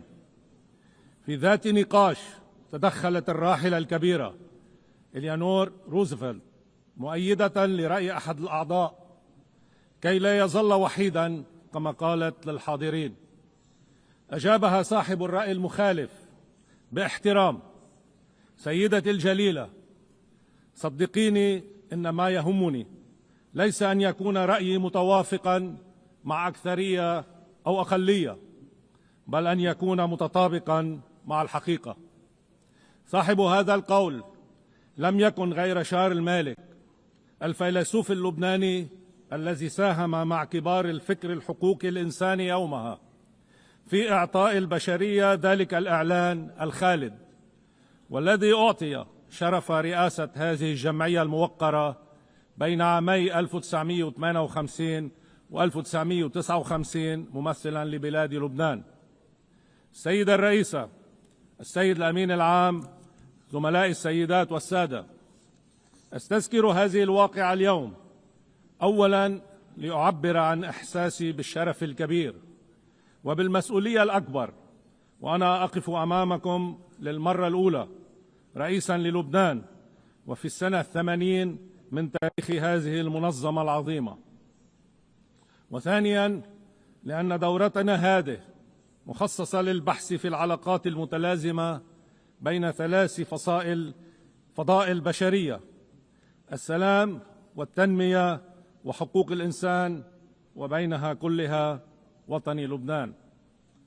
فلقد علمتني التجربة اللبنانية كما تجارب منطقتنا والعالم بأن لا تنمية بلا سلام، فلا نمو في الفوضى ولا ازدهار وسط الصراعات والحروب، فالسلام هو التربة الوحيدة الصالحة لثمار التنمية.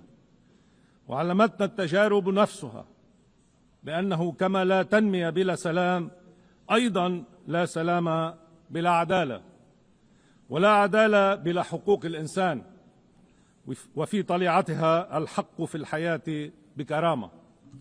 فبلا كرامة لا شيء في الأرض إلا سلام القبور، ولا نمو إلا للفقر والتخلف والعنف والدم.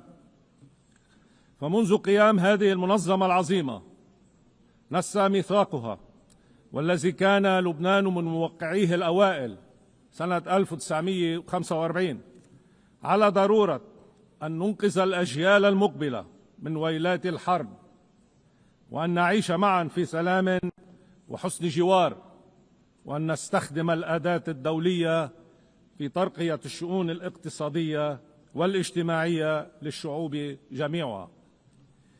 مبادئ سامية ظلت 80 عاما على أوراق منظمتنا، فيما ظلت دماء شعوبنا على أرض الواقع.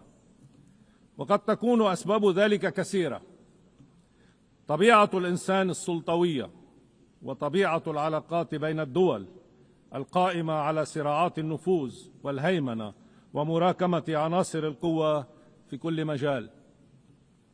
لكن سببا آخر أجج تلك المأساة منذ 30 سنة على الأقل، وتحديدا منذ انطلق الكلام من هنا عن نظام دولي جديد، إنه السبب المتمثل في إشكالية الهوية والتعددية داخل أي مجتمع أو بين المجتمعات والدول، خصوصا مع زمن العولمة، فبين حاجة الإنسان إلى الآخر المختلف عنه وبين خوفه منه على هويته ولدت جدلية جديدة أعادت التاريخ البشري إلى مسار النزاعات. ولنعترف هنا بأن أكثر التميزات فعالية في تحديد هوية الجماعات البشرية على أرضنا اليوم ما زالت الهوية الدينية.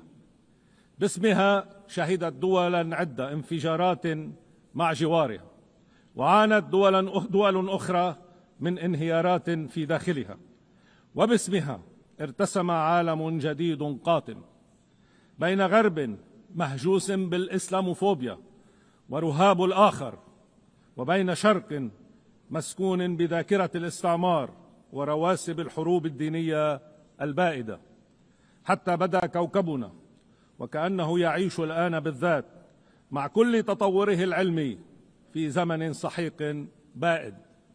سيد الرئيسة، السيد الأمين العام، زملائي، في قلب هذه المعضلة يبرز دور لبنان وعلة وجوده وضرورته لمنطقته ورسالته للعالم.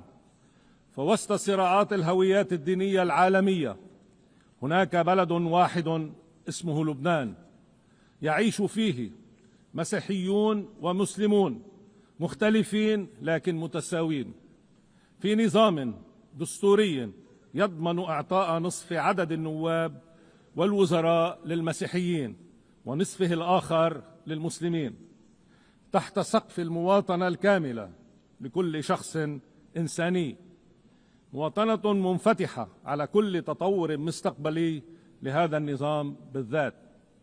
هو نظام انتقده البعض، لكنه نظام فريد لخص جوهره الأساسي البابا الراحل يوحنا بولس الثاني بالقول: إنه أكثر من بلد، إنه رسالة في الحرية والتعددية معا، للغرب كما للشرق.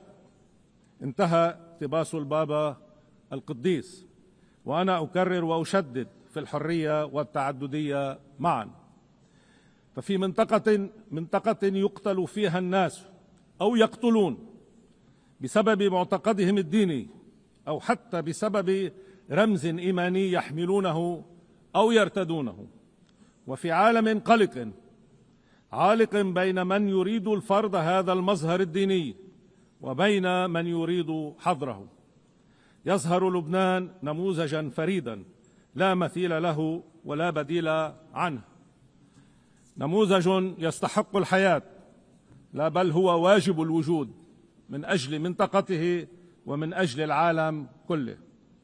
نموذج سمح لي أنا اللبناني العربي بأن أكون رئيس الدولة المسيحي الوحيد من أقصى آسيا حتى شواطئ أوروبا، وأن يكون وطني لبنان بلد العلمانية الإنسانية المدنية والمؤمنة في آن معا، بلا عقد من أي نوع ولا فرد أو حظر من أي صنف. نموذج يوجب على كل ملتزم بمستقبل أفضل للبشرية أن يطرح سؤالين اثنين حياله: أولا، لماذا هناك واجب دولي وأممي في الحفاظ على هذا اللبنان؟ وثانيا، كيف يمكن تحقيق ذلك؟ أولا، نعم، هناك واجب إنساني في الحفاظ على لبنان، لأنه إذا سقط هذا النموذج في العيش بين جماعتين مختلفتين دينيا ومتساويتين كليا، فما من مكان آخر على الأرض يصلح لتكرار هذه التجربة. فإذا زال المسيحي في لبنان سقطت تلك المعادلة وسقطت عدالتها، وإذا سقط المسلم في لبنان انتكست هذه المعادلة أيضا وانتكس اعتدالها. وإذا سقط لبنان بسقوط أي من الاثنين سيكون البديل حتما خطوط تماس في منطقتنا والعالم بين شتى أنواع التطرف والعنف الفكري والمادي وحتى الدموي.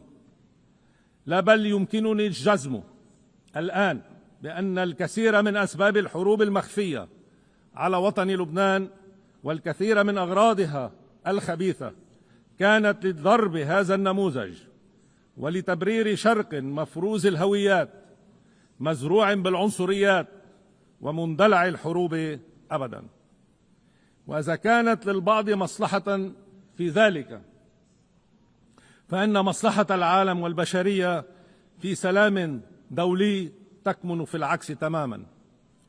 فنجاح لبنان يجعل تجربته الحياتية نموذجا للجميع، وهذه التجربة النموذج ها هي اليوم تنبض صمودا وطاقة على الحياة ورفض الموت.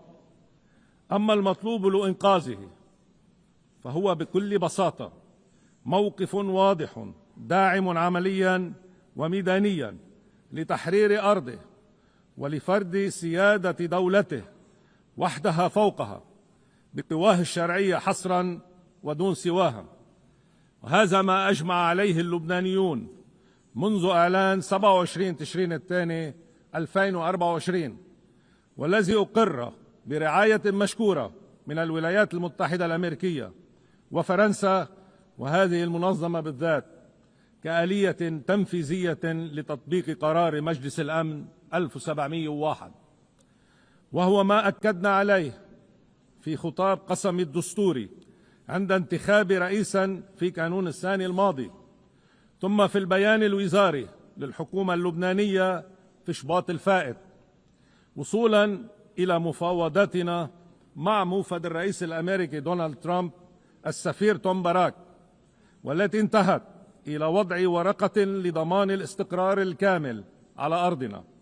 ما زلنا نلتزم بأهدافها، ونأمل أن يلتزم المعنيون بها على حدودنا. هذا كل ما يطلبه لبنان، أما الباقي فدعوني أصارحكم به أكثر. واسمحوا لي أن أفتخر بعض الشيء ببلدي وشعبي، فهما مستحقان. فنحن أيها السيدات والسادة بلد استثنائي فعلا وبكل المقاييس. نحن بلد يستقبل سنويا من أبنائه المنتشرين حول العالم أكثر من ثلث مقيميه، ما يجزم بأن اللبنانيين لن يتركوا وطنهم أبدا. نحن بلد ما من مشروع كبير في أي من بلدان منطقتنا إلا وخلفه توقيع لبناني، وما من حدث ثقافي أو فني أو معرفي في منطقتنا إلا ويحمل بصمة لبناني. وأكاد أجزم بأن ما من بلد من بلدان هذه المنظمة الكريمة إلا وفيها لبناني مبدع أو جالية لبنانية فاعلة متفاعلة مع مجتمعها الجديد، مندمجة مع أنظمته ومنسجمة مع قوانينه، منتجة خلاقة وفية لبلدها المضيف كما لبلدها الأصلي.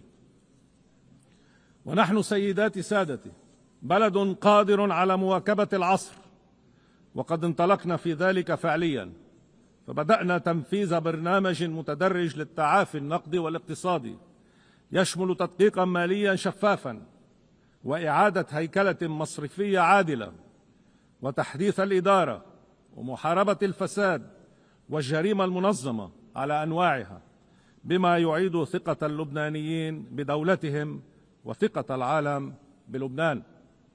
كما أطلقنا مسار تحديث تشريعي يرسخ استقلالية الهيئات الناظمة للقطاعات المنتجة في الدولة، ويحسن استقلالية السلطة القضائية، ويعزز الامتثال للمعايير الدولية في مكافحة غسل الأموال وتمويل الإرهاب.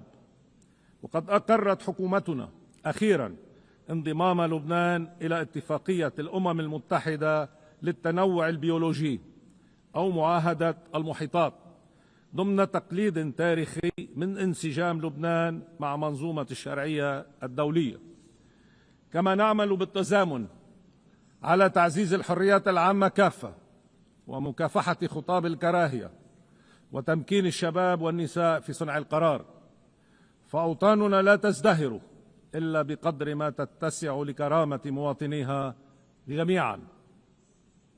سيداتي سادتي، نحن بلد متجذر في الاستثمار في التعليم النوعي، وهو اليوم يوسع استثماره هذا إلى اقتصادات المعرفة كافة. بلد ستكتشف كل مشاريع الممرات التجارية الدولية أنه ممر إلزامي لها، وأن إنسانه ضرورة وشرط لها. نقوم بكل ما سبق، فيما لبنان يواصل تحمل أعباء جمة نواجهها بجدية وبلا مكابرة ولا حالات إنكار.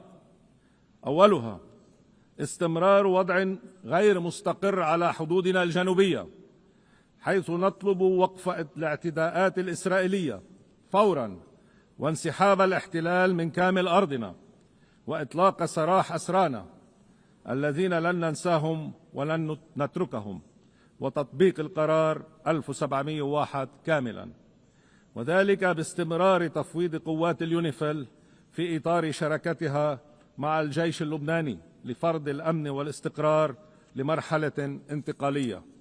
وفي هذا السياق أجدد الشكر لأعضاء مجلس الأمن على تبنيهم قرار التجديد لتلك القوات لمساعدتنا على استعادة الأمن والسلم الدوليين.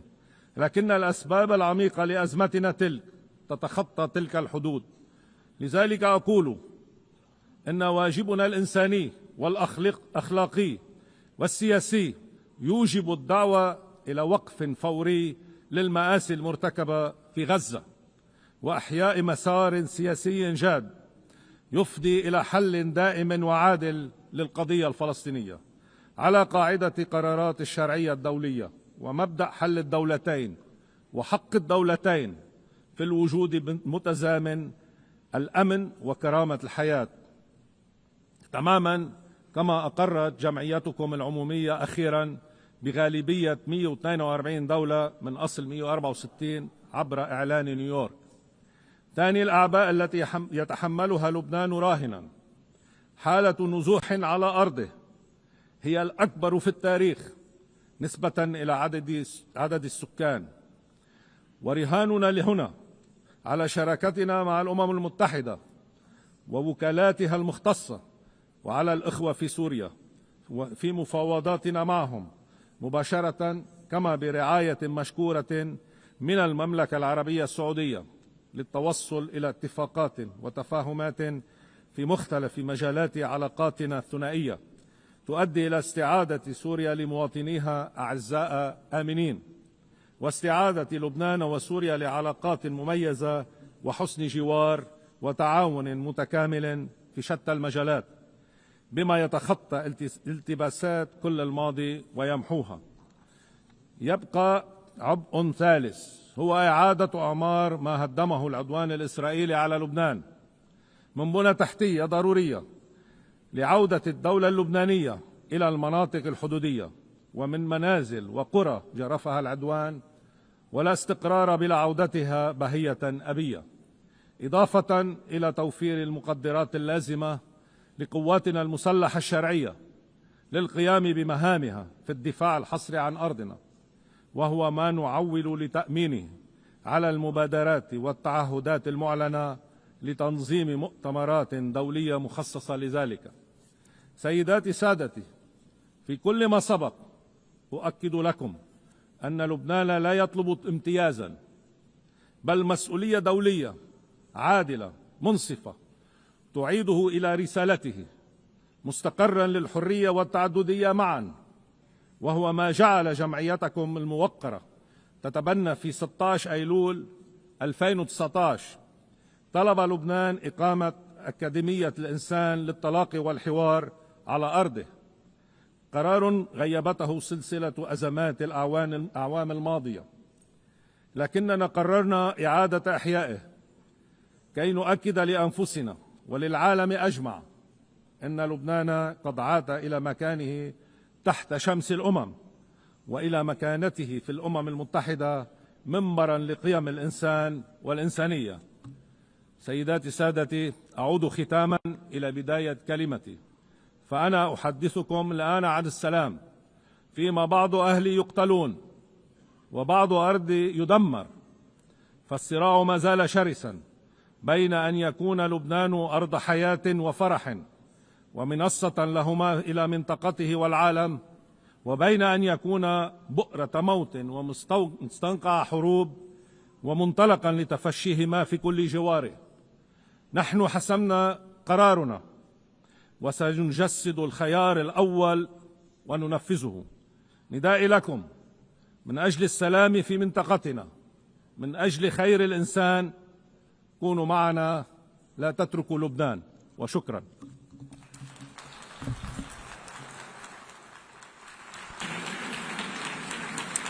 On behalf of the Assembly, I wish to thank the President of the Lebanese Republic. The Assembly will hear an address by His Excellency Emmanuel Macron, President of the French Republic. I request protocol to escort His Excellency and invite him to address the Assembly.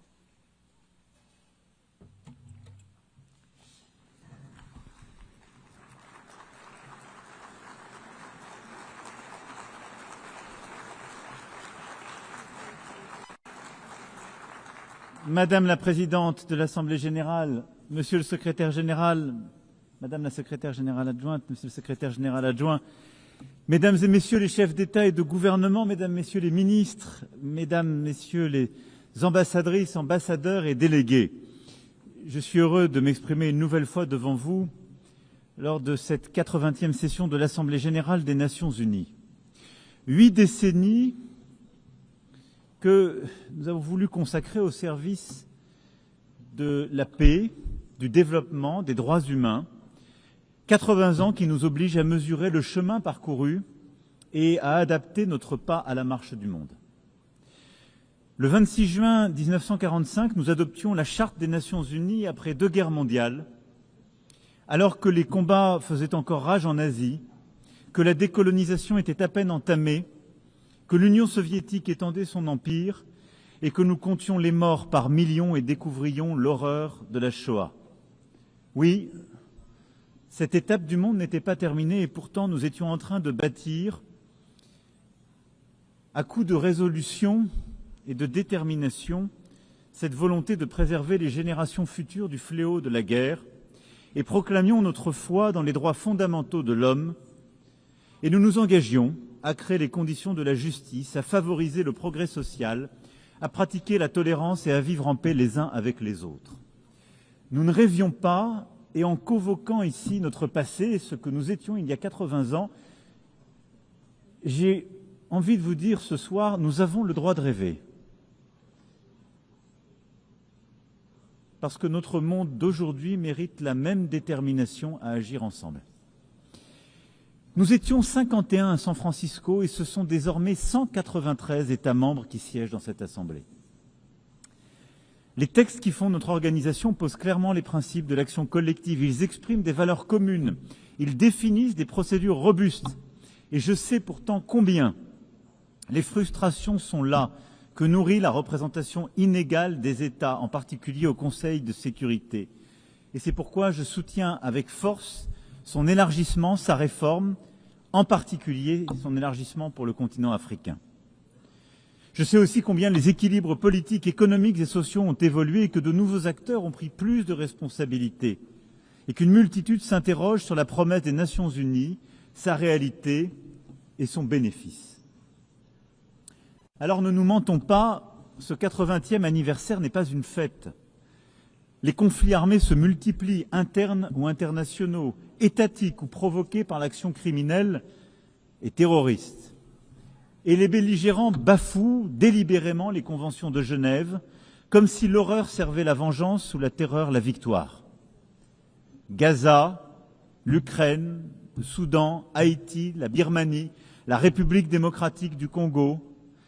La liste est aussi longue qu'insoutenable des violences que subissent les populations dans ces territoires de guerre. De grandes transformations sont aussi en cours pour nous tous sur cette planète.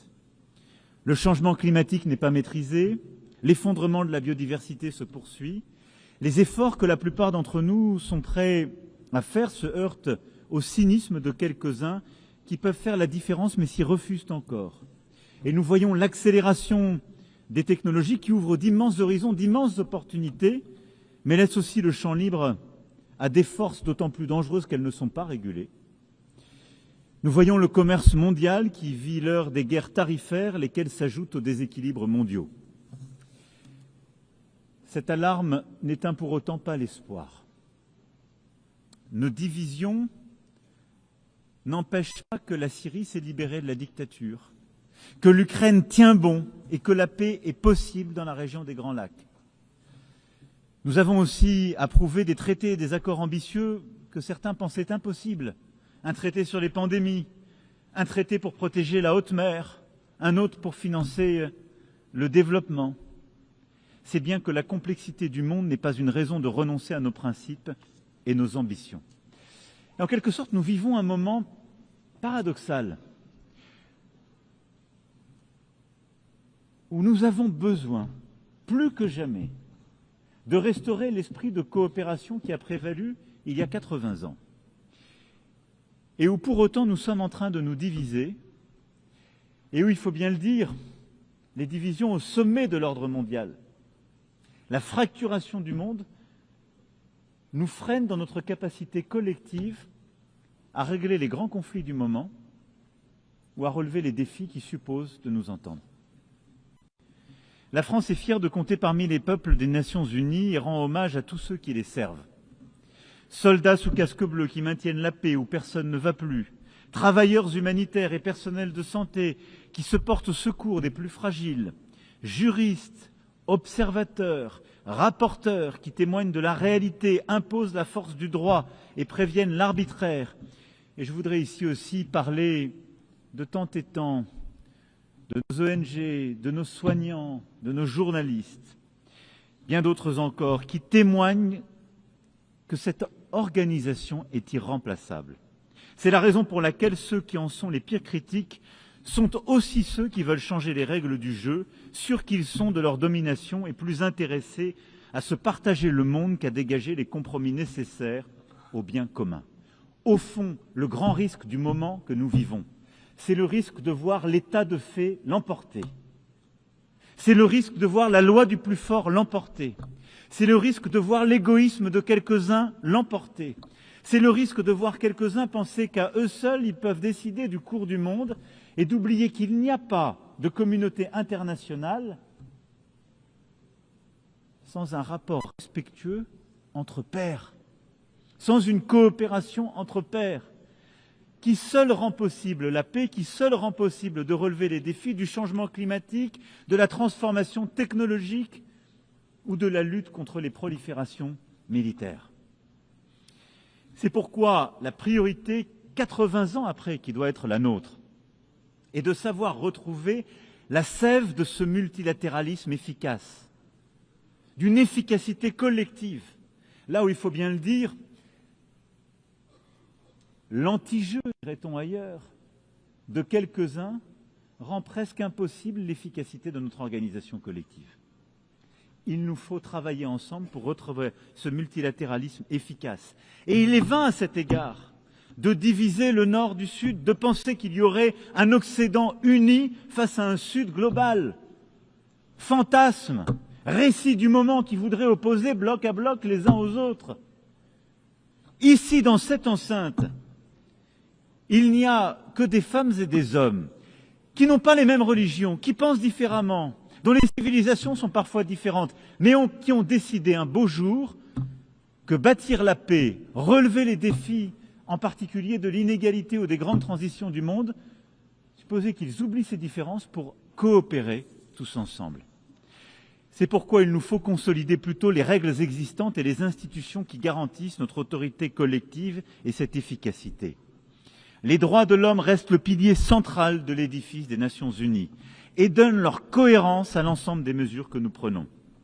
Et dans cette période où les conflits se multiplient et s'étendent, ce sont aussi à des crises massives des droits humains que nous faisons face. Notre devoir à tous est donc de veiller au respect du droit humanitaire international, comme nous proposons de le faire dans ce cadre de l'initiative mondiale que nous portons avec quelques homologues, l'Afrique du Sud, le Brésil, la Chine, la Jordanie, le Kazakhstan et le CICR. Soutenons la Cour pénale internationale dans sa lutte contre l'impunité. Permettons que les arrêts de la Cour de justice internationale soient mis en œuvre. L'autorité du droit est notre meilleure chance face à la loi du plus fort. L'application des principes est le seul remède aux deux poids, deux mesures que tant d'entre nous sont venus dénoncer à cette tribune, devant cette Assemblée, depuis que nous en avons fait le Parlement du monde. La paix et la sécurité sont pour tous. C'est pourquoi il est si important que l'Ukraine résiste à la Russie et obtienne une paix qui dissuade celle-ci de lui voler encore son territoire, ses enfants, ses richesses et son avenir. L'agression russe n'est pas le problème de l'Europe, mais celui de nous tous ici. Elle pose l'éternelle question de l'autorité du droit face à la loi du plus fort, de la liberté face à l'impérialisme. L'Ukraine n'a pas voulu la guerre. Elle veut la paix. La France aussi veut la paix. Les Européens veulent la paix. Les États-Unis d'Amérique veulent la paix. Pour cela, l'Ukraine a un droit fondamental, celui de vivre en sécurité et de ne plus craindre que la Russie l'attaque à nouveau.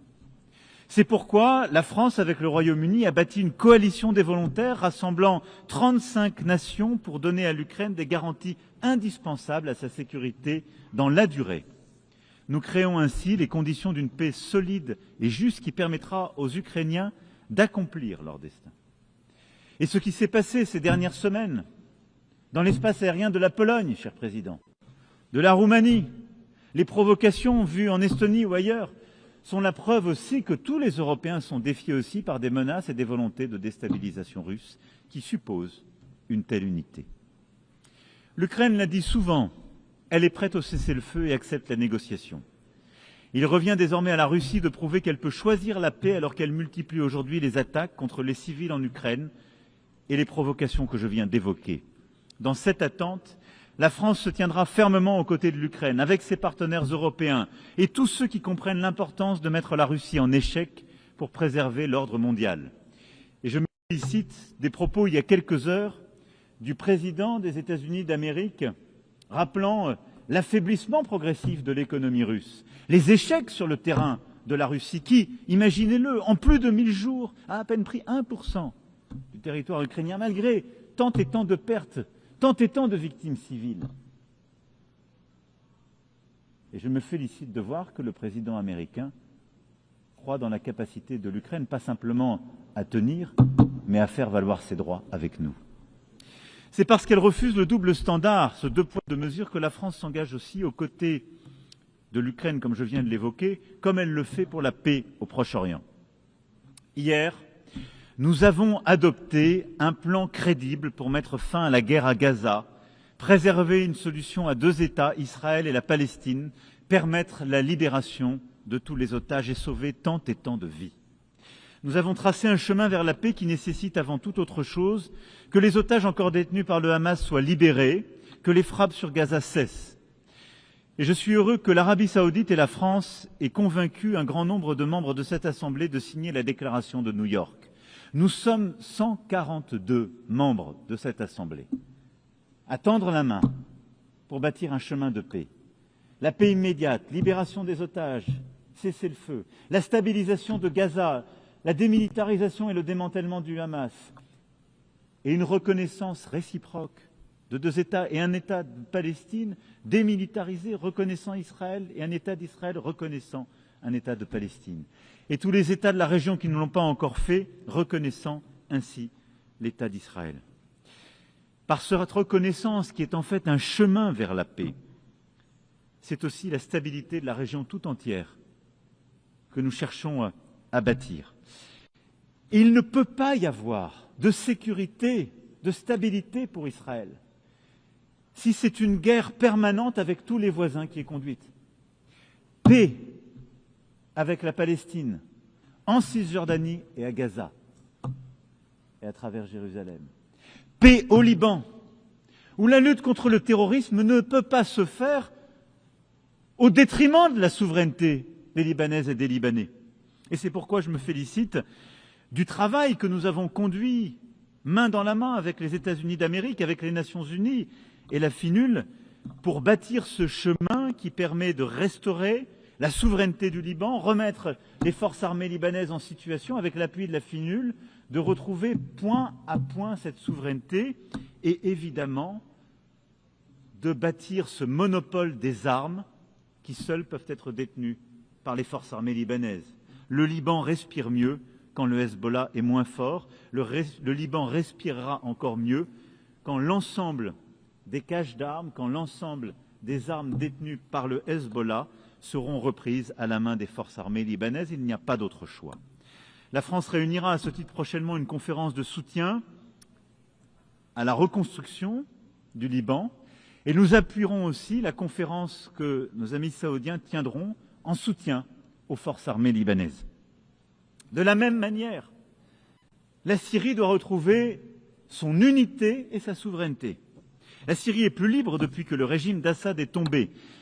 J'ai reçu le président de la transition à Paris, je le reverrai demain, et avec plusieurs États de la région, nous œuvrons pour que la Syrie puisse respecter toutes les composantes de sa société civile, qui en font la force, la sève, et en même temps puisse, en retrouvant cette unité, retrouver la pleine maîtrise, elle aussi, de sa souveraineté.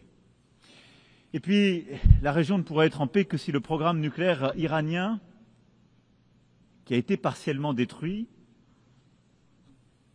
est à nouveau pleinement contrôlé.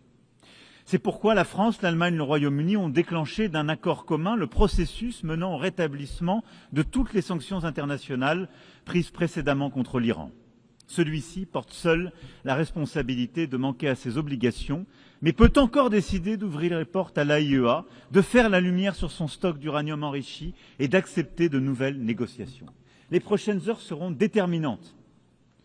Soit l'Iran fait un geste, se réengage dans un chemin de paix et de responsabilité, permettant de retrouver ce chemin et à l'AIEA de faire son travail et au stock d'être ainsi transféré. Soit les sanctions devront s'appliquer. J'aurai l'occasion d'en entretenir demain avec le président Pezeshkian. Sur chacune de ces questions cruciales, la France avance des solutions concrètes. Le plan pour que cesse la guerre en Ukraine existe. Le plan pour faire la paix au Proche-Orient existe. Le plan pour remettre sous contrôle le programme nucléaire iranien existe. Le plan pour retrouver la pleine souveraineté du Liban au sud existe. Chaque fois, nous voulons être le partenaire de tous ceux qui partagent cette exigence d'agir efficacement. Pourtant, le risque existe aussi que nous nous lassions d'agir et détournions le regard de trop de détresse. La tragédie humanitaire en cours au Soudan est sans doute la plus grave de toutes aujourd'hui. Il nous appartient collectivement de nous mobiliser, comme nous l'avons fait à Paris en 2024. Coordonnons nos efforts pour agir ensemble, pour que les belligérants acceptent la négociation et remettent le pouvoir aux civils. De la même manière, dans la région des Grands Lacs, la souveraineté et l'intégrité territoriale de la République démocratique du Congo doivent être respectées. Il faut rendre l'espoir à la population des Kivu et aux centaines de milliers de personnes qui ont été déplacées. Et c'est aussi pour cela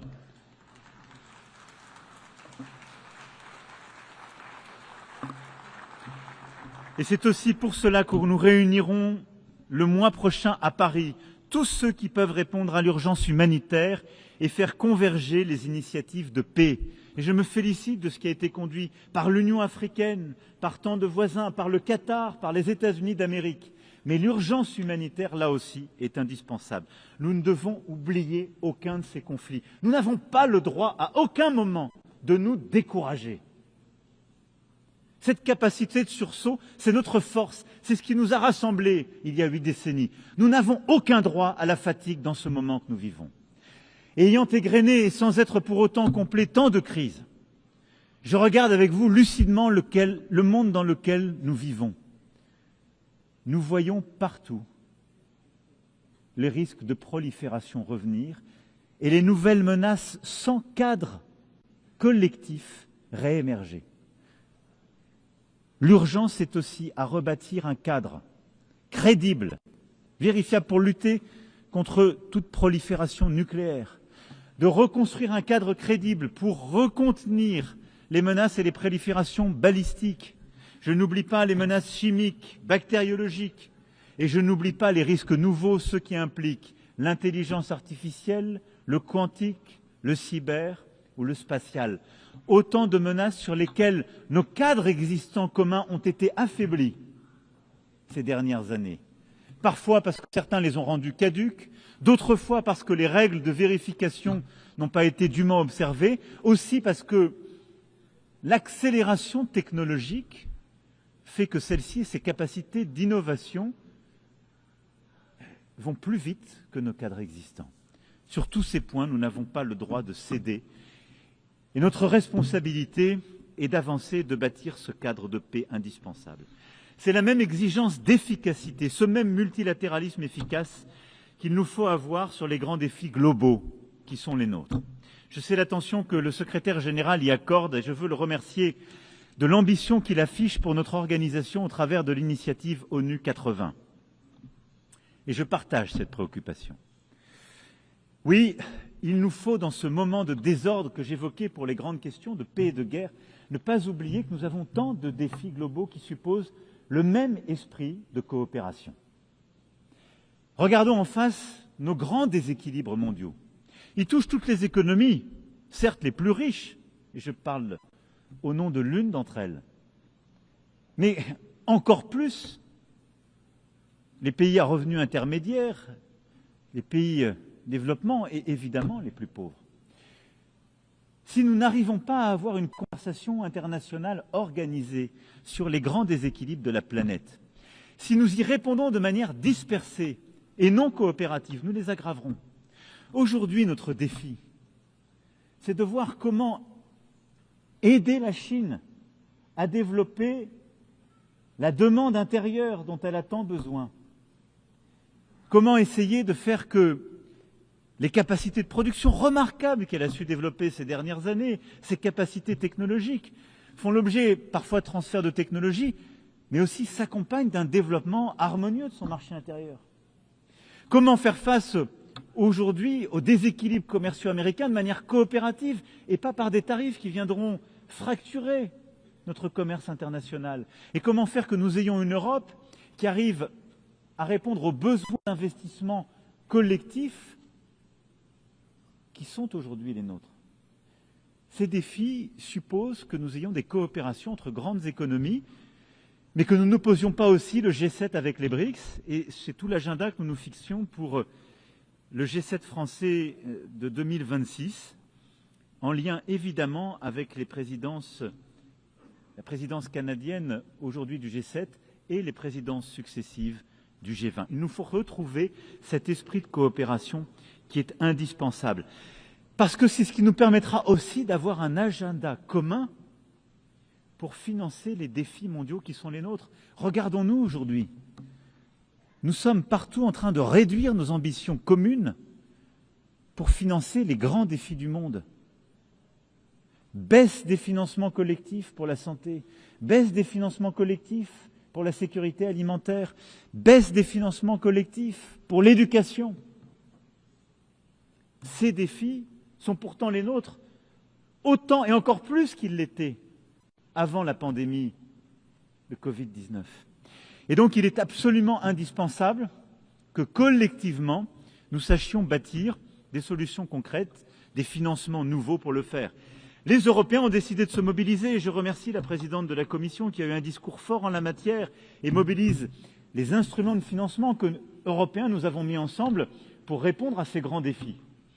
Mais nous devons le faire aussi dans un cadre rénové, celui que nous avons essayé ensemble de bâtir pendant la pandémie elle-même, avec nos partenaires africains, lors du sommet des financements que nous avions ensemble construit en 2021, celui ensemble que nous avons poursuivi lors du sommet des 4P, où nous avons bâti ce pacte pour la prospérité des peuples et la planète, au fond avec un même agenda. Nous devons ensemble mieux coopérer face aux déséquilibres économiques mondiaux.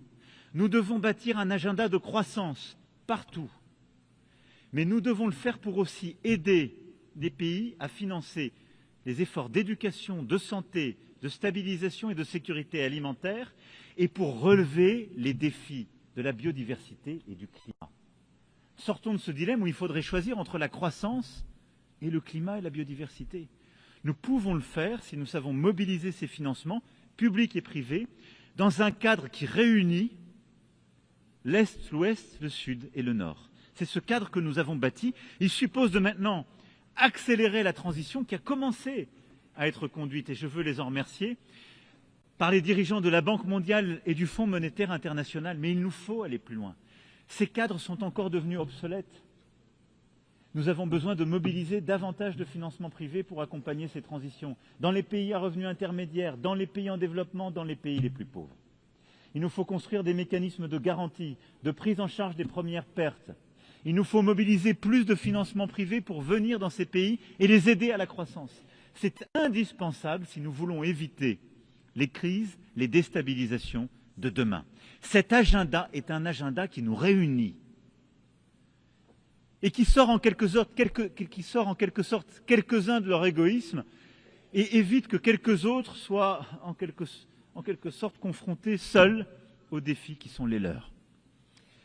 C'est pourquoi aussi nous devons continuer, quels que soient les vents mauvais qui soufflent, à nous mobiliser face aux défis de la biodiversité et du climat.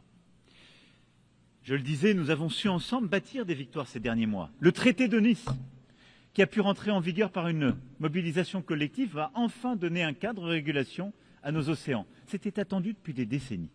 C'est la même mobilisation collective que nous devons avoir sur le plastique. Bâtir un traité international visant à mettre fin à la pollution plastique. C'est la même mobilisation que nous devons avoir pour déployer de manière beaucoup plus efficace les crédits biodiversité et redonner plus de consistance à nos crédits carbone.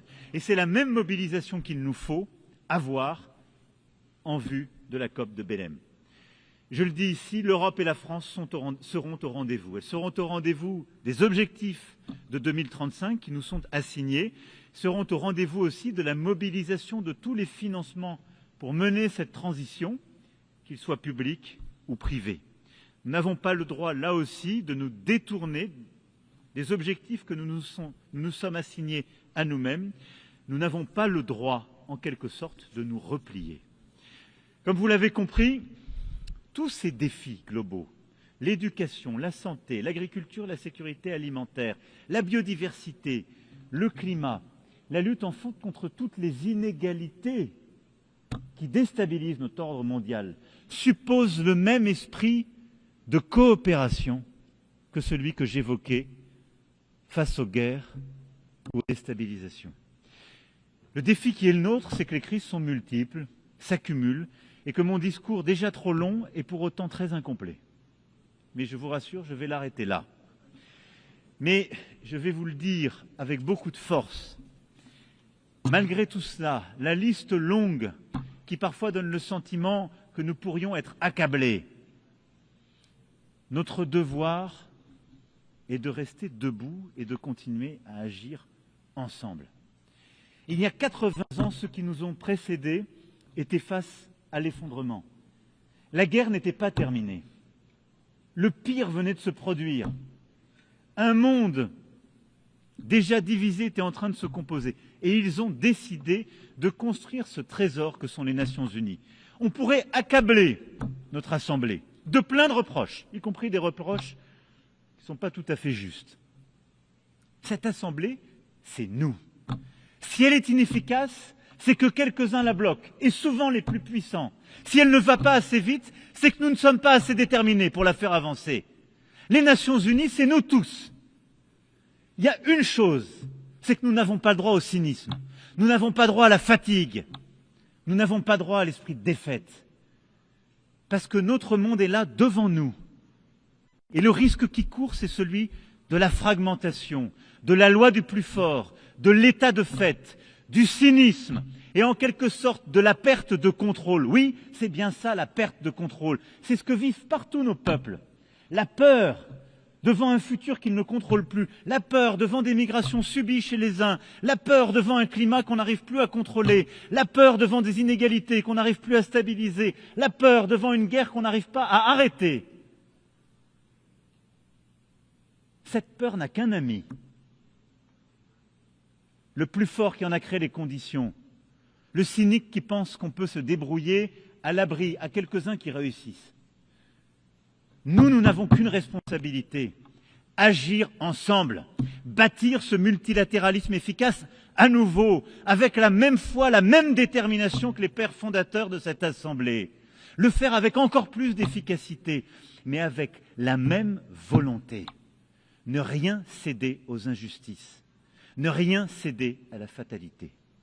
Agir, agir, agir. Alors c'est à nous de faire, ensemble. Je vous remercie.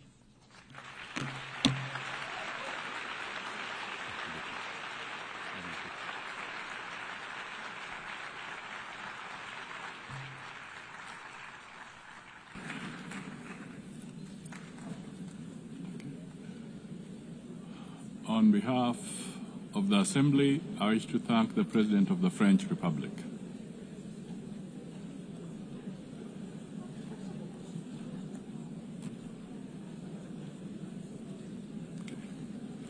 The Assembly will now hear an address by His Excellency Sadra Shadia Zaparov, President of the Kyrgyz Republic.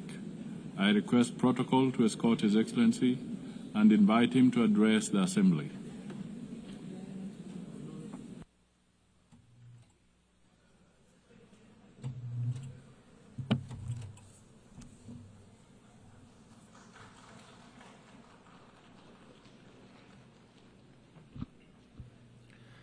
Урматтуу төрайым, урматтуу башкы катчы мырза, урматтуу делегация башчылары, айымдар жана мырзалар.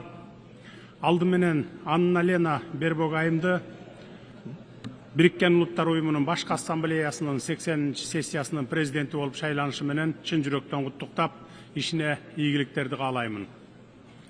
Быйыл биз дээрлик бир кылым бою жер жүзүндө тынычтыкты, коопсуздукту жана өнүгүүнү коргоп келген уникалдуу уюм Бириккен Улуттар Уюмунун 80 жылдыгын белгилеп жатабыз. Өткөн 80 жылдын ичиндеги көптөгөн чыр-чатак, жаңжалдарга карабастан, Кудайга шүгүр, дүйнө 3-чү дүйнөлүк согушка дуушар болгон жок. Мындай аламатты болтурбоодо албетте Бириккен Улуттар Уюмунун орду чоң.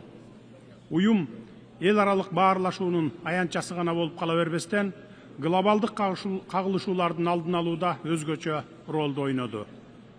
Бүгүнкү күнү дүйнөлүк саясатта регионализм тенденциялары күч алууда.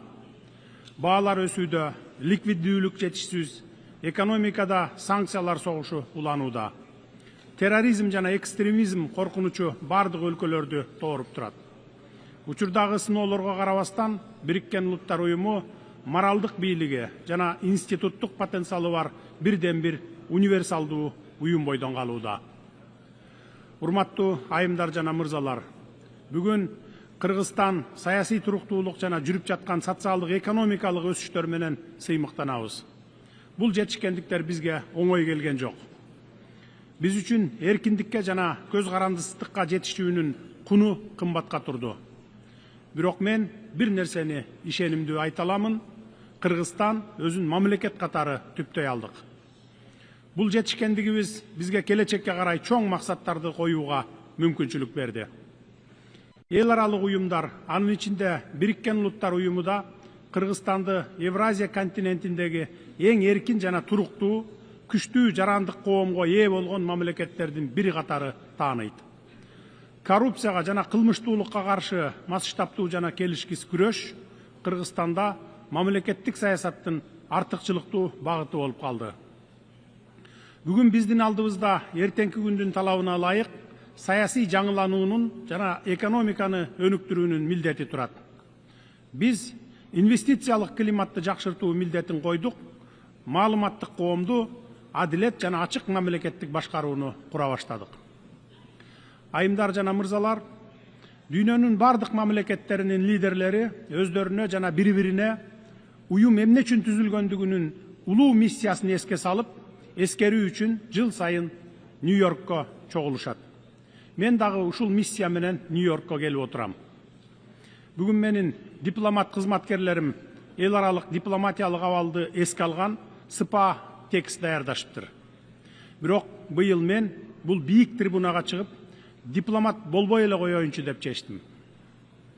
Быйыл мен бул трибунадан мамлекет башчысы гана эмес, дүйнөдө болуп жаткан эл аралык окуяларга өзүнүн чыныгы ой пикирин, ой толгоосун билдирген жөнөкөй адам, өз мамлекетинин жөнөкөй жараны катары сөз сүйлөгүм келип турат. Быйыл менин Бириккен Улуттар Уюмунун башкы ассамблеясына сөз сүйлөө үчүн 4-чү жолу келишим. 3 жыл катары менен келип кетип, кулакка жагымдуу, жакшынакай сөздөрдү сүйлөдүм. Бүгүн мен миллиондогон кишилердин жүрөгүнө өйгөн көйгөйлөрдү ачык айкын айтайын деп чечтим. Дүйнөнүн чар тарабында, ар улуң бурчунда, Европада, Жакынкы Чыгышта, Африкада жана Азияда жаңы куралдуу кагылышуулар жана согуштар тутанууда.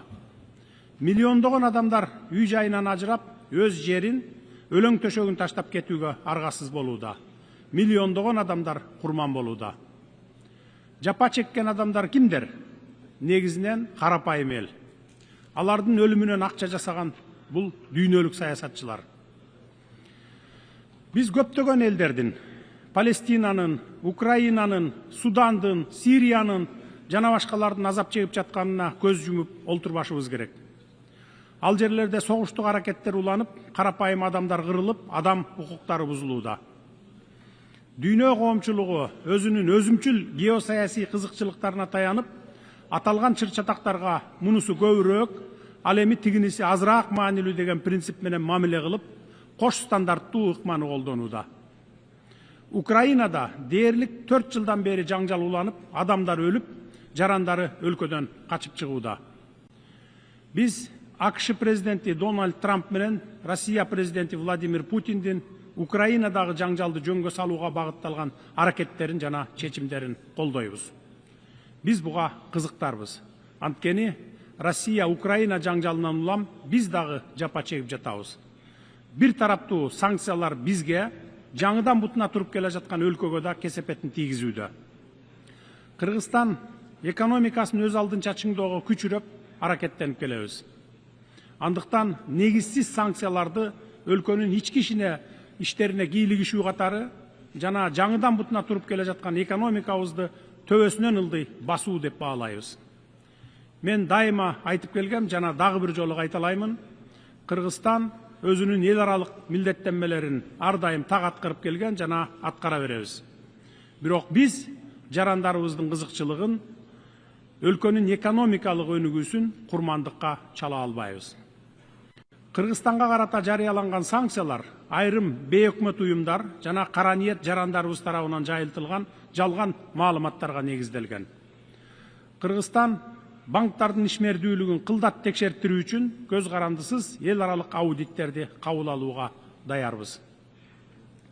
2024 жылы Европа Бирлигинин өлкөлөрү Россия менен 141 миллиард долларга соода жүргүзсө, анын 36 миллиард доллары Россиядан импорттолгон товарлар болгон. Ал эми биздин эки банкка каршы санкция жарыялаган Британиянын өзү 2024 жылы Россия менен 2,2 миллиард долларга соода жүргүзгөн. Ачык айтканда, кимдир бирөөлөр өз алдынча кызматташуу мүмкүнчүлүгүн өзүмчүлүк менен өзүнө калтырып, өз кызыкчылыктарын коргоп, башкаларга тыюу салган. Бул көрүнүштү кантип атоо керек? Өзгөдөн бир нерсе талап кылаардан мурда өзүң башкаларга үлгү бол деген сөз. Бизге Россия менен кызматташпагыла деген талап коесуңар дагы өзүңөр кеңири кызматташып жатасыңар. Бизди силерге караганда Россия менен көптөгөн экономикалык байланыштар бириктирип турат. Ошондуктан экономикалык жактан алганда Россия менен кызматташпай кое албайбыз. Биз башкалар менен тирешүүнү каалабайбыз. Биз дээрлик бардык өлкөлөр менен кызматташып, көп векторлуу саясат жүргүзүп жатабыз. Мисалы, биз ошол эле Англияга жылына 1 миллиардтан ашык долларга алтын сатабыз. Менин өлкө президенти катары биринчи милдетим жарандарымдын жана өлкөмдүн коопсуздугун камсыз кылып, экономикалык абалын жогорулатуу. Биз экономикалык кызматташтыкты жана сооданы саясатташтырууга каршыбыз. Ошондуктан эки банкыбызга салган санкцияларды тез арада алып салууну талап кылабыз. Урматтуу айымдар жана мырзалар, Бириккен Улуттар уюмунун башкы катчысы буга чейин Газа тилкесин миңдеген балдардын көрүстөнү деп мүнөздөгөн. Газадагы согушту жана үрөй учурган окуяларды токтотуу үчүн дагы эмне кылуу керекпиз? Биз Газа тилкесиндеги аеосуз кагылышуулардын айынан эбегейсиз жоготууларга учурап жаткан Палестина элине тилектеш болушубуз керек. Бүткүл дүйнөнүн көз алдында өтүп жаткан адамчыдагыс трагедияга кайдыгер карабашыбыз керек. Биз палестиналыктарга каршы геноциддин токтотулушун жана Бириккен Улуттар уюмунун эл аралык соту тарабынан эл аралык соттук иликтөөнүн башталышын талап кылабыз. Менин өлкөм ар дайым зордук зомбулуктун жана терроризмдин бардык көрүнүштөрүн кескин айыптайт. Анын ичинде 2023 жылдын 7 октябрындагы Израилге террорчулардын кол салууларын дагы айыптайбыз. Андай террорчуларды катуу жазалоо керек. Бирок терроризмге каршы күрөшүүнүн, террорчуларды жок кылуунун өз ыкмалары, жол жобосу бар да. Ошол ыкмалар менен күрөшүш керек эле. андай террорчулардын кесепетинен миллиондогон жөнөкөй жарандар, жаш балдар кырылбаш керек эле. Эмне себептен карапайым элдин бейкүнөө балдардын 100 миңдеп кырылышына жол берип жатабыз? Тынычтыкты орнотуунун бирден бир жолу эки эл үчүн эки мамлекет принцибин ишке ашыруубуз керек. Палестина 1967 жылдагы чек аралардын негизинде көз карандысыздыкка ээ болушу керек. Биз ошондой эле Катар менен Ирандын аймагына жасалган акыркы ракеталык чабуулдарды айыптайбыз.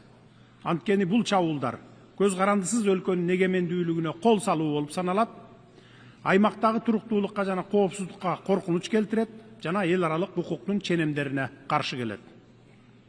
Газа, Иран, Ливан жана башка аймактардагы терроризмге, коркунучтарга каршы күрөшүү алардын масштабына жана мүнөзүнө ылайык келүүгө тийиш. Бейкүнөө жарандар, аялдар жана балдар жабыркабашы керек, алар курмандыкка чалынбашы керек. Урматтуу айымдар жана мырзалар, коңшу өлкө катары Кыргызстан азыркы оор шарттарда Афган элине ар тараптуу колдоо көрсөтүүнү, Афганистандын экономикасын аймактык жана дүйнөлүк экономикалык процесстерге интеграциялоо маанилүү деп эсептейт. Афганистанды эл аралык изоляцияга алуу, аны чет элдик жардамсыз калтыруу туура эмес. Бул адилетсиздик. Геосаясий идеологиялык максаттарды көздөп, каржылык инструменттерди колдонуу аркылуу гуманитардык кризисти курчутууну адилетсиздик жана адамгерчиликсиздик деп эсептейбиз. Ошондуктан биз батыш өлкөлөрү тарабынан тондурулган Афганистандын активтерин 9 миллиард акш долларынан ашык акча каражатын мүмкүн болушунча тез арада мыйзамдуу ээсине, Афган элине кайтарылышы керек деп эсептейбиз. Аталган каражаттар инфраструктураны калыбына келтирүүгө, жергиликтүү банктар аркылуу жарандарга жеткиликтүү насыяларды берүү мүмкүнчүлүгүн кеңейтүүгө, айыл чарбасын өнүктүрүүгө жана жакырчылыкта жашаган миллиондогон адамдарга жаңы мүмкүнчүлүктөрдү түзүүгө жардам бермек. Бул акчаларды ушул тапта өзүңөр колдонуп, пайдасын көрүп жатасыңар. Эмне деген уятсыздык. Ушул эле Бириккен Улуттар Уюмунун маалыматына ылайык, 2025 жылы Афганистанда 15 миллиондон ашык адам ачкачылыкка дуушар болсо, 24 миллион адам гуманитардык жардамга муктаж болуп турат. Баарыбызга маалым болгондой, сентябрь айынын алгачкы күндөрүндөгү жер титирөөдөн улам 2000ден ашуун афган боордошторубуз каза тапты. Тилекке каршы акча каражаттарынын жетишсиздигинен жана инфраструктуранын начарлыгынан улам жабыркагандарга өз убагында жардам көрсөтүүгө мүмкүн болгон жок. Биз батыш өлкөлөрүнүн лидерлеринин Афган элинин келечеги үчүн активтерин тез арада кайтарып берүүгө чакырабыз. Эгер Афган эли жакырчылыктан, ачарчылыктан тез арада чыксын десеңиздер, токтоосуз кайтарып бериңиздер. Адам укугу, мамлекеттер аралык укуктар жөнүндө сүйлөгөн сөзүңөр менен кылган ишиңер мына ошондо бири-бирине дал келет. Урматтуу жыйындын катышуучулары, Африка өлкөлөрүндөгү чыр-чатактардан баштап азык-түлүк коопсуздугуна чейинки маселелер сөз жүзүндөгү боорукердикти эмес, конкреттүү иш менен бекемделген тилектештикти талап кылат. Африка 1,5 миллиардтан ашык калкы бар, 54 мамлекет жайгашкан Евразиядан кийинки эле экинчи чоң континент. Африкада ресурстардын эбегейсиз запастары бар жана биз жакынкы келечекте Африканын дүйнөлүк экономикадагы жана эл аралык саясаттагы ролу бир нечесе жогорулай тургандыгына ишенебиз. Ошондуктан Африканын эбегейсиз кен байлыктары Африканын тез өнүгүүсүнө жана өз кызыкчылыктарына жумшалыш керек. Бириккен Улуттар Уюмунун тынчтыкты сактоо ишин күчөтүүбүз зарыл. Менин өлкөм 1990 жылдардын башында эгемендүүлүккө ээ болгондон тартып, Бириккен Улуттар Уюмунун тынчтык күчтөрүн конфликт болгон өлкөлөргө жөнөтө баштаган. Бул биздин бүткүл дүйнөдөгү тынчтыкты жана коопсуздукту чыңдоого чын ыкластан салым кошууну каалай тургандыгыбызды дагы бир жолу далилдейт.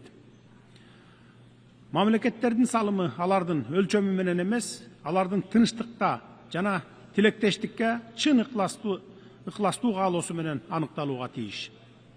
Биз эл аралык келишимдерди, Анын ичинде ядролук куралдарды таркатпоо жөнүндөгү келишимдерди аткарууну жактайбыз. Жаш муундарды өзөктүк куралсыз дүйнөнү кабылдоого тарбиялашыбыз керек. Жаш муундардын арасында массалык кыргын салуучу куралдардын колдонуунун кыйратуучу кесепеттери жөнүндө түшүндүрүү иштерин жүргүзүүбүз зарыл. Кыргыз тараптын демилгеси менен жана Бириккен Улуттар Уюмуна мүчө мамлекеттердин колдоосу менен куралсыздануу боюнча эл аралык агартуу күнүнүн концепциясын ишке ашыруу эң сонун аянтча болмок. Кыргызстан Борбор Азиядагы өзөктүк куралдан эркин аймак жөнүндөгү келишимдин демилгечилеринин бири жана депозитарийи болуп саналат.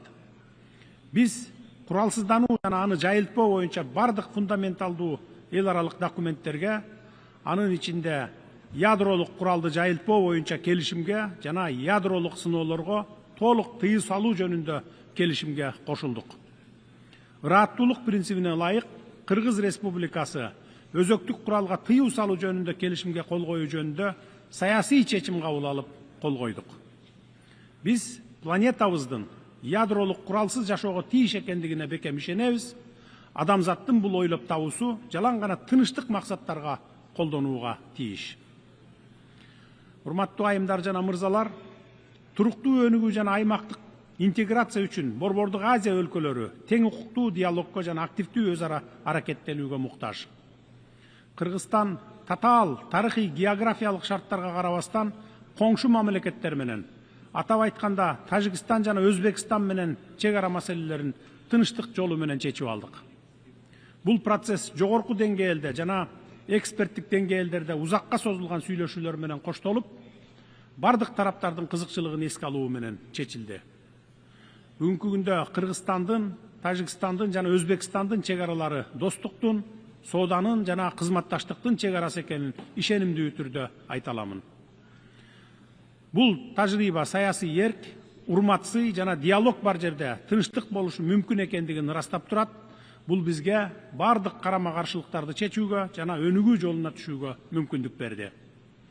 Кыргызстан татаал маселелерди чечүүдөгү тажрыйбасын дүйнөлүк коомчулук менен бөлүшүүгө даяр. Келиңиздер, дүйнө жүзү боюнча курал жарактарга колдонулуп жаткан 3 триллион доллардан ашык акча каражаттарды элдин турмушун жакшыртууга, ачарчылыкты жоюуга, экологиябызды жакшыртып, абаны тазартууга колдонолу.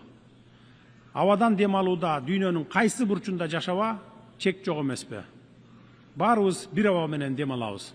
Ошондуктан кимдин куралы күчтүү деген жарышуу менен эмес, кайсы өлкөнүн жаратылышы, кайсы өлкөнүн абасы таза деген жарышуу менен жашоого баарыңыздарды чакырып кетет элем. Урматтуу достор, климаттын өзгөрүүсү бүгүнкү күндө биз күбө болуп жаткан чындык. Кургакчылык, мөңгүлөрдүн эриши, экосистеманын өзгөрүшү, биологиялык ар түрдүүлүккө карата коркунучтар алдыбызда турат. Кыргызстан бул өзгөрүүлөр өзгөчө таасир эте турган тоолуу өлкө. Биз азыртадан эле суу ресурстарынын азайышын, айыл чарба жана биологиялык ар түрдүүлүккө тиешелүү коркунучтарды башыбыздан кечирип жатабыз. Кыргызстан деңизге чыгууга мүмкүнчүлүгү жок болгонуна карабастан, эл аралык экологиялык демилгелерге активдүү катышып, глобалдык экосистемаларды коргоого багытталган келишимдерди колдоодо олуттуу роль ойной алат. Кыргыз Республикасы бир системанын эки уюлу болгон тоолордон океанга чейин деген жаратылыш системаларынын өз ара байланышынын таанууну жактап келет. Анткени океандардын келечеги тоолордун чокуларынан башталат. Бул контекстте биз деңиздеги биологиялык ар түрдүүлүк жаатындагы келишимди ратификациялап, ушул келишимге кошулган алгачкы 60тан ашуун мамлекеттин катарына кирдик. Деңиз жана жээк экосистемаларын коргоп турган дарыялар тоодон башталат. Демек, тоо экосистемаларын коргоо жана деңиздерди туруктуу башкаруу бири-бири менен байланышта турат. Азыр биз тоолуу аймактарды туруктуу өнүктүрүү боюнча мамлекеттердин, эл аралык уюмдардын жана эксперттердин борбордук аянтчасы катары 2027 жылга пландаштырылган Бишкек +25 экинчи саммитин даярдап жатабыз. Барыңыздарды бул иш-чарага активдүү катышууга чакырабыз. Кымбаттуу достор, Бириккен Улуттар Уюмунун башкы катчысы Даг Хаммершельд өз убагында таамай айткандай, Бириккен Улуттар Уюму адамзатты бейишке алып баруучу үчүн эмес, адамзатты тозоктон сактап калуу үчүн түзүлгөн деген сөзү бар. Бүгүнкү күндө бул сөздөр мурдагыдан да актуалдуу. Уюм согуштун үрөй учурган азаптарынан жаралган, бирок кызматташтыкка, диалогко жана сый урматка болгон ишенимдин аркасында жашап келе жатат. Бүгүнкү күндө анархияга жана бир тараптуу чечимдерге каршы калкан катары көп тараптуу системаны сактоо жана өнүктүрүү мурдагыдан дагы маанилүү. Заманбап чакырыктарга жана коркунучтарга адекваттуу эл аралык жаңы механизмдерди түзүү зарылдыгы быжып жетилди. Биздин уюм өзгөрүүлөргө муктаж жана бул учурдун талабы азыркы реалдуулук. Ушул контекстте биз Бириккен Улуттар Уюму 80 аталышындагы Бириккен Улуттар Уюмунун системасын реформалоо боюнча башкы катчынын аракеттерин колдойбуз. Мындан тышкары, Бириккен Улуттар Уюмунун Коопсуздук кеңешинин ишин өркүндөтүү жана реформалоо убактысы келди. Азыркы учурда Бириккен Улуттар Уюмунун Коопсуздук кеңешинин 15 мүчөсү дүйнөнүн бардык мамлекеттеринин тагдырын иш жүзүндө чечип жатышат. Алардын биргелешкен позицияга келүүсүнөн согуш менен тынычтык, коопсуздук жана туруктуулук маселелери көз каранды. Мындан да маанилүүсү, Коопсуздук кеңешинин туруктуу 5 мүчөсү туура эмес, адилетсиз чечимдерге ар дайым бөгөт коюу мүмкүнчүлүгүнө ээ. Кыргызстан Коопсуздук кеңешинин өркүндөтүү боюнча керектүү чараларды көрүүнү зарыл деп эсептейт жана бул чаралар көпчүлүк мамлекеттердин кызыкчылыгын эске алышы керек. Ушуга байланыштуу Бириккен Улуттар Уюмунун Коопсуздук кеңешинин реформалоонун бардык маселелери боюнча ыкчам жана компромисстүү чечимге жетишүү абдан маанилүү. Бул реформа универсалдуулук, кеңири географиялык өкүлчүлүк принциптерине негизделип, Бириккен Улуттар Уюмунун мүчө мамлекеттеринин колдоосуна ээ болуусу зарыл. Кыргызстан Африкалык мамлекеттердин Коопсуздук кеңешине мүчө болуу укугун кеңейтүүнү жана тарыхый теңсиздикти жоюу аракетин мыйзамдуу жана адилеттүү деп эсептейт. 60тан ашык мүчө мамлекет, алардын ичинде Кыргызстан да эч качан Коопсуздук кеңешине шайланган эмес, ошол эле учурда кээ бир мамлекеттер 5-6 жолудан шайланышкан. Бул адилетсиздик деп эсептейбиз. Урматтуу делегация мүчөлөрү, Кыргызстан дүйнөдөгү тынычтыкты, коопсуздукту жана туруктуу өнүгүүнү камсыздоодо өз салымын кошууга умтулууда. Дүйнөдөгү чакан мамлекеттердин маселесине Бириккен Улуттар Уюмунун көңүлүн буруу максатында Кыргызстан 2027-2028 жылдарга Бириккен Улуттар Уюмунун Коопсуздук кеңешинин туруктуу эмес мүчөлүгүнө өзүбүздүн талапкерлигибизди көрсөттүк. Буга чейин Коопсуздук кеңешине шайланбаган өлкөлөрдү колдоо, Бириккен Улуттар Уюмуна мүчө мамлекеттердин тең укуктуулугун белгилеп, уюмдун беделин көтөрөт жана ага болгон ишенимди бекемдөөгө өбөлгө түзөт. Биз адилеттүүлүк принцибине ишенебиз, ошондуктан Бириккен Улуттар Уюмуна мүчө мамлекеттерден кийинки жылдын июнь айында өтө турган шайлоодо Кыргызстанды колдоп коюуңарды өтүнөмүн. Ар бир мамлекет Коопсуздук кеңешинин мүчөсү болууга жана дүйнөдөгү тынычтык менен коопсуздукту сактоого өз салымын кошуу мүмкүнчүлүгүнө ээ болууга тийиш. Биз Коопсуздук кеңешине олуттуу маселе сунуштай турган тажрыйбасы бар мамлекеттердин катарына киребиз деп ишенимдүү түрдө айта аламын. Биз эл аралык укукту, адилеттүүлүктү, адам укуктарын коргоону бекем карманабыз жана өз ара урматтоого, кызыкчылыктардын балансына жана келечек муундардын жоопкерчилигине негизделген көп тараптуу системаны колдойбуз. Урматтуу айымдар жана мырзалар, учурдун чакырыктары жалпыбызга тиешелүү жана аларга карата жоопторубуз да бирдиктүү болушу керек. Айткан сөзүбүз менен ишибиз дал келүүсү кажет. Биз аракетсиздикке жол бербешибиз керек.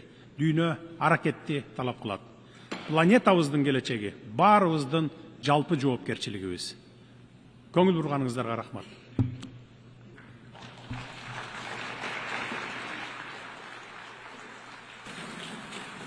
On behalf of the Assembly, I wish to thank the President of the Kyrgyz Republic.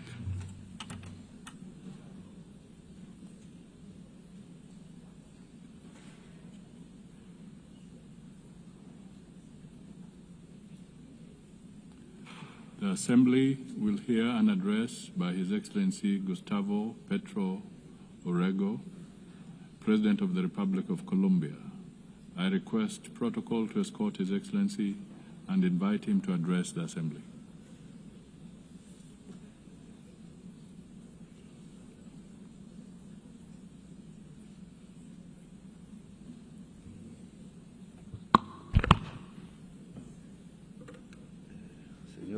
Señor presidente de la Asamblea, este es mi último discurso como presidente aquí, ya es el cuarto. En el primero anuncié a la Asamblea que era muy posible que estallara un conflicto al lado de Ucrania en Palestina. Pedí que se hiciera una conferencia de paz. Los que no tenemos bombas ni grandes presupuestos no somos escuchados aquí, pero 4 años después, ya hoy, lo dantesco de la situación de Palestina no me llevó a pensar que lo mismo o casi lo mismo podría ocurrir en el Caribe colombiano cuando tiran misiles a personas jóvenes desarmadas en el mar.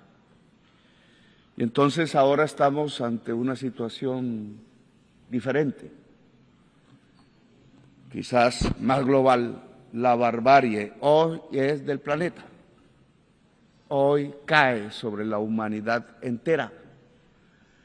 Los misiles sobre 17 jóvenes desarmados en las aguas del Mar Caribe, quizás algunos colombianos, la persecución, aprisionamiento y encadenamiento y expulsión de millones de migrantes, los misiles que caen sobre las 70.000 personas en Gaza y los matan, la falta de acción sobre la crisis climática, cuyas palabras se borran por orden de Trump, están ligados y obedecen a la misma causa.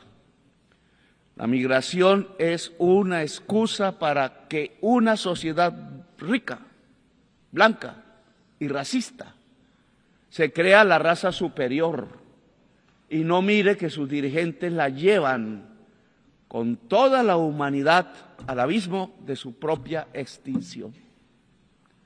Dicen que los misiles en el Caribe eran para detener las drogas. Mentira, dicha aquí, en este mismo sitio. En el año 2023 y 2024 fueron los años donde más cocaína se incautó y más de 700 capos del narcotráfico fueron extraditados a Estados Unidos y Europa. Los extradité yo y la cocaína la incautó mi gobierno. Y no tiramos un solo misil ni asesinamos ningún joven. Los años donde probé que es más eficaz sustituir voluntariamente con los cultivos de hoja de coca que erradicarla forzadamente con glifosato y fuerza sobre los campesinos pobres de Colombia. He cambiado la fracasada y violenta guerra contra las drogas por una eficaz política antinarcotraficante, que es diferente, no confundir la sustancia muerta con la persona codiciosa.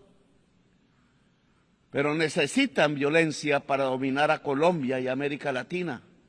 Necesitan destruir el diálogo e imponer y lanzar misiles asesinos sobre jóvenes pobres en el Caribe. La política antidrogas no es para detener la cocaína que llega a los Estados Unidos.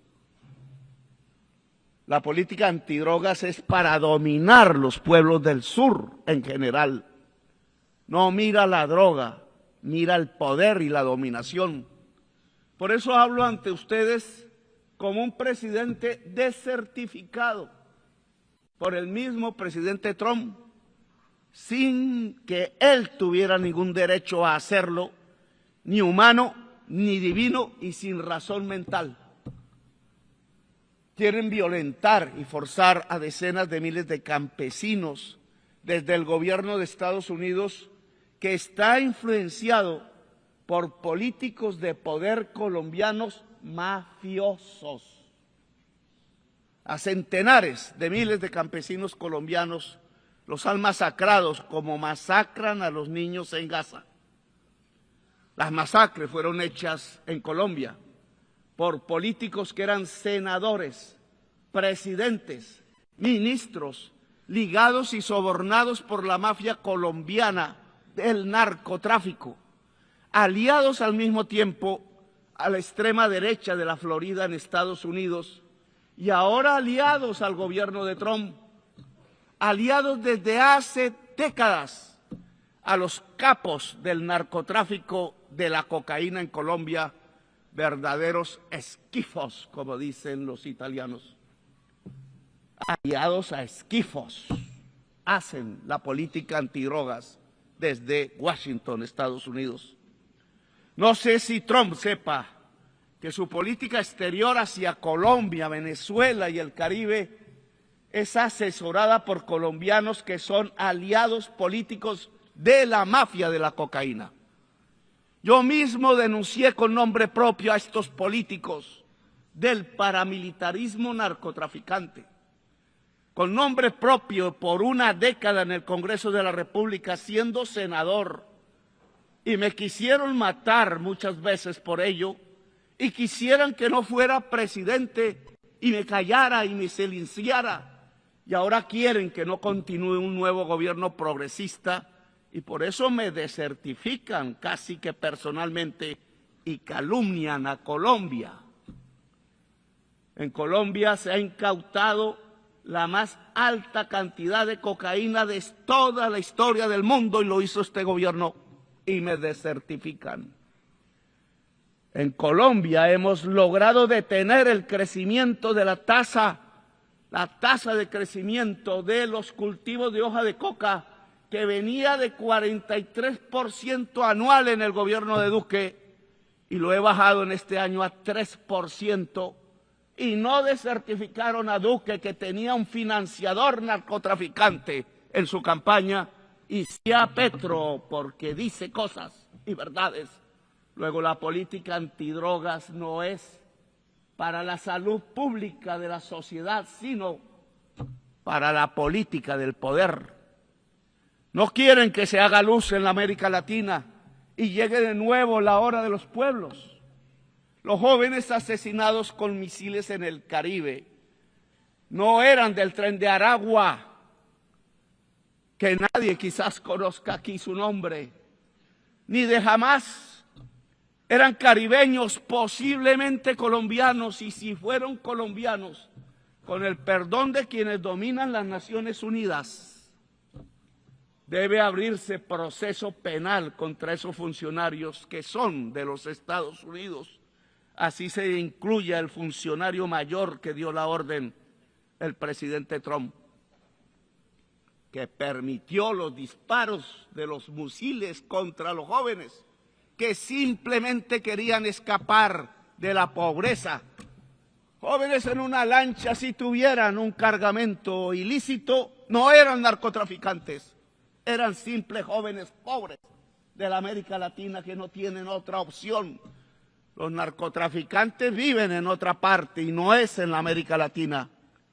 Trump lanza misiles sobre lanchas desarmadas de migrantes y los acusa de narcotraficantes y terroristas sin ellos tener una sola arma para defenderse, cuando los narcotraficantes viven en Nueva York, aquí mismo, a unas cuantas cuadras, y en Miami, y hacen acuerdos con la DEA, donde les permiten traficar en África, en Europa, Rusia o China, pero no en los Estados Unidos, país que detiene el crecimiento del consumo de cocaína sin rebajarlo, solo porque sus enfermos drogadictos pasaron, y son enfermos, pasaron a consumir la droga mortal de la contracultura de la humanidad en tiempos de la extinción por la crisis climática, el fentanilo.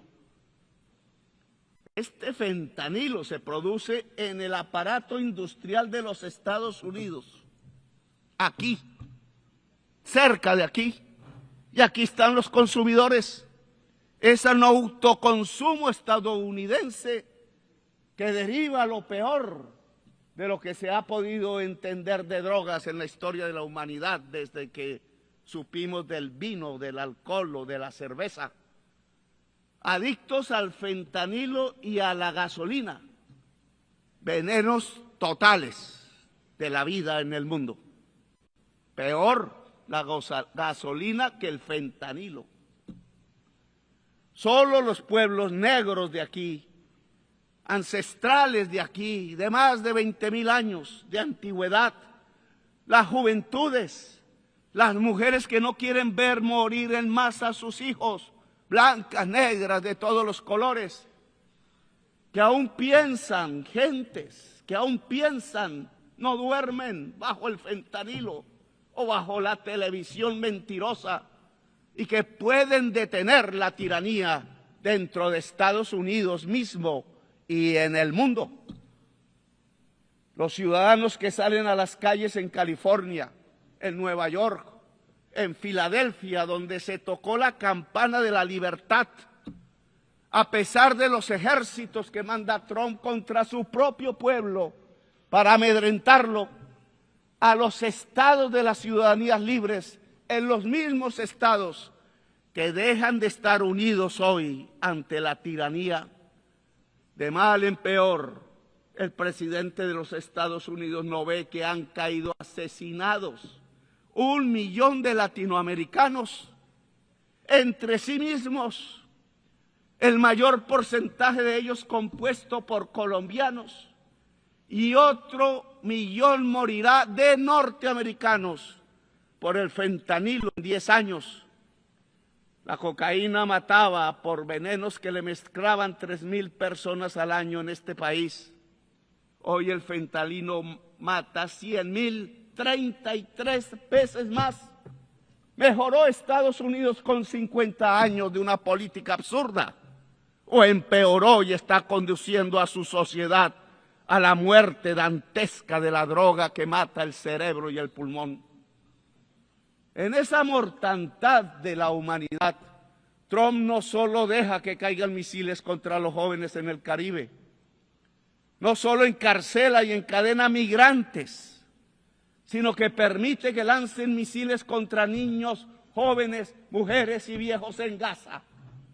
Se hace cómplice del genocidio porque es genocidio y hay que gritarlo una y otra vez. Este recinto es testigo mudo y cómplice de un genocidio en el mundo de hoy, cuando creíamos que era solo propiedad de Hitler. Trump no habla de democracia, no habla de crisis climática, no habla de vida, solo amenaza y mata y deja matar a decenas de miles. En cambio, en mi gobierno, en Colombia, no hemos aumentado la tasa de homicidio. Tenemos la tasa de desempleo más baja del siglo en el país. Tenemos la tasa de pobreza más baja del siglo en nuestras estadísticas. E impulsamos nuestra agricultura a 10% anual real y nuestra industria al 5% anual. Y llegaron turistas como nunca por millones a mirar nuestra enorme belleza, el país de la belleza y de la diversidad natural y humana y cultural. Y buscamos paz hablando con narcos y rebeldes. No me da pena hablar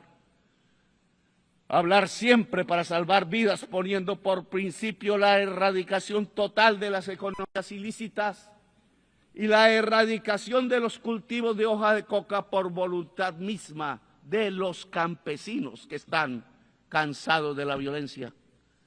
No nos dejamos sobornar de los narcos, como sí sucedió en gobiernos pasados de Colombia. Y ya llevamos 25.000 hectáreas erradicadas voluntariamente.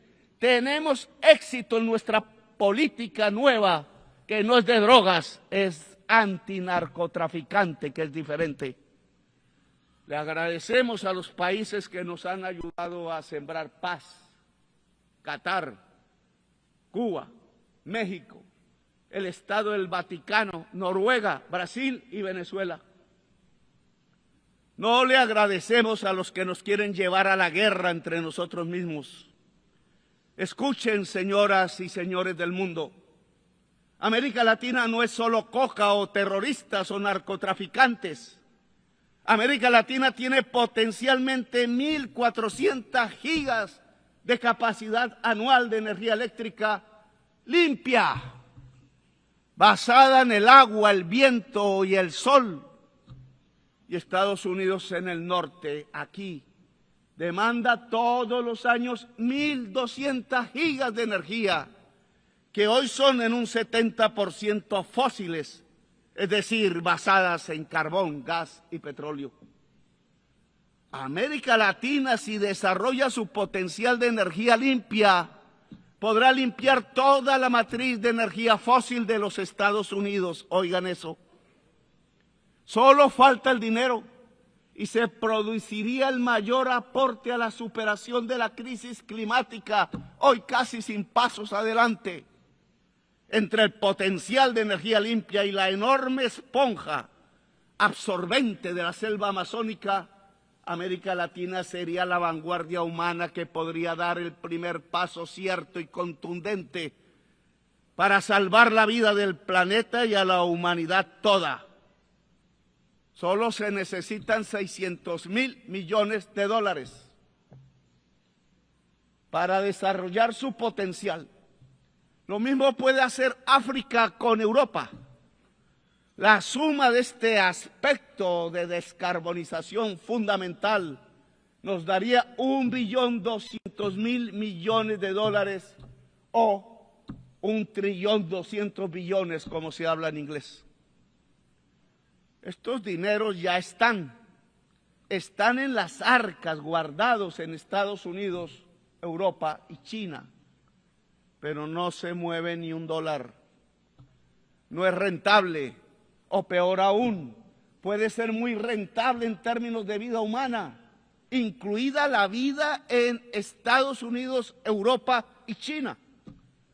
Pero no quieren interdepender de América Latina y África.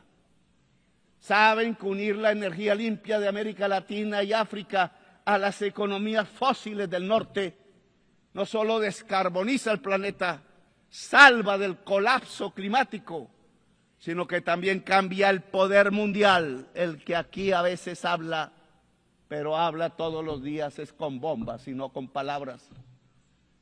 Lo vuelve, la descarbonización vuelve al poder una democracia global y cambia las relaciones de producción porque aparece primero la vida y la humanidad como prioridad sobre la codicia. La codicia es el veneno de la vida. Es una contradicción antagónica, como dijera alguna vez Mao, pero no pensando en patrones y obreros, sino entre la codicia y la vida misma del planeta Tierra. Según la ciencia, tenemos 10 años para caer en un punto de no retorno. 10 años. Y donde ya pasemos a ese punto, no se puede hacer nada. Solo observaremos las catástrofes y las sentiremos incluso en nuestra propia familia. Porque será,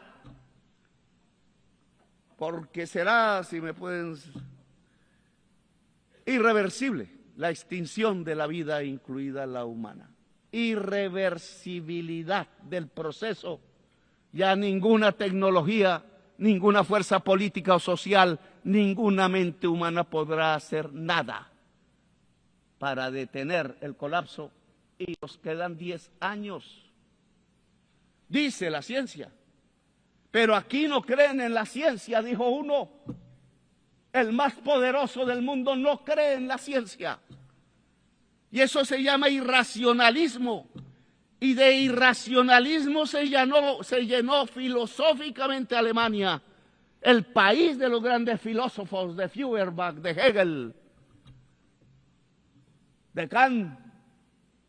Y hoy de irracionalismo se está llenando Estados Unidos y fue la antesala de Hitler en 1933.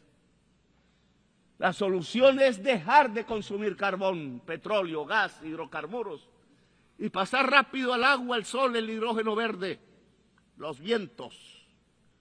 Pero la palabra descarbonización suena ahora subversiva en las conferencias de los grupos de países poderosos, el G7, el G20, y en Davos, los mega ricos. Como hace 5 siglos sonaba subversiva la palabra democracia aún aquí en Nueva York, en Cartagena, en Bogotá o en París y mucho más en Madrid. Esos dineros de los que hablo aquí, 600.000 millones de dólares, 1.200.000 millones, son en 1 o 2 ceros mayor que la cifra que prometieron los países desarrollados dar y que son limosnas. Y no cumplieron desde la COP de París porque no les interesa la descarbonización. Y es entre ceros la demasía de la cifra sobre los exiguos préstamos de la banca multilateral, que son eso, pura limosna inocua, pura ideología pensando que la rentabilidad del capital limpia la atmósfera y salva la vida. Mentiras ideológicas, fantasmagóricas, fetiches, para que no miremos arriba y no actuemos como humanidad. La crisis climática implica priorizar en todos los presupuestos públicos la inversión en descarbonización y adaptación. Necesita por completo una política financiera mundial diferente y abolir la prima del riesgo de la deuda. ¿Quién dijo que son riesgosos los países que no son riesgosos?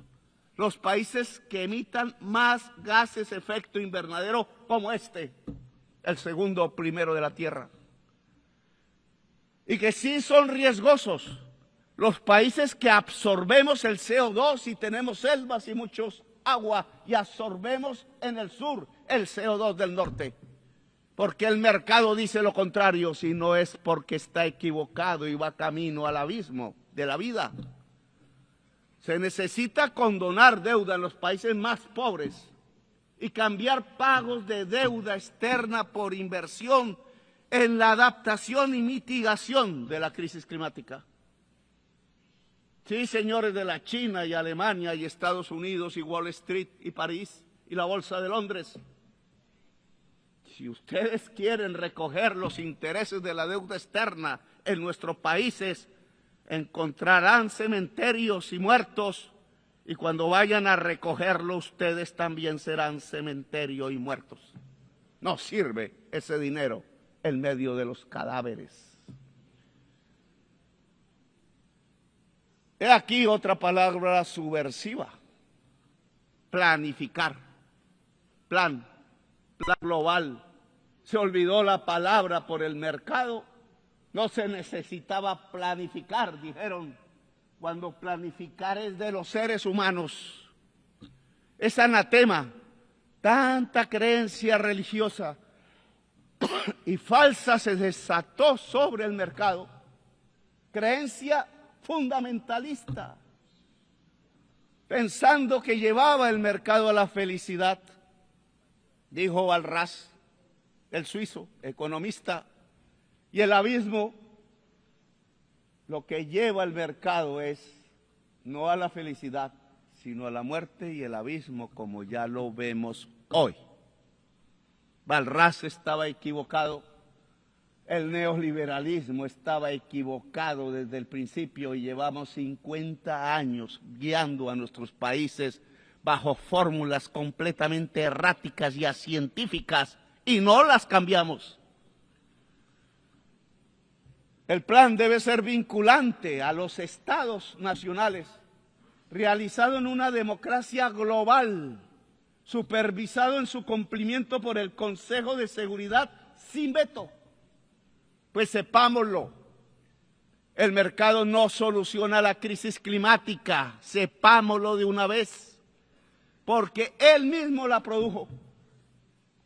Fue el capital, que es una relación humana desigual entre quien es el dueño de la máquina hambrienta de carbón y petróleo y el asalariado trabajador, hombre o mujer, que tiene que producir cada vez más cosas para que el patrón venda esas cosas hechas con la máquina del patrón que necesita cada vez más petróleo, lo que produjo la crisis climática, hacer más, vender más, ganar más, más y usar cada vez más entonces carbón, petróleo hasta nuestros días, pero no hasta la eternidad, porque ha llegado el petróleo y el carbón hasta su final, que quizás es el final del capital. Si no es del capital, será de la humanidad y de la vida entonces. El dueño del capital es un ser humano de poder y no es una cosa, no es un fetiche. Ese ser humano con su codicia, con su esclavitud total a la codicia, es el que buscará que aquí se apruebe, que se busque cada vez más petróleo, que en cada país se busque cada vez más petróleo, no importa el envenenamiento de la atmósfera con CO2, que es el envenenamiento de la vida toda del planeta. Taladrar, taladrar y taladrar, dicen sin piedad. Así que capital o vida, amigos y amigas, o codicia o vida, o barbarie o democracia local y global, o libertad o muerte, como decía Bolívar y enarbolaba esta su bandera roja, negra y también blanca. Libertad rojo, muerte negro, blanco paz posible. Es una revolución mundial de los pueblos lo que se necesita para superar positivamente la crisis climática y no dejarla llegar de crisis a colapso global. Es una revolución de los pueblos unidos, de las civilizaciones que tienen que dialogar más que los estados mismos. Es una revolución de la humanidad para seguir viva en el planeta y libre, quizás aliada a algunos gobiernos que quieran defender la vida. Hoy Naciones Unidas ve su crisis y la necesidad de su transformación. Aquí se reúnen estados-nación que ya no tienen poder, que por mucho que voten no se les hace caso, porque el Estado-nación ha llegado también a su decadencia y quizás final. Se inventó alguna vez hace unos siglos y ya no da más. Y ya no da más porque el mismo capital se volvió global, no estatal. El socialismo de Stalin debió de volverse global y no estatal, pero Stalin no tenía las entendederas para ello y creyó más en la tribu y condenó en Yalta una revolución mundial en España, en Italia, en Grecia y quizás hubiera sido América Latina y otros. La humanidad es el nuevo sujeto político que aparece, no el Estado-nación. Y por tanto, Naciones Unidas se tiene que volver y transformar en una humanidad unida, aunque diversa. Está apareciendo un nuevo sujeto político en la historia humana y es importante y me parece espectacular. Y es que superamos la idea del Estado-nación para convertirnos en humanidad. Pero esa humanidad, para que esté unida y sea única en la acción, tiene que tener democracia en todo el mundo. Tiene que tener diálogo permanente en medio de la diversidad. Es la diferencia lo que nos impulsa la posibilidad de una coordinación eficaz de la acción a escala mundial. Humanidad que dialoga, sí.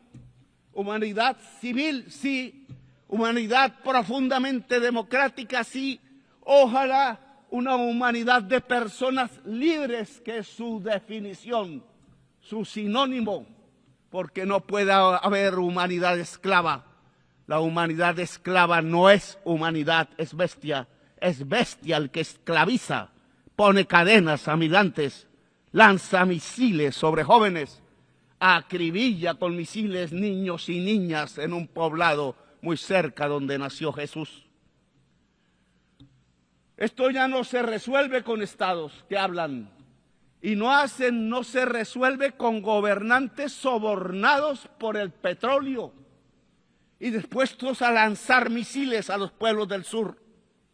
Un nuevo sujeto político entonces aparece, la humanidad unida y diversa en sus culturas.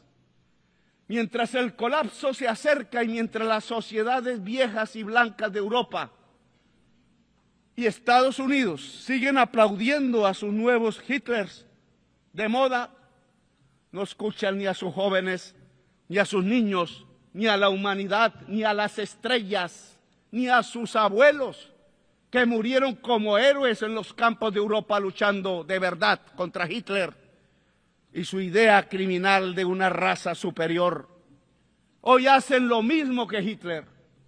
Construyen campos de concentración para migrantes y aplauden las mayorías electorales y dicen que son de una raza inferior los migrantes y colectivizan culpas en ellos como hicieron con los judíos y los llaman terroristas e inferiores y ladrones, narcotraficantes todos, dicen.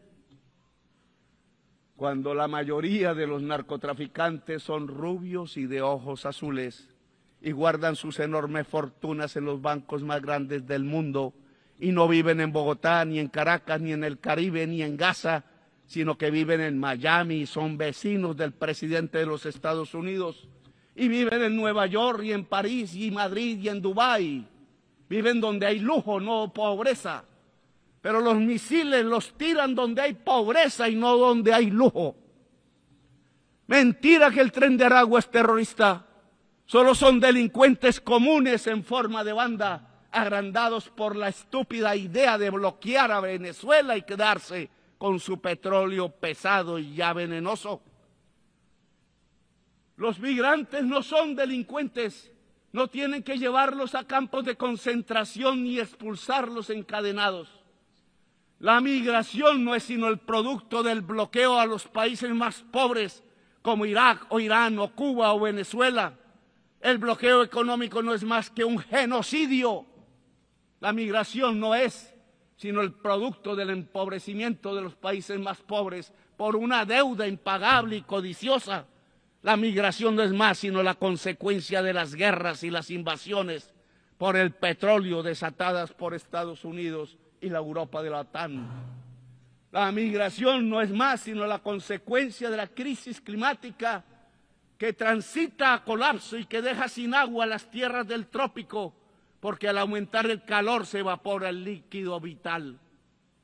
La solución a la migración no es otra, o muy diferente, a las cadenas, a las cárceles, a los misiles. No hay raza superior, señores.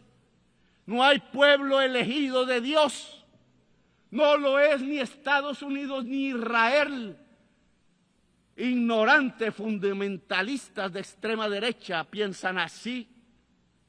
El pueblo elegido de Dios es la humanidad toda. Usan la migración como excusa para no hacer nada contra la crisis climática que barre cada día con la vida. Buscan la migración para ganar votos de blancos y viejos y viejas, pero para desde el poder ocultar que hay que acabar con el consumo del carbón y del petróleo y lo incentivan para taladrar y taladrar y taladrar. La ONU tiene que cambiar ya. Una ONU diferente, humana, debe antes que nada detener el genocidio de Gaza. La humanidad no puede permitir ni un día más de genocidio, ni a los genocidas de Netanyahu ni sus aliados en Estados Unidos e Europa, dejarlos libres. Las Naciones Unidas deben hacer respetar los tribunales internacionales de justicia, el derecho internacional, que es la base de la civilización y de la sabiduría de la humanidad condensada en la historia, y debe hacer cumplir las sentencias de su justicia. La diplomacia ya acabó su papel, señores, en el caso de Gaza. No pudo solucionarlo. No es cierto, y me disculpa Macron, que podamos insistir y insistir en hablar y en hablar cuando cada segundo cae un misil y destroza los cuerpos de bebés inocentes, bebés niños y bebés niñas en el país árabe de Palestina. Cada día de mociones vetadas en el Consejo de Seguridad de la ONU, cada día que pasa son más los niños bombardeados, cada veto más bombas, cada veto más muertos. El que veta, que piensa, no es madre, no es padre, no está vivo, viene quizás de fuerzas oscuras, es un robot porque no tiene corazón para vetar. El genocidio debe parar con lo que sigue a la diplomacia.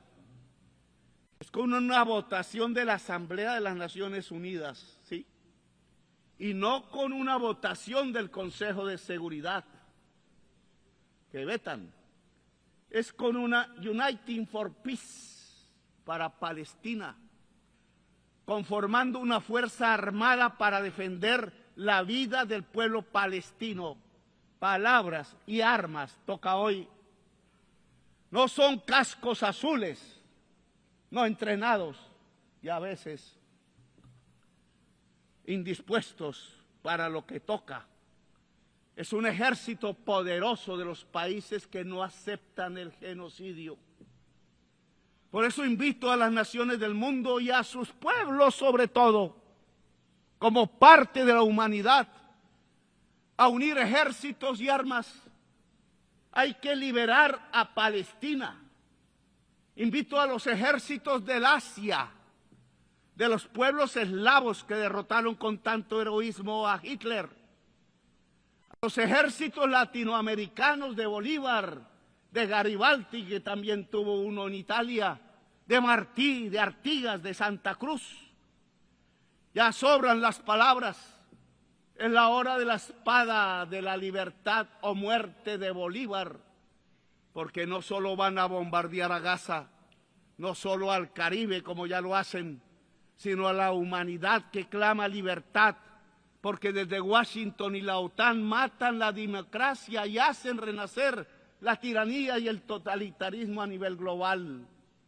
Hay que levantar la bandera rojinegra de la libertad o muerte que alzó Bolívar, sin olvidar el color blanco que levantó junto al rojinegro, color de la paz como esperanza para que haya esperanza de vida en la tierra y en el corazón de la humanidad. Los Estados Unidos ya no enseñan democracia, sino que la matan en sus migrantes y su codicia. Estados Unidos enseñan tiranía. La ONU debe empezar su cambio deteniendo el genocidio en Gaza con la efectividad de un ejército de la salvación del mundo, votado por la Asamblea de las Naciones Unidas y sin veto. Después de salvar Gaza pasaremos al plan para descarbonizar la economía del planeta, para que sea un hecho democráticamente construido a escala mundial y funde democracia global, y que el órgano que vigile su aplicación rápida sea el Consejo de Seguridad, pero sin vetos, y que sea vinculante sobre la OMC, el Banco Mundial, el FMI, el sistema financiero privado, por la gran capacidad que tiene el sistema financiero nacional y mundial de centralizar el capital.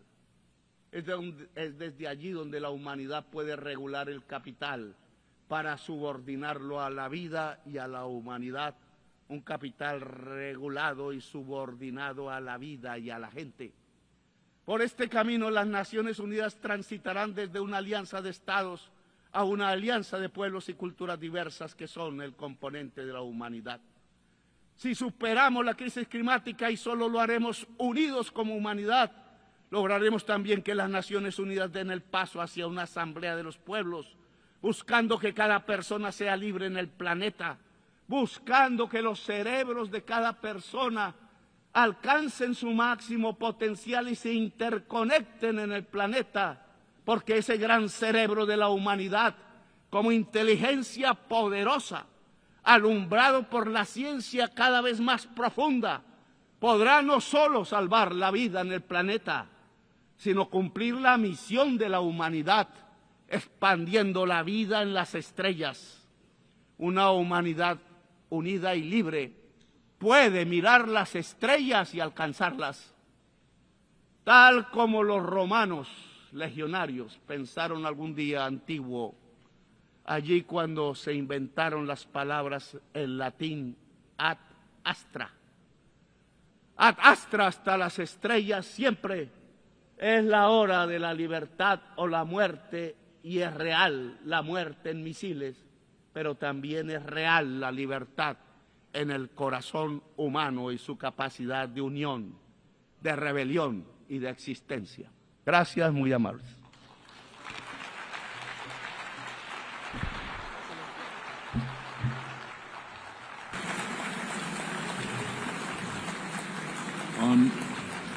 On behalf of the Assembly, I wish to thank the President of the Republic of Colombia.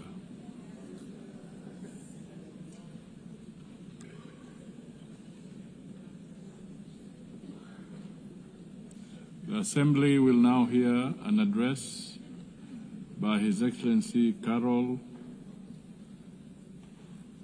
Nawrocki, President of the Republic of Poland. I request protocol to escort His Excellency and invite him to address the Assembly.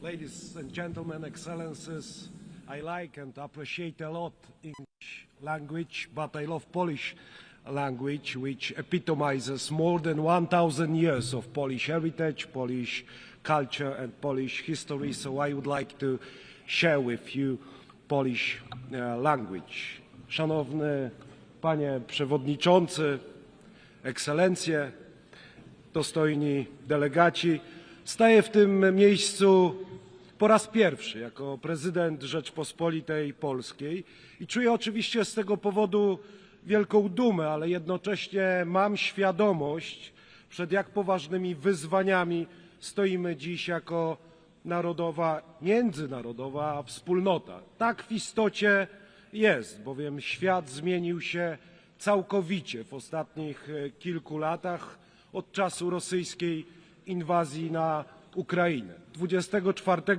lutego 2022 roku zostaliśmy brutalnie wszyscy wybudzeni z błogiego snu o świecie końca historii. Historia się nie skończyła i historia się nie skończy.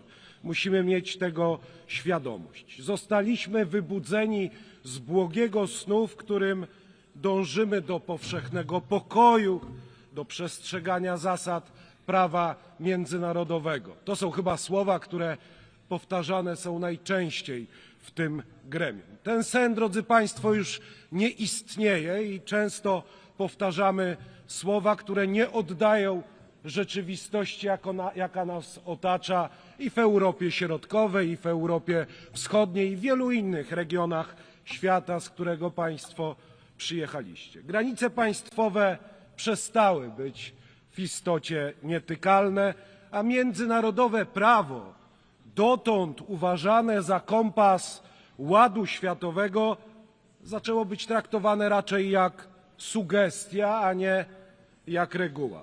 Przypomnę, że krótko po wybuchu wojny i ataku Federacji Rosyjskiej na Ukrainę Polki i Polacy okazali ogromną solidarność z walczącym narodem ukraińskim. Otworzyliśmy nasze serca, nasze granice, otworzyliśmy nasze domy, okazaliśmy pomoc materialną, finansową, pomoc militarną i pomoc dyplomatyczną. Dziś, szanowni państwo, w Polsce mieszka 1 000 000 ukraińskich uchodźców.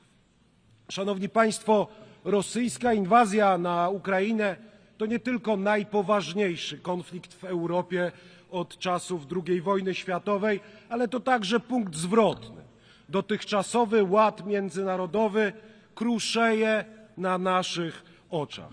Świat wszedł w nową, niebezpieczną erę rywalizacji wielkich mocarstw, łamania zasad i testowania, jak daleko można się posunąć, zanim ktoś powie wyraźne dość, stop. Zasada suwerenności, spytacie Państwo, coraz częściej deptana. Zakaz agresji, zmieniony w martwą literę. Zamiast prawa próba użycia nagiej i brutalnej siły. Stoimy w punkcie zwrotnym historii. W czasie, gdy decyzje podejmowane dziś będą mieć konsekwencje na kolejne dekady i wszyscy musimy mieć tego świadomość i wszyscy bierzemy za to odpowiedzialność. Dlatego właśnie teraz, jako wspólnota państw demokratycznych bądź aspirujących do demokracji, musimy spojrzeć na obecną sytuację jak na pole walki o zasady, których przestrzeganie może zdecydować o przyszłości naszej cywilizacji. Myślę, Szanowni Państwo, że to właściwie ostatni moment na podjęcie konkretnych działań. Szanowni Państwo, rosyjska agresja na Ukrainę nie jest konfliktem o charakterze wyłącznie regionalnym. To sprawdzian, czy zasady, na których opiera się ONZ, przetrwają próbę czasu, czy też ustąpią pod ciężarem imperialnych i kolonialnych ambicji państwa, które uważa się za stojące ponad prawem i które wielokrotnie ignorowało rezolucje zgromadzenia, tego zgromadzenia, innych zgromadzeń i wszyscy w pewnym sensie bierzemy za to odpowiedzialność, dalej dzieląc się, drodzy Państwo, słowami o pokoju i o bezpieczeństwie, które muszą wybrzmiewać, ale za którymi powinno iść konkretne działanie. Moskwa mówi o konieczności zajęcia się, cytat, pierwotnymi przyczynami konfliktu. Podzielam to podejście, lecz uważam, że pierwotne przyczyny rosyjskiej agresji mają charakter przede wszystkim ideologiczny. Rosja odwołuje się do wizji imperialnej, która traktuje całe narody jak własność kolonialną. Odmawia im regularnie podmiotowości, twierdząc, że są sztucznymi konstruktami oraz uzasadnia inwazję jako korektę historyczną. My to, drodzy Państwo, w Polsce, w Europie Środkowej, w Europie Wschodniej znamy od co najmniej 86 lat. To jest ten sam zestaw pojęć, który pojawia się także w XXI wieku, podczas naszych dyskusji plenarnych i kolejnych zgromadzeń. Dla nas w Europie Środkowej i w Europie Wschodniej ten zestaw pojęć nie jest niczym nowym. Czy chodziło o Polskę, o Rzeczpospolitą w pierwszej połowie XX wieku, czy chodzi dzisiaj o Ukrainę. Jako historyk patrzę, drodzy Państwo, na teraźniejszość także przez pryzmat przeszłości. To naturalne. Po prowadzonych przez setki lat podbojach, wojnach, rozbiorach, deportacjach, gwałtach, zbrodniach w XX i w XXI wieku Rosja po prostu nie porzuciła swoich imperialnych ambicji. Jeden z moich wielkich poprzedników, świętej pamięci prezydent Lech Kaczyński, doskonale to rozumiał, gdy przemawiał na placu przed gruzińskim parlamentem w roku 2008. Jego ówczesne słowa przetrwały próbę czasu. Prezydent Lech Kaczyński mówił, drodzy Państwo, dziś Gruzja, jutro Ukraina, pojutrze państwa bałtyckie, a później może i czas na mój kraj, na Polskę. Gdy Rosja zaatakowała Gruzję, nie dla wszystkich było jasne, że to dopiero początek nowego imperializmu Kremla. Niestety wiatr historii, którą tak dobrze znamy oraz rozumiemy w Polsce, zaczyna także wiać obecnie. Ponownie zaczynamy doświadczać rosyjskiego imperializmu także na naszych ziemiach, w Polsce. 2 tygodnie temu w nocy z 9 na 10 września doszło do ataku rosyjskich dronów na terytorium państwa członkowskiego NATO, na terytorium Polski. Kilkanaście dronów naruszyło granice mojego kraju celowo, bo zapewniam Państwa, że nie był to przypadek, na rozkaz wydany w stolicy państwa będącego stałym członkiem Rady Bezpieczeństwa. W konsekwencji Polska po raz pierwszy od II wojny światowej była zmuszona do otwarcia ognia do wrogich obiektów nad naszym terytorium. I zapewniam Państwa, jako zwierzchnik Sił Zbrojnych i prezydent Polski, że Polska zawsze będzie odpowiednio reagować i jest gotowa do obrony swojego terytorium. Polacy, drodzy Państwo, nie przestraszyli się sowieckich hord w roku 1920 i broniąc cywilizacji europejskiej pokonali Sowietów w roku 1920. Polacy i kraje Europy Środkowej nie oddały swojego ducha wolności i suwerenności przez 45 lat sowieckiego kolonializmu po roku 1945 i Polacy i kraje Europy Środkowej i Wschodniej nie przestraszą się też rosyjskich dronów. Tylko to, drodzy Państwo, nie o to chodzi. Chodzi o to, jak długo będziemy jeszcze zezwalać na tego typu akty łamania naszej narodowej, międzynarodowej wspólnoty. Dlatego właśnie, Szanowni Państwo, w Polsce przeznaczamy znaczące kwoty na rozwój naszych zdolności obronnych, dlatego budujemy odporność naszego państwa, ale też całej naszej części Europy, bowiem ofiarami podobnych prowokacji ze strony Rosji stały się bowiem także państwa bałtyckie, nasi przyjaciele, choćby Estończycy, a także Rumunia. Jako lider regionu działamy na rzecz wzmacniania bliskich powiązań państw bukaresztańskiej dziewiątki i dlatego też rozwijamy współpracę w ramach inicjatywy Trójmorza.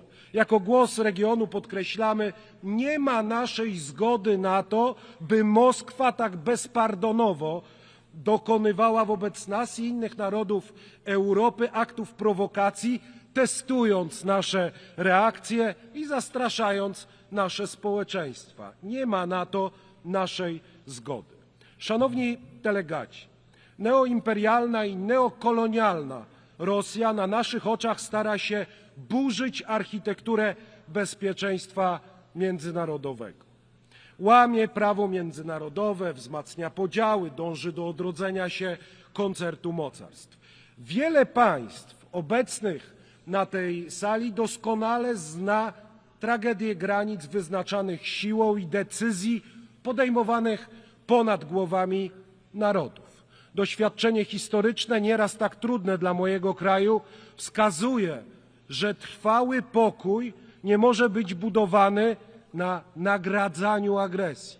Na nagradzaniu agresji. Nie możemy godzić się na naruszenie zasadności integralności terytorialnej i suwerenności naszych narodów. Obecne działania Rosji nie wskazują na gotowość do prawdziwego pokoju. Deklaracjom o dialogu, i to też znamy, towarzyszą ofensywy militarne i kolejne ataki, których ofiarami są cywile, w tym także dzieci. Zawsze, kiedy Moskwa mówi pokój, w praktyce ma na myśli kapitulację tego, którego uznaje za swojego przeciwnika. Rosja musi zakończyć wojnę i przyjąć za nią pełną odpowiedzialność. Pociągnięcie Rosji do odpowiedzialności powinno być naszym wspólnym obowiązkiem. Sprawcy wszystkich zbrodni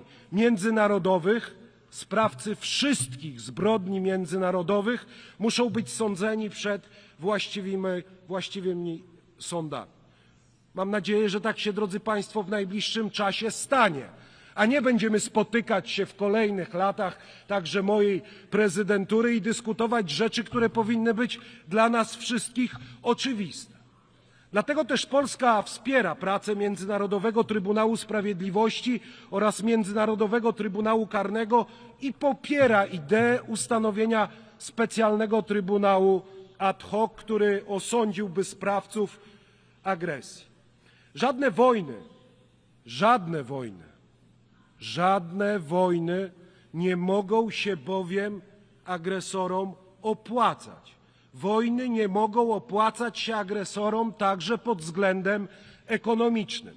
Państwom i narodom należy się pełne zadośćuczynienie, także od tych, którzy wywołali II wojnę światową, bo jeśli chcemy budować wspólnotę państw demokratycznych, wspólną Unię Europejską, to musimy zgodzić się wspólnie na to, że wojna nie może opłacać się pod względem ekonomicznym żadnemu z agresorów. Szanowni Państwo, jak wspomniałem, stoimy dziś przed całą gamą wyzwań o charakterze globalnym, ale też charakterze lokalnym. Oczy świata i również nasze są dziś zwrócone na Bliski Wschód. Polska z zaniepokojeniem, jak wiele innych państw na świecie, śledzi sytuację w tym regionie, na Bliskim Wschodzie, gdzie w wyniku brutalnych ataków Hamasu z 7 października 2023 roku doszło do eskalacji konfliktu. Izrael, jak każde inne państwo, ma prawo do samoobrony.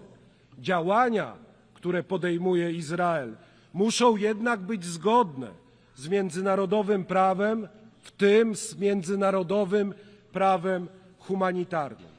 Polska niezmiennie opowiada się za dwupaństwowym rozwiązaniem konfliktu na Bliskim Wschodzie w taki sposób, aby dać zarówno Palestyńczykom, jak i Izraelczykom prawo do życia w pokoju i do życia w bezpieczeństwie.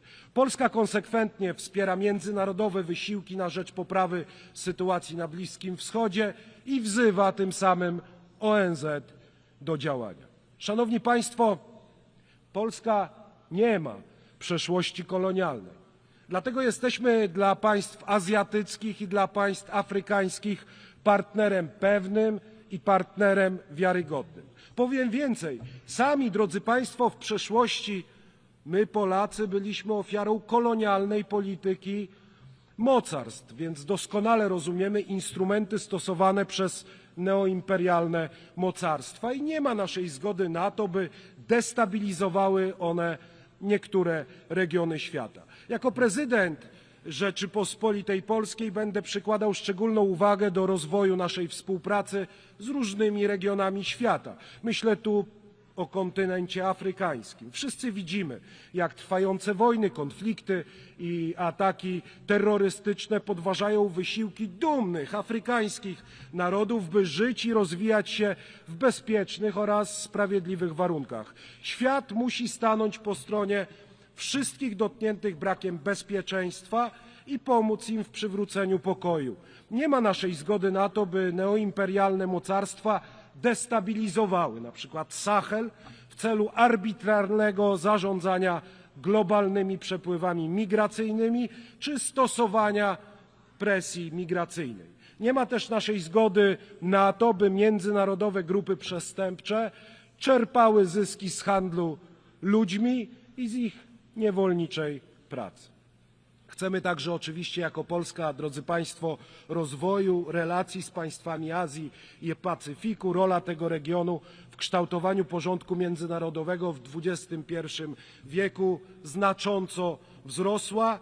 Dynamicznemu rozwojowi gospodarczemu towarzyszą jednak, jak wiemy, rosnące napięcia geopolityczne, co ma wpływ na stabilność, dobrobyt, na bezpieczeństwo także w innych regionach świata. Jesteśmy, drodzy Państwo, jako Polacy zaniepokojeni negatywnym wpływem światowych kryzysów. Ale chcę powiedzieć jako prezydent Polski otwarcie wśród Was, we wspólnocie międzynarodowej, że jesteśmy też głęboko zaniepokojeni i jesteśmy też świadomi błędów popełnionych przez naszych zachodnich partnerów, przyjaciół i sąsiadów. Tak, zgadzam się z prezydentem Donaldem Trumpem, że w ostatnich latach, przed czym przestrzegaliśmy jako Polacy i taki sygnał szedł też z Europy Środkowej i Wschodniej, Europa pogrążyła się w ideologicznym szale, który doprowadził do złych decyzji w zakresie migracji, do zielonego szaleństwa i zielonego ładu, który niszczy rynki gospodarcze, ekonomiczne i także rynki rolne. Tak, ta sama Europa, nasi przyjaciele i nasi partnerzy, z którymi chcemy budować wspólną Unię Europejską, przez wiele lat dotowali Federację Rosyjską, kupując ruski, tani gaz. My to wszystko, drodzy Państwo, w Polsce i w Europie Środkowej wiemy i cieszymy się zawsze wtedy, kiedy przywódcy państw Europy Zachodniej wyciągają z tego konsekwencje i słuchają naszego głosu.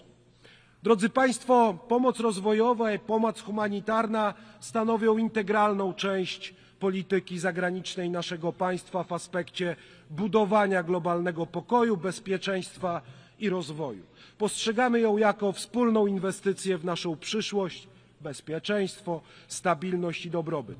Jesteśmy obecni z naszym wsparciem w wielu obszarach, w Afryce, w Europie Wschodniej i na Bliskim Wschodzie. Dostojni delegaci, Polska, współzałożyciel Organizacji Narodów Zjednoczonych, jest 20. co do wielkości gospodarką świata oraz krajem, który w ciągu ostatnich 30 lat z powodzeniem przekształcił się z kraju rozwijającego się w kraj rozwinięty oraz z gospodarki centralnie planowanej w gospodarkę rynkową. To wyjątkowe doświadczenie pozwala nam wnieść istotny wkład w dyskusję ONZ na temat rozwoju, łącząc perspektywy globalnego wschodu i globalnego zachodu, a także północy i południa. Biorąc pod uwagę nasz potencjał i nasze doświadczenie, konsekwentnie zabiegamy o udział w pracach G20, w formacie, który pełni rolę mostu w obecnych burzliwych czasach. Mamy też głęboką nadzieję, że zaproszenie do współpracy oraz do udziału w kolejnym szczycie grupy wystosowane przez Stany Zjednoczone, za co dziękuję prezydentowi Donaldowi Trumpowi, przełożą się na stałą obecność Polski w tym gronie. Szanowni Państwo, prawa człowieka są jednym z 3 głównych filarów, na których opiera się system Narodów Zjednoczonych. Nie możemy mówić o prawdziwym pokoju, jeśli nie chronimy praw człowieka. Każdego człowieka bez wyjątku.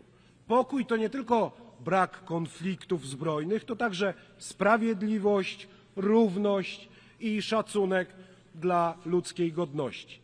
Dlatego też ochrona praw człowieka musi być priorytetem w każdym procesie budowania pokoju i budowania bezpieczeństwa. Wyraźnie dostrzegamy dramatyczne konsekwencje rosyjskiej agresji, także w zakresie praw człowieka i kwestii humanitarnych.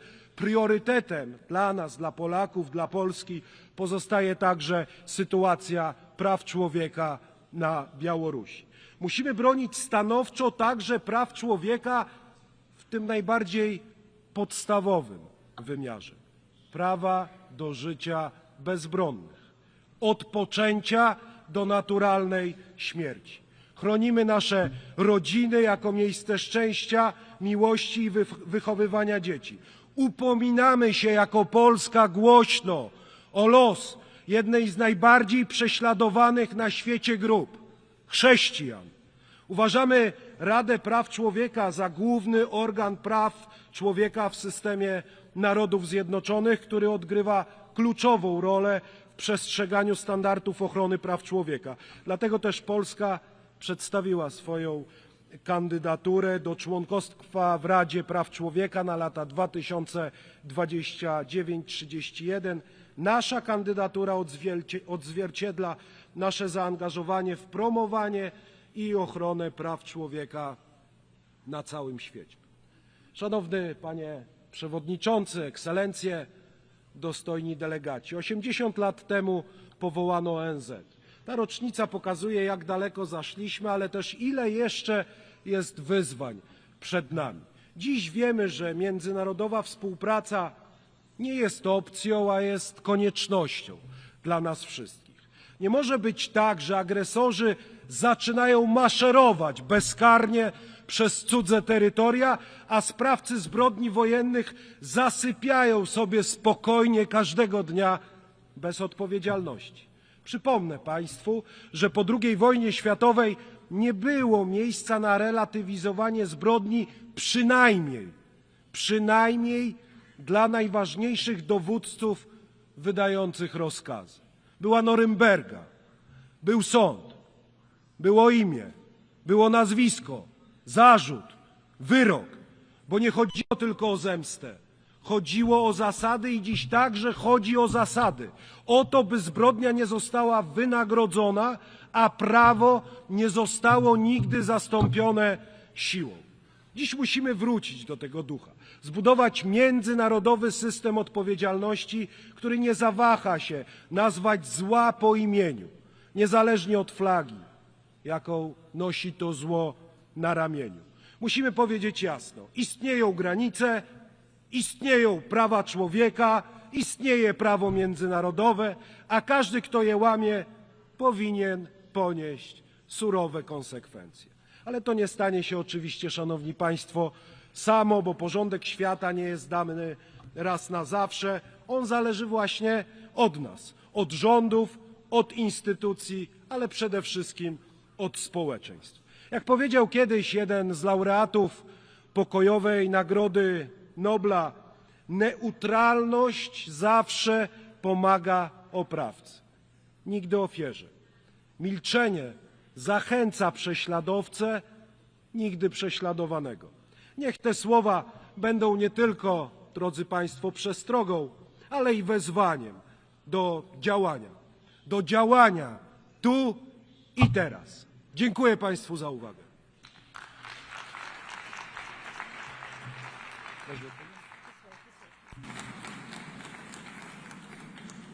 On behalf of the Assembly, I wish to thank the President of the Republic of Poland.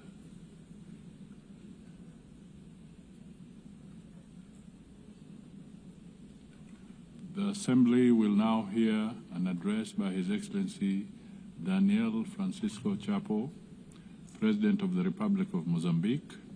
I request protocol to escort His Excellency and invite him to address the Assembly.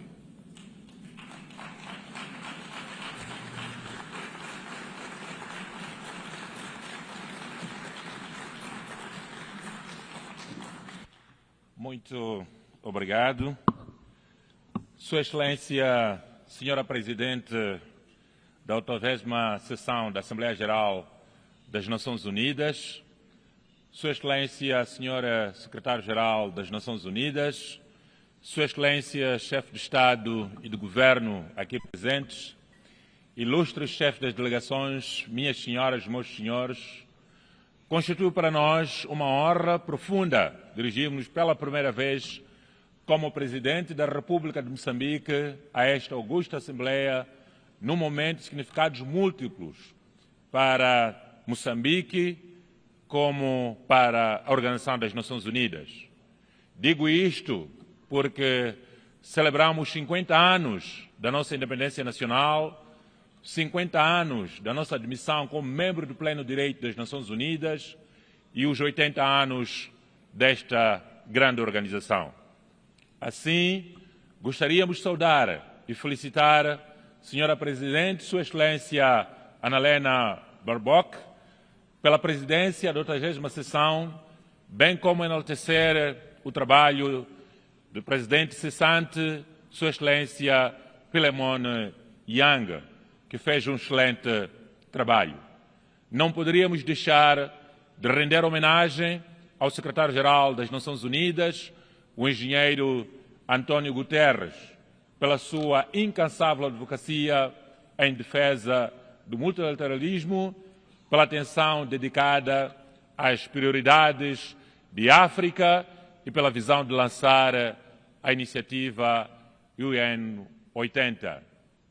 Hoje, envolvidos 80 anos desde a sua criação, testemunhamos com satisfação os progressos que a Organização das Nações Unidas ajudou a alcançar.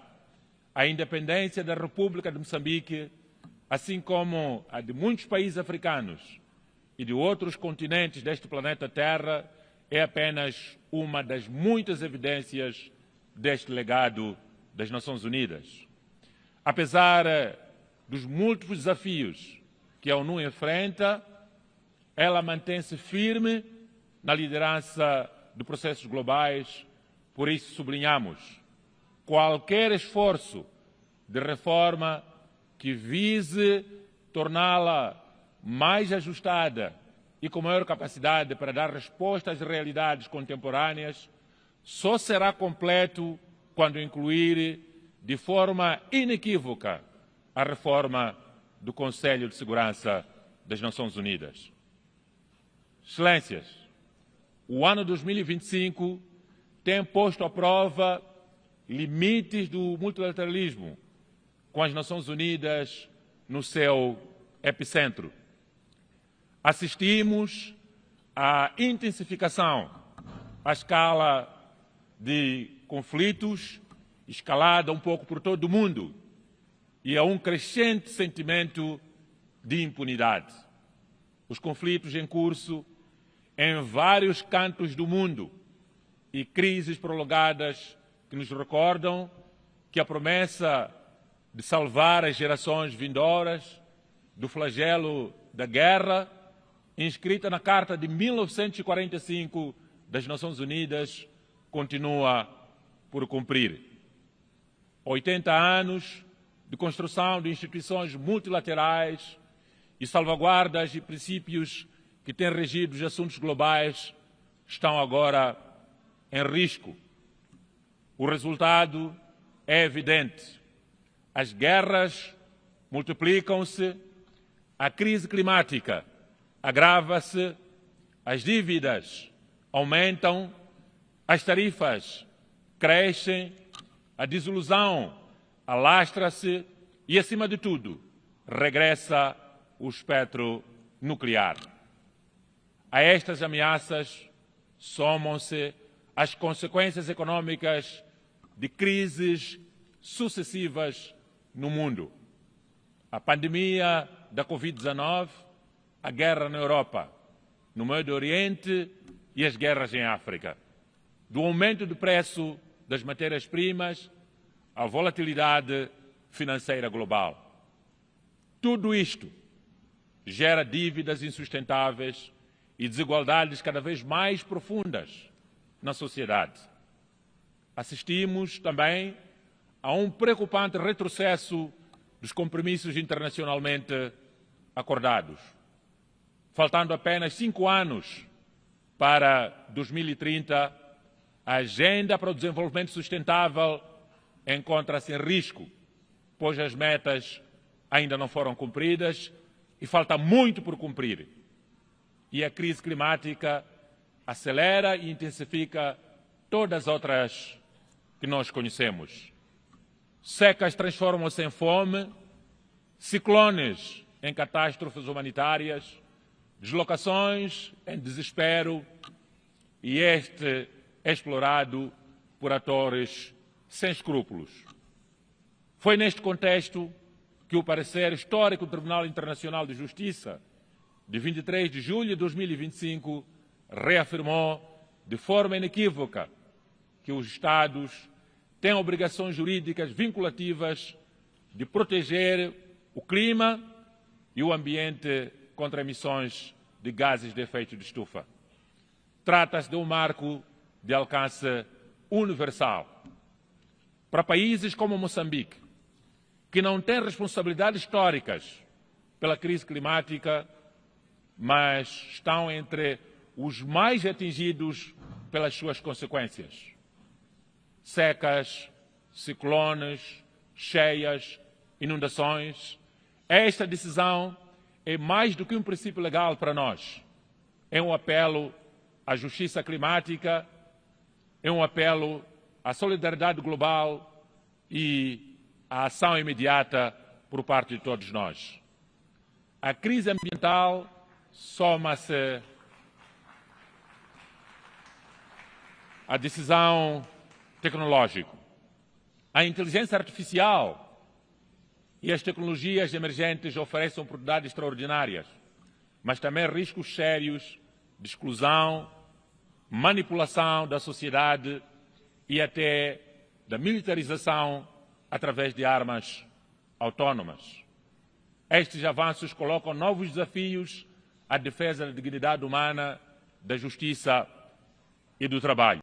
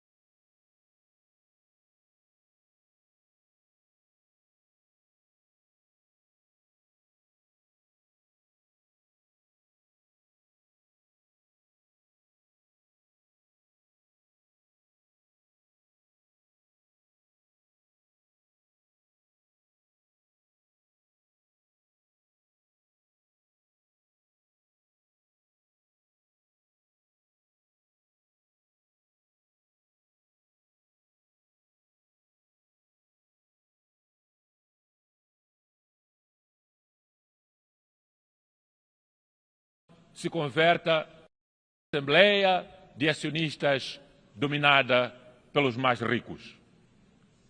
Reiteramos igualmente a nossa defesa da solução de 2 Estados para a Palestina, vivendo lado a lado em paz e segurança com Israel, como o único caminho justo, legítimo e duradouro para a concretização das aspirações de ambos os povos. Congratulamos-nos com os países que recentemente decidiram reconhecer o Estado da Palestina, o mesmo direito reconhecido a Israel, contribuindo assim para reforçar a legitimidade e a irreversibilidade da solução dos 2 Estados. Do mesmo modo, reafirmamos a nossa firme oposição às medidas coercivas unilaterais que continuam a punir povos inteiros, de Cuba a Venezuela, do Zimbábue a outros países, em clara violação da Carta das Nações Unidas, em contradição com os princípios da justiça, da solidariedade e do direito internacional.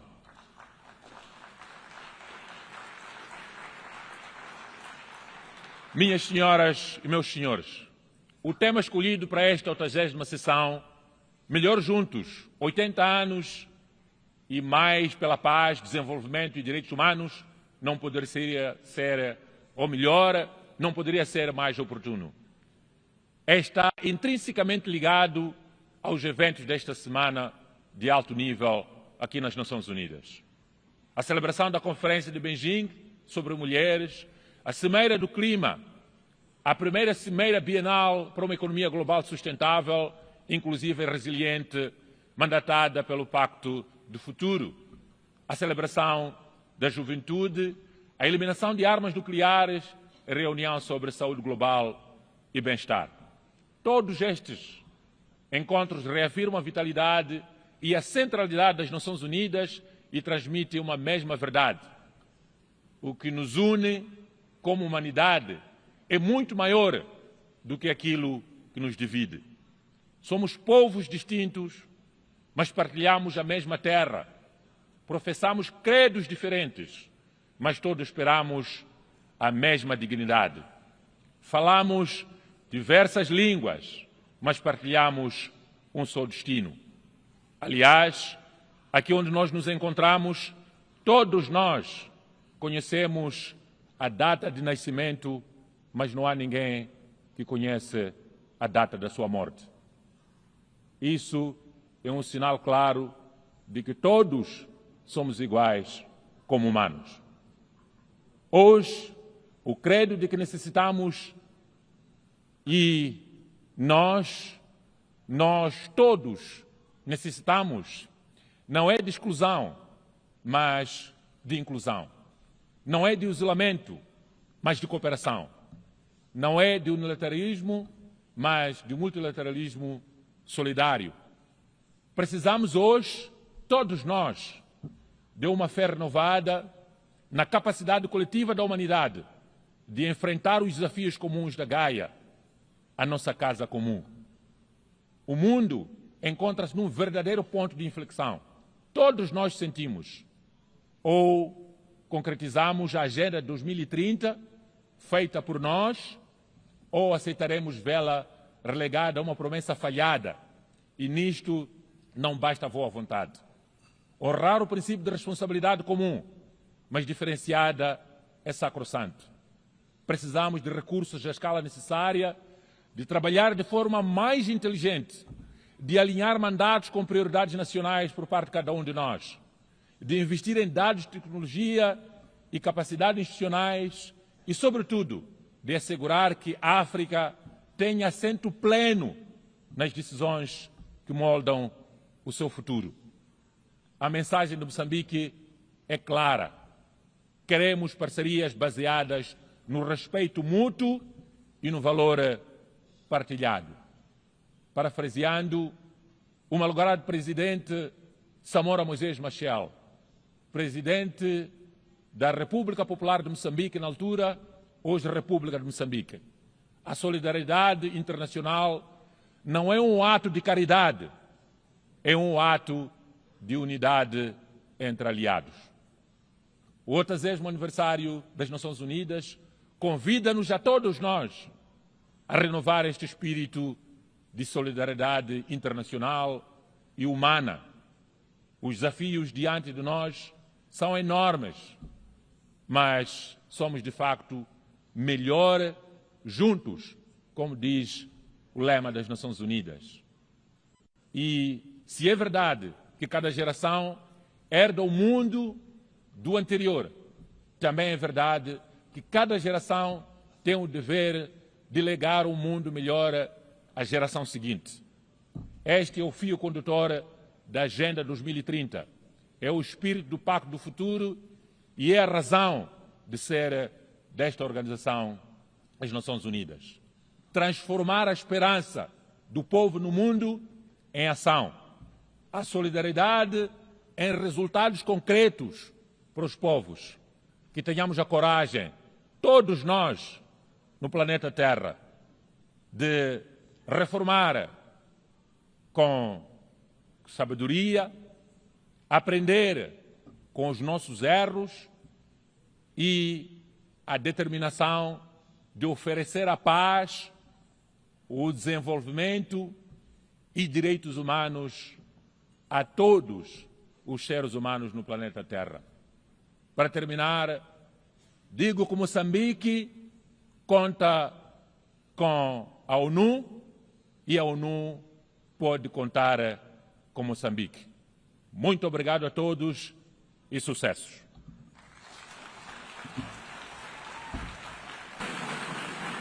On behalf of the Assembly, I wish to thank the President of the Republic of Mozambique.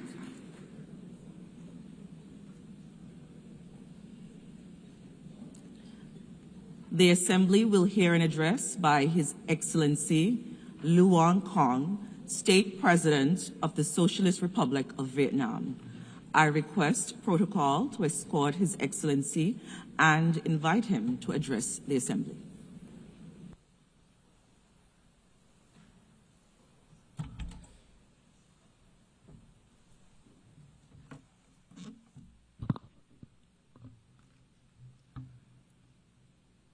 Thưa bà Chủ tịch, tôi nhiệt liệt chúc mừng bà Anna Lena Baerbock được bầu làm Chủ tịch khóa họp 80 Đại hội đồng Liên Hợp Quốc.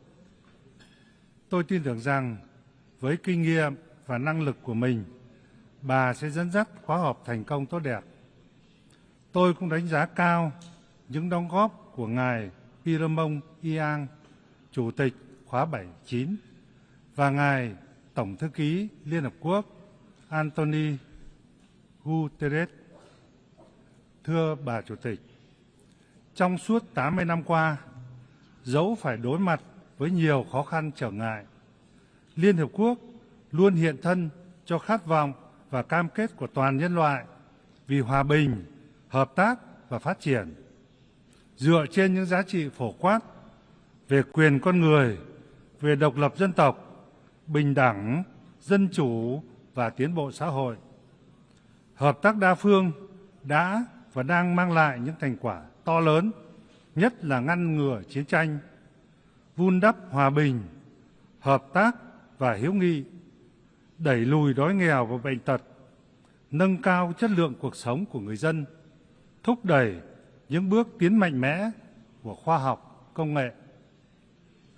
Tình hình thế giới đang biến đổi sâu sắc với những thách thức gay gắt chưa từng có. Xung đột, chiến tranh cục bộ, chạy đua vũ trang, sử dụng vũ lực, đe dọa sử dụng vũ lực trong quan hệ quốc tế đang gia tăng ở mức báo động. Trong khi đó, các thách thức an ninh phi truyền thống cũng ảnh hưởng sâu sắc tới tất cả các quốc gia, cộng đồng dân cư. Hệ thống quan hệ quốc tế, kinh tế, thương mại toàn cầu dần bị phân mảng và bất ổn. Hợp tác đa phương gặp nhiều khó khăn trước cạnh tranh chiến lược nước lớn. Chủ nghĩa đơn phương, sự suy giảm mạnh về cam kết chính trị và nguồn lực cần thiết. Đây là lúc chúng ta phải đoàn kết để khẳng định và phát huy vai trò không thể thay thế của chủ nghĩa đa phương và hệ thống quốc tế hoạt động dựa trên luật pháp quốc tế, Liên Hợp Quốc là trung tâm. Thưa bà Chủ tịch, là một dân tộc đã trải qua muôn vàn đau thương, mất mát bởi chiến tranh, hơn ai hết, Việt Nam thấu hiểu giá trị sâu sắc của hòa bình.